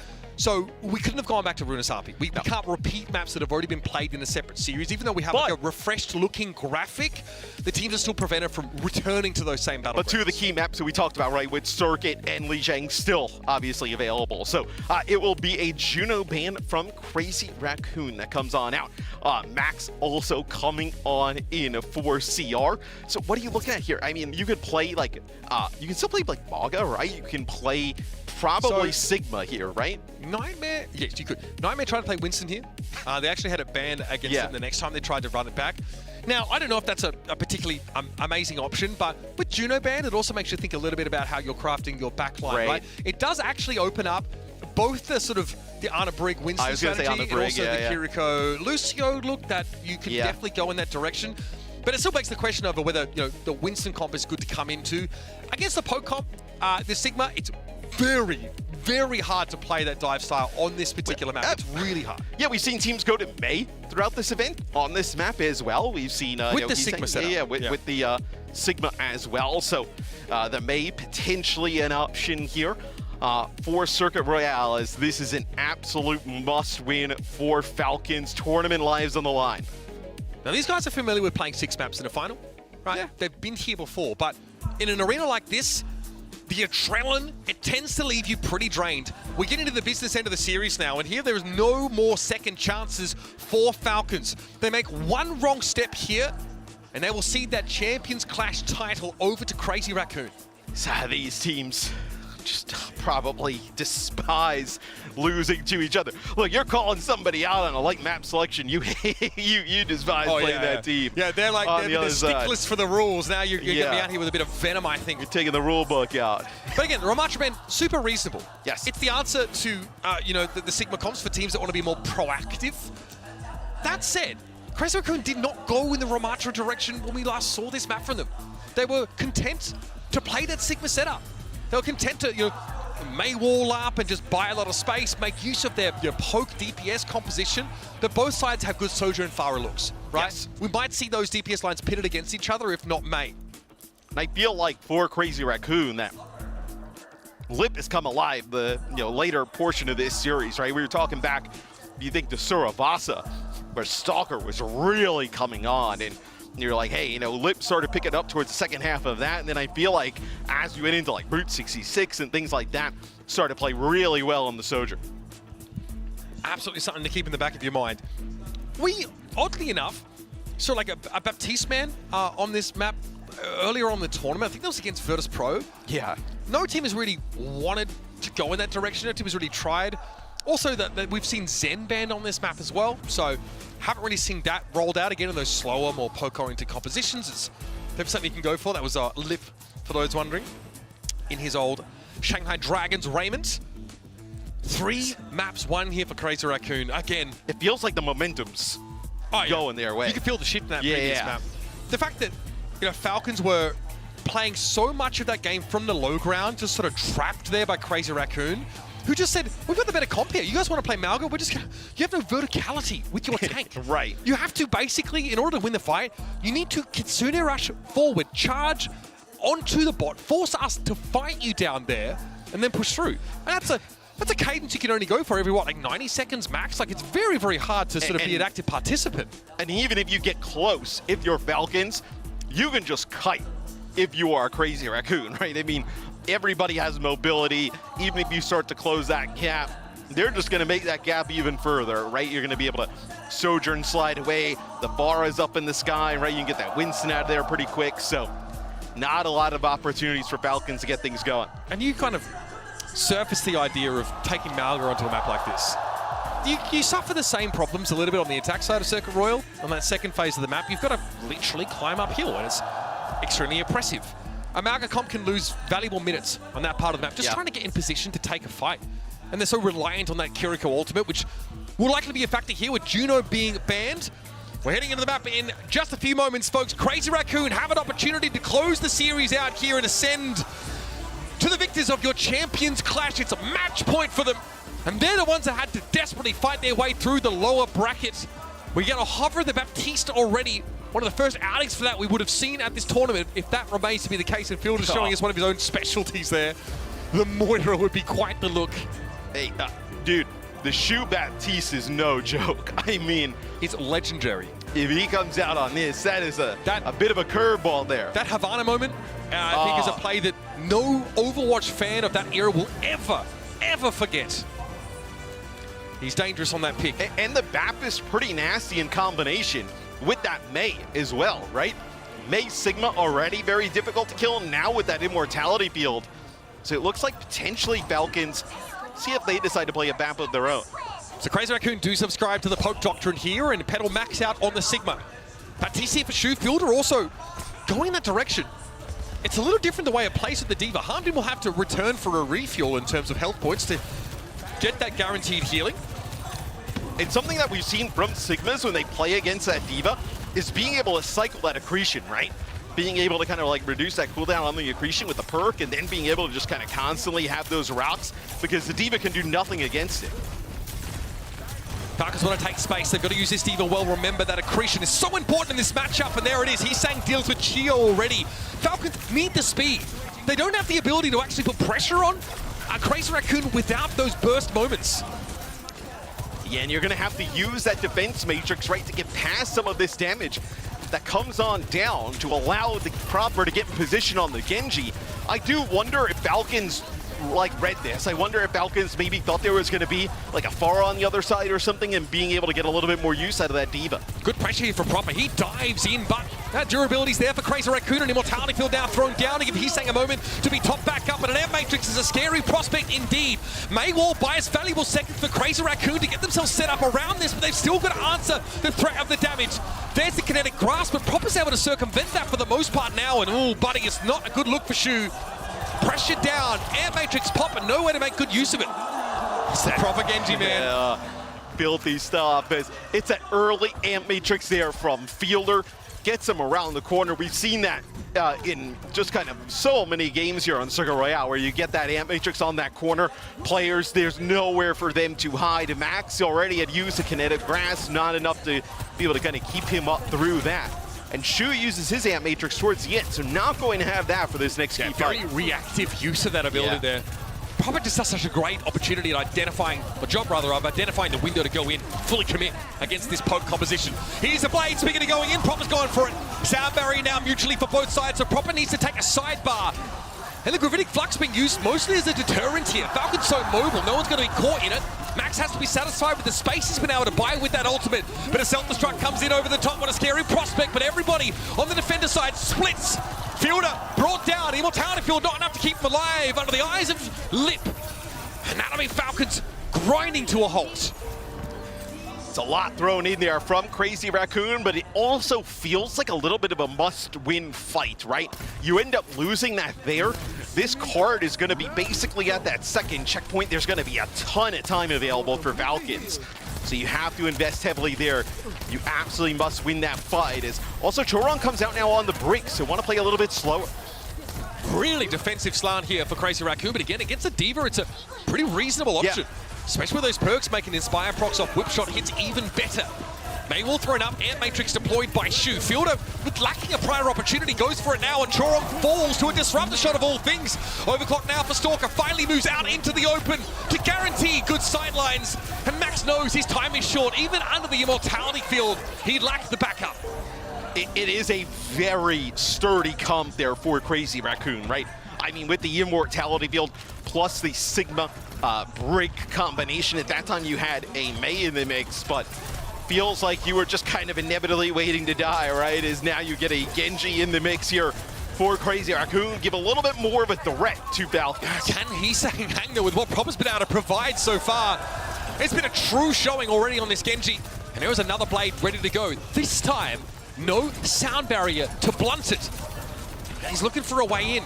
Already, Max taking a pretty decent amount of poke damage, and it's time for it now. Burst of main tank is what Proper says. Get rid of the Sigma, and they get the job done. Max out of the game now, and Crazy Raccoon are in absolute tatters. Hangzhou's having to give up his mech for this, surely.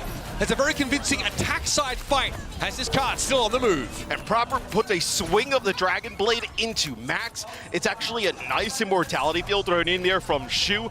But as that immortality field comes down, Hanbin there with Proper deals with it. And then Proper just continues to go to work with that blade as the cart continues to move here towards the end. Proper doing a nice job controlling this high ground. Yeah, again, Proper just, timing the accretion. Maybe knows that Max doesn't have the chance to hit him with that. An immortality field's already forced. This is a great result for Falcons, and they're going to continue to apply the pressure. Running forward in numbers now at a sound barrier. They can know that the end of the map is so close. Get into spawn, trap Crazy Raccoon out of the game, and make sure they get a clean finish here. The venture picked up by Lippin. In here comes Max, switches over towards the D.Va, and Chorong is on the Ana. Weird looks here for Crazy Raccoon, but whatever it takes to keep them in the map, they will do. Max is demeched. Lecart snuck in. Just under 3 minutes to play. Oh, that is lightning fast there from Falcons. Max comes in, they play a Sigma composition that's a little bit slower in design. And Falcons does not care at all. They run it right past that Sigma, playing a D.Va look with Proper on the Genji. That's a lot of time in the time bank here, man. It's really not something you often think about when you imagine poke compositions playing in like a Sigma style mirror. But the Genji does give you the option, because sometimes the poke comps, they get good damage, but there's enough time for the receiving team to throw a Mei wall up, throw an immortality field down, get that player top back up, and we just move back into a deadlocked scenario. But Proper just has the presence of mind to know, hey, I can actually get in and get out here, commit for a kill and get back to safety. And player advantage in the poke mirror, Matt, is everything. So the Falcons will ditch the Genji on D, so they will go to the Mei, as Mei has actually turned into a really popular pick from the top teams on this map, at least here at Champions Clash. And then Fielder will play the Baptiste combo that with the Lucio, as Hanbin stays on the D.Va. What does Crazy Raccoon do? 2:53 in the time bank there for Falcons, so Crazy Raccoon, they gotta fly. Got every reason to consider Sigma as a reasonable option now. The D.Va combo, though, causes some problems. I cannot believe we're coming out the Zarya. Okay. Hanbin has no way to mitigate the damage that Max can provide with his left clicks, and the bubbles honestly get a ton of value when you have a Genji to charge forward with it. With how aggressive that Chorong likes to play as well, you see it there on the Lucio. Just send him into the mix, and you want to create space. There is no way that Hanbin is going to be able to stand there and go toe-to-toe with Max. The jury is definitely out, though, about whether the Zarya is going to be the ticket to get them through the map, because Max is charged the heck up. Lip on the Cassidy as well. Such an interesting comp, but Baptiste is a great complement to this. Immortality Field plays really well with Zarya, buys her time to get those bubble cooldowns back up to keep her in the flat, keep her charged and ready to rumble. And Falcons respect this, but probably have to still feel like they have tons of opportunities to gain edges. Max though ignores the D.Va right now. See, Hanbin knows he's just going to get stripped down to his nuts and bolts every time he shows up in front of the Zarya. Dude, they're the fully charged Zarya, just Proper. No way you're going to be able to live there, as they were using that Mei wall to try and keep Hanbin alive, separating him from the rest of the team. It's a filthy comp here from Crazy Raccoon off the rip. It just would be something unbelievable. The Crazy Raccoon bring their pinch hitter in and win the Champions Clash on Zarya. I know I'm speaking a little bit too early, but Hanbin switching back. We have a good old-fashioned gentleman's duel on the front line, folks. Team Falcons and Crazy Raccoon happy to get their hands dirty. I mean, at least in the games that we've gassed, this is the first time we've seen Zarya all weekend. So this is, and you can hear by the crowd's reaction, this is not a regular occurrence here. God, the mind games now, training bubbles in the front line, trying to deny charge from the enemy Zarya, trying to force the bubbles out. Shu picked up for Hanbin. If you're going to come with a king on the Zarya mirror, you best not miss. And Team Falcons look comfortable with this change of comp. So the bubbles are really good, obviously, for the Genji to get quite aggressive, but we talk about how tanky Mei is. I mean, just getting Mei there with Proper, with the bubbles there from Hanbin. Good luck taking the Mei out, as now Falcon stabilize on D. 4 minutes 13 to play with. A great early thrust here for Crazy Raccoon, but obviously losing that previous fight. They've built up a Graviton surge. And Hanbin's got to be aware of this now. That's surely an ultimate that you're looking to track. Max has to back away now. Air Matrix will be thrown up in response for Crazy Raccoon. It's a little bit awkward. Shu's the only casualty, though, so the attackers still have priority, still some tempo to work with now, and Harbin's having to look back behind him. Everybody surrounding the Zarya, leaving Harbin essentially for last. Crazy Raccoon back on the march again. So they will continue to get the payload moving here. Are we gonna see this? Okay, so Stalker gonna go over to the Ashe here. So Ashe with a Genji still playing that Zarya in the mix. So obviously you're going to have that bubble for Proper, potentially going in, finishing out some of that damage that Stalker is gonna be able to put down with Dynamites. Here's a blade coming on in. He sees the Zarya bubble stopping him to start with, but he still wants to go for it. Fielder's Immortality Field buys a little bit of time and results in a trade ultimately. Now though, he goes down. Chiyu and Fielder both missing, and Lip now with the 6-shooter dishing out the deeps. Harbin here is just going to be forced back. There's really no reason that he'd be able to hang. Crazy Raccoon, man, they are doing an insane job of pushing through this map. 4:25 to play. You notice here the Zarya perk of choice appeared to be jump ups for Max, so just increasing the self knockback of the secondary fire. It's maybe not the most impactful perk, but those major perks do matter on Zarya. It gives Zarya the access to be able to get some high ground, right? Increases that knock up there with the right click. There's a dynamite from Stalker to the high ground. Is Falcons, I think they feel like they know they need to dislodge Crazy Raccoon from this position. Awkward though, Hanbin has to just basically turn his eyes to the sky and hope that Proper can make good use of the barrier, but it expires awfully quickly. Graviton Surge comes in. Hanbin, I think that is ridiculous. Able to pop that one away. Shu's Immortality Field is just not going to cut it. Max they just used it to get Heesang. Okay, they trade Genji, so look, they're going to come back in. The re-engage for Crazy Raccoon. And I see the Air Matrix and think better of it. They got Hanbin though. They so do have the player give them an opportunity. Yeah, so they're going to be able to get the payload moving here after this, right? They kind of wait for this Amp Matrix to wear down. But now, dude, Crazy Raccoon, you're going to be able to come in. You got this Deadeye Amp Matrix here in this open space towards the end of the map. Max trending forward here. Falcons know they've had to give up a bit of space. Amplification Matrix at the ready here for Shu. Deadeye to clear some space as well. Stalker can't really peer into that sightline for the time being. Lip likely will only get a free reload, but it gives a little bit of extra card progress. Here comes Bob, though. Lip has to concede this space. Desperately, Shu's getting an Immortality Field down. It's cleared out, but he keeps his allies alive, crucially. And Max is ready to fight back in a moment's notice. Soundberry, though, popped by Falcons. They want to keep pushing up, but Proper overextends. He gets caught out. It ends up being a trade, though, off Genji's, and the spotter perks picked up by Max are going to be a supportive look here on the Zarya, but he's close to a grab lead. Hope to finish the round, but now Crazy Raccoon have fallen behind Falcons' time bank. Gio, though, might be down. Harbin, not long for this world, and buddy, there's a whole ass card there to touch. 2 minutes 17, I believe, on the clock now for Falcons. So you would did not have Zarya mirrors on your bingo card maybe coming into this one. So Zarya mirror matchup with some Ashe and Mei in the mix. And if we get that again, the spotter perk taken there by Max means that the projector barrier instantly activates health regeneration and increases movement speed. So it's an amazing pair with a Genji. Yeah.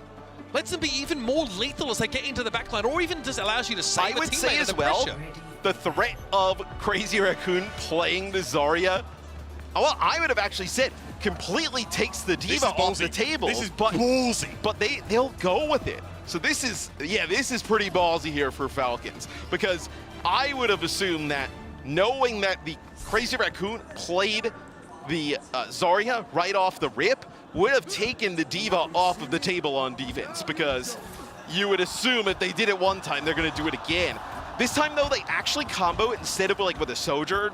They actually go Genji Mei. So maybe they just want to play this with the D.Va even more aggressive. At this point, the time bank difference is negligible. It just doesn't matter. It feels like we've reset the entire map after having reset the map pool already.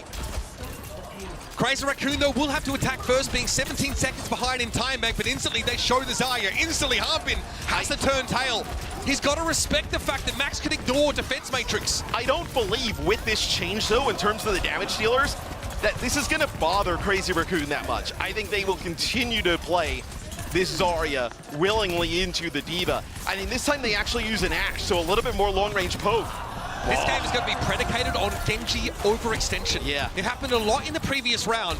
And you see the Hangzhou just gets a little bit too brazen. Sometimes getting a Zarya bubble can give you delusions of grandeur, make you think you can pull off more than you should, and it gets punished there. Stalker. 2 back-to-back at range. And yeah, also you have the Mei wall, right? Being able to kind of like, if the Genji goes in, right? Maybe dashes on in, gets a Zarya bubble. Now all of a sudden, the Widow? There is a Mei wall behind. He's walking out the spawn. Why not? Let's go for it. We are rolling back the years. And it's pure fan service at this point. Lips Widow, legendary. But does he have a good sideline? Sorka does copper hit in this really unfavored scenario for Mei, but you can walk up on the Widow. Perfect response. Falcons out the Genji in there, but Proper is going to be traded out. Shu's Immortality Field buys enough time, but once more is Hanbin. Sees the Baptiste in a slightly overextended position and punishes. 32 seconds left. I was going to say, I don't think the Widow's the answer, so they will go Cassidy here. So Cassidy's going to give them a little bit more brawl potential, especially if the Falcons wants to get aggressive with this Mei Genji. Stalker, he's hit so many of these right he's been on fire, man. That Blizzard is now virtually available for him. First ultimate to come online, well, Heesang's Blade a little bit earlier. Can he make do with a Zarya bubble and a Blade into the backline? He's got to get through the Immortality Field first. Also, yeah, Matrix farming up here for Shu, right? You're going to have the Cassidy with that Amp Matrix. That's a lot to work with, Matt. That's the win condition here for Crazy Raccoon to try and take this fight on a potential checkpoint. Here's the Blade into the backline, but the Blizzard will go into the backline of Crazy Raccoon. It's Heesang's Blade. Oh, Fielder! Outside of an Immortality Field, can't make use of it, and Heesang finds the whole backline with the Blade. That's the opening you're looking for. That's the ticket for Crazy Raccoon. They'll own the checkpoint, and they're still online. Yeah, the support separate there for Falcons is Chio had the rally rolling, and Fielder kind of goes inside, maybe trying to get a line of sight on some of the other members of Falcons, be able to provide some healing to them, but you end up losing both supports there. So Falcons now will have to battle back towards the card as we go into OT. Crazy Raccoon, they're end up with a sound barrier here, and they're also going to end up with this grab. So some big ultimates, like, can you get a grab maybe onto Proper? Yeah, can you catch him? Defense Matrix though means you've got to be careful about how you use that ultimate. Deadeye buys some time, gets Max closer to that grab, but Proper is, he's itching to pull the blade, and he's gone for it now. Instantly, bubble thrown onto Shu. Sound barrier as well, but it doesn't matter, it's still cut through. Stalker has the damage to deal with, the Immortality Field's down, but it's a trade. It's Shu on the back. It was always meant to be. Eventually, though, Sheet will fall. Falcons need Hanbin to stay in the fight, and he gets a free remake here. Max has a bubble, throws it up. He's healthy, but not enough to stay in this. Now Hanbin with a remake back on the card, forcing Heesang away, and that'll be that. 52.35 meters, and an extra checkpoint earned in extra time for Crazy Raccoon is all they'll get. It's a pretty decent push, though, all things considered, right? 2:17 going to be on the clock here for Falcons. I'm actually just more curious of what we see from Crazy Raccoon on defense, right? Do you come out with Zarya off the rip, right? Is there a comp that then you could see maybe take advantage of that Zarya that we could see Falcons go to on the offensive side? Or do we just end up in that bizarre Zarya head-to-head? The issue for the defensive Zarya is that she can be just ignored if he doesn't have high charge. Circumvented, This is safer. The zero charge particle beam is really just a tickle to a diva. No, it will be the Sigma look here, which makes sense. Are you kidding me? All right, why not? Oh boy, we are headed to the car wash, folks. Look, this is a holding down this choke though is going to be very difficult, for Team Falcons to push on through. Man, I hate that spot. We're in overtime, right? So perks are absolutely a factor here. Yes, you come out with them, so you can put the turret in a very get dirty Maga spot into this. So I was talking about maybe we end up seeing some Maga here on circuit. We've seen Maga into Sigma to kind of get around that shield, right? Diva instead. Okay, so Heesang turret goes down early. Crazy Raccoon trade their poke potential in for amazing defensive capacity in their backline, and they surge ahead instantly. Sork is the first pick. Heesang starting to get busy with it. Little pick on Chio there, insult to injury, and that's the turret behind the attackers. It is so difficult to deal with, and that is a huge fight win that basically takes any advantage that Falcons had in terms of that time bank, that really early one. 17 seconds ahead, off the table. Okay, why not? I can't believe it. The Reinhardt here for Hanbin. That's a reinforced get up on his feet. It's getting real here, folks. Falcons now move up. They've got the mobile shield. Max instantly respects it, but the TP's going to make this weird. Accretion blocks entirely. Hartman shrugs that off quite happily. Now Max has to worry about everybody surrounding him. As Shu going down, Proper was able to get in and get rid of the Baptiste. 1 minute 18 left, but the damage isn't there for the defenders. Now Limp's out of the game as well, and Team Falcons have come up with the answer for now. Is it Hottie in the London Spitfire out there? Or is that Team Falcons? We get the Hanbin Reinhardt it's here. Just fan service. Using the sim to get past that Sigma shield, and then in combination with the Mei, being able to brawl out. He's saying going over to the far. There is no response really outside of Fielder here. Okay, he's saying good response here. Not much you can really do about it. Yeah, the BAP can shoot it, but it's really not enough to work with. 45 seconds left here for Falcons, but they've got their support ultimates online. Here's the sim ball now. Crazy Raccoon by a lot of space. Hartman's shield gets chewed through there by Lip, and it's easy for Crazy Raccoon to reassert themselves defensively on the map. Lippy wants to TP forward and stagger this out longer. Team Falcons have one more chance with 2 support ultimates to stay in the map, and they're switching. Widowmaker and Diva come out. And now it's a Blizzard from Stalker, so that gets absolutely nothing here. As now it is just desperation to get back towards that payload. Crazy Raccoon, they're backing up. They want to get a fight at this choke. Max respects it. Gravitic Flux could be big. Normally it's easy to dodge, but Falcons have to play on the card. It could force a Charlie Niner. TP behind, respected, dealt with. Harvey wants to step up here, but has to double back pretty instantly. Now the sim turrets are a problem. We're in overtime. Here's the sound barrier for both sides, but Falcons is earlier. How can they hang in here?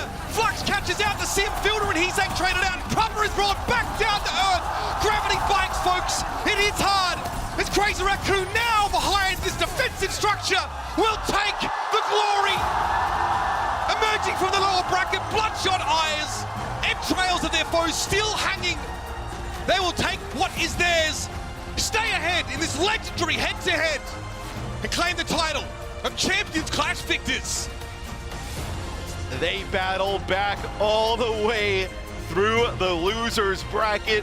An epic match here against Falcons that really had it all. I mean, we started to see every different kind of composition you can think of. And Crazy Raccoon just too strong in the end this time. We may never see a series of Overwatch quite like this one. It is neck and neck. We have a map pool reset. We go to Esperanza. Yeah, Crazy Raccoon take advantage there. They've got the Winston comp. And then we enter a bizarro world of Overwatch where, frankly, everything is made up and the points just don't matter. We start with poke compositions. There's a Diva there for Hanbin. But now Crazy Raccoon have done enough to be your champions in Hangzhou.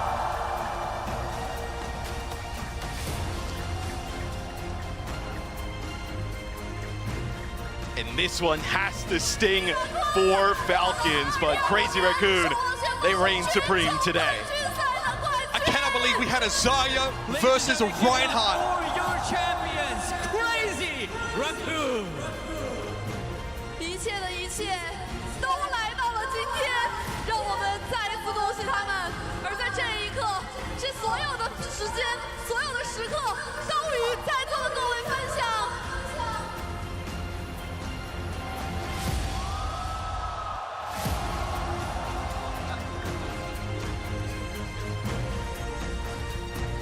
此时此刻有非常多的问题想要问到 Crazy Raccoon 的选手们，而我们先从我们的莫文教练开始。Yes， 所有的击掌有力、坚定。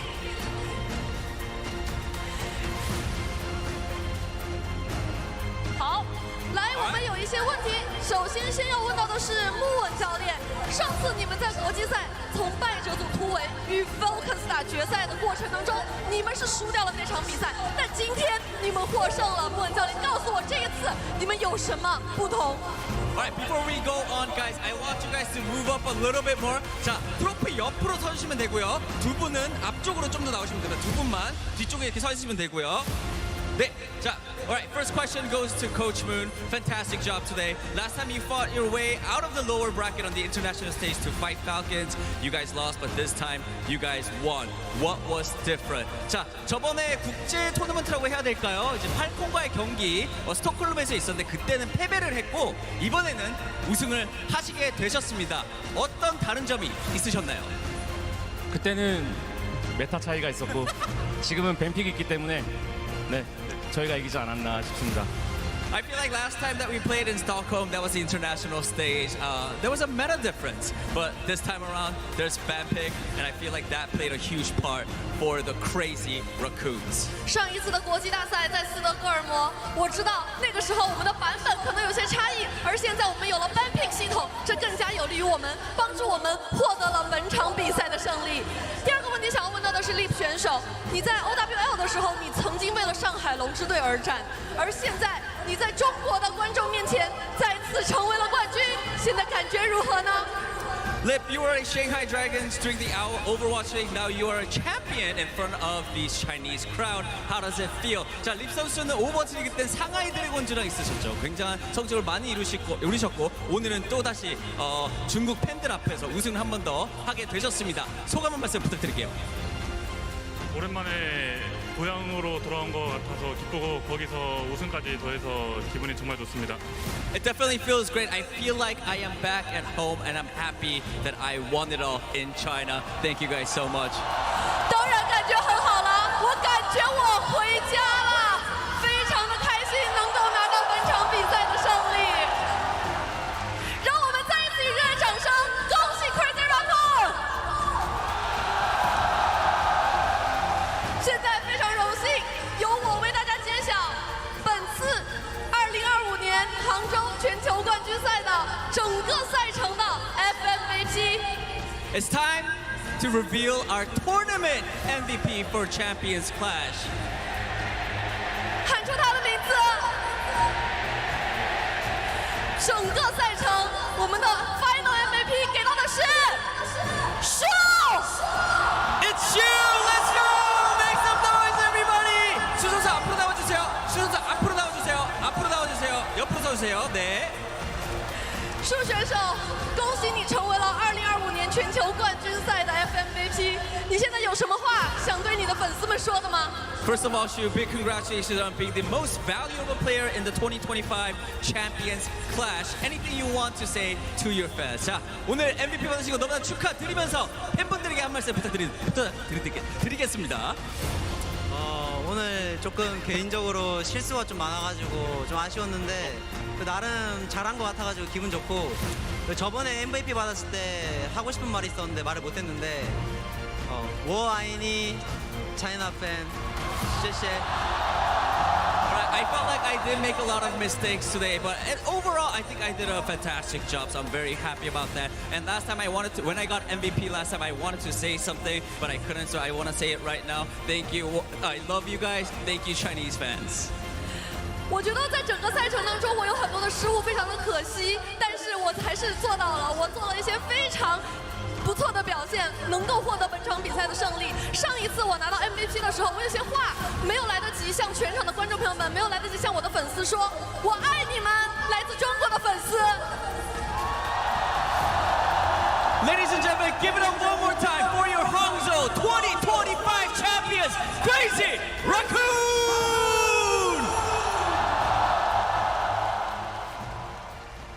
Time, as it always seems to be in this great game, is a flat circle. What an incredible walk back through some of the metas of yesteryear, and as well as some entirely new ones.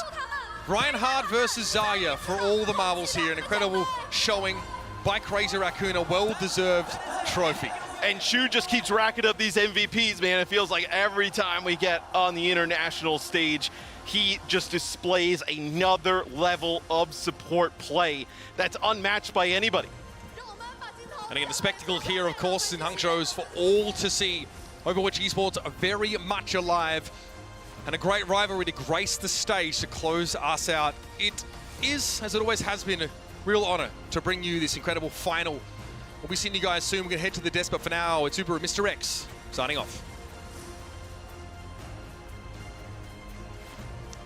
Thank you so much, Mitch and Matt. Fantastic match, fantastic cast. Overall, an incredible event, just like filled with history that was made. I know we always say that, but this time for real though, because there were just so many twists and turns. Just on this final match alone, the map drama, like everything goes at the end. We're busting out Zarias and Torps and Sims. Like it was literally almost an FFA situation at the very end there. I couldn't be happier with this. I mean, I think we're entering a new era for Overwatch Esports in this world of band pick. I think we can expect to see more incredibly closely matched tournaments, teams able to bring huge different strategies to bear throughout this match. I mean, this was a masterclass by both teams, showing their full potential, everything that they prepared to bring to this tournament. It's been an incredible tournament overall, just the back and forth, the different play styles we've seen, and this series just encapsulated what we've seen so far this tournament. It was Team Falcons who wanted to play more of this Mauga-centric style, and Crazy Raccoon, they were there every step of the way, preferring perhaps a bit more of a looser, a bit more of a dive-centric kind of style, and then on that Esperanza, it just kind of flipped in this series. It felt like Falcons, they had the advantage throughout, up until Crazy Raccoon. They captured that single map, and then you all go over to Circuit Real. We see Saria's brought into action. Hanbin mirrors the Saria, and what it's year just is this? absolutely crazy from there. I mean, yeah. Look, I'm happy for Max as well, winning this map here for his team as well, closing out the series, because Max, spending a lot of time on the bench. Yeah. It's been tough for that guy, but comes in clutch here for Crazy Raccoons. Just a phenomenal series overall. I'm not entirely sure if Max ever has been in a final map series that they won. I think this is the first time. Don't quote me on it, unless I'm right. I am not getting quoted on that. I'm like semi-confident about it. I mean, let's go with 90%. But yeah, obviously a phenomenal performance across the board. But individuals like Max, it obviously must mean a lot to them. But they had to dig deep, man. Both of these teams out. They really did. It felt like a cinematic end on that fourth round of circuit. The fact that there were so many hero swaps going in, you had like the double DPS turret comp coming in to deal with that proper Genji, and then we saw the Pharah coming out because the Rhine pick to do to just like chunk away at that shield. You were like standing up. You were so high. We wouldn't be standing up. Everyone stood up when the Rhine came out. Yeah, but like it's a decent matchup into the Saria. It just felt like maybe they were pushing just a little step too far about what was viable right there in the matchup. I actually think that's a correct strat to go the Maysim Rhine into the Sigma is a great punish, but then Heesang comes out on the Pharah, and that's a very awkward place to play Pharah where you don't really have the support to heal you properly, but still also another great option into the matchup. I mean, both teams, I think, in this band pick format, we're really getting to see the full potential of these players. They're not limited to like one defined meta comp that the teams have just really mastered by the time the tournament comes around. They're forced to continue to grow, adapt, and push each other, showing that full spectrum of what they're capable of. I mean, I think this is just a beautiful thing for Overwatch fans everywhere. It really is. It was so much diversity in style expression from all of the teams we had in the tournament. So we absolutely love to see that. We also always love to take a look at the bracket. So let's take a final look at how this one shaped up, because Crazy Raccoon, they did the thing, the salty lower bracket run any team can dream of, except from no one actually wants to end up in the lower bracket and play with their back against the wall throughout the entirety of it. But it honestly, it made it so much sweeter, that victory. Yeah, just the style they did it with as well. I mean, they were angry in that lower bracket, and some of the performances we saw, tournament MVP Shu just kicked it off with a bang on that Ana. Just the impact he had in that series against, once again, 3-0. You take down Nightmare in a super convincing 3-0 as well, and it just set up this glorious grand final where Crazy Raccoon, they overcame the loser bracket disadvantage and beat out Falcons. I gotta say, Lip in the grand finals, it's unbelievable that guy, how consistently strong he is, but then that he has a higher gear in the grand final. I mean, talk about a player you need on your team in a clutch scenario. I just don't think, we talk about the GOAT conversation. Somebody who can step it up and hit that perfect peak under the maximum possible pressure with everything against him. Some of the best opponents in the world sitting across from him, and he's playing better than he's played all tournament long. That's the dream for a coach, for a teammate. He's him. He's him. Lips Yeah, both. I think they are all him, actually. I think every single player on that server had their time in the sun. Now, before we wrap and say goodbye, what are your final thoughts here? What are the big takeaways for you, Ash? I think the big thing is the fact that I know that we're talking about Crazy Raccoon being able to get this revenge on the international stage. But I also want to give that boon over to the fact that Nightmare, you got to keep in mind that this is a dark horse that we have to keep our eyes on for the remainder of the competitive season. I love the shout to Nightmare. Really impressive. Been really fun watching them grow and develop as a team. I hope that we continue to see more of them and they continue to be a big threat on these international stages. I also think once again it's been fantastic to see some of these top Chinese Overwatch teams come to compete. I'm curious to see, will there be other strong Chinese teams coming to compete at EWC, at Stockholm? I just want to see more of this beautiful international competition. I'm just loving the format right now. I think it's a great time. Yeah, I wanted to echo that sentiment with China.